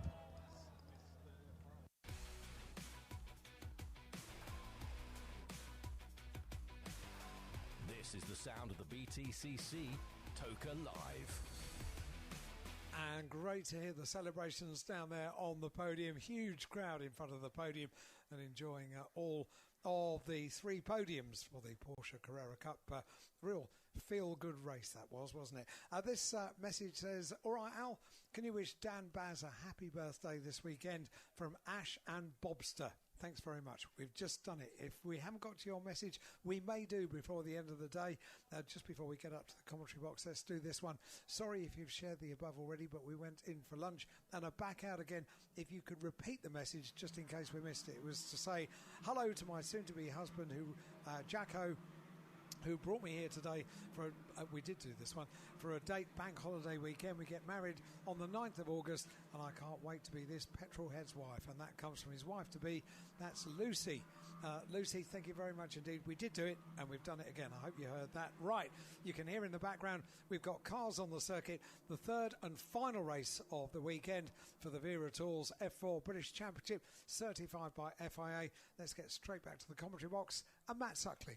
Thank you, Mr. Hyde. Much appreciated indeed. Very formal. Oh, well, I Thank you try very to much. be. I try to be professional as much as I can. So yeah, cars heading off now onto that formation lap. As you said, the final F4 race of the weekend, a final support race, as well as what has been a very busy weekend, and this one should provide plenty of entertainment. It's the longer race of the weekend for the F4 Championship as well, so 25 minutes to look forward to, and the grid lines up for this one on the fastest time set in qualifying, so they've had to wait all weekend long to be able to use those quickest times to give them the grid for this third and final race. So as follows, this is how they'll line up then. With on pole position, the quickest in qualifying yesterday was number 5, which is Finn McLaughlin. His time was a 1:48.949. Very close qualifying, actually, because there was just a tenth of a second between him and 26, Henry Joslin, who starts alongside. The second row then lines up with number 24, Martin Molnar, with 23, Theo Palmer, making his second event weekend appearance here at Snetterton. The third row then lines up with 69, Yu Hao Fu, and number 6, Leo Robinson. The fourth row headed by number 25, which is Ethan Jeff Hall. He is a former Ginetta Junior champion, and he'll have a one-time winner this weekend, number 12, Adam Al-Zahari, alongside. Then we move to the fifth row, where you'll find number 42, which is Rowan Campbell-Pillin. He'll be joined by number 21, which is Tommy Harfield. Then on to the sixth row, number 22, Joel Bergstrom, who found himself towards the head of the order in race number 2 due to the reversal of the top 12 from qualifying, and number 47, August Raber, will be there alongside. The seventh row finds our championship leader. Not a good qualifying yesterday for him. Or I should say the championship leader coming into the weekend. He is now no longer the championship leader. So Jimmy Bazig had a bit of a poor qualifying down in 13th place. He'll have number 20, Ella Lloyd, alongside. The eighth row then heads the way of Chloe Chong in car number 17, with number 4, Xavier Avramedes, alongside. The ninth row, number 33, is Carl Hewitson, and number 90, Chase Fernandez, who's been embroiled in drama and contact and pretty much everything this weekend, unfortunately, for the former Ginetta Junior runner-up. Then we move back to row number 10, number 7, Thomas Behrman, with number 13, Henry Mercier, alongside. The 11th row finds number 14, Alba Larson, and 52, Esme Kosterman, and the final place on the grid will be that of number 27, which is Charlie Edge. So that gives us 23 starters for this final race. In terms of the championship, as I said, Jimmy Bazig came here as the leader. He is now second after some only few points scored this weekend. In total, he has scored, in fact, no points, so that's the reason he's dropped to second. August Raber now moves ahead of him on to 83 points. There's 4 separating the top 2, and then Finn McLaughlin finds himself in third on 77, and just 1 point back is going to be that of Martin Molnar, which is 1 point adrift. So let's see how this one all shapes up then. It is the final race for the British F4 Championship here today at Snetterton. Let's see how things unfold. 25 minutes of racing to look forward to. The red lights come on now. And when they go out, we'll be racing. It's a good start. Lots of wheel spin, though, from Finn McLaughlin, who gets a blinding start alongside, unfortunately, not too quick away there for Ethan Jeff Hall. So he's going to have to try and work his way through as best as he possibly can. You've got Henry Joslin to watch out for as well as they turn the way in towards that first corner. We've had a dramatic second race of the weekend before we saw the restart. And it looks like we're going to have a big lock-up down towards the Wilson hairpin as well. That's the 26 machine of Henry Joslin. So already down to third place. And out wide there goes as well the 25 machine, so that's going to be Ethan Jeff Hall in that blue and white machine. He's going to come back on, but hopefully with not too much drama to be entailed as well as they turn their way now in towards Palmer Corner, and you can guarantee plenty of overtaking in these races. They do offer lots of slipstream in these F4 cars, but already quite a bit of locking up being done down towards the Agostini hairpin, so they all emerge through the mist, and as they come back into our sight, there's a car there with a loose front wing, which is not going to give that car any grip whatsoever through the corners. So Rowan Campbell-Pillin now will be, I'm sure, a visitor to the pit lane before too much longer. So Rowan had a good second race, but it looks like race number 3 is not going to go the way he would have wanted. And did he make contact? Yeah, it was a bit of a squeeze, actually. 3 into 1 on the exit of the corner, and it was Ethan Jeff Hall who was also involved in that as well. So Rowan Campbell-Pillin comes off worst with the broken front wing, and it's Ethan Jeff Hall who was out wide and lost a couple of places at the same time as well. Making progress, though, is our former championship leader, Jimmy Bazig. I think is already inside the top 10 from 13th on the grid. Ethan Jeff Hall has almost dropped to the rear of the field, actually. So after what was initially just a couple of places lost, looks like he's dropped further back through the rest of the lap. On the big screens, you can see a replay. What a blinding start that was. Rowan Campbell-Pearlin made up about 3 positions by the time he got to the first corner, so that was good. Then he went to the inside of Leo Robinson, and he made a little bit of wheel-to-wheel contact through the exit of the corner. He then had the inside line down there, and he has to remember he made contact with Leo earlier on in the weekend, and then it was Leo who kind of squeezed him into Ethan Jeff Hall. Ethan went up onto 2 wheels.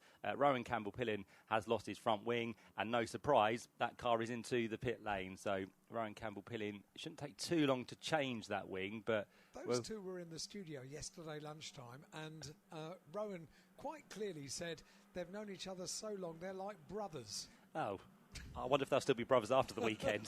They're really good friends, Leo and Rowan. It's a shame, though, isn't it? Because it was a bit of a squeeze between 3 of them. Bit of lock up there from Jimmy Bezique on the circuit, through in towards Agostini, but he has made the move there on Theo Palmer. So the 15-year-old now loses the place to the former championship leader. Rowan Campbell-Pillin, by the way, has rejoined the race. So a very quick stop there for the team. So JHR Developments getting Rowan back on his way. And it looks like we've also got Cole Hewitson into the pits as well. That car, from my vantage point, doesn't seem to have any problems on any wings or wheels, but there is definitely an issue with that car as it gets pushed now in towards the garage effectively.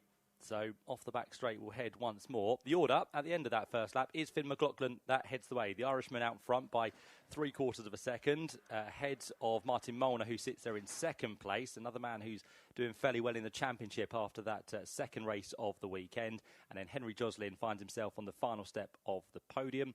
Behind them you'll find Yuhao Fu in car number 69, ahead of Leo Robinson. And then the winner from earlier this weekend, Adam Al-Zahari, sits in 6th place with Theo Palmer, Jimmy Bezique, Tommy Harfield and Joel Bergstrom completing the top 10 at the end of that first lap. And all of a sudden, Finn McLaughlin's got into his stride now because he's gone and done the fastest lap of the race on a 150.732. So Finn is on a charge, builds the gap over Martin Molnar to exactly 1 second. So good turn of speed here for Finn. Is down the inside line in towards the Wilson hairpin. A big late lunge there actually from the 12 machine of Adam Al-Zahari. So that's going to see him now ahead of number 6, which is Leo Robinson. So good progress being made by Adam Al-Zahari, who so far this year now has been, by the looks of it, is it a 3-time winner? No, 2-time winner. So, yeah, 2 wins for Adam Al-Zahari, which he got the other one earlier this weekend, as I said. So he's gradually creeping his way towards the top of the championship with these results he's pulling out the bag in the early stages of the season. So one to watch out for definitely in this race is Adam, who now works his way up into that 5th position ahead of Leo Robinson. And Jimmy Bezique, from 13th on the grid at the end of that second lap, was up into 7th place. So whatever has gone wrong this weekend for now, he'll be hoping for a final result to go home happy with. But Jimmy there in 7th. And is he getting a tow down the back straight, or is that Adam Al-Zahari? Let's have a quick look at the number. I think it is Jimmy Bezique now, looking to try and make a move on. And not Adam Al-Zahari, but that will be Leo Robinson. So after losing 1 place on that previous lap, Leo Robinson now starting to come under attack from the car behind him, which is Jimmy Bezique down towards the bomb hole. You were absolutely right, Matt. No wing damage on Cole Hewitson's car, but the rear left suspension has got a big amount of damage. It's sort of twisted almost to 90 degrees, so therefore retirement is needed. Thanks, Josh, for the update there on Cole Hewitson. He had dramas in race 2 as it was a little bit greasy this morning, and tyres were kind of which one to go with, and Cole was one of those who had a rotation on the formation lap. So again, not a positive weekend for Cole Hewitson, unfortunately. The pack heads through as the 20 plus drivers head their way once again down towards the first corner. Pretty line astern for the top 5, but kind of 6 on backwards is now where it's getting quite racy and dicey, because Jimmy Bezique was trying to go past on Leo Robinson, but it's not really working out for him at the minute, and he might be under attack here from firstly the car of Theo Palmer, who, as we said, the 15-year-old was not old enough to race at Donington Park, but he was out last time at Silverstone on the Grand Prix circuit and joined us for his second event here this weekend. But he's had some real good speed as well this weekend. So Theo Palmer in the 23 machine trying to get through on Jimmy Bezique, but in the meantime he's also trying to defend here from Tommy Harfield. They make a little bit of contact on the exit of the corner, so the Chris Dittman racing machine hung out to dry. high.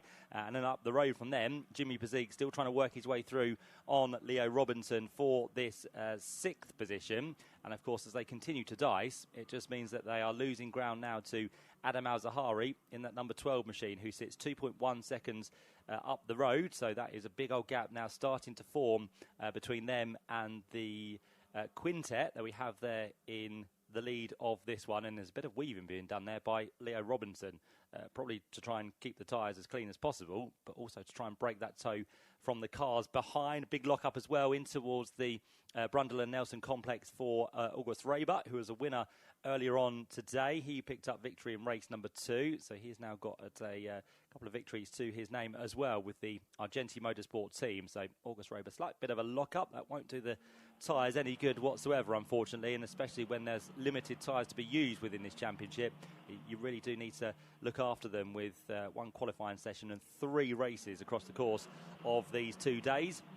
Side by side up towards Richie's now for this 6th place, and I think the job will finally be done because Jimmy Pazig now does go through. So the Rodin Motorsport machine gets past Leo Robinson for probably the 2nd or 3rd time of asking over the last 3 laps. So he now goes through. Theo Palmer looking for the outside line in towards the Wilson hairpin. But again, if you go on the outside line there, you are normally hung out to dry, and it doesn't really do you any favours on your tyres. So Theo Palmer again attacking down towards Palmer, his namesake effectively, as they head through there. He's still got on his tail Tommy Harfield, who finished on the podium in race number 2, was very much putting August Reber under pressure, and Tommy Harfield now does go for the move in towards Agostini. So the 21 machine goes through on Theo Palmer. Theo Palmer will then probably lose a place here to Joel Bergstrom in the 22 machine at the same time. Side by side, I always hold my breath when they run there side by side through Hamilton, but both of the youngsters have kept it clean. Joel Bergstrom on the outside line in towards Oggies, still keeping it clean, and Joel Bergstrom does finally get through, and Theo Palmer's going to lose another place here because down the inside line is going to be number 47. So through that time goes August Reber. So again, with such a competitive field this season, you kind of go offline in one corner and not many cars will then not find their way through past you. So 4 or 5 places lost there on this lap alone for Theo Palmer. It might not end there because there's another one now on the outside line, which is going to be Chase Fernandez. Chase has been in the wars so far this weekend, so hopefully this will be a clean move for the former Ginetta Junior racer. But Theo Palmer says, no, you're not coming through. And with that, Chase Fernandez now is under pressure from the next of the cars, which is going to be Ella Lloyd by the looks of it. So Ella in car number 20 now gets through down towards Murray. Chase Fernandez, a bit of a lock-up on the left rear there, but manages to get through the corner unscathed. And as they accelerate back up towards the line, let's get ready to count them through because they're going to be going through very quickly indeed. And with it, there's going to be another move on the cards this time because up towards the first corner, August Reber is now going to try and go through past Leo Robinson. So to me, this would say that Leo Robinson is on probably a scuffed set of tyres, where those around him have probably saved a bit more rubber for this final race of the weekend. So Reber is now through. That sees him up into what should be 9th position, and Joel Bergstrom just up the road from him, the Swede, in car number 22. So it's a little bit strung out towards the head of the field, but further back there are some great dices currently taking shape. With the first 10 minutes of this race now completed, let's see who is next on the list to try and make a move. Theo Palmer, one of those, to try and go back round the outside of Ella Lloyd. Ella sits there in the kind of McLaren liveried car, the black and orange machine, which is a good livery for Ella to have for this season. So she turns away still behind Theo Palmer on the run to Williams. Who have we got in the background there as well? That's going to be Thomas Behrman, isn't it? So Ollie, as we said, this weekend racing in Monaco with the Haas F1 team, and Thomas is here at sunny Snetterton, which is just as good as Monaco, and Thomas currently up into 14th place. So he's having a good run. One of the rookies within the field this year. He is 3rd within that class. 2nd place in the rookies is Theo Palmer, and the leading rookie within this race is in fact our overall race leader, which is Finn McLaughlin, who's about to come up to the line to complete 6 laps in this 25-minute race. Just under 14 minutes now left to go. 2nd place is Martin Molnar, who is 2.8 seconds behind the race leader. And on that lap, we've had a quickest lap of the race for Finn McLaughlin, and then personal bests for both Martin Molnar and Henry Joslin in 2nd and 3rd place. And I think most of the field will be looking to improve that lap time quite significantly actually this time round. So now they've got themselves into a bit of a rhythm and are not massively fighting amongst themselves. The lap times are starting to drop from what was kind of a 1:52 down now to either 150 very low or a high 149. So we've got some good pace being shown out there. I think the conditions are continuing to improve. More sun beating down on the circuit, a bit more temperature now into that tarmac. So that should aid the lap times to come down even further. Replay on the big screens of Ella Lloyd going through on Leo Robinson, and Thomas Behrman, I think, will go through at the same time as well. These two, of course, being teammates for high-tech TGR. So Thomas Behrman and Leo Robinson fighting it out there, but whether that move was done, we'll have to wait and see as they negotiate their way on towards the infield section of the circuit. So off they go then on towards the back straight for the race leader. Another replay on the big screen of a move down the inside. It was a big lock up there actually for the number 4 machine. So Xavier Avramidez going through. Xavier found himself down in about 20th place in the earlier race, but for this one he is making good progress up inside the top 15 now, just behind number 90 Chase Fernandez. So that's another man which we can add to the list of drivers which is fighting for a place with inside the top 10.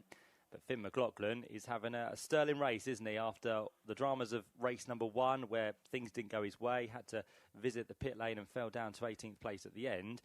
Things improving very slowly across the course of this one. Earlier on today, he managed to pick up for himself in that number 5 machine, a top 10 finish, got himself home in 8th position, and quite importantly, also picked up the rookie victory as well for the high-tech team. So Finn McLaughlin trying to keep himself in championship contention, and with the likes of Jimmy Bezique and August Raber not doing as well in this race, this could be the big leap he needs to get himself back into the equation as we head to the next rounds of the championship, which will take place at Thruxton as well. So in just 2 weeks' time, I'll be around the Superfast Speed Bowl down there in Hampshire at the Thruxton circuit, and there'll be 3 more races for the drivers to get through as well. But for now, Finn McLaughlin doing the job he needs to do. Quickest man on circuit with a 48.996, 2.8 seconds clear so far of Martin Molnar.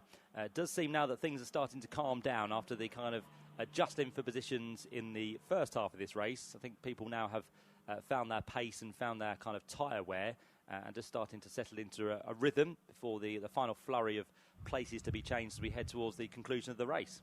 After those dramas you described, Matt, I think Leo Robinson has made his way into the pit lane and he's out of the car, so that one's another retirement. Yeah, strange one. He was starting to fall down, but I was wondering if that was tyres or possibly, as you said, into the pit lane with now a few dramas with that car. So, bit of a shame for Leo. He had been fighting amongst the front runners quite a bit this weekend, but now, as Josh mentioned, into the pit lane to bring his race to a close, which is a real shame, but it does still leave us with 21 out there on circuit. Rowan Campbell-Pillin did rejoin after that front nose change, and he finds himself now about 25 seconds off the rear of the car ahead of him, which is Charlie Edge. In terms of the Challenge Cup, which we have for this year, as we said, for the drivers who just want to do selected rounds, they have 7 rounds to complete out of the 10 this season. They get to nominate those before the season gets underway, and it's for those who have other commitments or just want to kind of do a part season before committing to a full season maybe next year. So Challenge Cup, we have a few of those competitors for this weekend. Tommy Harfield is the man who leads that in this race, car number 21 for Chris Dittman Racing. Second is Ella Lloyd in the number 20 machine, and third within the Challenge Cup at the minute is Albert Larson down there in 17th place overall. So they are your 3 Challenge Cup podium sitters at the minute. They don't get points, sorry, they don't get podium places, but they do score points for their respective cup there. So we'll see how they all figure themselves out. We've got more front wing damage here. This was a big drama yesterday in race 1. We had quite a few, probably 4 or 5 cars which had to come in with front nose damage. We've got a puncher as well for Yuhao Fu, so probably again add the equation together, a front wing damage and a right rear tyre. I think this is how it all happened. As a replay, down the inside line went the number 12 machine, Adam Al-Zahari, and with that Adam's now got damaged front wing, and there's the right rear puncher for Yuhao Fu, who was one of those caused in the red flag incident in race number 2. Of course, that we then had that to resume a little bit later on. And in fact, Yuhao Fu is now stopped over there at Agostini. So this could be cause for concern. We've got one of the front wings on the circuit as well, by the looks of it, down at Palmer. So that has party company with Adam Al-Zahari's machine. And I'm not too sure why Adam found himself so far back there, because he was running inside the top 6 places. But all of a sudden, Adam found himself battling with Yuhao Fu, and drama has come, unfortunately. So For now, we'll have yellow flags in towards Agostini. Whether they can do that under wave yellows, I'm not too sure. It's quite close to the edge of the circuit, so it could be a concern here for Finn McLaughlin. He's got such a big lead. If a safety car does come out, that could pretty much ruin his race. So Finn will be hoping that they can clear that without too much drama, but we'll have to wait and see. As across the line now goes Adam Al-Zahari. He is under pressure here from Jimmy Bezik, and with no front wing effectively, it's going to make it very hard for Adam to turn into the corner at full racing speed. So Adam loses the place to Jimmy Bezik, and for Jimmy this is a great run from 13th on the grid. He now finds himself up there in what's going to be 4th position, so really stellar race for Jimmy. Things definitely working out in this third and final race of the weekend. Down to the double waved yellow flag zone now for our race leader. And in the background on the big screens, you can see Yuhao Fu's car, which is parked up. It's kind of out of harm's way, and it's probably far enough away from the edge of the track not to be too much of a concern for the race officials. So we should be able to continue for the time being. The team are ready with a new front wing for Adam Al-Zahari if he elects to pit in, but I guess the driver's well aware if he pits, he's going to score no points, so best to try and stay out there until it's no longer possible. Team are ready, though. Thanks, Josh. Yeah, and it's all going to be interesting to see what his lap times are like. We've had more drama, though, down through Parma. 2 cars, I think, involved in this one. In the background, is that Ella Lloyd? No, it's not. It's, wait for the number to appear. It's 27, Charlie Edge. So he is the one who's rotated to the inside of Parma, and the other one on the outside who's come to a halt. I'm not too sure. That car will not be going through Sector 2. So where was Charlie Edge? Down in 19th place. It might have been, actually. I think it was Esme Kosterman, because those two are running very close together. I think Adam Al-Zahari is now backed out of it, so I think the call for the pit lane might be on the way here for Adam Al-Zahari, but it might be a good thing to stay out, because if we get an early end to this race, then Adam Al-Zahari would at least pick up some points inside the top 10, but of course they don't know what is going to happen in this race at the minute. We are at 74% race distance. It's normally 3/4 race distance that we get a result, so I'm just wondering if the officials are hanging on for that one. Driver's made his way down into the pit lane, Matt, so it's just not possible to drive, I don't think, without that front wing. So the team at Rodin Motorsport will go to work, and then he'll make his way back onto the circuit, but he'll be at the back. Yeah, he certainly will, yeah. So I think his lap time was about 5 seconds off the pace. So, yeah, 5 seconds a lap over 3 or 4 laps. You're going to pretty much drop down to outside the top 10. So a good call there to the interest of safety for Adam Al-Zahari to get that wing change. So he will drop down after a good start to the weekend, after taking the victory.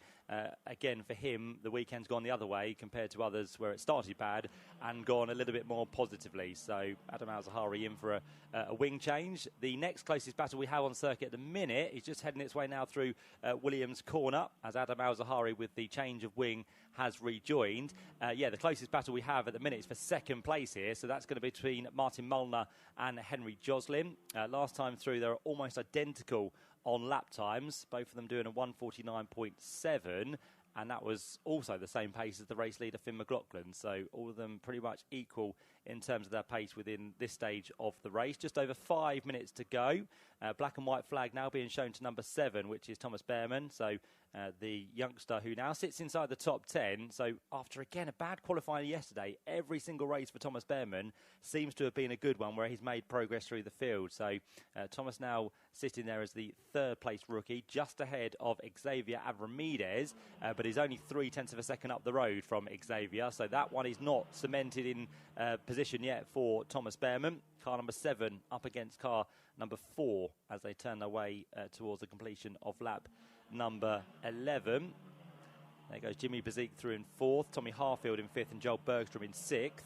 Then goes August Raber, Theo Palmer, and Ella Lloyd, and then Thomas Behrman will be the next man through. So we've got those 3 cars together.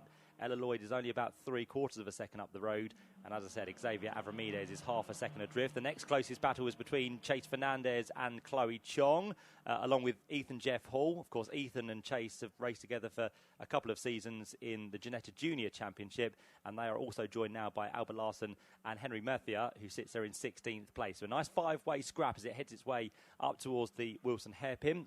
Had another moment there for Charlie Edge in replay on the big screens. He was just slightly late on the brakes in towards Nelson, so he drifted out wide, but finds himself down in, 18th place? Yeah, which is almost not the last runner, but of course with Adam Al-Zahari serving that pit stop for a front nose change, it is almost Charlie Edge who is towards the rear of the field. Rowan Campbell-Pillin, after his front nose change, he is starting to make a bit of progress, but still 25 seconds or so back from the car ahead of him, but he's just made that move on Charlie Edge after the running wide moment in towards Nelson. So Charlie Edge has lost that place for 17th position. And is there a problem here for Henry Joslin? He was very wide at the bomb hole, and he's now just started to lose ground to Martin Molnar. So he was half a second adrift. That gap is gradually starting to grow on this lap. So again, is that another car which is just starting to suffer on its tyres? New for this year, of course, is the extended race number 3 with an extra 5 minutes, so 25-minute races compared to 20 minutes. And, of course, we're now over that 20-minute mark. So I'm just wondering if drivers are still struggling with tyres and how to handle them through a slightly longer race. But Henry Joslin still remains in 3rd place, but he was 1.3 seconds slower than the car ahead last time round. So that is not too positive, although he has got a buffer of 8.5 seconds over Jimmy Bezique, who finds himself there in 4th place. Good scrap now coming to the line, led by Chase Fernandez by the looks of it. So still this 4-5 car scrap as it heads up towards Richie's corner. The one at the back is Henry Murphy trying to work his way through. He looks to the outside line on the 14 machine of Albert Larsen. They run side by side in towards the very quick right-hander of Richie's. Albert Larsen still has the speed round the outside, sorry, the inside, and Henry Murphy is the one carrying the speed on the outside. Bit of a lock-up for Albert Larsen. Is he just going to run wide slightly there into the clutches of Henry Murthia? Nope, Albert Larsen, the female driver, does hold on. Still on the outside, though, down in towards Palmer. And finally, Albert Larsen does have to give way. So Henry Murthia goes through, and all of a sudden, those two battling have just allowed the 3 ahead of them just to escape slightly, although on the brakes, they do then close back up in towards Agostini. So just the one change there between those 5 cars. As off the back straight come our top 3, and there is a big lock up there for Henry Joslin. So I would add that these tyres are starting to suffer on that 3rd place car. It was a big lock up, and of course the more you lock up, the more you tend to find the same spot again and again. So it doesn't do. Hold it all together, he did, didn't it? It was the back end just almost coming round on him there, but huge lock up. I think the nature of that corner, you kind of throw it left, and all of a sudden you're throwing it right anyway. So you do kind of catch it, don't you? But yeah, Henry Joslin has had a couple of leery moments, but he's still hanging on to a podium, which is the main thing at the minute. And with the gap he has over Jimmy Bezique, I think he should be okay. This scrap we've been mentioning has continued all the way through. This is Chase Fernandez. We're now looking at what looks to be the 17 car of Chloe Chong. So they've just lost a little bit of ground to Chase Fernandez down the back straight, but it's now Chloe Chong who is under attack from Ethan Jeff Hall, who is the man, as I said, that was the Ginetta Junior champion from last year, and he's also just recently won the European Karting Championship as well, or the World Karting Championship, I should say. So he's got some good pedigree, and also he's under the banner of the Mercedes F1 Junior team as well. So Ethan Jeff Hall, at such a young age, already aspiring to be in Formula One, and got the backing he needs from a very experienced Mercedes team as well. So Ethan Jeff Hall at the minute just outside the top 10, down in 14th position. But for the Red Bull liveried machine of Finn McLaughlin, he is striving to be there someday in Formula One as well. The young Irishman who has burst onto the scene this year, looking for another rookie victory and another win to add to his name as well. He's just got a couple more corners to go, because the clock has now ticked down to 0. So we are going to be on to the final lap of the race. Down through Brundle and Nelson comes Finn McLaughlin, and only been 6 points behind August Rober coming into this race. And considering that August is down there in 7th position, this should leapfrog Finn McLaughlin back into the championship lead. It's going to make it ever closer, because Jimmy Bezique is only there in 4th place, so some good haul of points on the way for him as well. But for Finn McLaughlin, works his way round. He's had a good season so far with 4 podiums, but this will be his first win of the 2025 season. Race 3 of the weekend is won by Finn McLaughlin in the Vera Tools F4 British Championship, certified by FIA. Martin Molnar, last year's Rookie Cup winner, comes through in 2nd place, and Henry Joslin picks up his 2nd podium of the weekend as well. Jimmy Bezique will be there or thereabouts. He will be almost towards the top of the championship, but a weekend where he came into it leading, he's not going to go to the next round at Thruxton as our championship leader. Behind that, our Challenge Cup winner, which is Tommy Harfield, ahead of Joel Bergstrom and August Raber. And then behind that, Theo Palmer, Ella Lloyd and Thomas Behrman complete the top 10. As up to the line comes this fight for 14th on backwards. I think it's just about shaped itself out as they stream across the line, headed by Chase Fernandez. Just ahead of them was Xavier Avramedes, and then came that battle, as I said, for 12th place, headed by Chase Fernandez. Ethan Jeff Hall picks up 13th place, and then Chloe Chong, Henry Mercier, and Alba Larson next up in 16th place. And then the final three finishers should be Rowan Campbell-Pillin after his brief visit to the pit lane. Charlie Edge will come through in 18th place, and Adam Al-Zahari, after his pit stop as well for a change of the front wing, will be the next man through in what will be 19th place. And again, it just shows this weekend the highs and lows of motorsport. One day you can be winning a race just like Adam Al-Zahari. The other one you can be the last finisher within that race. So not the way Adam would have wanted to end it, but for Finn McLaughlin and High-Tech TGR, he is the winner by 4.8 seconds. And again, in replay, just seeing Finn McLaughlin's reaction across the line. First win within the British F4 Championship. So again, once you get your first one under the belt, they seem to come thick and fast, don't they? And with a very busy year ahead for the British F4 Championship, there's plenty more times that Finn could be on the top step of the podium as well. Three different teams there as well. High-Tech ahead of Virtuosi Racing and Fortec Motorsport, with Finn McLaughlin, Martin Molnar and Henry Joslin. And then Jimmy Pazik comes home fourth ahead of Tommy Harfield and Joel Bergstrom. And then we had August Raber for Argenti Motorsport ahead of Theo Palmer on his second meeting in this championship, with Ella Lloyd and Thomas Behrman to complete the top 10, as I said. In terms of the rookies, it was a win for Finn McLaughlin. Second went the way of Theo Palmer, and third place for Thomas Behrman. So we'll see him on the podium once again this weekend. And then for the Challenge Cup, it was a win for Tommy Harfield after an overall podium earlier today, along with Ella Lloyd in second, and third place went the way of Alba Larson. So there you have it. Your final support action of the weekend is now done and dusted. So again, show your appreciation for all the drivers as they work their way back into the pit lane. Into Parc Fermé they'll head very shortly, and in what's going to be about 10 minutes time, we'll have the pit lane opening for the Quick Fit British Touring Car Championship, and that final race of the weekend, round 9, will get underway at 5 to 5. So lots to look forward to. The sun is continuing to shine. It's turning into a wonderful afternoon here at Snetterton. But for now, into the pit lane and into Parc Fermé to be greeted by Josh Barrett is our race winner for the first time in British F4, and that is going to be Finn McLaughlin.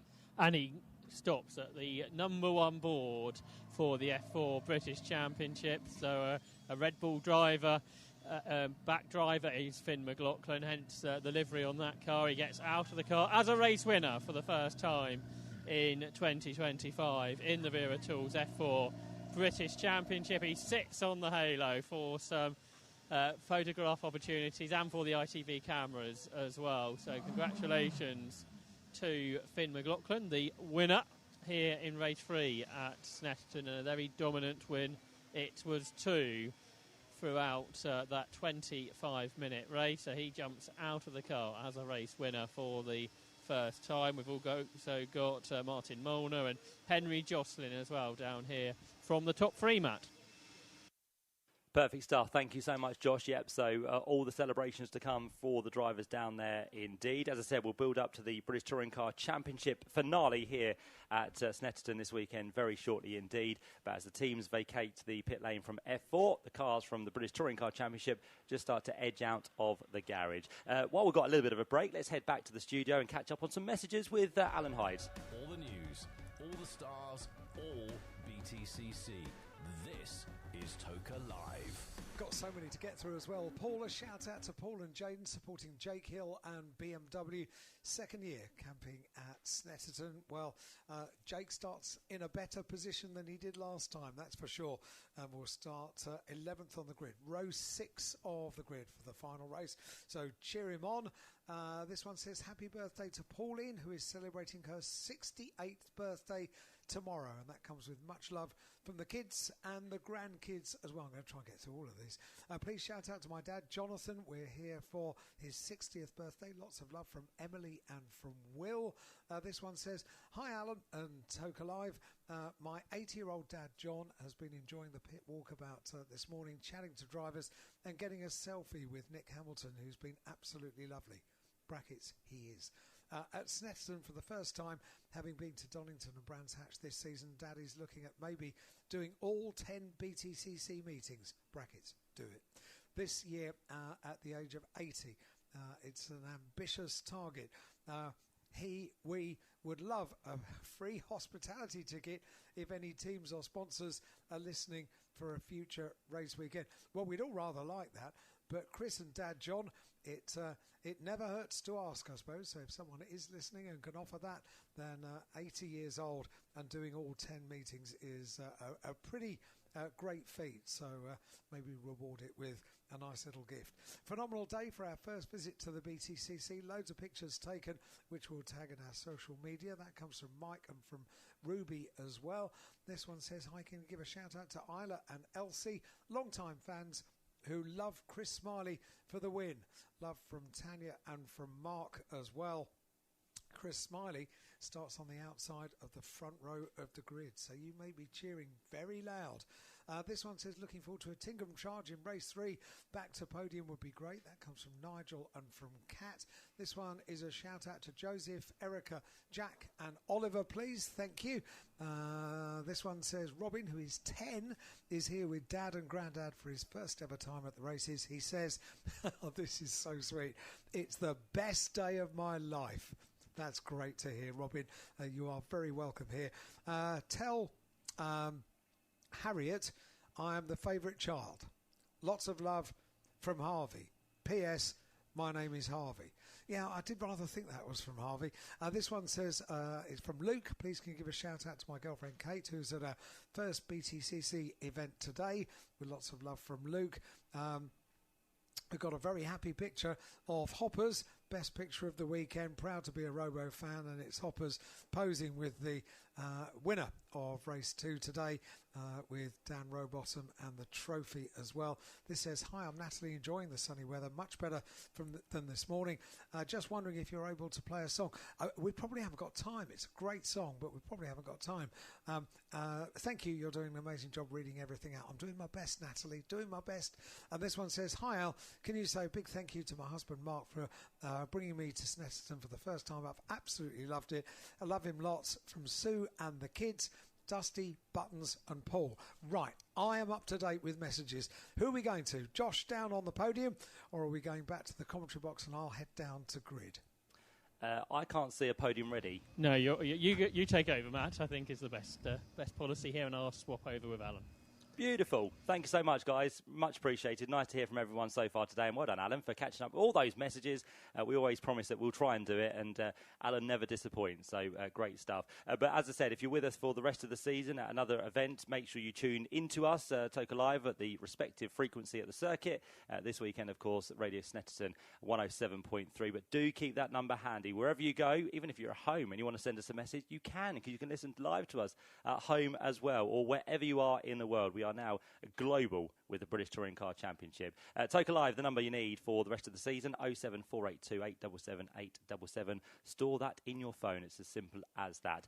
Right then, cars very shortly to be released from the pit lane. Just under 4 minutes until we have them ushered out of the pit lane onto the grid, which is already starting to fill up. We've got personnel down there, team members standing by. We have the grid boards as well, with the numbers of the cars we need to see onto the grid. And of course, we didn't find out, did we, how many places were reversed at the end of that second race. But I can tell you it was only the 6th, wasn't it? Because Dan Rowbottom, the race winner, is down there 6th on the grid, and the one that will be starting on pole position will be Mikey Doble. So we did say that you have a chance if you get inside the top 12, but to have more of a chance, you need to be as high up in the order, and that's exactly what Mikey Doble was, the first of those that could have got reversed in terms of 6, and that's exactly what has happened. So we'll see how he goes in the Vauxhall Astra from pole. We'll have Chris Smiley alongside, and of course Smiley's teammate Dan Lloyd will be there as well. And I wouldn't put it past those two cars doing well, because Restart Racing and the Hyundai team this weekend have been absolutely phenomenal, and looking for a final result to end their weekend in style. But of course we still have to bear in mind the tyre selection for this final race, and also the boost will be in effect as well. And of course that changes round once again, all dependent on the finishing results of that second race. So of course there'll be much less for Dan Rowbottom and Adam Morgan and the likes of Tom Chilton, but those further back like Sam Osborne, Josh Cook and the likes of some of the BMW drivers are going to be ones to watch out for. And the other one to watch out for is going to be Tom Ingram from the back of the grid. He's now got rid of that hard tyre, so he'll be one of those drivers on the soft tyre, but he'll have other drivers around him as well on that soft tyre. So it's going to be a hard factor to work his way through, but so far this year, the pace that Tom Ingram has showed has been absolutely phenomenal. Up until the end of the first race, he had been on the podium in every single race, apart from the second one at Brands Hatch. So Tom Ingram had done a grand job, but of course we always mention the word consistency in a championship, and of course the better you do in terms of your results and the more points you score, it doesn't matter if you get a win, as long as you're consistent with the points, that can always wrap up a championship. And we hark back yesterday to what Colin Turkington did in one of his championship winning seasons. He only took one win, but because he finished so well up the order in the points, then he was the champion. So it doesn't always matter about the wins, but it's all about the consistency to a championship. And the likes of Ash Sutton, who is a 4-time champion, Tom Ingram, who took the title for the first time in 2023, will know all about that, how a season progresses. 2024, of course, Jake Hill was our champion and is our reigning champion as we work into this season. But he's had a bit of a stressful weekend, but it was nice to see him make progress in that second race, and he'll be one to watch out for, I'm sure, in race number 3. But I do believe he will be on that hard tyre. So we'll see how that all unfolds, along with the boost and the tyres, in just a short while time. But for now, we've got 40 seconds until that pit lane opens. More and more cars starting to poke out of the garage, and more people about to head to the grid as well. It's been a very, very busy grid down there so far this weekend for the pre-build to the British Touring Car Championship, and this one's going to be probably the busiest one we've seen all weekend long. So more people now starting to emerge. Cars will be on the grid very shortly, and Alan Hyde, as always, is standing by. I'm down there. I'm standing by, and yeah, absolutely. Thank you to the Toka Live team. Let's go over first to Paul O'Neill and team to see what they have to say before race 3. Jade Edwards, Steve Ryder and Paul O'Neill. Pit lane's opening. Cars heading out at this moment. We'll be out there on the grid with Louise in just a few minutes' time.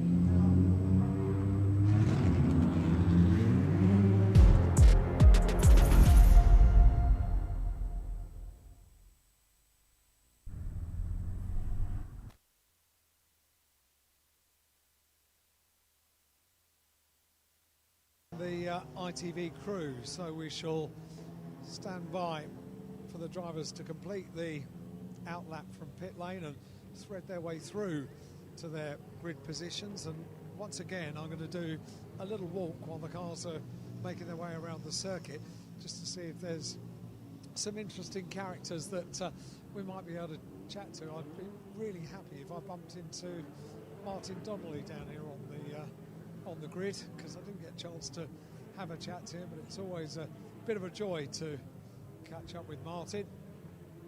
And I'm down as far as Sam Osborne's grid board, standing by for him.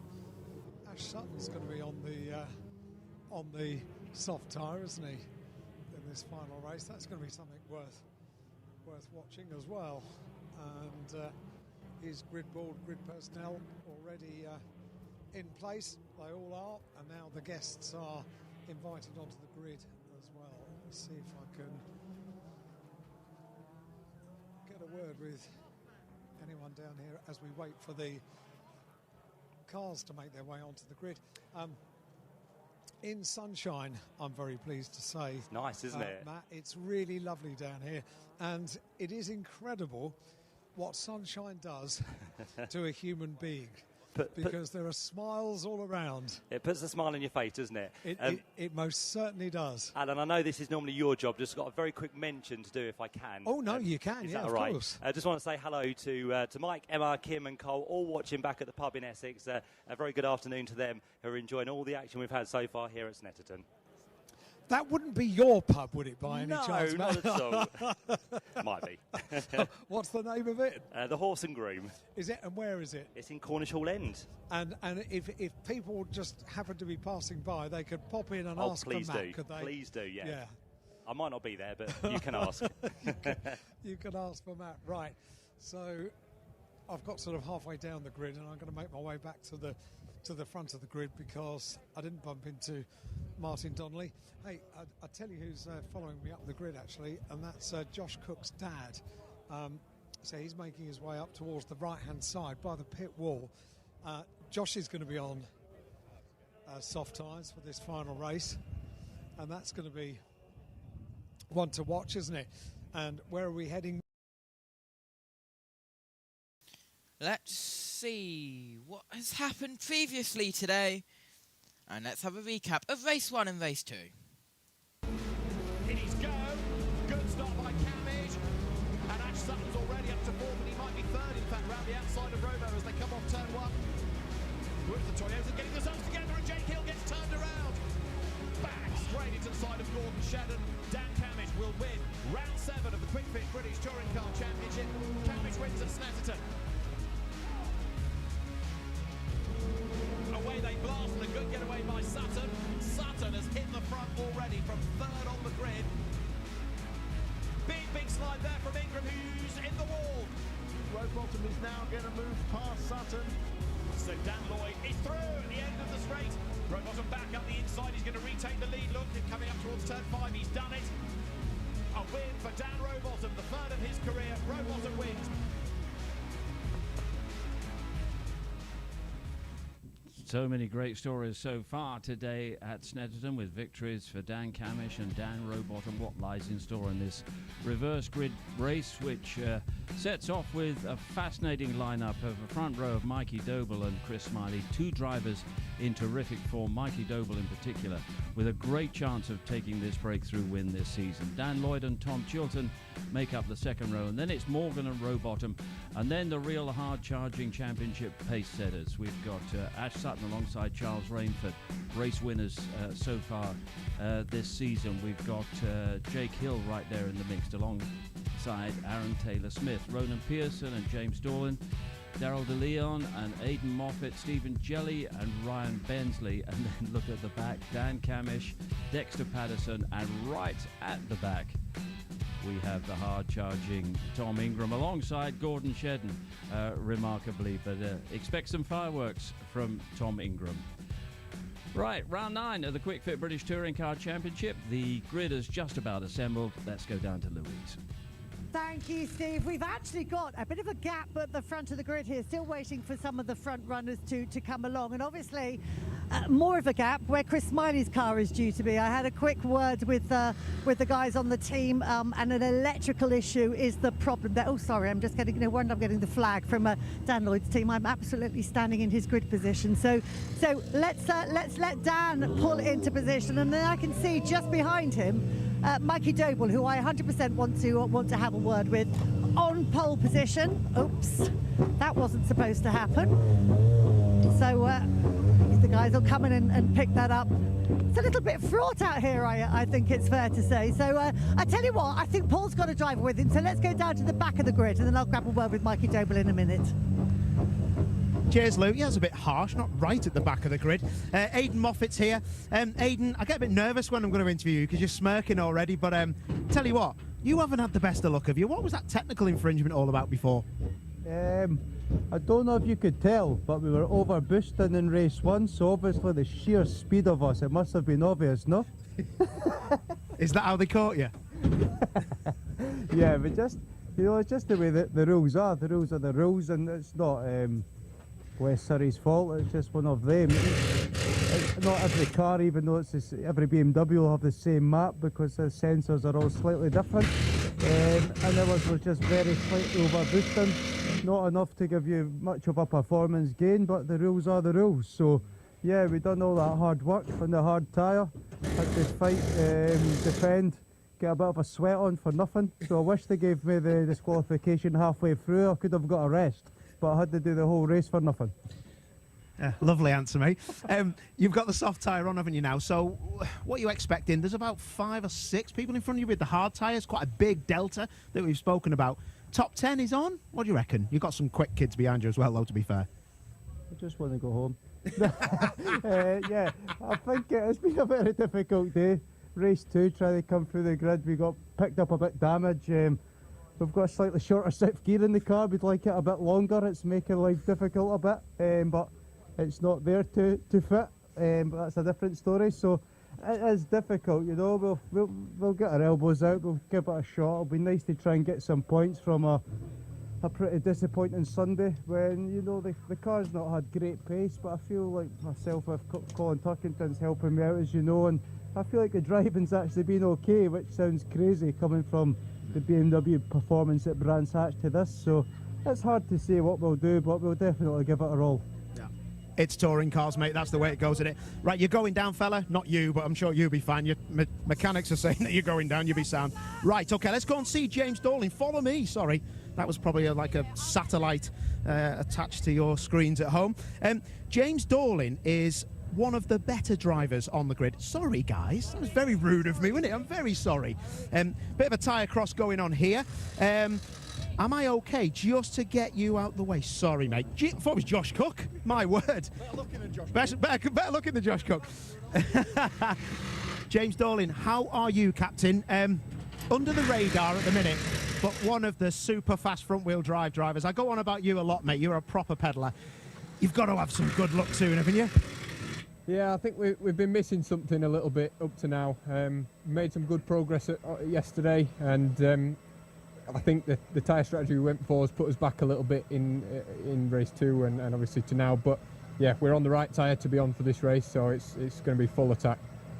Enjoying yourself, mate, because you're used to Clios, you're used to historics. We've had a pedal together, haven't we, in older cars, but this is good fun, isn't it? British touring cars is where people like you should be.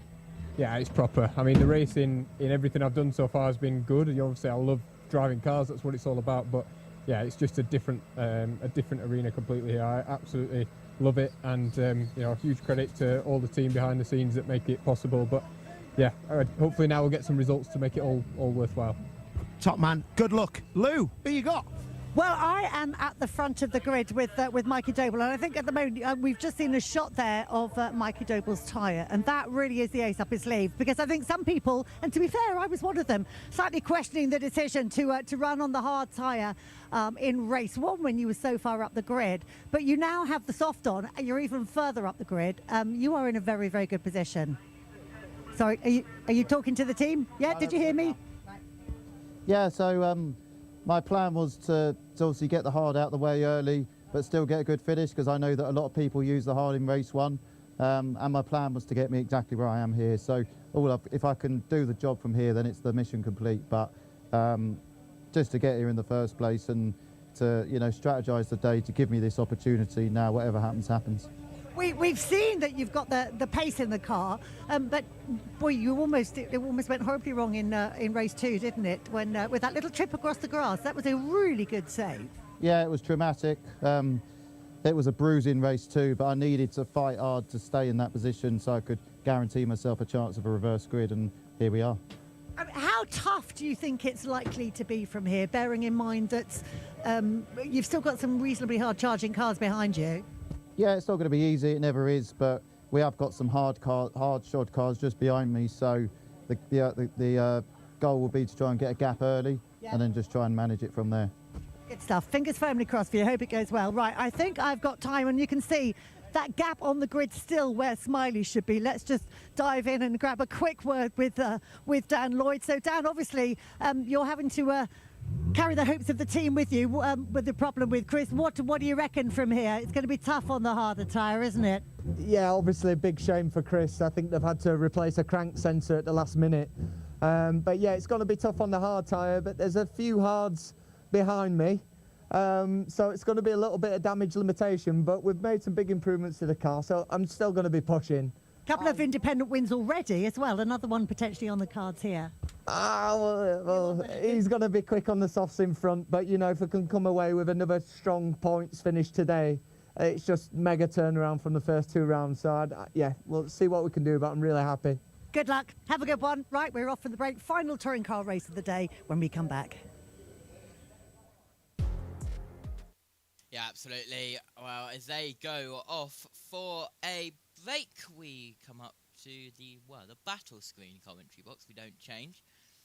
But hopefully, on the other end of the line, as they say, is Mr. Joshua Birch. Hello! Yeah. Hello! Yes, all set to go.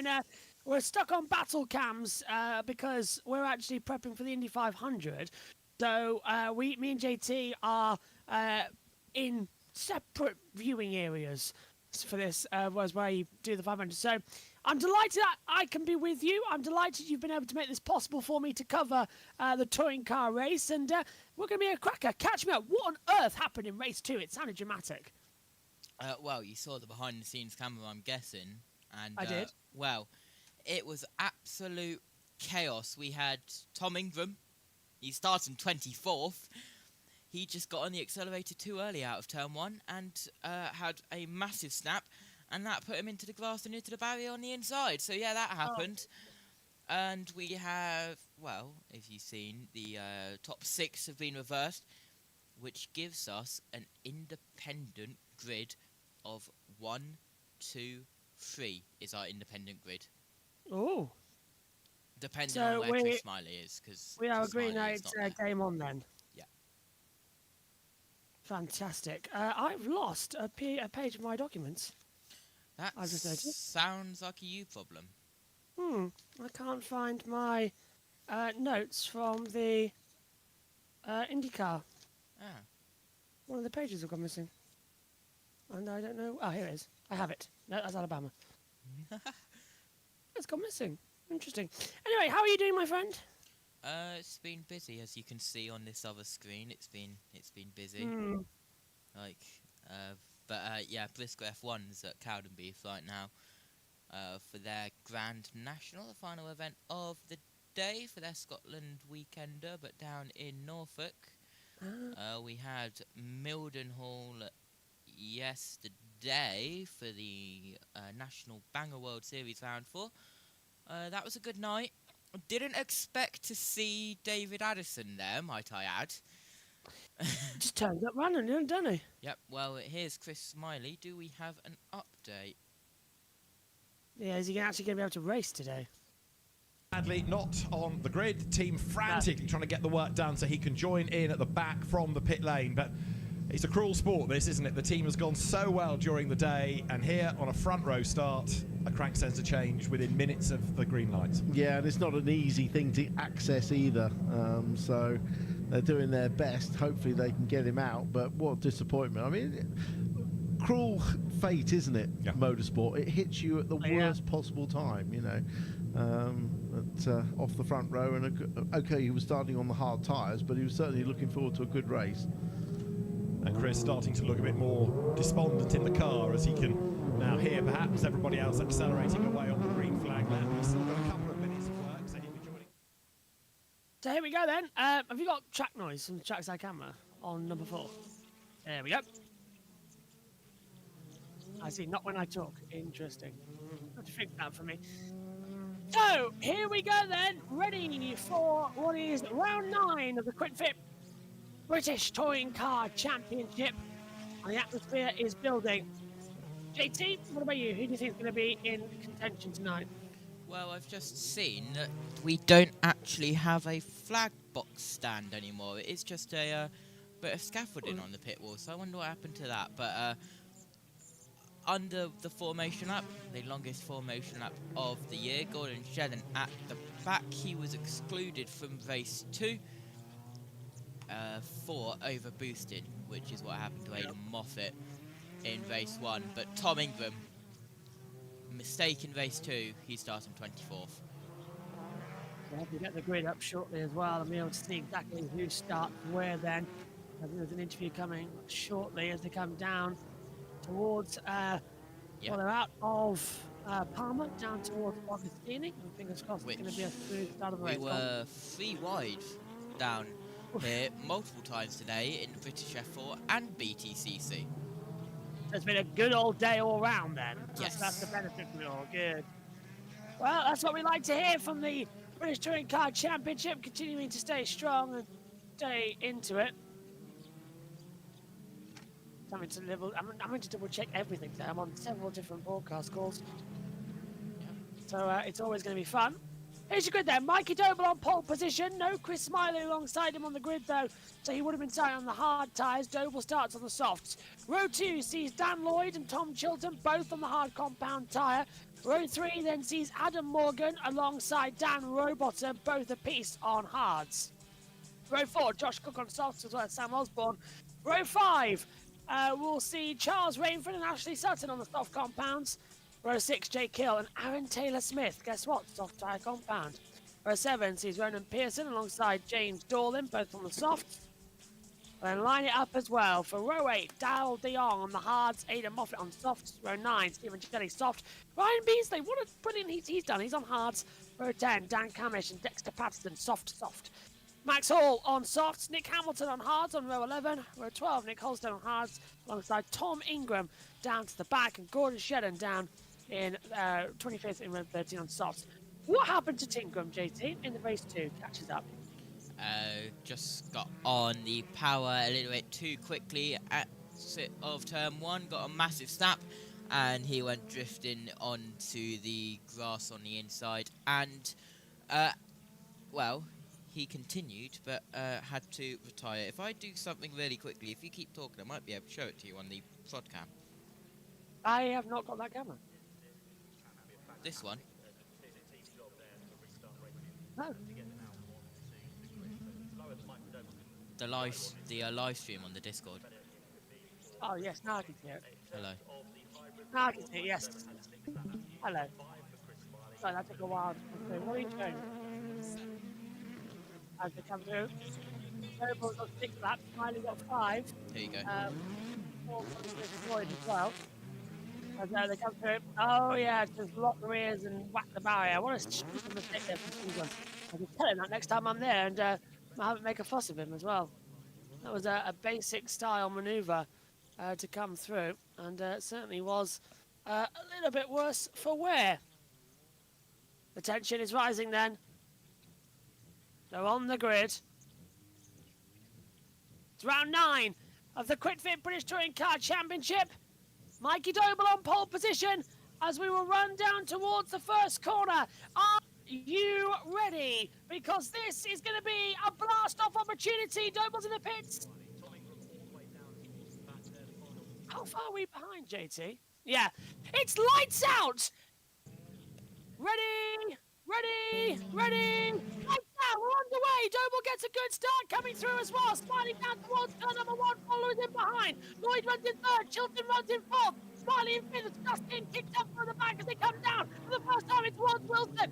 Little bit of bumping and falling from Aaron Taylor-Smith. But a brilliant start from Doble. He's got the lead and Smiley's trying to go with him. Dan Lloyd battling as well with a fast starting Adam Morgan. And look at Charles Rainford making a great start as well. Really strong as they come down for the first time towards Augustini JC. Super start.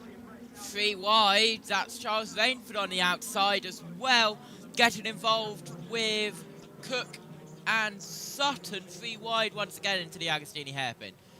Been a bit wide there at the exit. A bit bumping and falling as well as Adam Morgan stays ahead. Sutton just behind. Then we got Cook, Rainford, Rowbottom down the place. Chilton down 6 to where he started already. Terrible start as well from Tom Chilton. Ingram's up 9 places. He was already up to 15th. A brilliant start from him. There's no contact there. Into the barrier. Bang! For one of the One Motorsports. Can't see which one it is at the moment on timing screen. Jelly. Stephen Jelly. Now that was a hard hit. I wouldn't be surprised if they call that a safety car there, JT. Yeah, absolutely. Hard hit, safety car. Yeah. He races to the board. Sutton is side by side and gets passed by Josh Cook. Rainford trying to come on the inside line down to the bottom hole and safety car now. They'll have to break. They have to bring it through. So Shedder was ahead. Let's go for the back with Holstead and Sutton's ahead now. Well, that was a dramatic start, JT. Very quick lights out as well from the gallery as they come into it. But yeah, Doble leading for Lloyd, Morgan and Cook. And it's an absolute mess as they're slowing down, trying to work out who is where.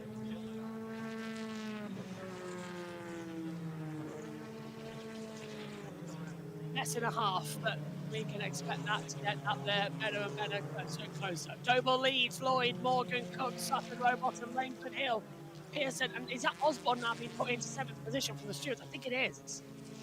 Safety car out though. Right, now we just wait. Oh, good to see Stephen Jelly's okay. Go on.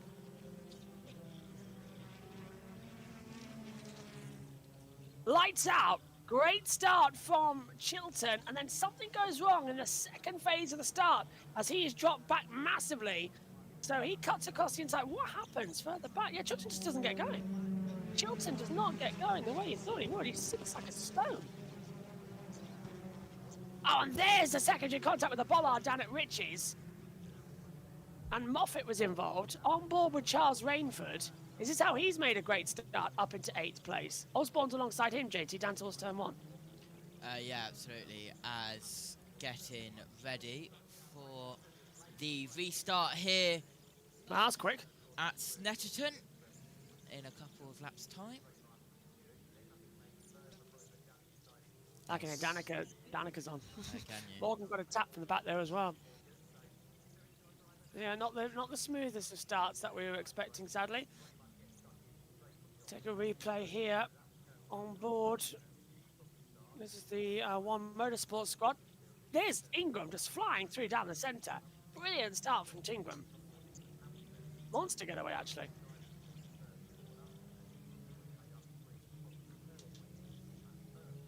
Yeah, just holding back. As we are on board with one of the nappers here. Going through turn 1, and you can see that contact with the bollard, and was that teammates pushing each other? Yeah, Moffat came through like a ton of bricks. Was that De Leon pushing Yeah. Moffat out? Came in like a ton of bricks, then just wiped each other out. Not the best restart that we were expecting. Hopefully we'll go green soon and get this race restarted. Doble leading behind the pace car. Let's check in with ITV, JT. Started at the back. He's going to go all the way around the outside here of Jelly. Well, we know a fired-up Ingram is always worth watching. Remember Donington last year, for example. So Camish on the back of Jelly. We're about 2 corners away from Stephen Jelly's dramas. Yes, he's on the inside going into Agostini, though. Yeah, there's Daryl De Leon alongside him. So Jelly's about to turn into the corner. There's De Leon up the inside. And Ingram on the inside. Daryl De Leon was with Jelly. Yeah, Daryl De Leon just turned Jelly a little bit, and then Ingram caught the front of it, which pitched him off. But certainly wasn't Ingram's fault, and certainly wasn't Jelly's fault. We understand that Chris Smiley's travails now a high-pressure fuel pump. So he is effectively out of the race, and that was a big hit from Stephen Jelly, wasn't it? Yeah, huge hits that come through. And that's the disadvantage, I suppose, of going side by side with Tinkerman like that. It was just a big hit into the barrier. And unfortunately, 9 times out of 10, you can't avoid those styles of accidents. The safety car's out. We will have the 3 added laps through the distance. And they've pulled out the full truck to try and recover. So Jelly's car really can't move. That's a surprise. I suppose we were expecting differences, weren't we? As the racing continues behind the pace car. 3 race ceremonies, by the way, for the 109th Indianapolis 500 gets underway in around 12 minutes' time with the invocation, rifle volley, taps, God Bless America, the national anthem, the flyover, and then the drivers go to their cars and then back home again in Indiana for the second flyover. And then at the command, there will be a helicopter flyover as well. So 3 flyovers coming your way from the Brickyard. And we are getting ready for that immediately at the end of this race. Lap 3 of 12, soon to be lap 3 of 15. Green flag for the greatest spectacle of racing at Indianapolis at 12:45 Eastern, 5:45 PM. Make sure to join us there on JB Motorsports. Let's go down to ITV. Opening lap, so yeah, we'll see what we can do. excellent. Charles, we'll leave you to it. Thanks for talking to us. Cheers, thank you very much. Charles Rainford then. Missed out that, didn't we? This is the replay. This is Rainford back on the inside line. Now, This at is the coming moment, to safety car boards. The safety car board was out then, I saw it. Yeah, and Sutton made the error, but it was after the fact he got through. Yeah. It didn't matter anymore, did it? No, well, there is Stephen Jelly's car getting trained onto the recovery truck. They've got a full recovery HIAB train truck out there for anyone who knows their recovery trucks. Are we talking to someone else? Me? No. Oh, yes, go on. No, we're not, but You can hear the talk back, can't you? Yeah, safety car board is out on the top of the gantry. Chris Smiley on his way down the pit lane. 4 laps down, sadly. But at least he'll actually get to take part in this race somewhat. And if others fall out of the race, you know, it's only 15 where you get points to make positions, but he's still in contention here. He's not completely out of it. Another little factor as well. You know, my wireless microphone ran out of battery 10 seconds before you went on air. Oh, yeah. Never works out, never moves so quick in my life. So I'm going to need to pop in and charge the transponder. Ready for the end of it, but he's done his job. It's taking a long time to remove Jelly's part. I've lost 3 laps and don't really be under the safety car rules. It'll take a little bit more time. But yeah, it's not looking too bad. I like how, by the way, that the Indy 500 pre-show for Sky is on YouTube, so we've just left it on. So that's how ours are working at the moment, if you're wondering.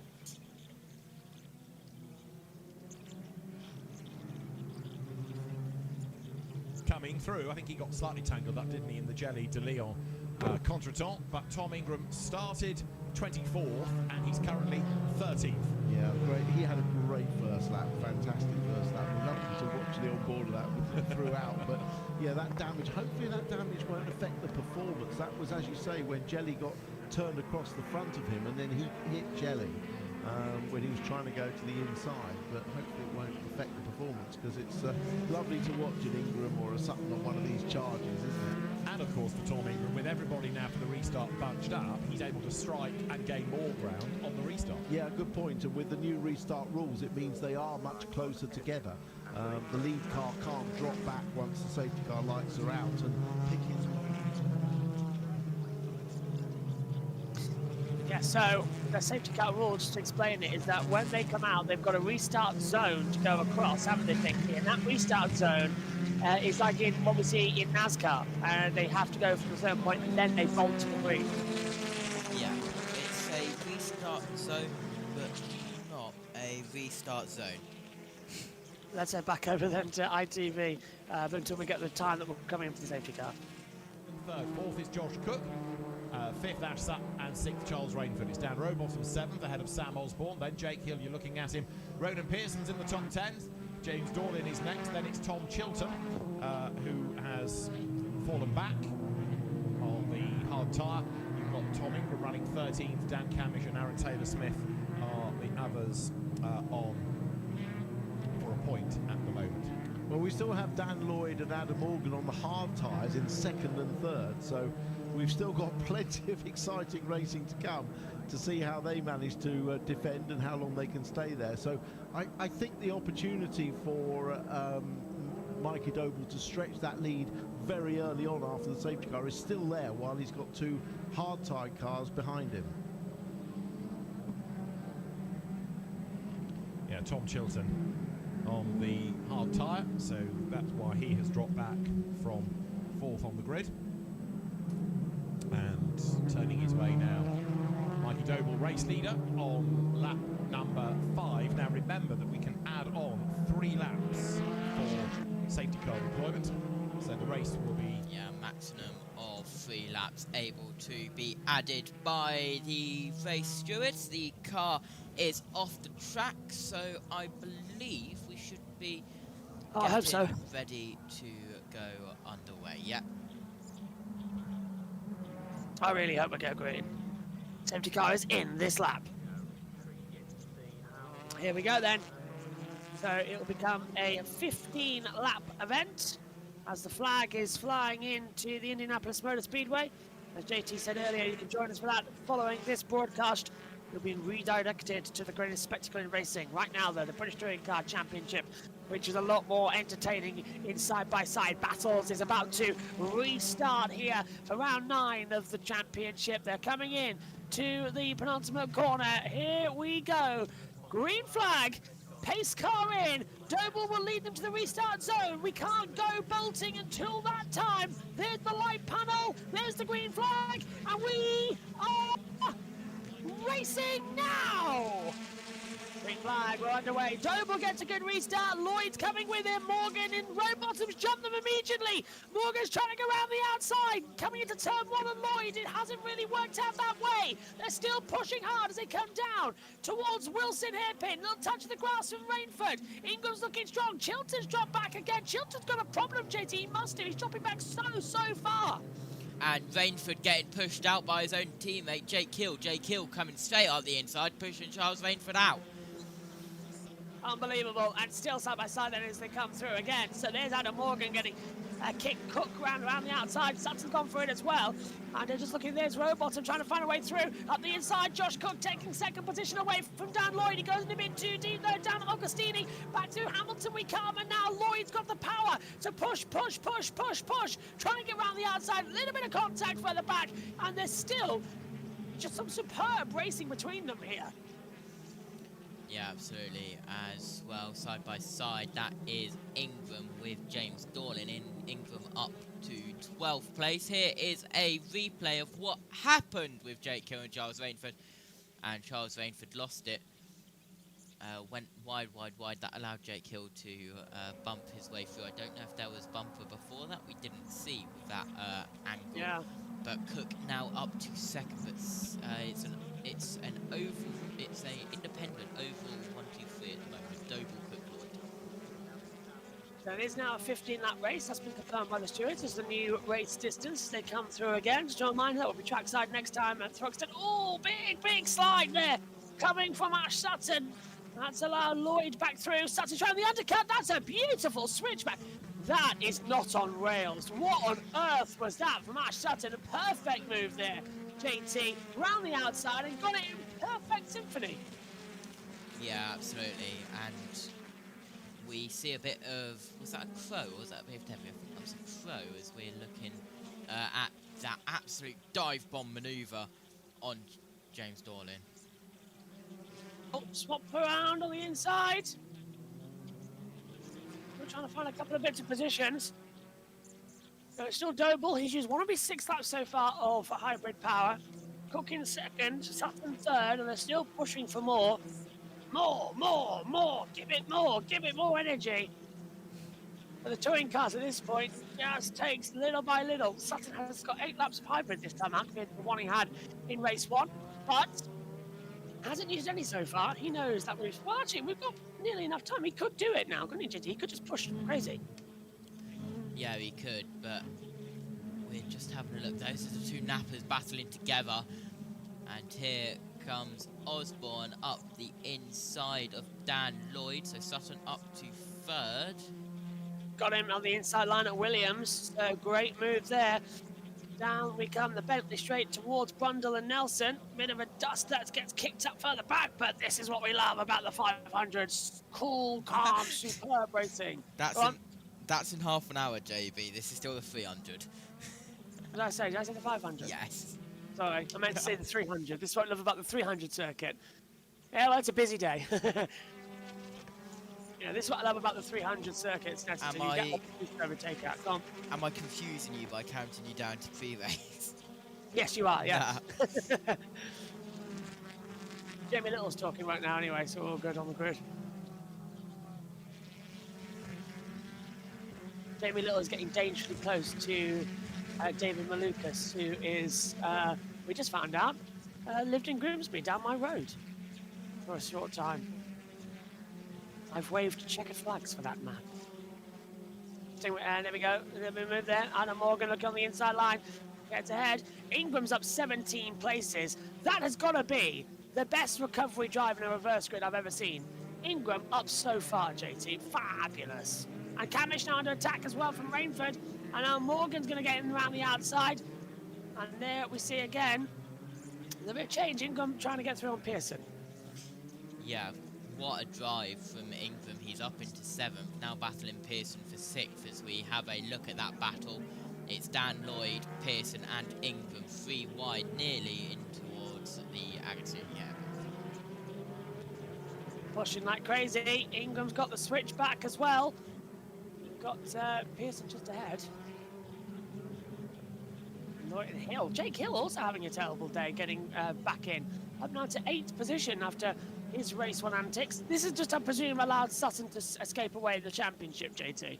But he was leading coming into it. Now the other 2 championship protagonists have hit troubles. Yeah, absolutely. As look at how big the gap is. Doble's got out in front, 1.7 seconds. Anything can happen. Blue does. England now ahead of Lloyd. Hill ahead of Lloyd. Taylor Smith and Moffat ahead of Morgan. Patterson moving up at Dorlin. Hall's in there in 17th place as well. And now we see Gordon Shedden making the move on Adam Morgan, forcing him wide as he comes through. Nelson into the bomb hole. Yeah, better. Nicely done. B-O-M-B.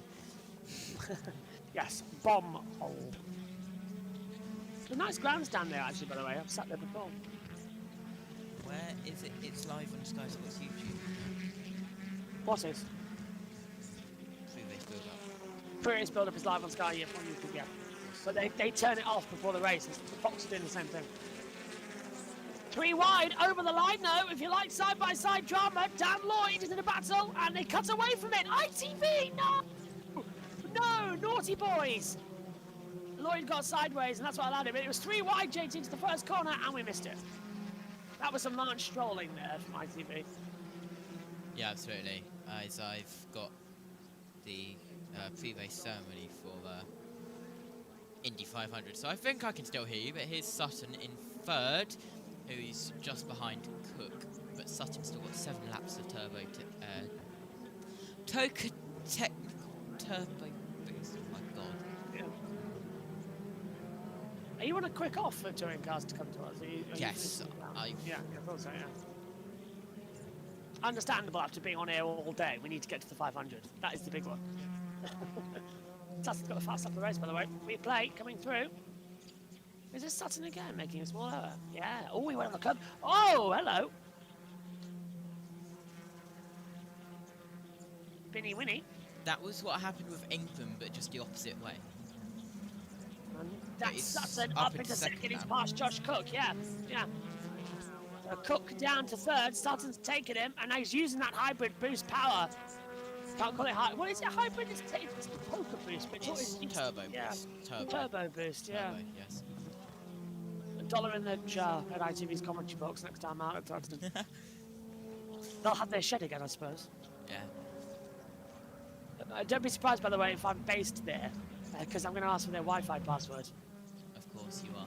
As Sutton comes across the line to start lap 10 of 15, just in front of him, Doble is leading, but Cook is on the back of Ash Sutton with Osborne, then Ingram. Ingram up to 5th, up 19 places in 10 laps. Bear in mind the safety car. That is true, yeah. That's even more impressive, then, isn't it? Yes. Time and time again. A little bit of damage there for the 2 of Dowell de Jong.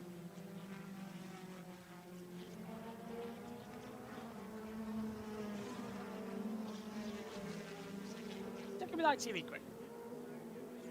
End of his local track, the man from Norwich, the mortgage advisor and absolute lover of this sport, has been a backer of Michael Crease and others over the years, and it's an absolute joy to see him make his BTCC debut at his home track, and he's really held up his end very well. He's not been overshadowed by any means in this meeting. He comes from TCR racing, but the TCR cars are very different to BTCC cars. And it would be good to have him back.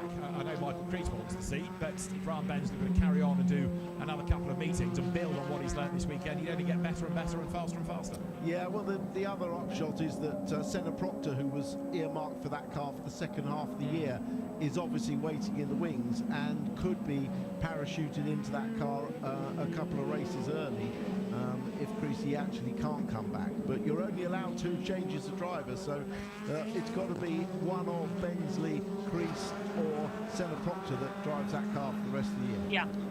Dan Cannon. Yeah, and of course, I've already had some changes this season, JT, so it's getting ridiculous about how much it's closing in as well, isn't it?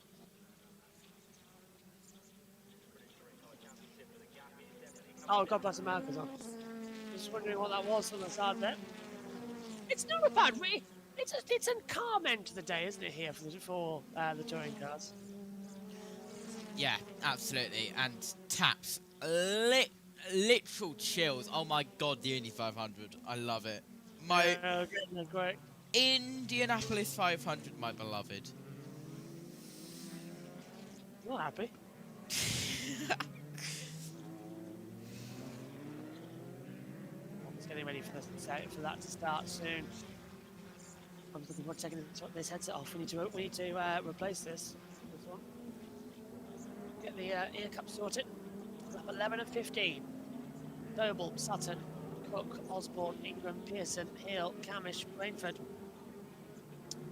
As the action continues to fly through. Bell. I was just hearing the scream in the background. I think it's like a sonic screamer. By the way, Bell has just said on Twitter, Bluebell, Danica Patrick has just said it's Pato Award. She has Pato Award winning. She's got someone to blame if she doesn't. I agree with that. Should I change my pick a winner then? Yeah, I'm going Pato. 4 out of 5 versing grid voted for Pato Award as well. Up and down like a yo-yo. I did just notice that Sutton was on the move down the back.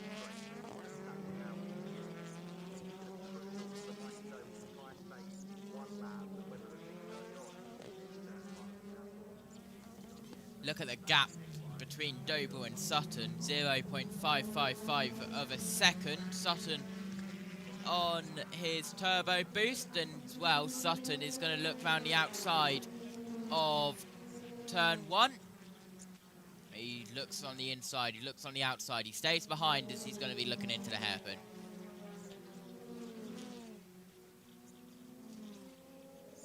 Sutton goes down the outside of the turn 2 hairpin. He isn't able to do it. Will Doble go wide? Will Sutton allowed to go up the inside? No, it's still Doble, Sutton and Cook behind. Over the top 3 still brewing, and that's going to be the key factor here. Sutton is right behind and closing him in. He's going to use the boost now down the hill towards Augustini. It's too tight of a move, but he's tried to do that already once before today on the inside line for second place. Damn right he's going to do it for first, but Doble might just get it here. And that would be Singh Hosanna if he can do it. An independent driver is leading the race once again, just like in race 2. But in race 2, the independent driver didn't win. Will he win this time?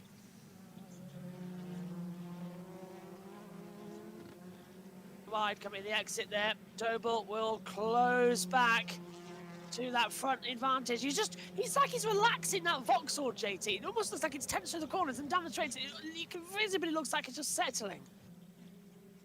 This is Hill getting passed by Camish. Camish has gone through up into 7th place. Strong move. So Sutton, 0.3 behind as this battle goes on. It's ready to go. Let's have a replay. Just a slide. Oh, there! Oh, bang! Camish getting whacked with the 14 of Ronan Pearson down at Brundle and Nelson, and that allowed Hill back through. So Hill didn't lose too many places in the end, actually. Hill very close now. That's what's closing him in as they go down into the braking zone. Down, down, down. Touchy, touchy, touchy. From the outside, still not going to come through. And again, returning the power. And nothing happening yet, JT. It's a smooth end, but we know one person, Sutton, is going to be closing up to the crescendo here.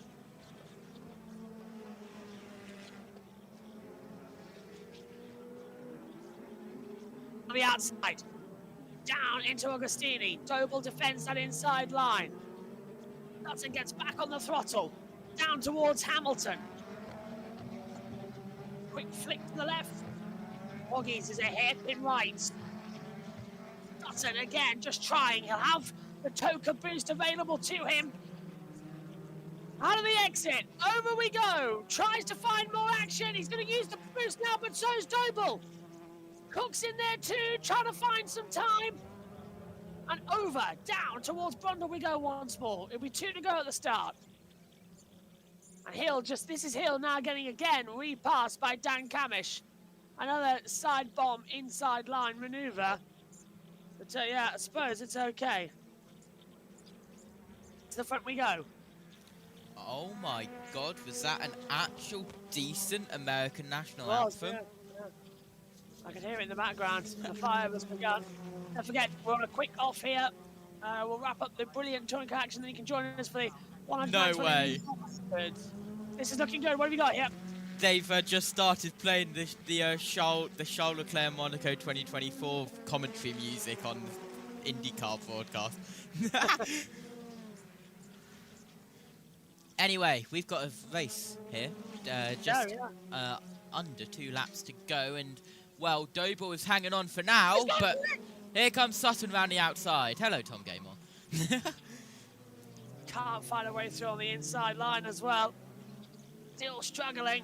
I've got a feeling this is very much, as I said earlier, JT, it's very much like Monaco, this place, in terms of the fact that it's very hard to overtake and find an opportunity to do so.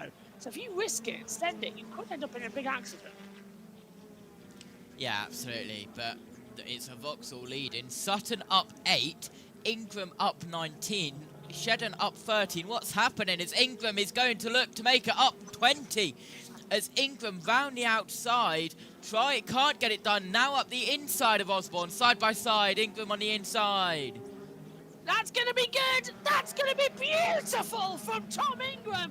And Osborne's going to try and take it back down at Oggies. Swings it round, nothing there. Sutton's dropped back 7/10. Doble's beginning to push, and we could have an independent winner. Look, they're both on the boost at the same time. Yes! Keep it coming. This is a great end to this race weekend. But Doble could win this because Sutton has dropped back. Yeah. The gap's a second. Ingram up to 4th as the timing screen updates after the next sector timing beam line. And here's the battle. Look at that. That was Charles Rainford absolutely diving on the inside of Jake Hill, very nearly taking teammates out. Bullets flying everywhere. That is not on. Rainford will get told over the radio. He is your teammate and he is in championship contention. They're both race winners this year, but Hill is the champion from last year. Final lap then. Doble, Sutton and Cook. Has Sutton got any more hybrid left? Yes, he does. One more lap of it. Cook, though, has got another lap. Final lap, 15 of 15. Hill's under pressure, by the way, from Rainford still, down in towards turn 1 at Riches. It's just holding back. Okay, this is going to be a close one. I think Sutton's going to have to settle for second. Mikey Doble might get his first win. Come on, Mikey.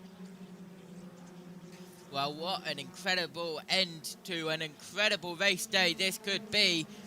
A Vauxhall, an independent driver, winning overall a podium with 2 independent drivers and only Ash Sutton there to join the party.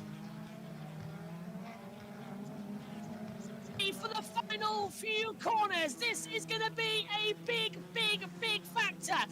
Doble will come through, down out of Williams, only the last sector left. This is going to be critical. Are we going to see an independent winner for the first time in over a year, or is Sutton going to take it away? In we come to Brundle, Nelson, and the bomb hole. Just a few more corners left.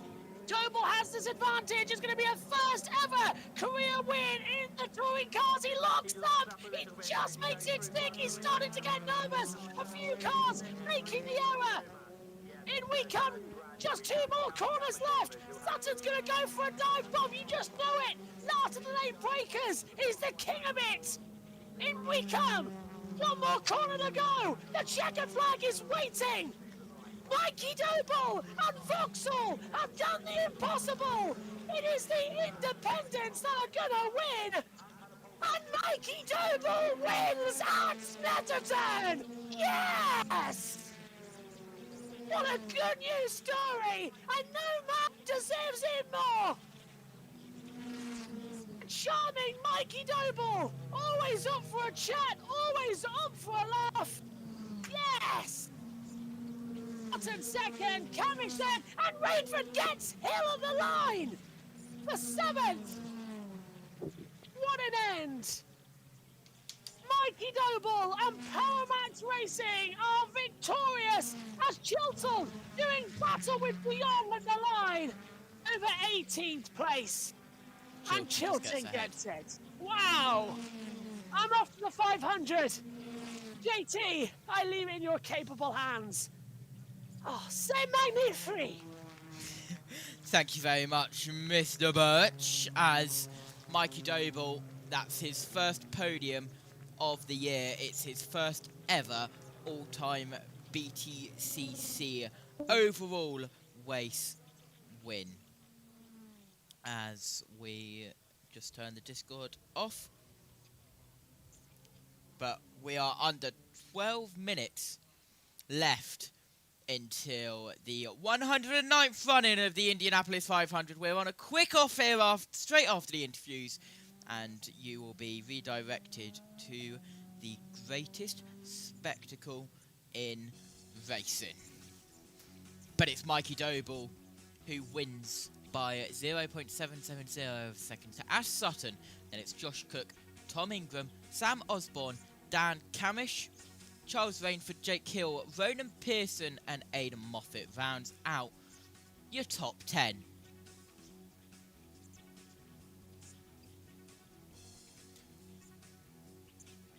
And then in 11th, it's Aaron Taylor-Smith and Gordon Shedden for a Toyota 1112. Then it's a Rocket Racing with Unlimited Motorsport, 13th, 14th with Patterson and Hall. Then it's Adam Morgan, Daniel Lloyd, Daniel Rowbottom making it down 16, 17. Then Tom Chilton, Darryl DeLeon and Ryan Bensley rounds out the top 20. Then it's Nick Halstead, Nicholas Hamilton, James Dorlin and Chris Smiley both 4 laps down, and Stephen Jelly did not officially complete a lap at the cause of that safety car.